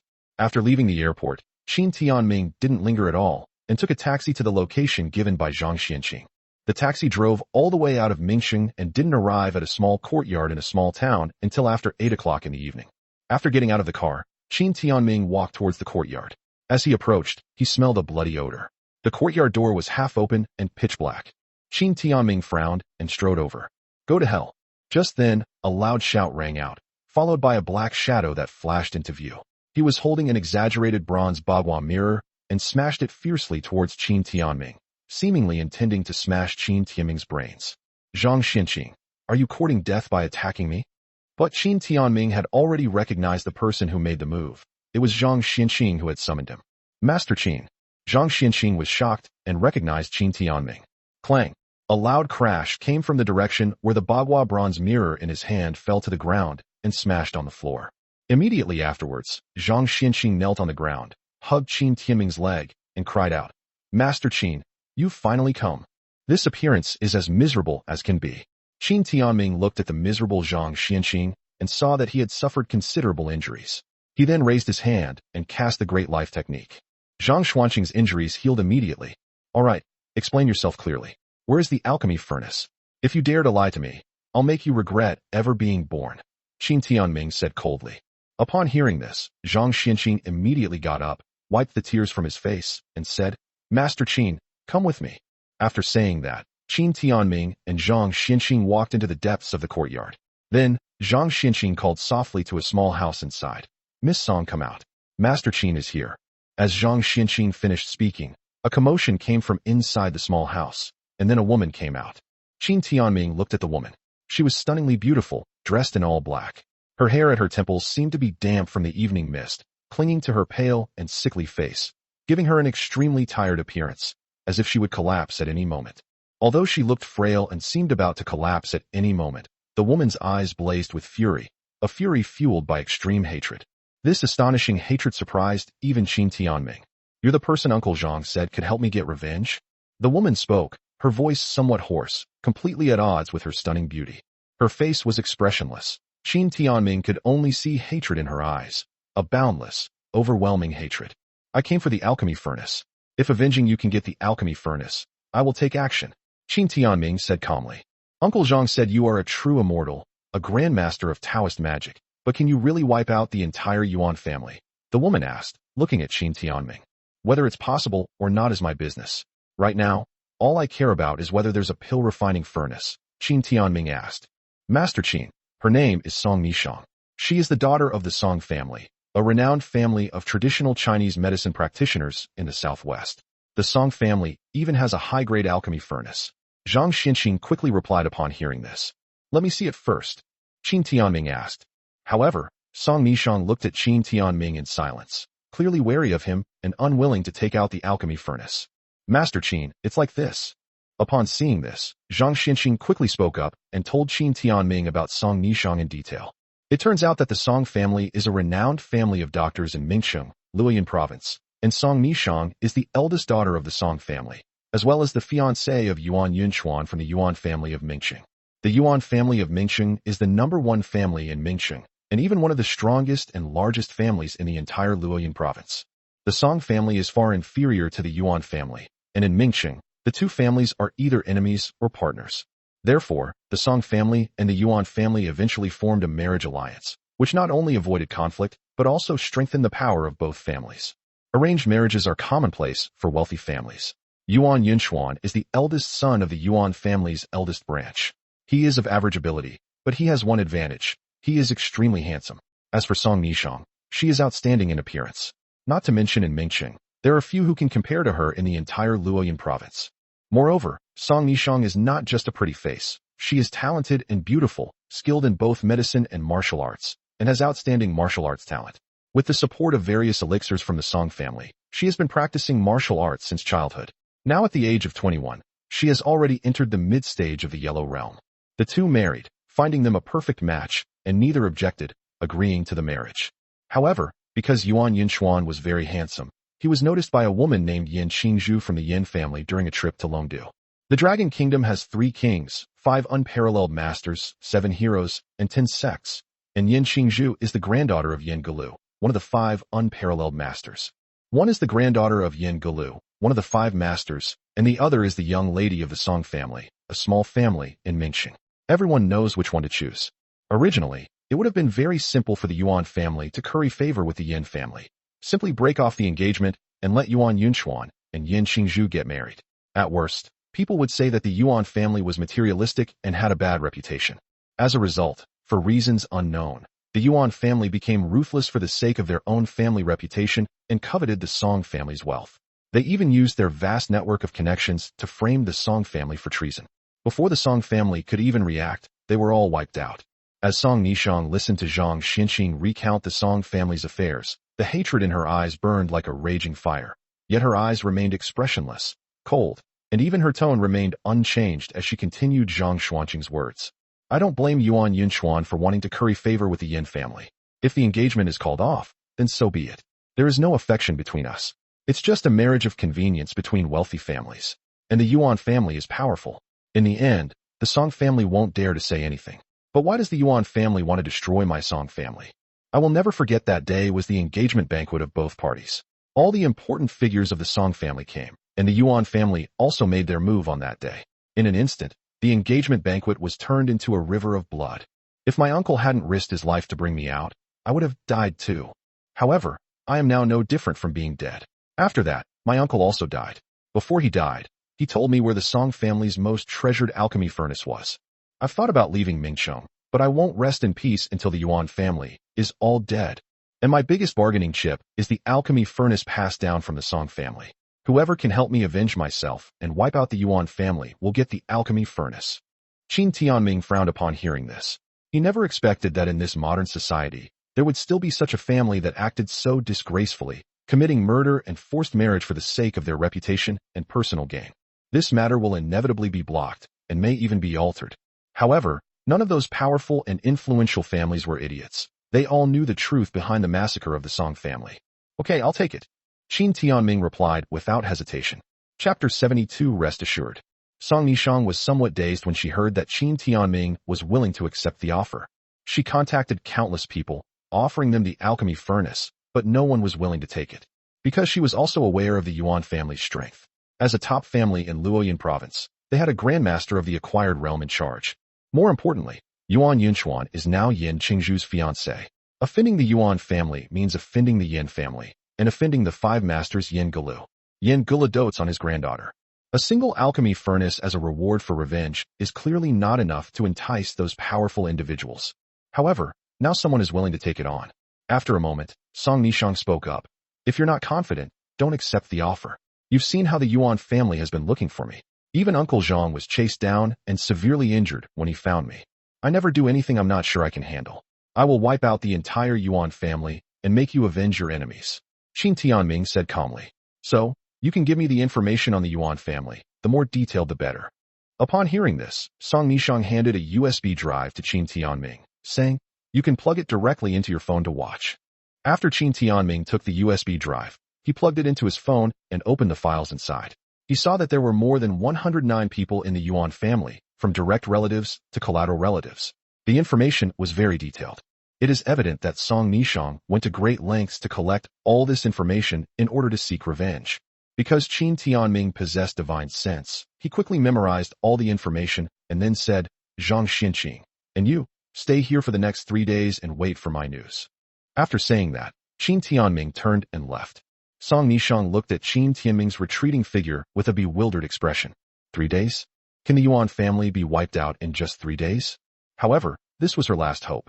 If Qin Tianming fails to complete his mission, she has already made up her mind that even if she cannot kill all the members of the Yuan family, she will perish together with Yuan Yunchuan. Mingxing, Dongshu Mingdu. This is one of the major high-end villa areas in Mingxing, and the people who live here are all wealthy and powerful. Yuan Zhenong, the 3rd son of the Yuan family, lives in villa number 3. Although it was the middle of the night, the villa was still brightly lit, as if someone was discussing something. Is the old man really that biased? Just because Yuan Yunchuan has climbed up to the Yin family of Longdu, he gives him everything. What kind of skill is it for a man to live off a woman just because he has pretty face? A middle-aged man in his 40s, holding a glass of red wine, spoke up with a very unpleasant expression. Third brother, be careful what you say. Don't let this get out, or your third branch of the family will be in trouble, a middle-aged man next to him advised.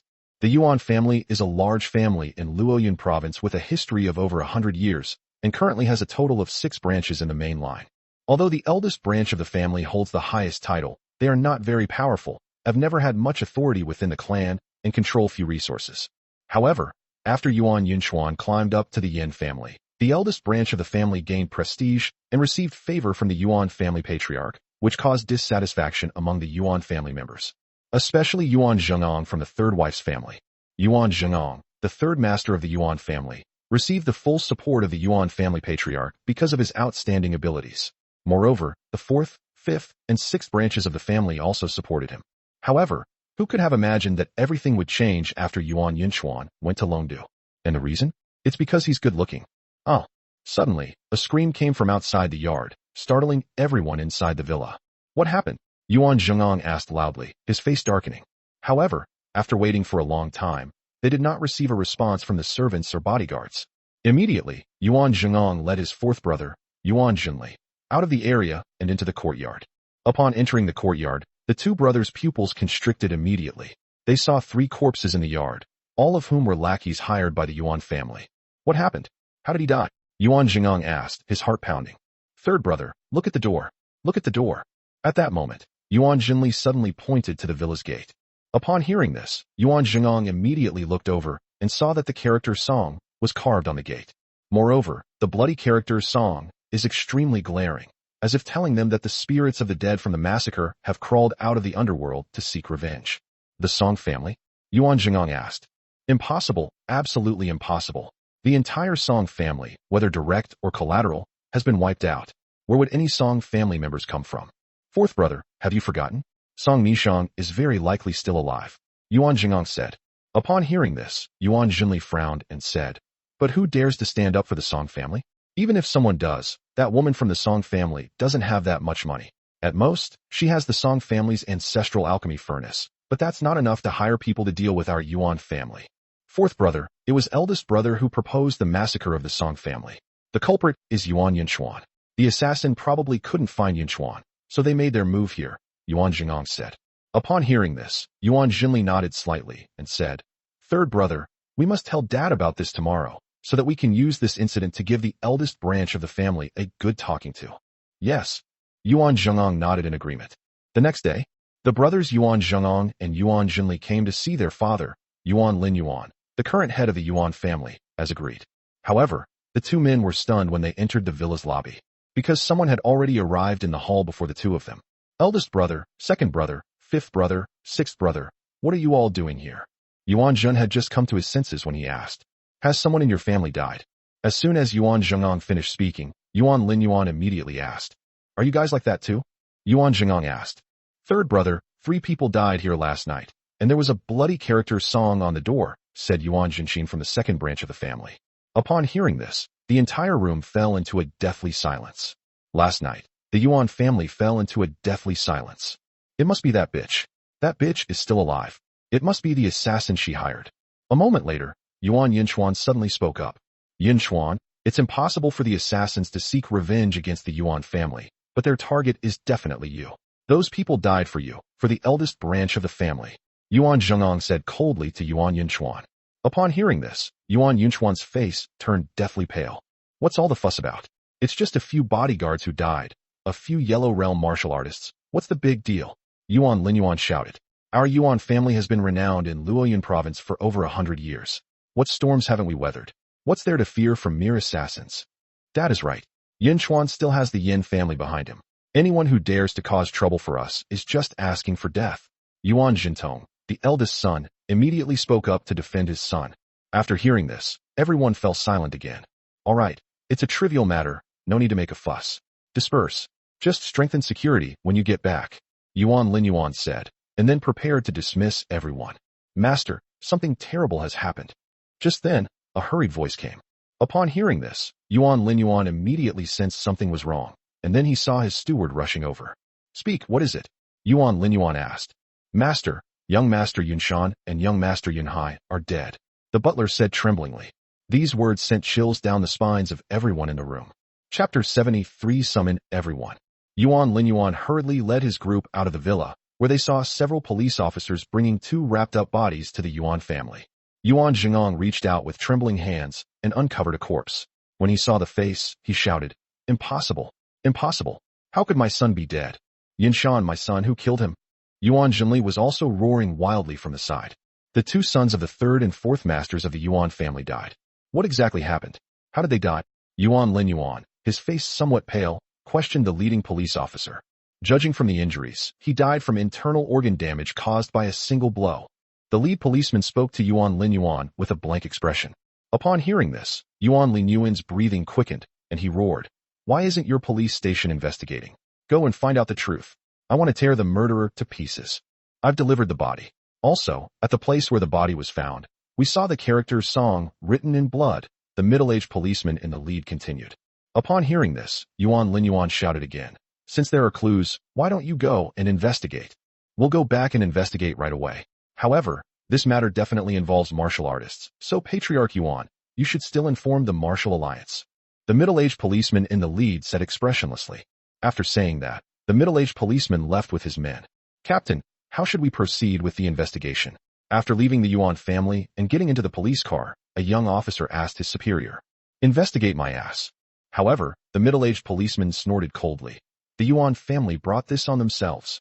The young policeman was stunned upon hearing this, then said, "But Captain, the higher-ups." "The higher-ups investigated the massacre of the Song family and told us to just give it a perfunctory answer. So, can't we just give it a perfunctory answer this time?" the captain said. Upon hearing this, the young policeman nodded slightly.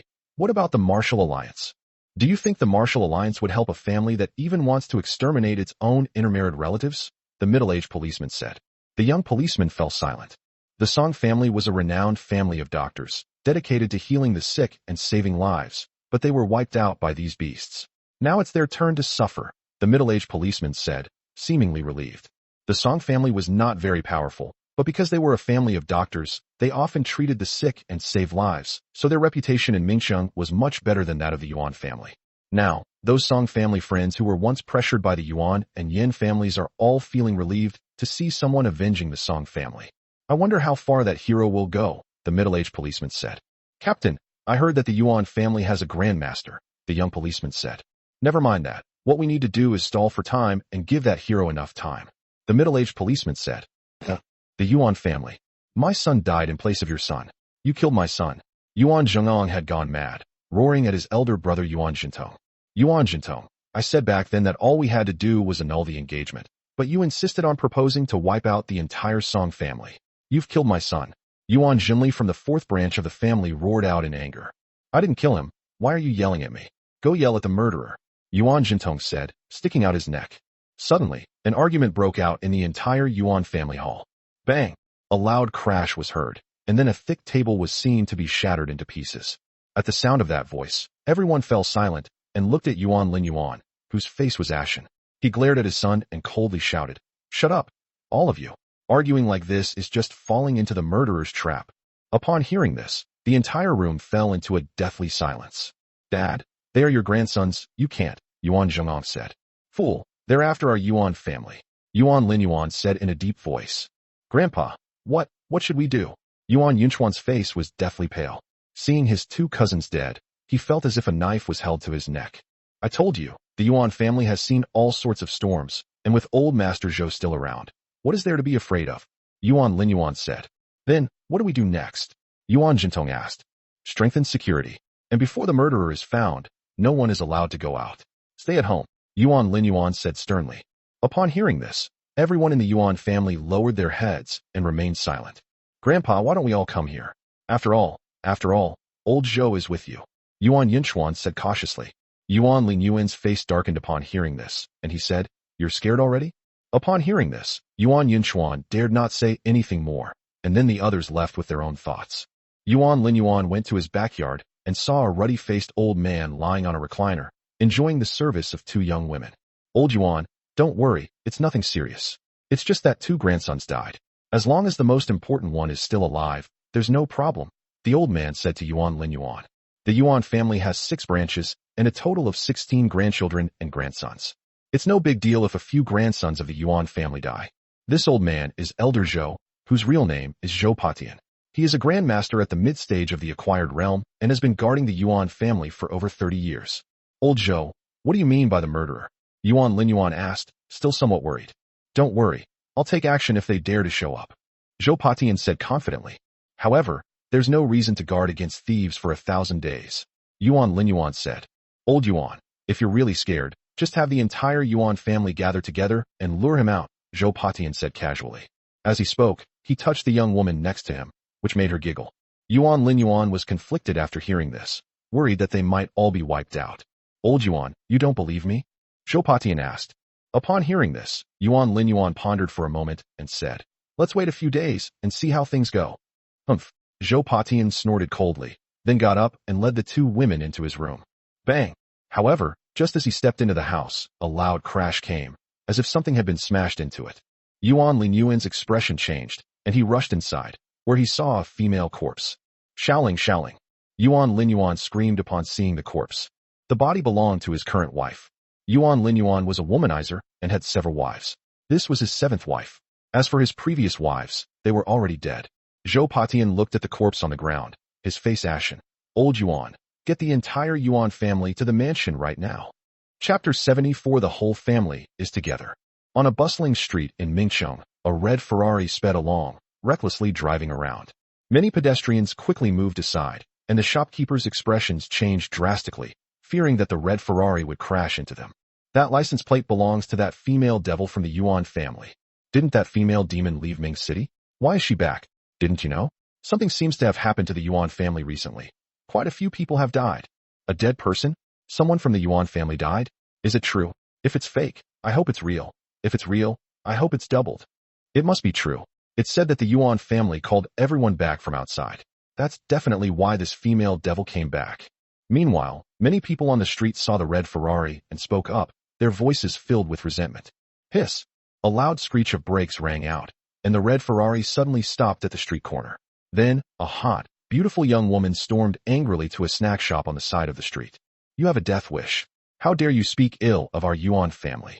The hot girl pointed at the group of people sitting in the snack shop and shouted, Sister Xianxian, Grandpa is still waiting for us at home.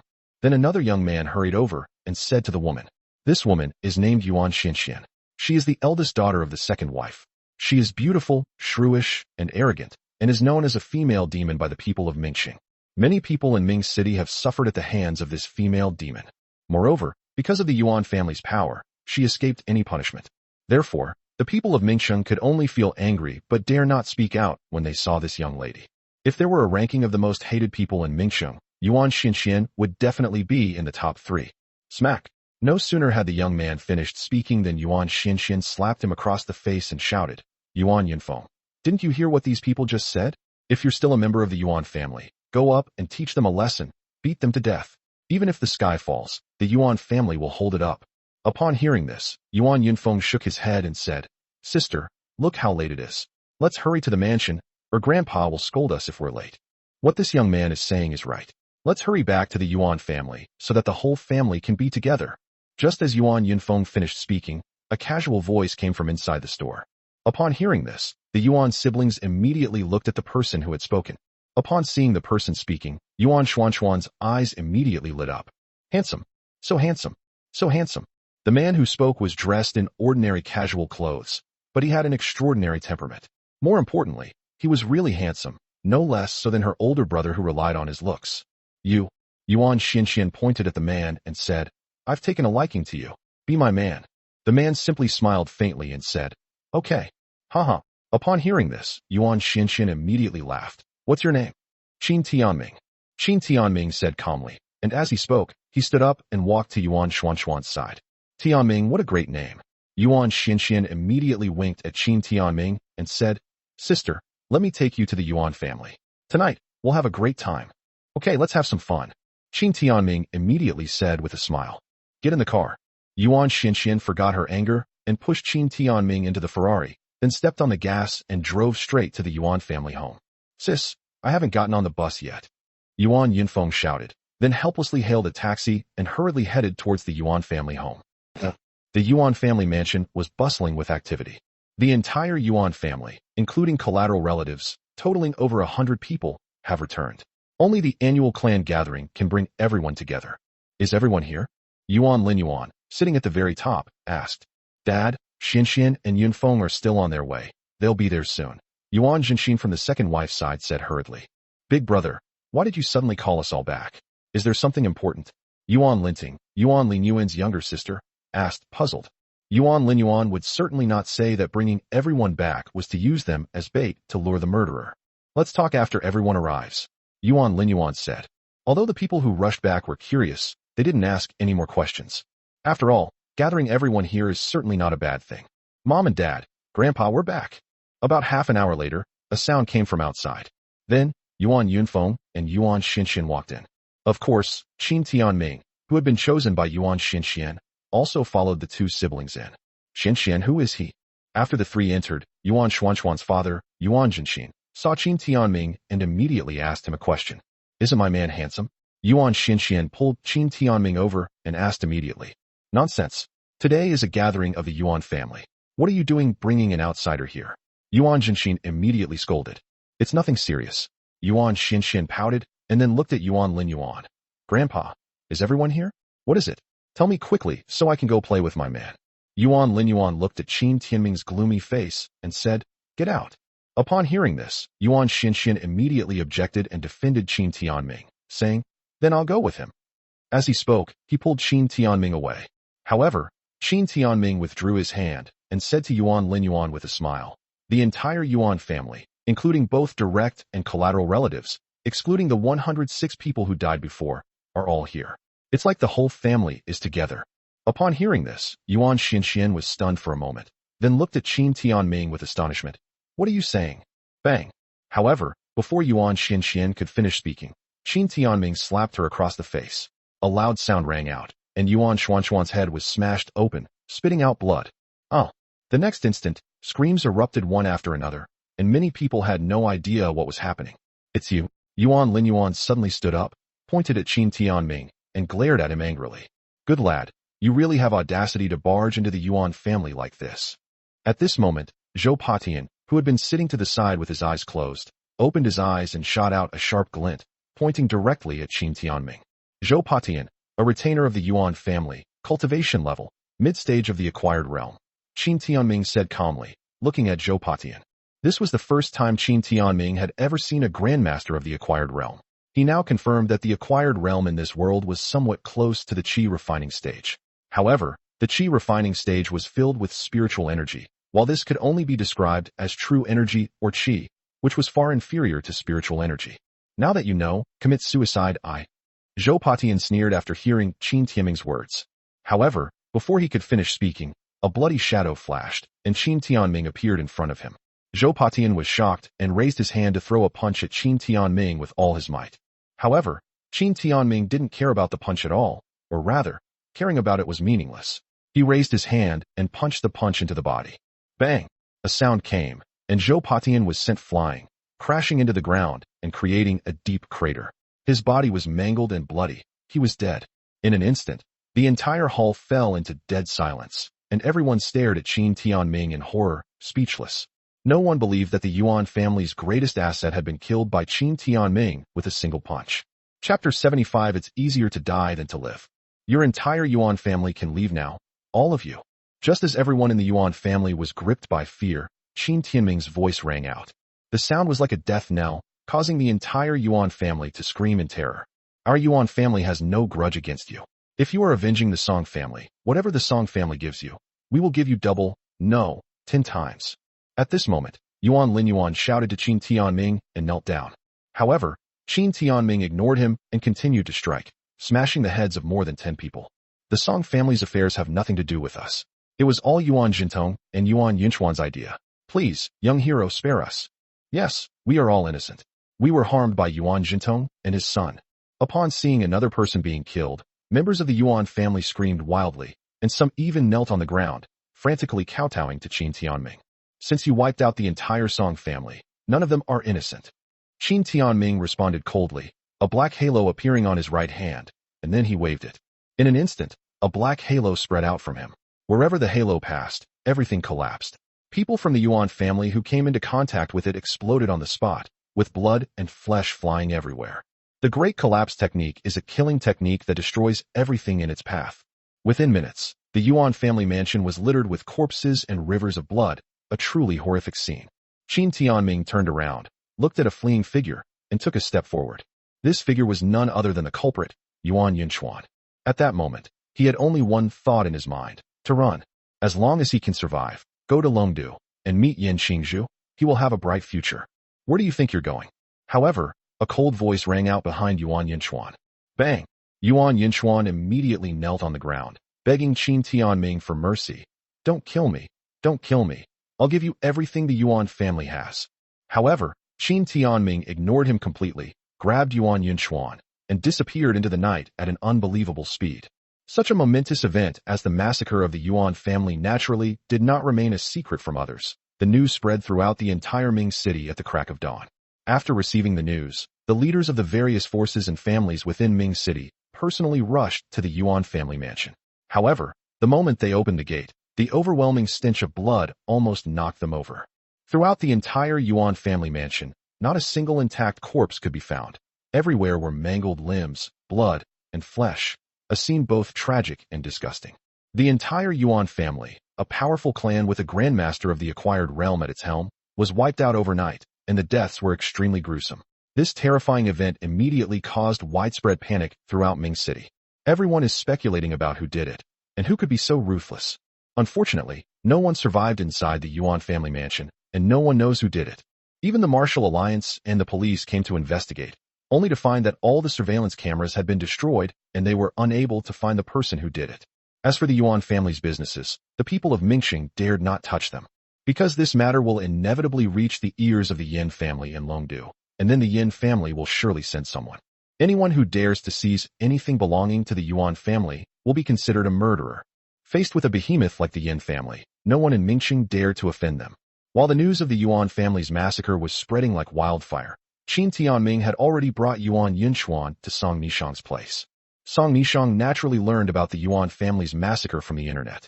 She looked at Yuan Yinchuan, who was kneeling on the ground and frantically kowtowing to him, and her expression became dazed. 3 days. Qin Tianming really did wipe out the entire Yuan family within 3 days, and even brought the instigator, Yuan Yinchuan, to her. Do you want to do it yourself? Qin Tianming handed her a knife and asked calmly. Hearing Qin Tianming's voice, Song Nishang snapped out of her daze, took the knife Qin Tianming handed her, and tremblingly extended it towards Yuan Yinchuan. And I Chong, I was wrong. I know I was wrong. I will not marry Yin Xingzhu. I will give you everything from the Yuan family. Please let me go. Yuan Yinchuan pleaded frantically with Song and I Chong. Wrong.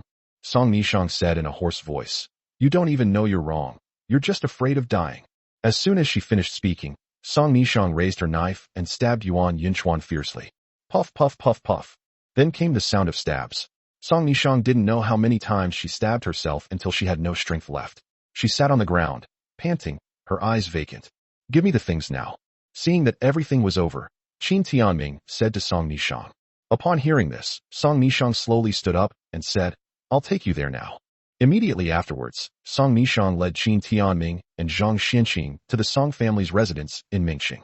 Upon arriving at the mansion, Song Nishang walked inside while crying, eventually opening a secret passage and entering the underground. This is it. Song Nishang stood there, pointing to the center of the basement. There was an alchemy furnace there. It was only a little over half a meter tall, bronze in color, and very exquisite. Qin Tianming looked towards the center, his eyes lighting up. He thought to himself, this is a first-grade magic artifact alchemy furnace, which is enough for me now. The lowest grade treasures used by cultivators are magic artifacts, and above that are spiritual artifacts, with the lowest being grade 9 and the highest being grade 1. The alchemy furnace in front of us is the highest level of magic artifact, almost reaching the level of a spiritual artifact. Alchemy furnaces are extremely important to cultivators, and they are also extremely troublesome to make. Qin Tianming knew how to forge an alchemy furnace, but the materials were hard to find. He originally thought it was just a rank 8 or 9 alchemy furnace to make do with, but he didn't expect it to be a near spiritual artifact alchemy furnace. It will make alchemy much more convenient for him in the future. Without further ado, Qin Tianming picked up the alchemy furnace and prepared to leave. Thank you. Just as Qin Tianming was about to leave, Song Nishong, who had been silent all along, suddenly spoke to him. I'm paying people to solve their problems. There's nothing to thank me for. Qin Tianming stopped. Despite Qin Tianming's words, Song Nishong still stubbornly bowed deeply to him in gratitude. Because she knew that the value of this alchemy furnace alone was not enough to hire someone to wipe out the Yuan family, and it might even be difficult to kill Yuan Yinchuan. Originally, Zhang Xianqing said that Qin Tianming could help her, and she didn't have any hope at all, but she didn't expect that Qin Tianming would actually do it. At this moment, when Qin Tianming took away the alchemy furnace, she felt her hatred completely disappear. It seemed that everything was about to end, and even the meaning of her life had vanished. Having avenged her family and given an explanation to the Song family, she should now go and be with her parents and relatives. Dying is easy, living is the hardest. Only by choosing the hardest path can you live the most wonderful life. Take care of yourself. Qin Tianming left these words behind and departed. Song Nishong stared blankly at Qin Tianming as he walked away. She no longer knew what to do, but she felt she shouldn't just die so easily. Chapter 76, Yin Qingzhu and Su Yingzhua. 3 days after the Yuan family was wiped out, a plane landed at Mingqing Airport, and 5 Earth Realm Grandmasters disembarked. The strongest of these 5 people has actually reached the peak of the Earth Realm. However, these 5 Earth Realm Grandmasters were surrounding a young woman, clearly centering their attention on her. This young woman was only 20 years old. While not exceptionally beautiful, she had delicate features, fair skin, and a tall, graceful figure, making her a rare beauty. The strangest thing was that the woman was wearing a tight-fitting black martial arts outfit, which is usually worn by male martial artists.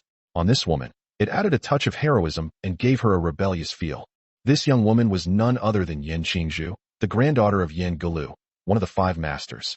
In fact, Yuan Yinchuan had told Yin Qingzhu that the Yuan family was being targeted by assassins. Yin Qingzhu also missed her Yuan brother, so after learning the news, she went to her father, Yin Songfeng, wanting to bring a few strong people to the Yuan family. Yin Songfeng actually looked down on Yuan Yinchuan. How could a man who relied on his looks, a powerful clan in Longdu with the 5 great masters, possibly be interested in a gigolo like Yuan Yinchuan? However, Yin Qingzhu was far too precious to the Yin family. Yin Gulu had only one son, Yin Songfeng. Both father and son shared a common trait. They were both cultivation fanatics and therefore abstained from women. It wasn't until Yin Songfeng was 50 years old that he had Yin Qingzhu. Therefore, Yin Qingzhu was showered with love and affection from the day she was born, especially Yin Glu, who doted on this granddaughter to an unreasonable degree.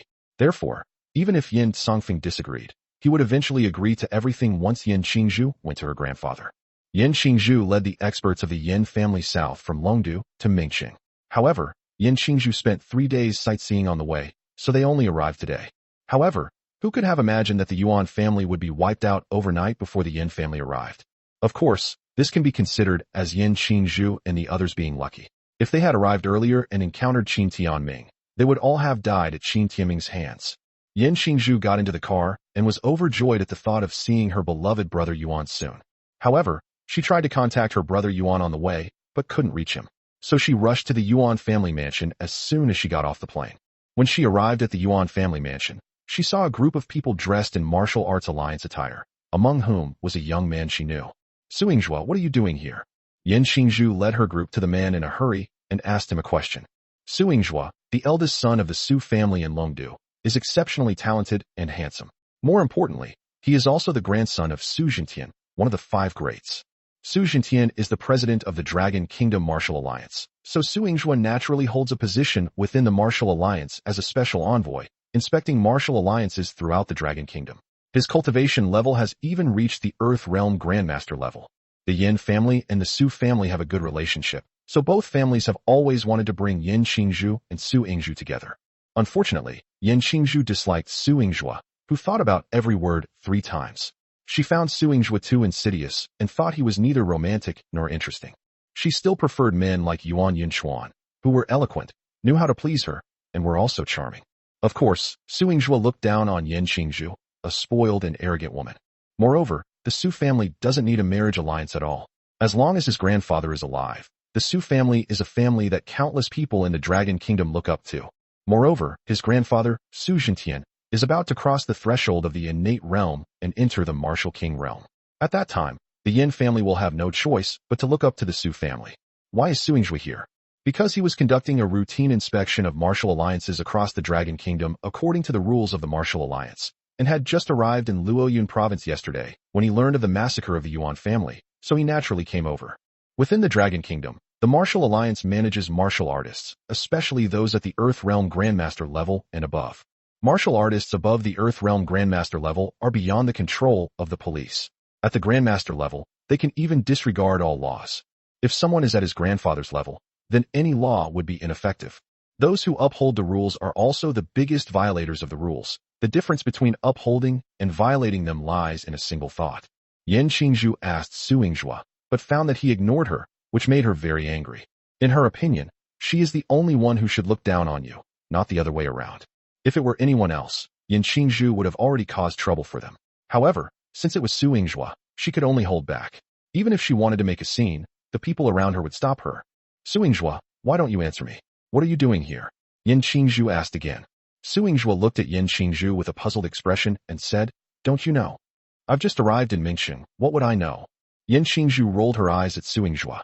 "If you don't know, then go in and see for yourself," Su Yingzhua said with a playful tone. "Of course I'll go in." Yan Qingzhu glared at Su Yingzhua, then led her people into the Yuan family mansion. As soon as the door was pushed open, the lingering stench of blood nearly made Yan Qingzhu trip and fall. After Yan Qingzhu steadied herself, she saw that the mansion was filled with coffins, which made her head buzz and she tremble as she asked, "What happened? Why are there so many coffins?" 3 nights ago, the entire Yuan family of 106 was wiped out by a mysterious martial artist. At that moment, Su Yingzhua walked over and spoke calmly. Boom! Yan Qingzhu's mind went blank upon hearing this. She looked at Su Yingzhua in astonishment and screamed, "What nonsense are you talking about? How is this possible?" "Yan Qingzhu, this matter has already spread throughout Mingxing. If you don't believe me, take out your phone and check the news in Mingxing," Su Yingzhua sneered. Upon hearing this, Yan Qingzhu immediately took out her phone and checked the local news. This almost made her lose her balance. If the people around her hadn't caught her, she would have collapsed and fainted. Then, where's my brother Yuan? Yan Qingzhu asked Su Yingzhua, her voice trembling. "The body has been found. It's a terrible body. The victim was stabbed more than 70 times. He must have suffered greatly before he died. But he's in better shape than the rest of the Yuan family. At least he has a complete body," Su Yingzhua said calmly. As he spoke, he pointed to a crystal coffin and said, "The Martial Alliance collected the body. Because of you, they specially placed Yuan Yunchuan here, waiting for you to come." Wow!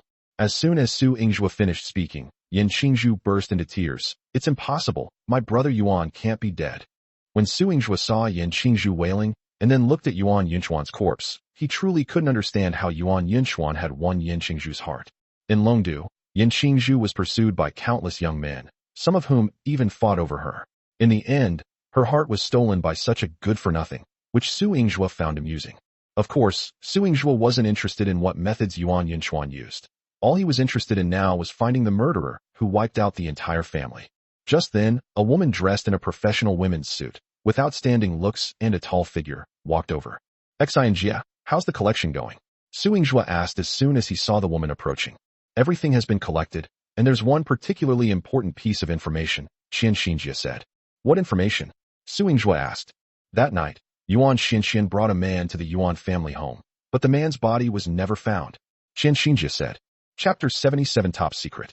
"What? Someone's still alive? Can we find that person?" Upon hearing this, Su Yingzhua immediately asked in surprise. "Young master, we used the most advanced technology available today through surveillance footage, and the person's face has been clearly reconstructed."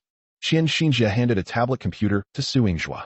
Su Yingzhua took the tablet and started looking at it, while Yan Qingzhu also came over and looked at the tablet. "He's really handsome, even better than that good-for-nothing Yuan Yunchuan," Su Yingzhua said, looking at the photo on the tablet. "You're not allowed to call brother Yuan a good-for-nothing," Yan Qingzhu immediately retorted upon hearing this. "However, this only refers to being a waste. The man on the tablet is indeed handsome, surpassing Yuan Yunchuan in appearance. Now that we have the appearance, the database should be able to match it, right? Have you found out this person's identity?" Su Yingzhua asked, handing the tablet back to Qian Xinjia. "Young master, we checked the database and found this person, but the information is classified as top secret, and I have no right to view it," Qian Xinjia said to Su Yingzhua. "What? I don't have permission to view it. I don't even have the permissions to view it," Su Yingzhua asked. Qian Xinjia nodded and said, "It seems to be the authority set by the Xinyuan Pavilion of the military." Upon hearing this, Su Yingzhua's expression darkened slightly. He asked, "What exactly is this person's identity? Can't we find anything about him?" "We found some information. They're from Jiangnan province. But we can't find anything else, not even their names," Qin Timing said. "In other words, if we go to Jiangnan and find this person, we'll know who killed Brother Yuan." Yin Qingzhu immediately shouted. Su Yingzhua and Qin Timing looked at Yin Qingzhu as if he were an idiot. "Do people from Jiangnan stay in Jiangnan?" "Ex-fiancée, I will find a way to get higher access. This person is key," Su Yingzhua said. "Okay, I will find this person as soon as possible," Qin Timing replied. "However, as for Jiangnan, the inspection will soon reach there as well," Su Yingzhua said. As for Yin Qingzhu, she was completely devastated. She was going to take the experts from the Yin family to Jiangnan and search every nook and cranny to find that person. This left those around Yin Qingzhu completely helpless. Following such a pampered young lady was nothing short of torture. However, the Yin family was actually quite pleased with the news of the Yuan family's extermination. After all, Yin Songfeng had long disliked Yuan Yinchuan. Now that the entire Yuan family had been wiped out, the Yin family could rightfully take over the Yuan family's assets, since Yuan Yinchuan and Yin Qingzhu were engaged. So after the murderer is found, the Yin family might even express their gratitude privately. "Alright, Yin Qingzhu, stop cursing here. You should hurry up and make arrangements for your brother Yuan's funeral," Su Yingzhua said to Yin Qingzhu, and then left with his group. As for Yin Qingzhu, no matter how much trouble she causes, he believes Yin Songfeng won't let her run wild. After all, the person who could slaughter the Yuan family was definitely not a kind person. If Yin Qingzhu rashly sought revenge, he would most likely be courting death. "Brother Yuan, don't worry, I will definitely avenge you," Yin Qingzhu said through gritted teeth. As for Qin Timing, he naturally had no idea that someone had seen his real appearance through some clues. At this moment, he was sitting in an SUV, returning to Linzhou. Qin Timing bought the car on the spot. It was a large SUV, just big enough to fit the alchemy furnace. Since alchemy furnaces couldn't be transported by air, he bought a brand new, high-performance M9 and used it to transport the furnace back to Linzhou. As for the driver, it was naturally Zhang Xianqing. The journey from Mingqing in the southwest back to Linzhou takes 2 days by car, even without sleeping. However, we have now entered Jiangnan province, and we will be back in Linzhou in 3 hours. Gurgle. Just then, a voice came from behind, causing Zhang Xianqing, who was driving, to blush. "Let's find a place to eat nearby. I'm getting hungry after driving for so long," Qin Timing said immediately upon hearing the voice. "I drove back from Mingcheng without stopping, barely resting along the way. If it weren't for my cultivation, most people would have collapsed from exhaustion and even fallen asleep long ago. Although they are in relatively good spirits, neither of them has fasted and they need to eat something." Upon hearing this, Zhang Xianqing drove towards a service area. Soon, the vehicle pulled into the service area. Zhang Xianqing parked the car and got out to buy something. Qin Timing also got out of the car to get some fresh air and looked at the service area. He had to admit that China was very developed. A service area was built like a tourist town, and there were many people. There were also many internet celebrities taking photos here. However, after waiting for about 10 minutes, Qin Timing noticed that someone in front of him had suddenly fainted and collapsed. Splash, splash, splash. Immediately afterwards, one after another, the sound of people falling to the ground could be heard, and the scene suddenly became extremely strange. An ordinary person would be terrified at the sight of this, but Qin Timing was different. He had already discovered the reason. An elderly man dressed in the attire of a Japanese samurai, holding a katana in both hands, slowly walked toward him on the street. A stream of sword intent, seemingly invisible and colorless, flowed like water, emanated from the old man's body. This sword intent swept outwards, causing those who came into contact with it to faint on the spot. Meanwhile, a young man covered in knife wounds was running with difficulty through the streets, leaving trails of blood wherever he went, looking extremely disheveled and miserable. "Xiaoyang, you are doomed to die today." The old man spoke in somewhat broken Chinese, and as he spoke, his pace suddenly quickened, and then he shot out like a cannonball, instantly closing in on Xiaoyang. Bang! The moment he approached Xiaoyang, the old man raised his foot and kicked out. A muffled thud followed, and Xiaoyang was sent flying backward, crashing squarely into the front of an SUV, denting the front of the vehicle. The dignified sword saint of the Sakura Kingdom actually attacked and killed a junior like me, Musashi Ichiro. You have truly disgraced the Sakura Kingdom's martial arts world. Xiaoyang sat on the ground, coughing up blood, his eyes filled with despair as he spoke. To be the backbone of the martial arts of the Broken Dragon Kingdom, face is nothing. The old man from the Sakura Kingdom sneered, drew his katana, and leaped high into the air, slashing at the young man. This is meant to cut Xiaoyang and the car in two with a single stroke. As Xiao Yang watched the old man leap towards him, he closed his eyes in despair. "You're asking for death." Just then, a cold voice suddenly rang out, and then a blood-red shadow flashed and appeared in front of the car. Chapter 78 1/. The moment the figure appeared, both Xiao Yang and Musashi Ichiro were stunned. The sword intent that Musashi Ichiro unleashed was so powerful that most people couldn't withstand it and would faint on the spot. At this moment, however, someone not only remained unaffected but also appeared in front of Xiao Yang with lightning speed. Court death. Upon seeing Qin Timing appear, Musashi Ichiro let out a cold shout and gripped his katana tightly with both hands, intending to cut Qin Timing, Xiao Yang behind him, and his carriage containing the alchemy furnace in half. Just as the katana was about to strike, Qin Timing reached out and pressed down on it with his thumb and forefinger. Musashi Ichiro froze on the spot, staring wide-eyed at Qin Timing. "I simply can't believe what's happening right now." His own knife strike was caught by someone who suddenly appeared and caught it with their bare hands. However, before he could react, Qin Timing reached out and snatched the knife from his hand, then swung it out. Puff! A spurt of blood erupted as Musashi Ichiro was cleaved in two at the waist by a single blow and died instantly. Xiao Yang stared wide-eyed at what was happening before his eyes, his face filled with disbelief. Musashi Ichiro, the grandmaster of innate realm swordsmanship from the Sakura Kingdom, had his katana snatched from his hand and was then killed with a single blow. "How dare you touch my alchemy furnace? You're asking for death." Qin Timing casually threw the katana on the ground, cursed, and then turned to Xiao Yang. "Get up now. You're blocking my carriage." Upon hearing the voice, Xiao Yang snapped out of his daze, quickly scrambled to his feet, and respectfully greeted Qin Timing. "Senior." "Roll." Qin Timing spoke up before Xiao Yang could finish speaking. The alchemy furnace that he had worked so hard to obtain was almost chopped in two by this guy. Xiao Yang froze, completely at a loss for words. At this moment, Zhang Xianxing hurriedly walked over carrying 2 bags of food. When he saw the damaged car, he was stunned for a moment and asked in confusion, "Master Qin, what happened? What utter nonsense. Hurry up and start the car, see if it works. I need to get back to Linzhou." Qin Timing said coldly. He didn't want to stay here any longer. It was truly a terrible tragedy. My own alchemy furnace was almost destroyed. Upon hearing this, Zhang Xianxing didn't dare to ask any more questions. He quickly got into the car, started the engine, and felt a sense of relief. It can still run. It's truly far ahead of the competition. The quality is excellent. "Senior." When Xiao Yang saw Qin Timing getting into the car, he called out again. "I told you to get lost, don't you understand?" Qin Timing said coldly, glancing at him. Bang! Xiao Yang immediately knelt on the ground and kowtowed to Qin Timing, saying, "Please accept me as your disciple, senior." However, Qin Timing didn't even respond. He had already gotten into his car and left.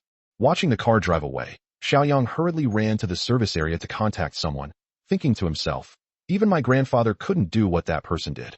He's a martial king." On the other side, Qin Timing sat in the car, munching on the meat buns Zhang Xianxing had bought, thinking to himself, that person just now seemed to be in the qi refining stage, probably around the 7th level. However, the spiritual energy in his body wasn't pure, it was mixed with martial arts' true energy. If Zhou Patian had sensed an aura similar to that of the qi refining stage, Qin Timing had indeed sensed the same aura from the old man from the Sakura Kingdom. So, the innate realm is the qi refining stage, and the martial king is similar to the foundation establishment stage. Qin Timing thought to himself. Of course, Qin Timing didn't take any of this seriously. With his qi refining realm strength, it wouldn't be difficult for him to defeat an ordinary foundation establishment stage cultivator in one move, let alone a martial king who was merely at the foundation establishment stage. As for those at the innate realm, they are merely slightly stronger ants, not worth mentioning. Soon, the car returned to the villa by West Lake. Upon entering the villa, Qin Timing saw Qian Xinran and a pile of jade stones that emitted a faint glow. "Mr. Qin, you're back." When Qian Xinran saw Qin Timing return, she immediately smiled. "Don't tell me anything now. You and Zhang Xianxing, go and buy these medicinal herbs for me." Qin Timing didn't let Qian Xinran continue speaking. Instead, he threw out a piece of paper with a list of many medicinal herbs on it. These medicinal materials are all auxiliary materials for the foundation building pill, and Qin Timing has replaced all the more difficult to find medicinal materials. Now he has the main ingredient of a 300-year-old vermilion fruit, as well as the auxiliary ingredients of a 1,000-year-old snow lotus and ginseng. In addition, he has mastered the great alchemy technique and has an alchemy furnace that is close to the level of a spiritual artifact. As long as he is paired with medicinal materials with similar medicinal properties, refining the foundation establishment pill will be a natural success. Upon hearing this, Zhang Xianqing and Qin Xinran didn't dare to ask any more questions and immediately went to purchase the medicinal herbs according to Qin Timing's list. The medicinal herbs Qin Timing needed weren't particularly rare, and the two of them collected them all in just a few hours. In addition, they bought quite a few extra just in case. Qin Tianming took the medicinal herbs and immediately began refining pills. Qin Tianming threw the medicinal herbs into the alchemy furnace. Then a crimson flame ignited on his palm, which he then slapped into the furnace. Qin Xinran and Zhang Xianqing were stunned when they saw this scene. He casually manipulated the flames, and that's how he started refining pills. Qin Tianming used the Great Flame technique, which wasn't a special kind of alchemical fire, but it was enough to refine foundation establishment pills. As for higher-level pills, after he reached foundation establishment, he could use the Great Sacred Fire technique, or, after cultivating the Fire Emperor's blazing flame body within the Great Chaos technique, use the Fire Emperor's flame to refine pills. Crimson flames danced within the alchemy furnace as Qin Tianming continuously employed his Great Alchemy technique to refine the medicinal herbs within. Tell me, what happened while I was gone? At this point, Qin Tianming asked Qin Xinran what had happened after he left. Still no news from Nightfall. I've been keeping an eye on the secret network, but unfortunately, I haven't been able to find any relevant information. However, the Su family has recently encountered some problems. Qin Xinran reported some things. Since she hadn't been away for long, nothing major had happened, except that she mentioned the Su family at the end. The Su family? What happened to the Su family? Qin Tianming asked with some curiosity. After all, he had a relationship with the Su family, and the villa was a gift from the Su family. The Su family is probably being targeted. They're running into obstacles everywhere in business, which is causing them significant problems with funding and projects. Furthermore, the competition between Su Yimo and Xin Qinglan has also run into big trouble. Qin Xinran continued. Have you found out who is targeting the Su family? Qin Tianming asked. The Ren family of Zhongbei, Qin Xinran said. Before, the Ren family members died at your hands. Since the Ren family didn't dare to retaliate against you, they probably targeted the Su family instead. Upon hearing this, Qin Tianming's expression hardened slightly. He asked, then tell me, are the Nightfall assassins related to the Ren family? Upon hearing this, Qin Xinran pondered for a moment and said, that's possible. Qin Tianming simply chuckled, raised his hand and clapped his hands, and the alchemy furnace immediately opened. Then, a foundation establishment pill that shone with a pale red light appeared. Stay here and guard the house. Don't go near Westlake. Qin Tianming grabbed the foundation establishment pill, left a message, and then his figure flashed as he flew out of the villa and flew over the Westlake. Chapter 79 Foundation Establishment of the Heavenly Tao. Qin Xinran and Zhang Xianqing were taken aback when Qin Tianming disappeared, and then quickly went to the villa's balcony to look out at the vast Westlake. Rumble. Suddenly, a thunderous roar that shook the heavens resounded from the clear blue sky, and then dark clouds that blotted out the sun gathered above Westlake, plunging the surroundings into utter darkness. Why is there thunder all of a sudden? How can there be thunder at this time of year? Tourists who were sightseeing at Westlake were stunned when they saw dark clouds suddenly gathering in the sky. Boom! Then came a series of terrifying thunderclaps, followed by countless bolts of lightning dancing and leaping across the sky. Holy crap! It looks like someone is undergoing tribulation. This doesn't look like a thunderstorm. It looks like an immortal undergoing tribulation. Countless people gasped in surprise as they saw the lightning streaking across the sky like a dragon, and many even took out their phones to record the scene, some zooming in to the maximum. There really are people in the sky, in the dark clouds. I see someone in the sky. Could it be that immortal from before undergoing tribulation? Many people, after zooming in to the maximum on their phones, did indeed see a figure in the sky, amidst dark clouds, enduring a barrage of lightning. It's just that the distance is too far to see people's true faces. Bang! Inside Qin Timing's villa, Zhang Xianqing knelt on the ground and kowtowed repeatedly. Master Zhang, what's going on? Qin Xinran asked. An immortal. This is an immortal.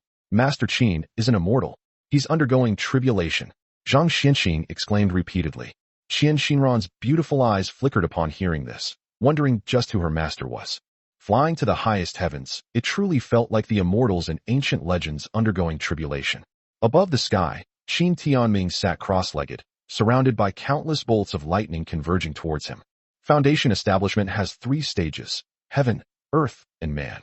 The strongest of these is heavenly foundation establishment, which is further divided into the first tribulation, the second tribulation, and the third tribulation. Only cultivators who have reached the Qi refining extreme realm can complete the 3 tribulations of heavenly foundation establishment.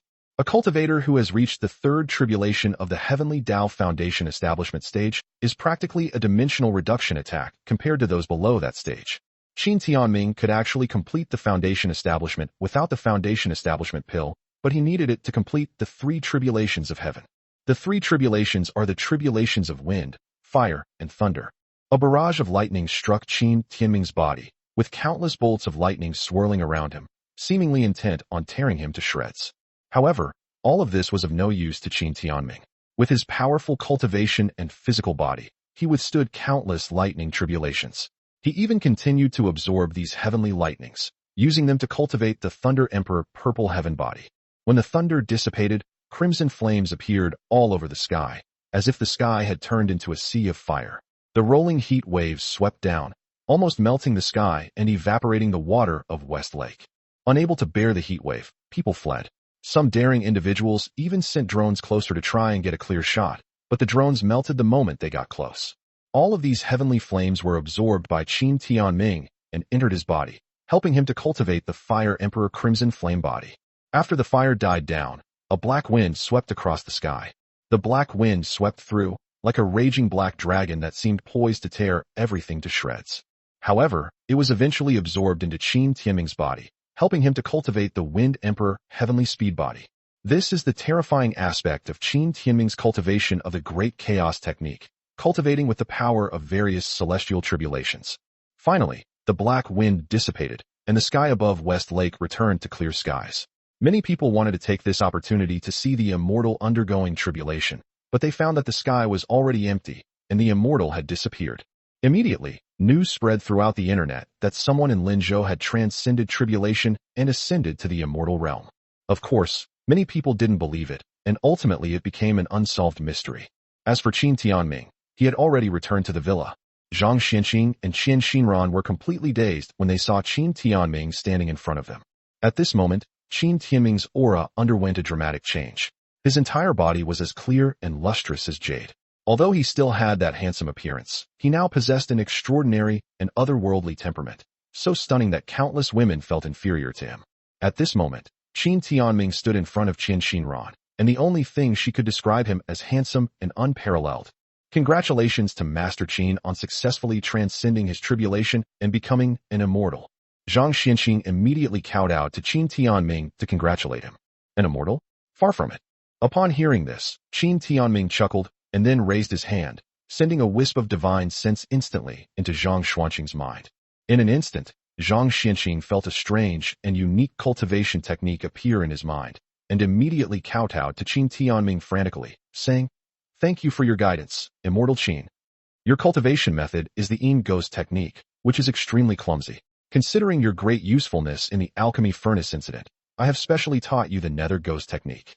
Cultivate it well. If you succeed, I will teach you a higher method. If you do not succeed, then so be it.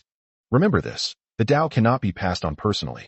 Without my permission, the methods I transmit must not be passed on to others." Qin Timing said to Zhang Xianqing, "I will obey Master Qin's decree." Zhang Xianqing kowtowed to Qin Timing again, his only thought being to diligently cultivate the methods taught by Qin Timing and become Qin Timing's disciple as soon as possible. The method Qin Timing passed on was a small branch of the Great Nine Nether technique, but it was enough for Zhang Xianqing. As for the Great Nine Nether technique, Zhang Xianqing had no chance of cultivating it with his talent. Qian Xinran, standing to the side, looked at Qin Timing expectantly, because Qin Timing had promised to teach her cultivation.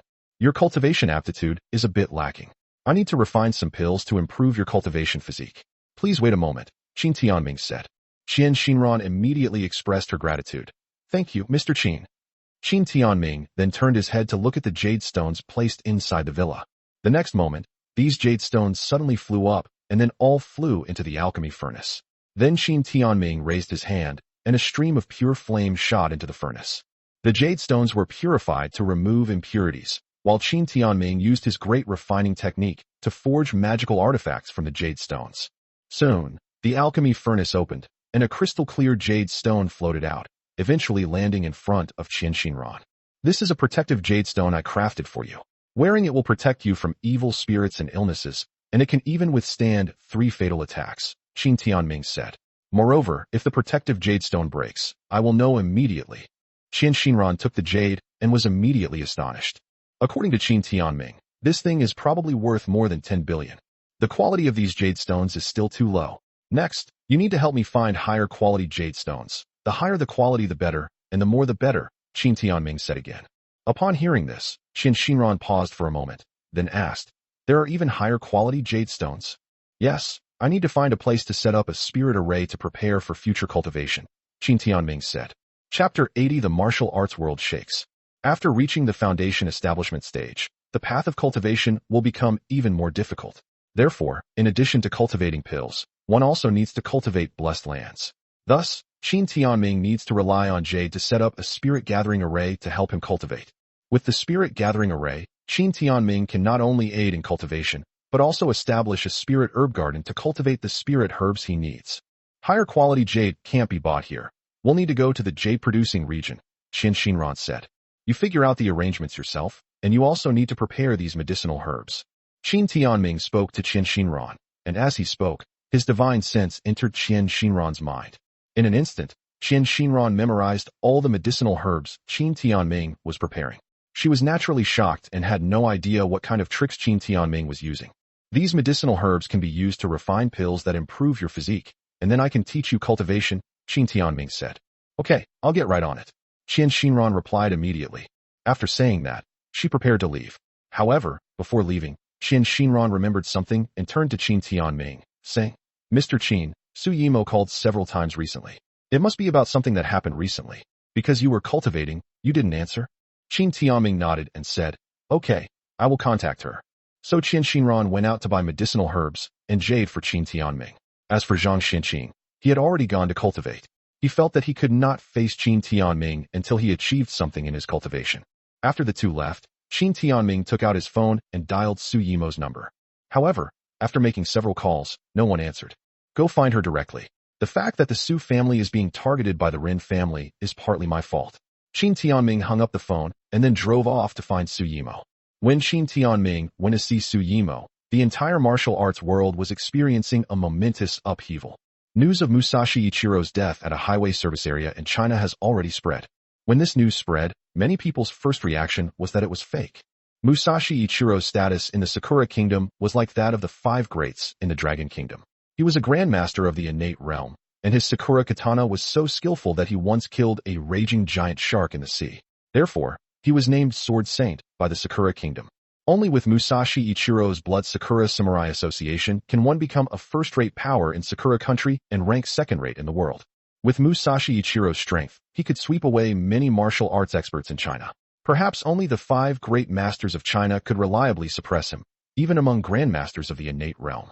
However, the gruesome photos of him being cut in half at the waist were exposed online, especially on online communities where martial artists gather, shocking countless martial artists. Damn, Musashi Ichiro is really dead. How exactly did he die? There are no signs of a struggle around here. It looks too fake. It's true. The Martial Alliance in Jiangnan province has already released the news. Musashi Ichiro died in a highway service area in Jiangnan. He was cut in two with a single blow. How did Musashi Ichiro end up in Jiangnan province? Who the hell knows? People from Japan send spies into China every day. They're determined to destroy China. They deserve to die now. Who do you think killed him? Was it one of the five greats? Of course. Otherwise, who could have killed Musashi Ichiro so cleanly and efficiently? It must have been Yin Jiansheng, one of the five greats, who killed Musashi Ichiro. Probably. Between two Sword Saints, the Dragon Kingdom's Sword Saint is still the strongest. Numerous discussions arose on the internet, debating the truth behind Musashi Ichiro's death. Huahai City is the second largest city in the Dragon Kingdom, with a population of over 30 million. The Xiao family is one of the largest families in Huahai City, and even in the entire Dragon Kingdom, it is considered a top family. At this moment, Su Yingzhua led his group through the Xiao family's high mountain villa at a rapid pace, finally arriving at an antique-style pavilion. Patriarch, we're sorry, we couldn't stop them. Several of the Xiao family's guards lowered their heads in shame. Xiao Jie, the head of the Xiao family, waved his hand, signaling these people to step back. Uncle Xiao, it's been a long time. Su Yingzhua greeted Xiao Jie, the current head of the Xiao family, with a smile. It has indeed been many years. When I first saw you, you were just a little kid of 13 or 14. Xiao Jie said authoritatively without anger. Uncle Xiao is joking, Su Yingzhua said with a faint smile. Tell me, What brings you to the Xiao family this time? Xiao Jie asked. Regarding the investigation into Musashi Ichiro's death, according to reliable sources, your son Xiaoyang may know some information, so I would like to meet him. Su Yingzhou said to Xiao Jie with utmost respect. The Xiao family's strength is not only due to Xiao Qing, one of the five greats, but also because Xiao Jie is now among the seven heroes. Therefore, even though Su Yingzhou held a high position, he remained respectful to the Xiao family. Yang has returned injured and is currently recuperating. She is not available to receive guests. A cold female voice rang out, directly issuing an order to leave. Su Yingzhou looked at the woman, who was as cold as ice but still had a charming demeanor, and said respectfully, Madam, this matter is of great importance. Please allow us to see her. We only need to ask a few questions. Madam, please don't make things difficult for Xiao Su. Let him see Yang, Xiao Jie said. If anything happens to Yang, I'll make you pay. Xiao Yang's mother snorted coldly and left. Immediately, Xiao Jie led Su Yingzhou and the others to see Xiao Yang. Xiao Yang was lying on the bed, his body wrapped in bandages, staring blankly at the ceiling, while a pretty young girl was taking care of him beside him. Xiao Yang. After Su Yingzhou came in, he first asked Xiao Yang about his well-being, since the two were acquainted. Of course, in Su Yingzhuo's eyes, Xiao Yang was far inferior to him, whether in terms of talent or family background. I don't know who killed him. After talking for a while, Xiao Yang finally returned to Su Yingzhuo's question. You don't know? Su Yingzhuo asked, somewhat incredulous. Yes, I wanted to talk to him, but he told me to get lost. Xiao Yang said. Do you still remember that appearance clearly? Su Yingzhuo asked. I can't remember, Xiao Yang replied, then closed his eyes and stopped talking. Upon seeing this, Su Yingzhuo frowned slightly and said, Excuse me. After saying that, he left with the people from the Martial Alliance. Yang, they're all gone, stop pretending, Xiao Jie said to Xiao Yang. Xiao Yang then got up and tore off the bandages. In fact, his injuries were not too serious, and with the various healing medicines from the Xiao family, he had recovered quite well in the past day or two. Yang, tell your father, who killed Musashi Ichiro? Xiao Jie asked. Dad, as I said before, he really was a young man I didn't know. He looked younger than me.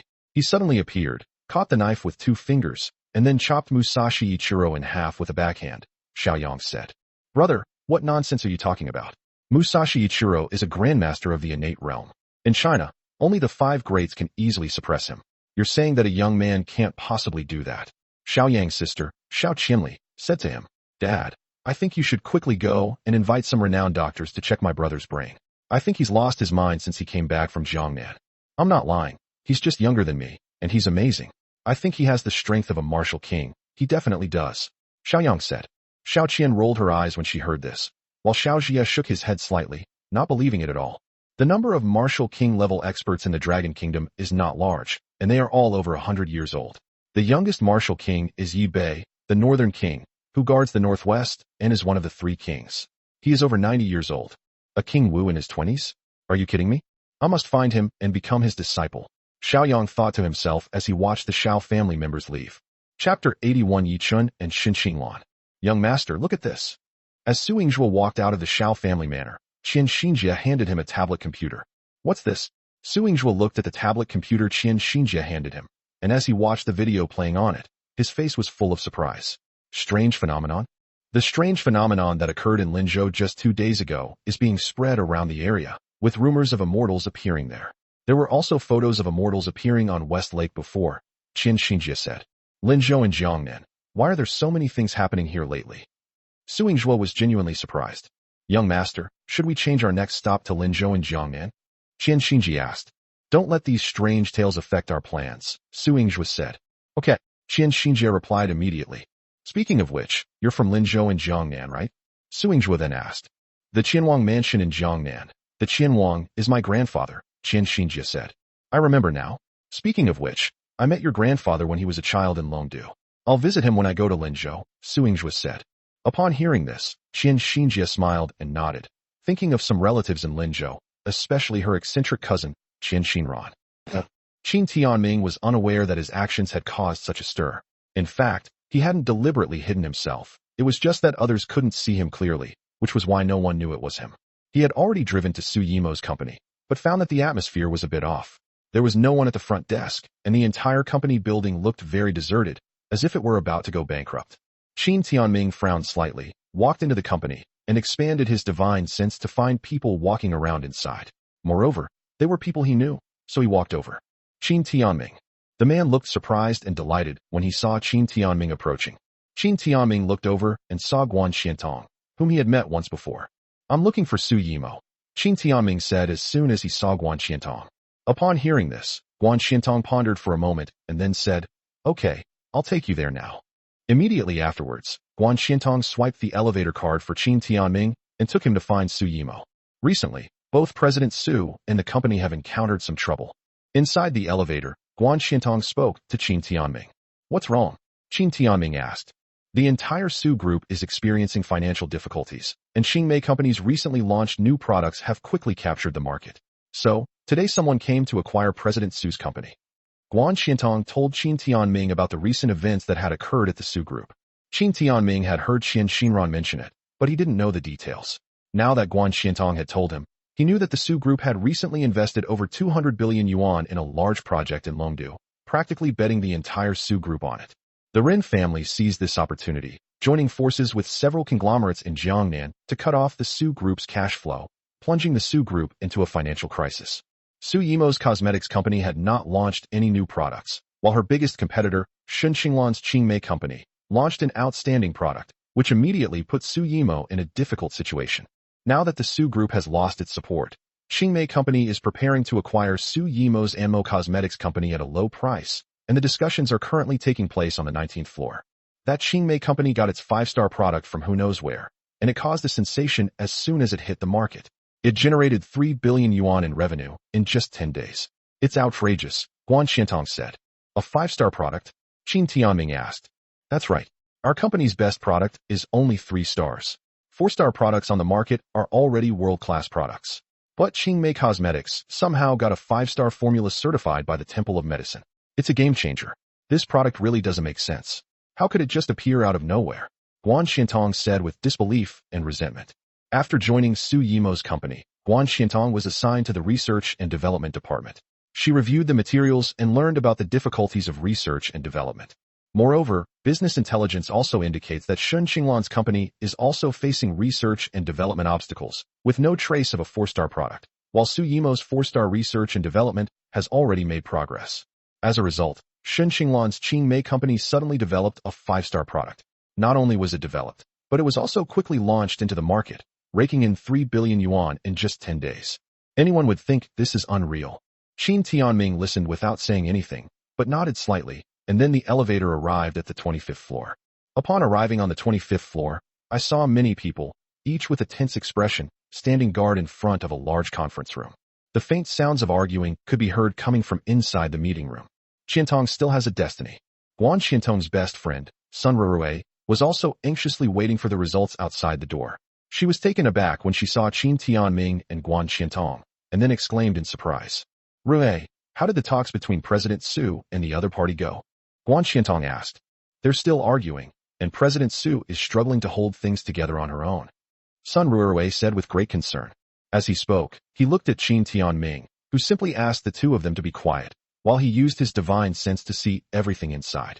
Su Yimo sat at the top of the conference table, her face ashen, while opposite her was Shun Xinglan, who wore a smile. "President Su, if you don't accept this condition, the following conditions will only be worse." Shun Xinglan, dressed in a women's business suit, sat there exuding the demeanor of a female elite. "Shun Xinglan, the RD investment alone exceeds 3 billion. You want to acquire it for 1 billion? I will never agree." Su Yimo replied with a livid face. "President Su, you've misunderstood something. I'm not negotiating with you. I'm giving you a choice. If you don't agree, then you can only wait for bankruptcy liquidation. At that time, let alone 1 billion, it might not even be worth 100 million. Moreover, you also know that your Su group won't have the spare resources to help you because of the Longdu project." Shun Xinglan spoke calmly, as if she had Su Yimo completely under her control. "That's right, President Su, just agree. If you sell it for 1 billion, we can all get a share. Otherwise, we won't get anything after the bankruptcy liquidation. President Su, don't hesitate any longer. This is already the best offer. Don't be ungrateful." The company's senior management and shareholders also urged Su Yimo to agree to Shun Xinglan's acquisition terms. Su Yimo shook her head repeatedly, while her gaze fell on a man in the corner. The man was playing with a lighter in his hand and looking at Su Yimo with a cynical expression. "Mr. Shun, may I ask you a question?" Su Yimo asked. "You want to ask where my recipe came from, right?" Shun Xinglan knew what Su Yimo was asking. "Yes, I invested over 3 billion yuan and only just started to see progress with a 4-star product. How come you can produce a 5-star product all at once? Su Yimo asked. That's because of me, President Su. As soon as Su Yimo finished speaking, the carefree man in the corner stretched and said with amusement. Chapter 82 seems to be in the wrong order. Yi Chun. Su Yimo looked at Yi Chun and gritted her teeth. President Su, I did approach you before, but you didn't believe me, so I went to see Miss Shun instead. Yi Chun looked at Su Yimo with a playful expression. However, it's not like there's no chance now. As long as you agree to the acquisition, we'll be friends, and I can help you. Both Miss Shun and President Su are great beauties, and I can't stand seeing such beauties suffer. Upon hearing this, Su Yimo's pretty face turned sour. This Yi Chun had come to her earlier, claiming he could cure her father's illness and provide better beauty and skincare products. Su Yimo naturally regarded him as a fraud. At least her father's illness had been cured, and doctors don't knock on doors. Who comes to a doctor's door to treat someone? As a result, Yi Chun turned around and went to his biggest rival, Shen Xinglan, and unexpectedly, she actually provided him with a 5-star beauty and skincare liquid. Dr. Yi, I've already told you, I have a fiancé. Upon hearing this, Shen Xinglan's pretty face also turned somewhat unpleasant. The profit margin on the formula products you provided is 64%, and I will give you 60% of that. Call out. However, Yi Chun looked at Shen Xinglan and whistled. The beautiful CEO has a fiancé, so he can't steal her away? When that fiancé comes to cause trouble, he will make that fiancé look foolish, and then he will make Shen Xinglan fall in love with him. His master said that he was destined to have many lovers and a harem, and that he should give birth to several chubby sons for them. These two are natural rivals. Wouldn't it be incredibly fulfilling to have both of these beauties in his harem? Seeing Yi Chun's attitude, Shen Xinglan looked helpless and turned to Su Yimo, saying, President Su, please make a decision as soon as possible. If you don't agree, what will happen if I don't agree? Before Shen Xinglan could finish speaking, a cold voice suddenly rang out. Upon hearing this voice, Shen Xinglan's expression changed slightly. Not only her expression changed, but Yi Chun's expression also changed. The two of them knew the owner of the voice. Immediately, she looked towards the door and saw Qin Timing walk in, then walk to Su Yimo's side, pull out a chair, and sit down. Destiny. Su Yimo's face was full of surprise when she saw Qin Timing appear. I couldn't get through on the phone, so I came over in person, Qin Timing said calmly, sitting down next to Su Yimo. Qin Timing, what do you mean by coming here? To help her?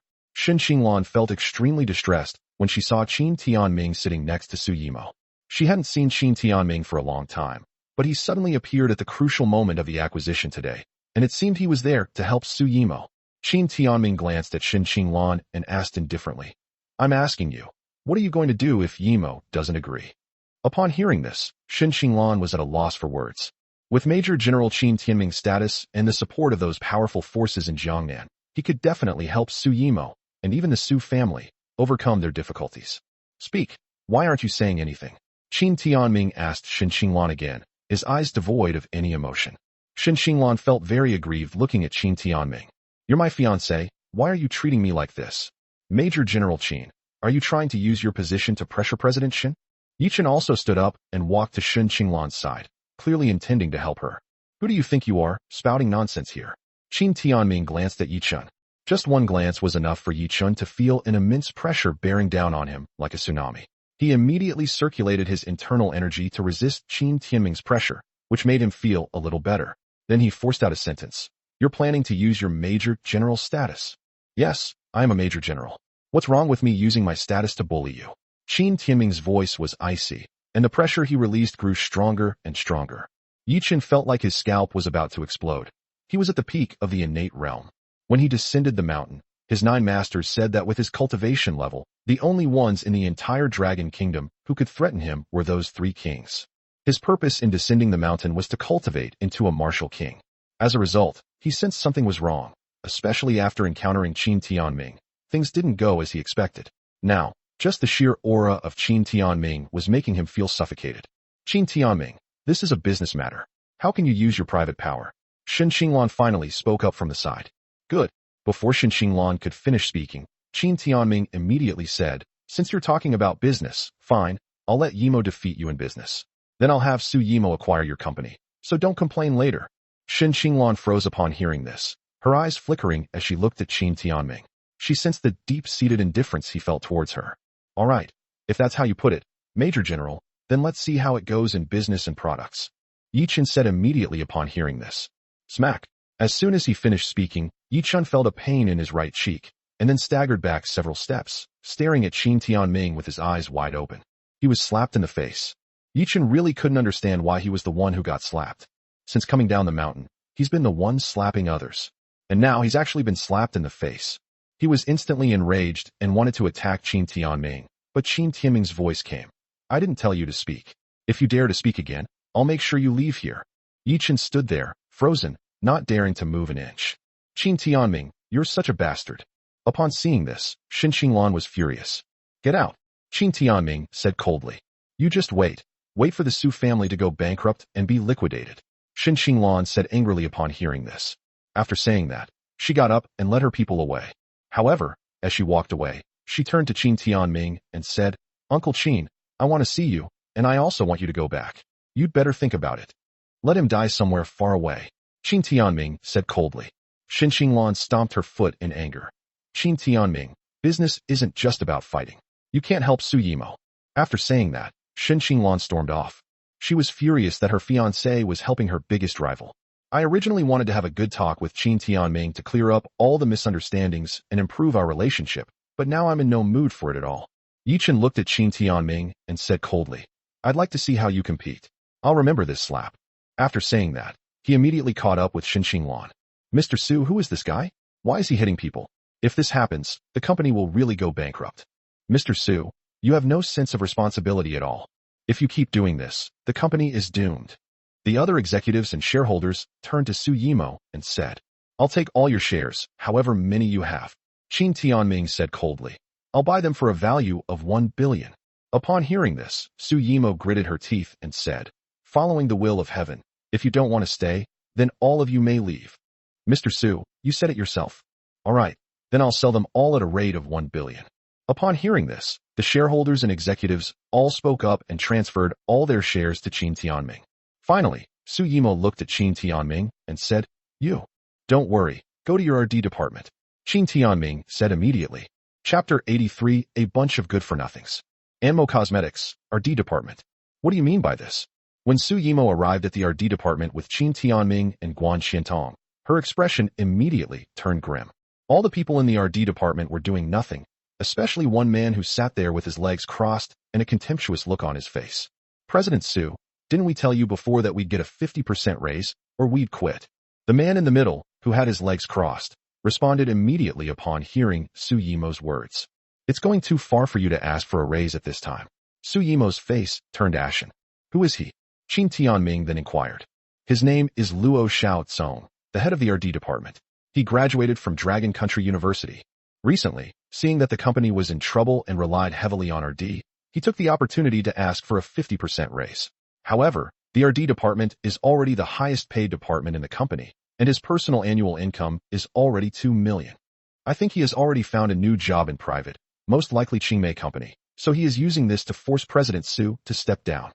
Guan Xiantong quietly introduced the man in front of Qin Timing. After listening to Guan Xiantong's introduction, Qin Timing sneered, What a bunch of good-for-nothings. They invested over 1 billion yuan, and they haven't even developed a decent product. Upon hearing this, everyone in the RD department looked at Qin Timing. Who are you? Luo Xiaotsong asked. I acquired 40% of Ammo Company's shares, making me the major shareholder. Now you're fired. Qin Timing said coldly. Fire me. Luo Xiaotsong couldn't help but sneer upon hearing this. President Su, he said he wants to fire me. What do you suggest we do? Su Yimo really wanted to kick Luo Xiaotsong, that scoundrel who was demanding exorbitant prices, out of the company. She had poached Luo Xiaotsong from Longdu through various connections.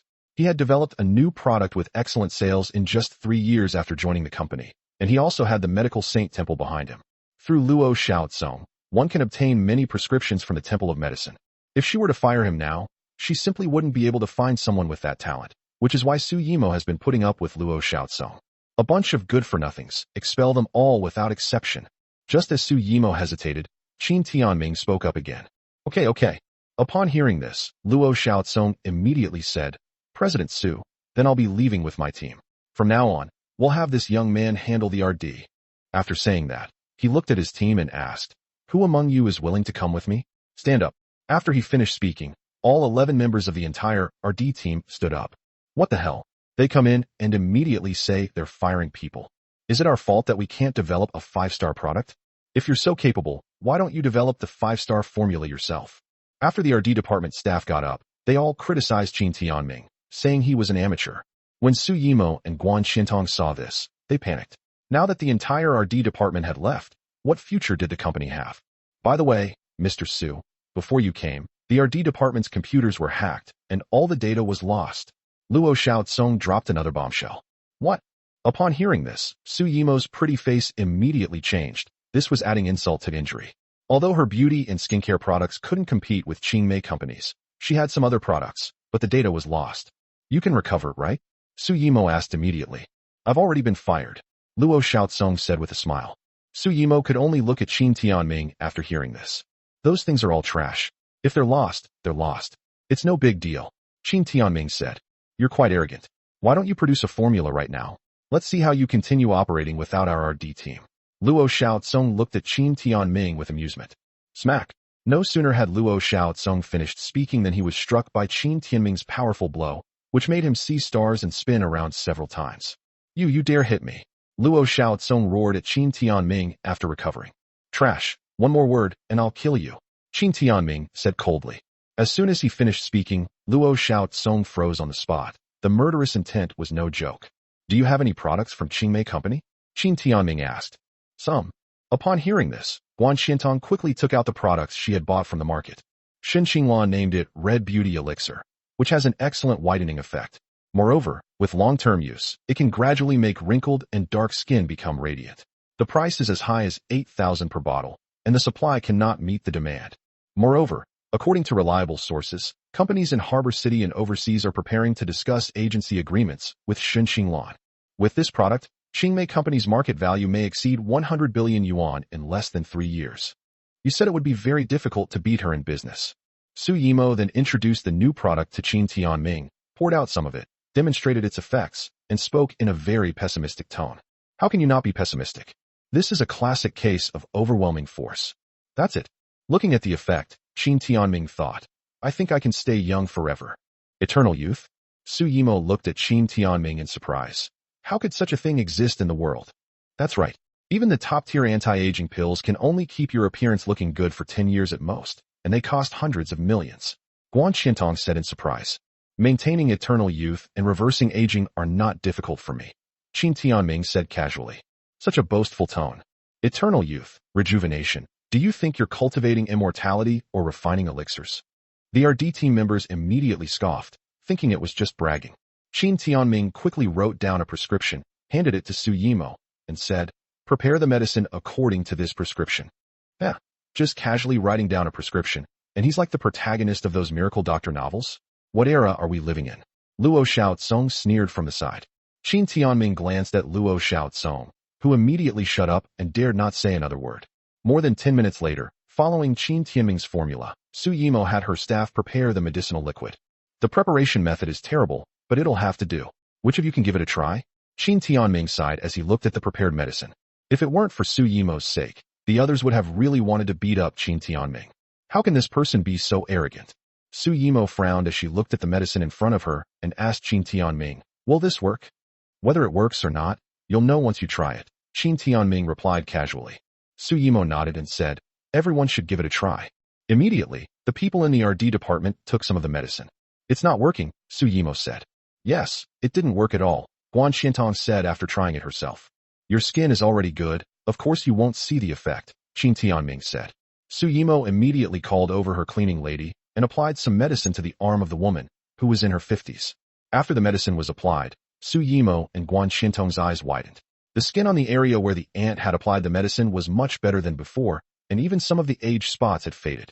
Immediate and noticeable results. This is impossible. Luo Xiaotsong's eyes widened in disbelief. The recipe I wrote down on a whim actually worked. This effect is amazing. It's many times better than the beauty serum. If we were to evaluate this according to the standards of the Temple of Medicine, it would probably be rated 7 stars. Those involved in research and development were immediately shocked. Su Yimo was completely stunned. The 7-star product had arrived. Chapter 84 Hidden Dragon in the Abyss, Blessed Land. This is impossible. It must be fake. How could there be a 7-star product? This is not scientific. Seeing the effects of the medicine, Luo Xiaotsong still didn't believe it and shook his head repeatedly. What do you mean it's impossible? We've all seen it. This would definitely be rated as a 7-star product. Qingmei's products are nowhere near as good as this, Su Yimo said immediately. Guan Xintong and the others nodded repeatedly, for facts speak louder than words. Qin Timing's formula is incredibly effective. Qingmei's beauty essence requires a period of use to see results, while Qin Timing's works immediately upon use. The difference is obvious. So what use are these good-for-nothings? Fire them all, Qin Tianming said coldly. Upon hearing this, Luo Xiaotsong and the others looked rather grim. If this product is launched, Ammo Company will surely become incredibly successful. Leaving now would be tantamount to ruining their own future. President Su, you see, there are still many things to do before this new product goes on sale. If we leave, Luo Xiaotsong's expression changed again at this moment, and he said, of course you can't leave. However, before Luo Xiaotsong could finish speaking, Qin Tianming spoke up again. Upon hearing this, Luo Xiaotsong immediately smiled, knowing that he was still important, and then said, what is your name, sir? Our RD team will definitely work hard from now on. We haven't even held you accountable for the data loss. How could we possibly let you go? Qin Tianming sneered. Upon hearing this, Luo Xiaotsong broke out in a cold sweat and hurriedly said, it's a misunderstanding. It's all a misunderstanding. Misunderstand? Su Yimo's face turned cold upon hearing this. If it weren't for destiny, our Anmo would be finished today. You think you can get away with this with a misunderstanding? Don't even think about it. I'm calling the police right now. As she was about to call the police, Qin Tianming stopped her, saying, wait, he still has some use for you. What's it for? Su Yimo asked curiously. Qin Tianming did not answer, but picked up a pen and paper and wrote another recipe. This recipe was a bit more complicated than the previous one, but the ingredients were still very common. After finishing writing, Qin Tianming said, as the RD director, I should definitely be the first to try out the new products. Upon hearing this, Su Yimo realized there was a new formula and immediately ordered people to prepare the medicinal herbs according to the formula. It was ready in just 5 minutes, and then Qin Tianming casually mixed it into a medicinal powder. What are you going to do?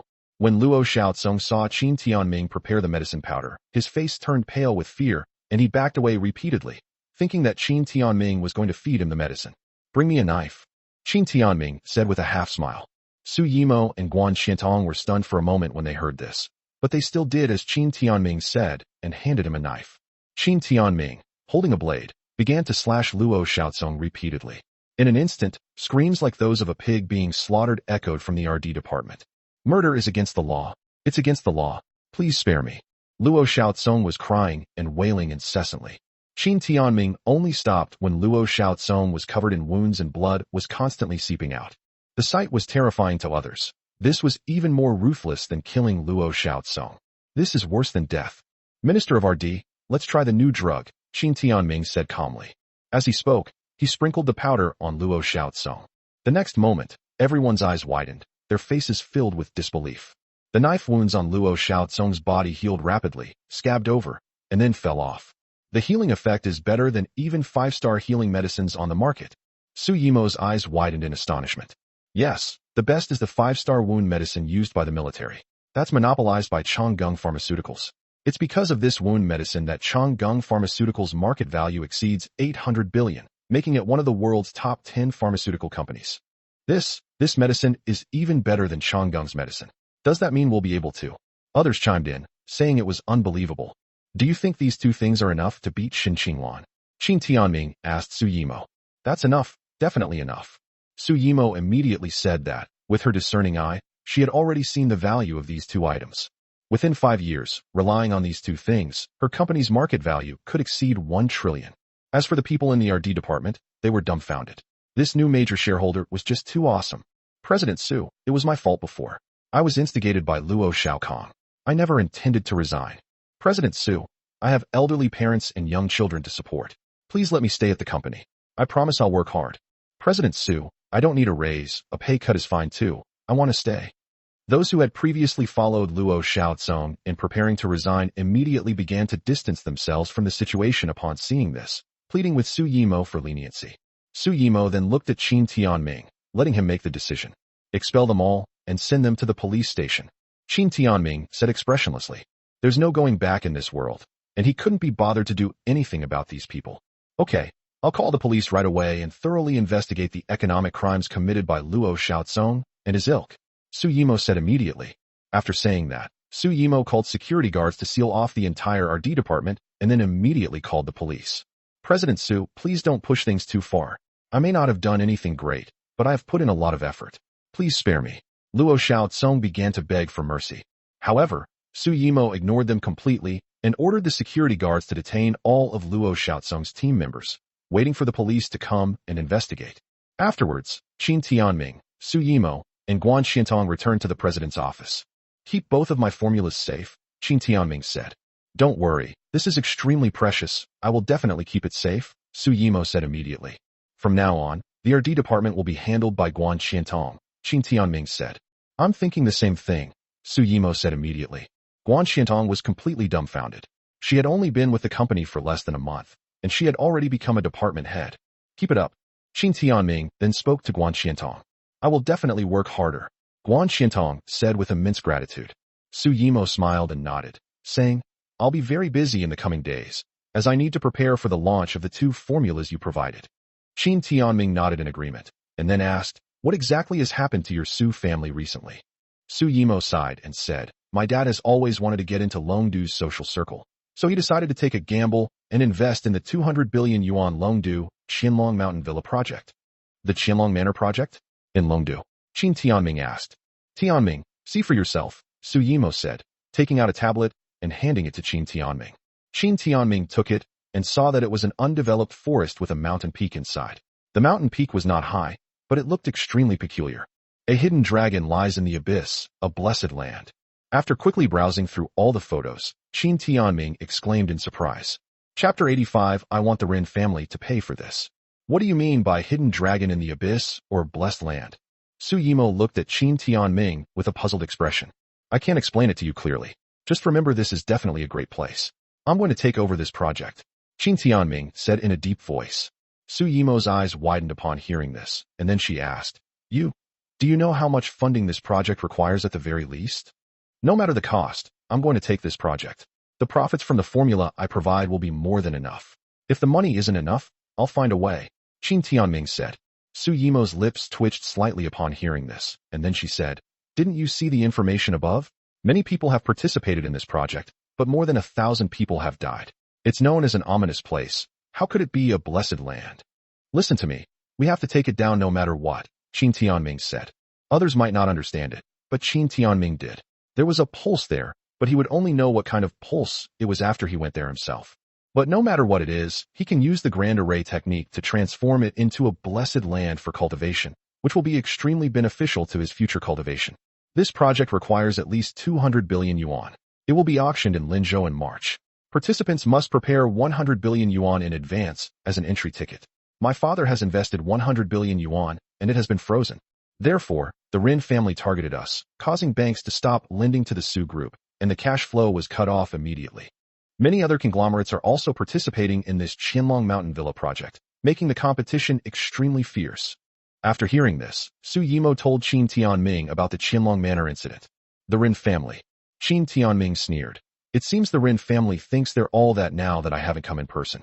This time, the Rin family will have to pay for the Qianlong Manor on my behalf. Oh. Upon hearing this, Su Yimo was stunned for a moment, looking at Qin Timing with astonishment and confusion.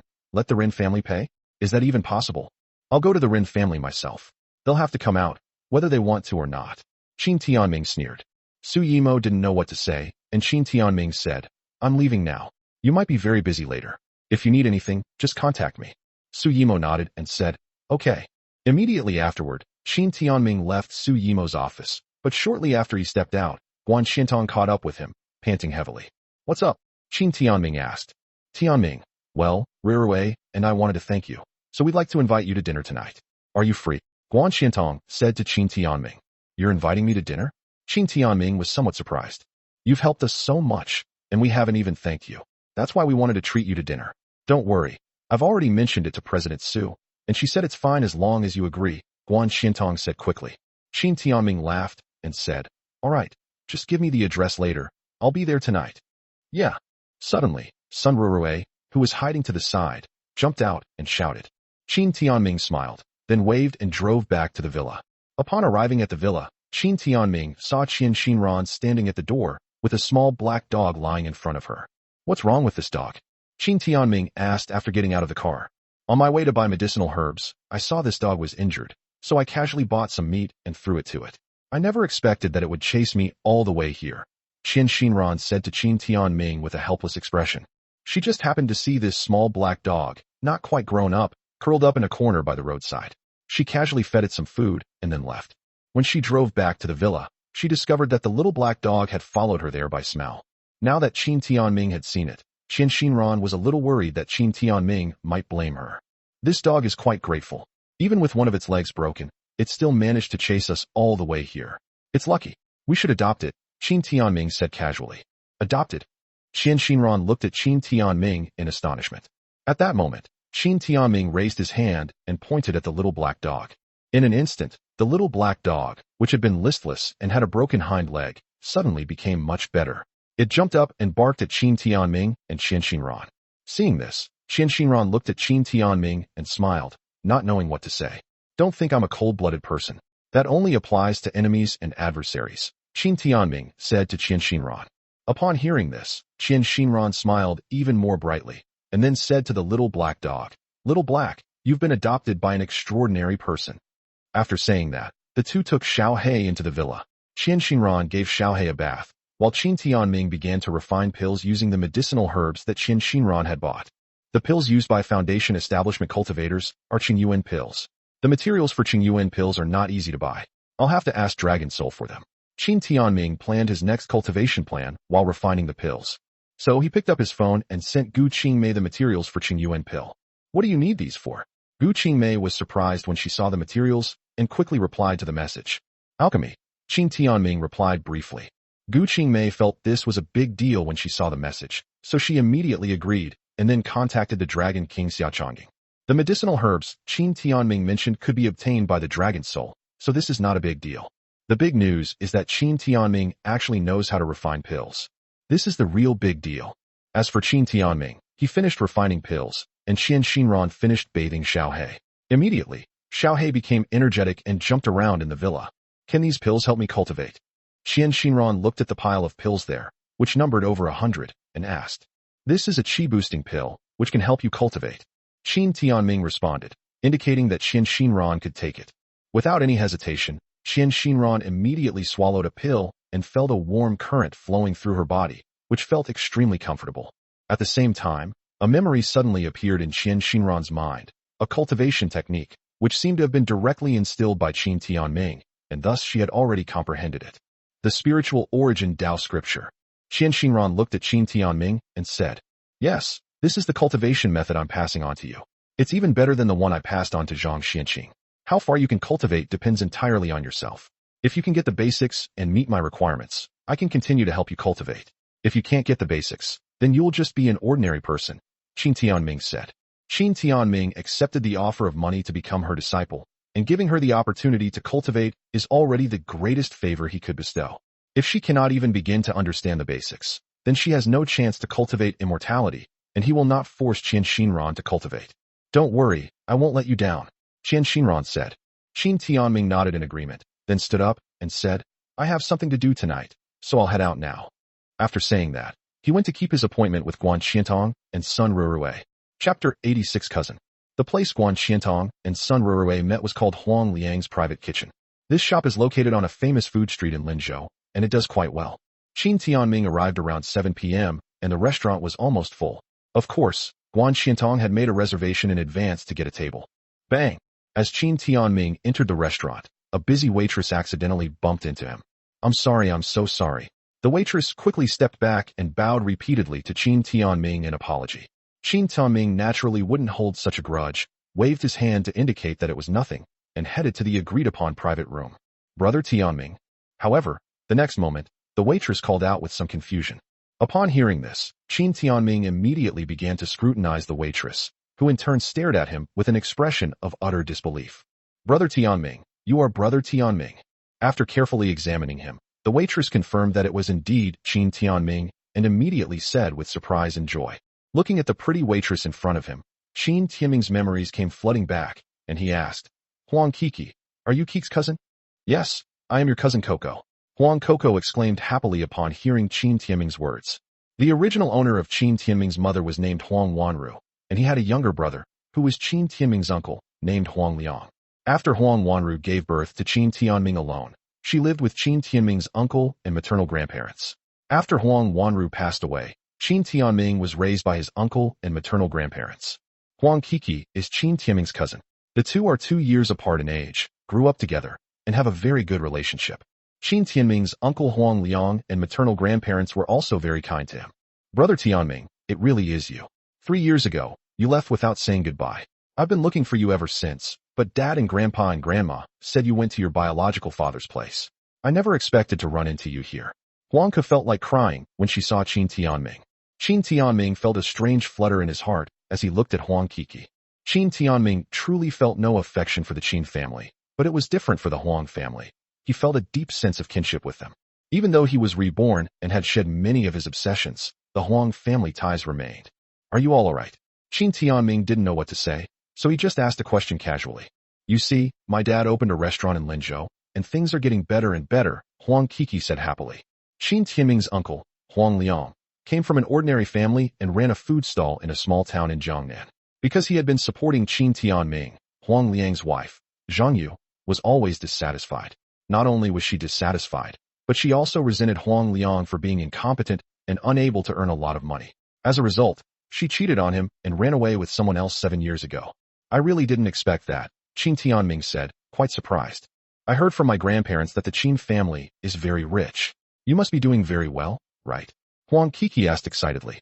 Qin Tianming laughed and said, Coco, the shop is so busy, you should help out first. Upon hearing this, Huang Kiki quickly replied, Yes, brother Tianming, you came here to eat with your friends. Tell me which private room you want, and I'll come find you later. I'll tell my dad right now to send you a table full of dishes. Qin Tianming nodded upon hearing this, and then gave the room number. I'll be there in a bit, Huang Kiki said after making a note of it, and then hurried off. What a coincidence, Qin Tianming said, then entered the private room that Guan Qiantong and Sun Rui had reserved. After Qin Tianming took his seat, the two women felt a little embarrassed to see that he had arrived first. Tianming, you don't mind being invited here, do you? Guan Qiantong asked somewhat shyly. That's fine, Qin Tianming replied. I knew it. The environment here is great, and the owner's cooking is absolutely top-notch, Sun Rui said immediately. Sun Rui was absolutely right. Qin Timing's uncle, Huang Liang, was indeed an outstanding cook, famous in the small town at the time. His only flaws were that he was afraid of his wife and being an honest man, which prevented him from making a lot of money. While the three were chatting and waiting for their food, the door was pushed open, and Huang Kiki came in carrying the dishes. Brother Tianming. Huang Kiki called out to Qin Tianming in an extremely affectionate tone. Tianming, do you know Coco? Guan Qiantong was naturally curious when she heard Huang Coco call her so intimately, so she asked. She's my cousin, Qin Tianming said simply. Sister Qiantong, Sister Rurue, this is such a coincidence. Thank you so much for calling Brother Tianming here, Huang Kiki said immediately. Guan Qiantong and Sun Rurue often came here to eat, and over time they became familiar with Huang Kiki. Huang Kiki never expected that she would see Qin Tianming again because of these two people. Tonight, I'll give you a free meal. Huang Kiki said. That won't do, we're inviting Destiny to dinner, Guan Qiantong said as soon as she heard that. But before she could finish speaking, the door to the private room was suddenly pushed open, and a waiter rushed in. His eyes darted around in a panic before finally landing on Huang Kiki. Kiki, quick, come out here right now. Young Master Lu is here and specifically asked you to come and drink with him. Huang Kiki's face immediately showed panic. Qin Tianming frowned upon hearing this and was about to speak when Sun Rui angrily said, It's that young Master Lu again. He's really lawless. I'm calling the police right now. Sister Rui, no, leave it to me. I'll be right back. Huang Kiki stopped Sun Rui and said immediately. After saying that, he hurriedly walked out with the waiter. Go and see. It seems this young Master Lu has been causing this shop a lot of trouble, Qin Tianming said in an icy voice. Immediately, the three followed Huang Kiki to Lu Xiao's private room. On the way, Guan Qiantong and Sun Rurui told Qin Tianming about Lu Xiao's situation. This food street belongs to the Qin gang. This young Master Lu seems to have a lot of status in the Qin gang. He bullies people on the food street, often comes to collect protection money. Not only that, he also often harasses pretty girls. Not only the waitresses, but even the female diners have been harassed by him. He's just a local thug, Sun Rurui said to Qin Tianming. Qin gang? What kind of gang is that? Qin Timing asked, somewhat puzzled. He knew about the Tianlong gang, but had never heard of the Qin gang. I heard from Coco that it's the biggest gang in Linzhou. It's called the Qin gang because its leader is called Master Qin, Guan Qiantong said. Moreover, I heard that Master Qin has connections everywhere in Linzhou, both in the legitimate and criminal worlds. Even the wealthy and powerful people in Linzhou have to curry favor with him. And this young Master Lu is said to be a relative of Master Qin, which is why he acts so lawlessly, Sun Ruirui said. Upon hearing this, Qin Timing's face turned icy cold, and he followed Huang Kiki to Lu Xiao's private room. Chapter 87. I will pursue this to the end. When Huang Ke saw Qin Tianming following them, she said anxiously, "Don't go in, leave this to me." However, Qin Tianming ignored him completely and pushed the door open to go inside.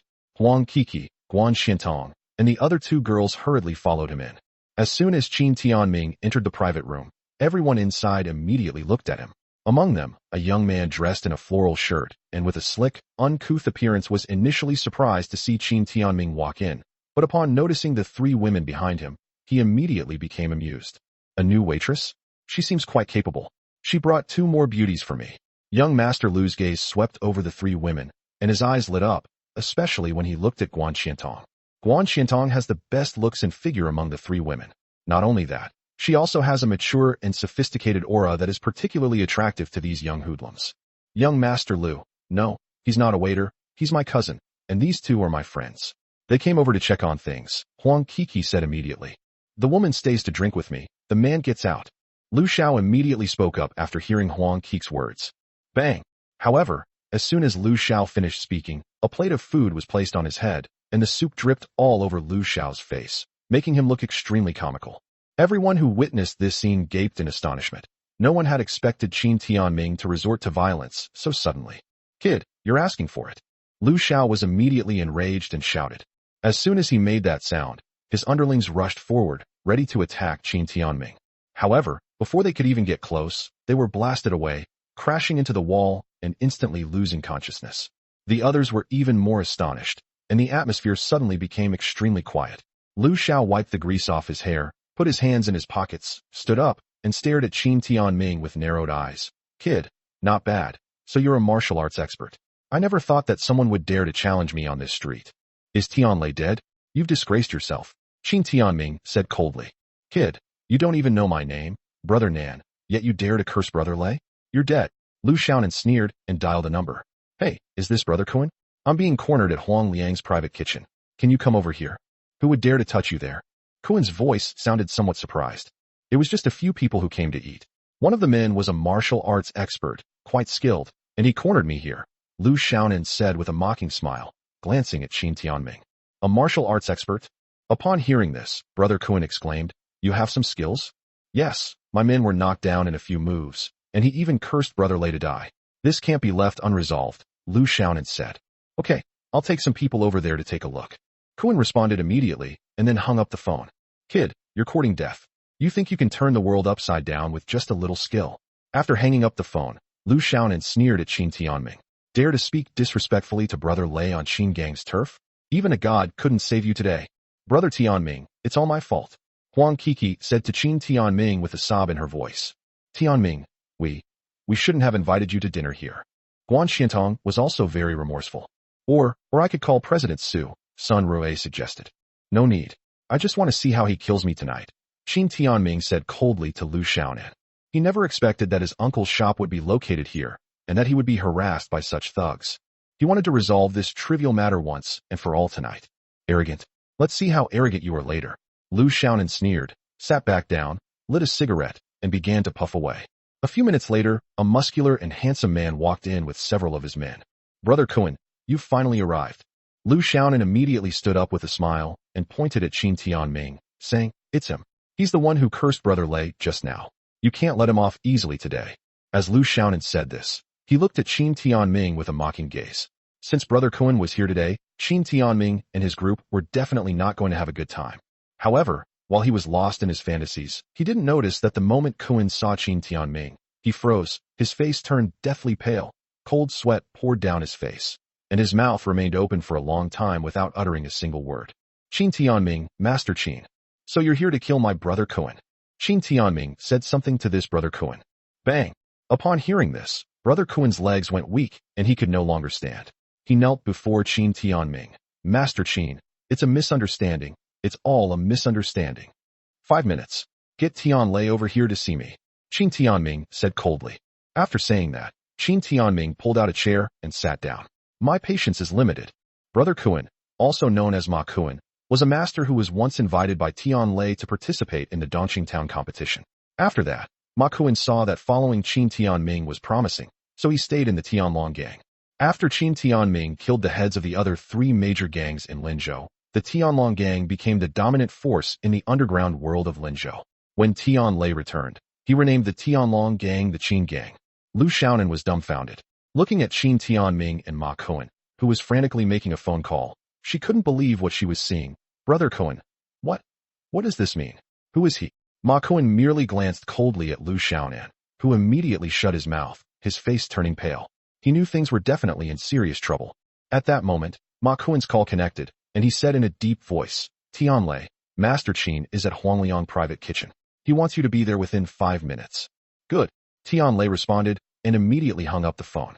After hanging up the phone, Ma Kuen stood expressionless behind Qin Tianming, without saying a word. The entire private room was deathly silent. Now everyone heard it clearly. Qin Tianming is Master Qin. Creak.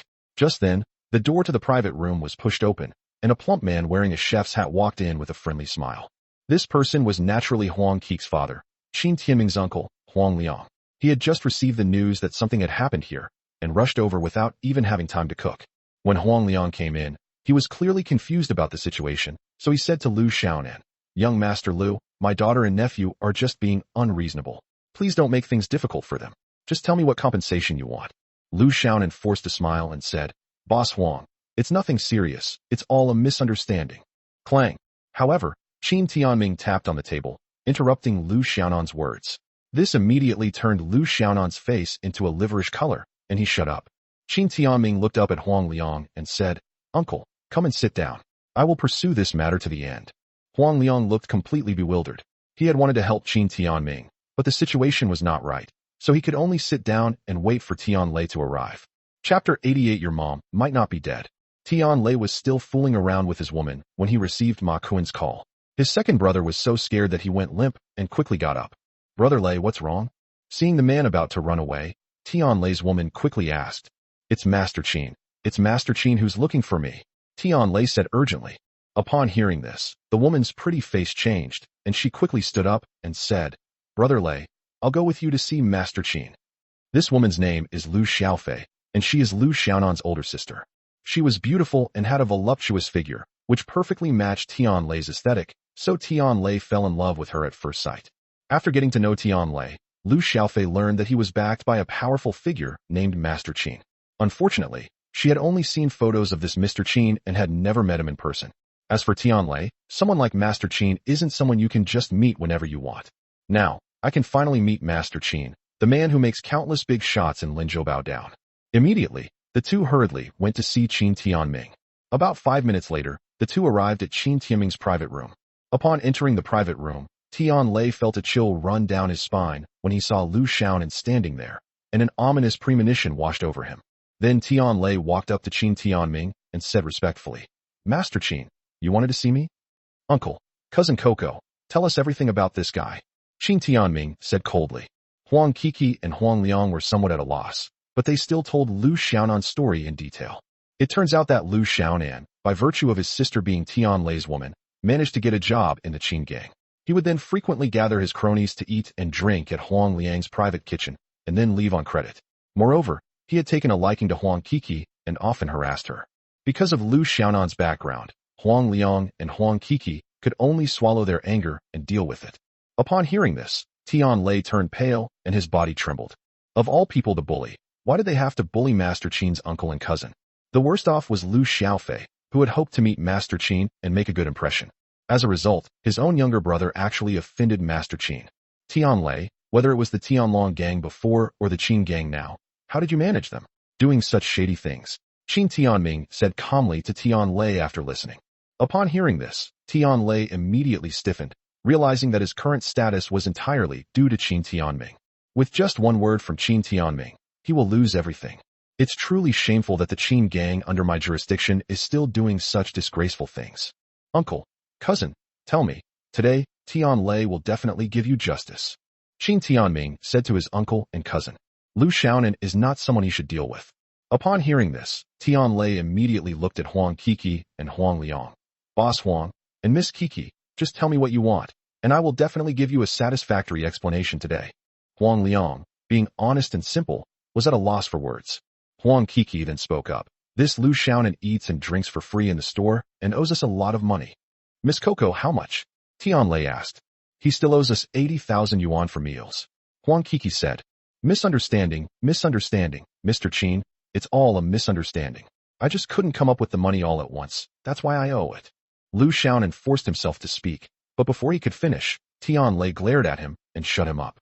Miss Coco, it's my fault for not disciplining her properly. I will make him pay you back 100-fold for the money he owes. Tianlei said immediately. After saying that, he looked at Lu Xiaofei beside him and immediately said, Send the money, 8 million, not a penny less.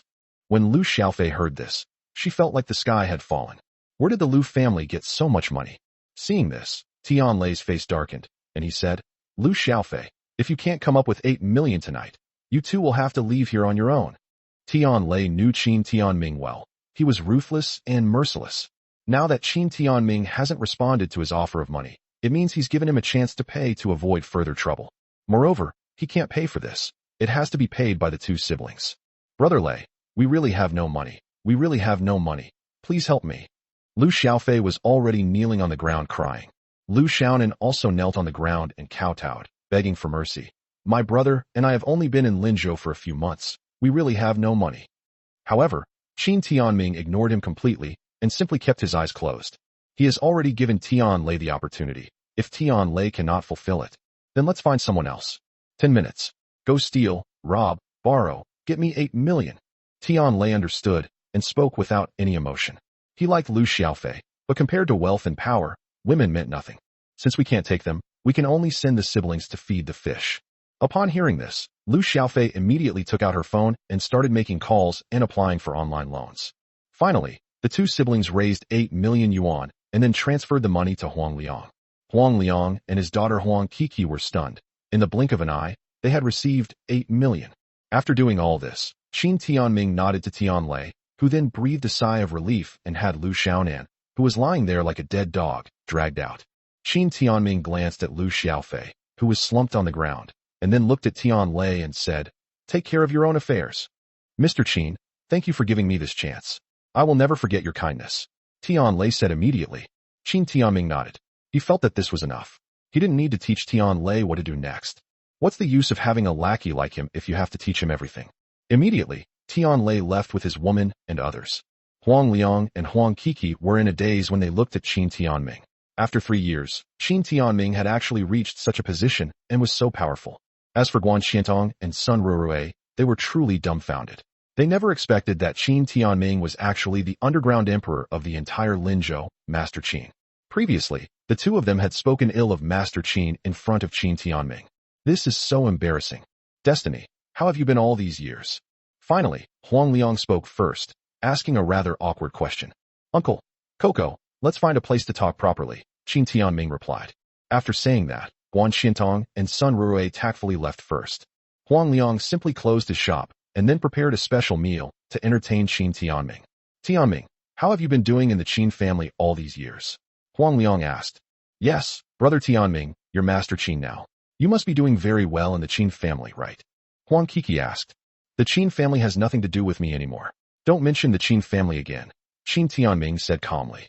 The father and daughter were slightly taken aback, but of course they didn't continue the conversation. After that, they chatted about many everyday things. Coco, go and get some more wine. Huang Liang suddenly